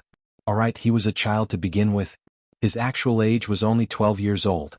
Because he broke his spine and lacked exercise for many years, his muscles had atrophied. Also, because life beyond the Great Wall was tough, his nutrition couldn't keep up. If I cure his disability, I'm afraid his nutrition won't be able to keep up. Dany glanced at Maralide, who was smiling bashfully. She thought unkindly. However, when she looked at the two of them carefully, they were both small and skinny. They did look like husband and wife. Like Sansa, Mara had a big belly. With the help of the Child of the Forest, she followed Bran out of the cave. They leaned against an iron tree and welcomed the Dragon Queen who had come from afar. Ah, it really looks like a pine tree. The two centaur maids, Jichi and Eerie, stared at the Child of the Forest and clicked their tongues in wonder. Can my spine be cured? Bran was small, but his eyes were deep and weathered. He looked like a wise man who had lived for hundreds of years. Leaf glanced at the centaur maids and frowned. Let's talk inside the cave. This squirrel man was still wearing clothes made of dried vines. His hair was messy like a chicken's nest. Why aren't you wearing clothes? Even if you're poor, you should at least have fur and linen clothes, right? Savages have clothes too, Jichi said curiously. We're people who sing praises to the earth. We're the spirits of nature, Leaf said with a straight face. It's already a long night. Aren't you cold? Dany asked. You don't have thick winter clothing under your armor, do you? Leaf asked in return. The cave was much simpler than the shelter beyond the Great Wall.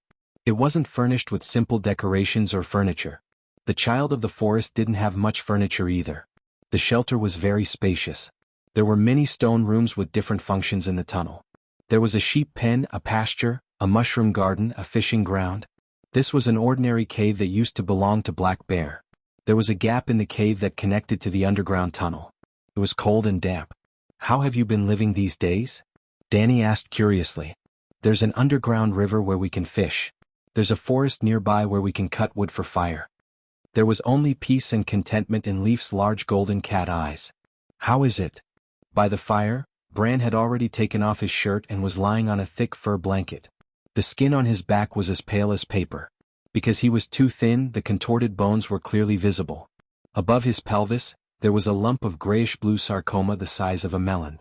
It was a mixture of broken bones, tendons, nerves, and blood vessels. Ah, so disgusting. Eerie covered her mouth and whispered, Do you want some poppy milk? Dany signaled the two maids to prepare the surgical tools. Jichi opened her backpack and skillfully took out bottles and jars. She prepared to concoct an anesthetic unique to the world of ice and fire for Bran. No need. I'll transfer all my consciousness into the crow's body, Bran said. Under the gaze of Bran and a dozen children of the forest, Dragon Queen first used high-concentration alcohol to clean the corpse's back. Then, she separated wisps of red flames from the dragon fireball above her head and burned the surrounding air.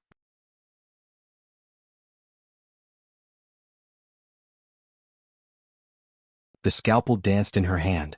The deformed broken bones were removed, the sarcoma was cut, the nerves and blood vessels were adjusted, and the white light of Saint Healing swept across like a laser beam.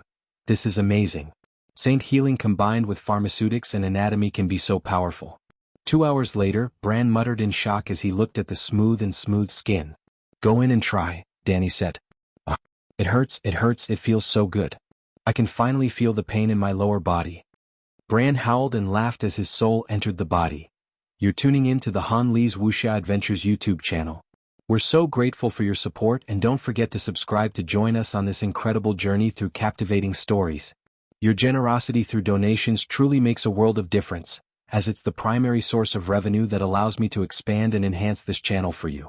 Thank you from the bottom of my heart for being a part of this adventure.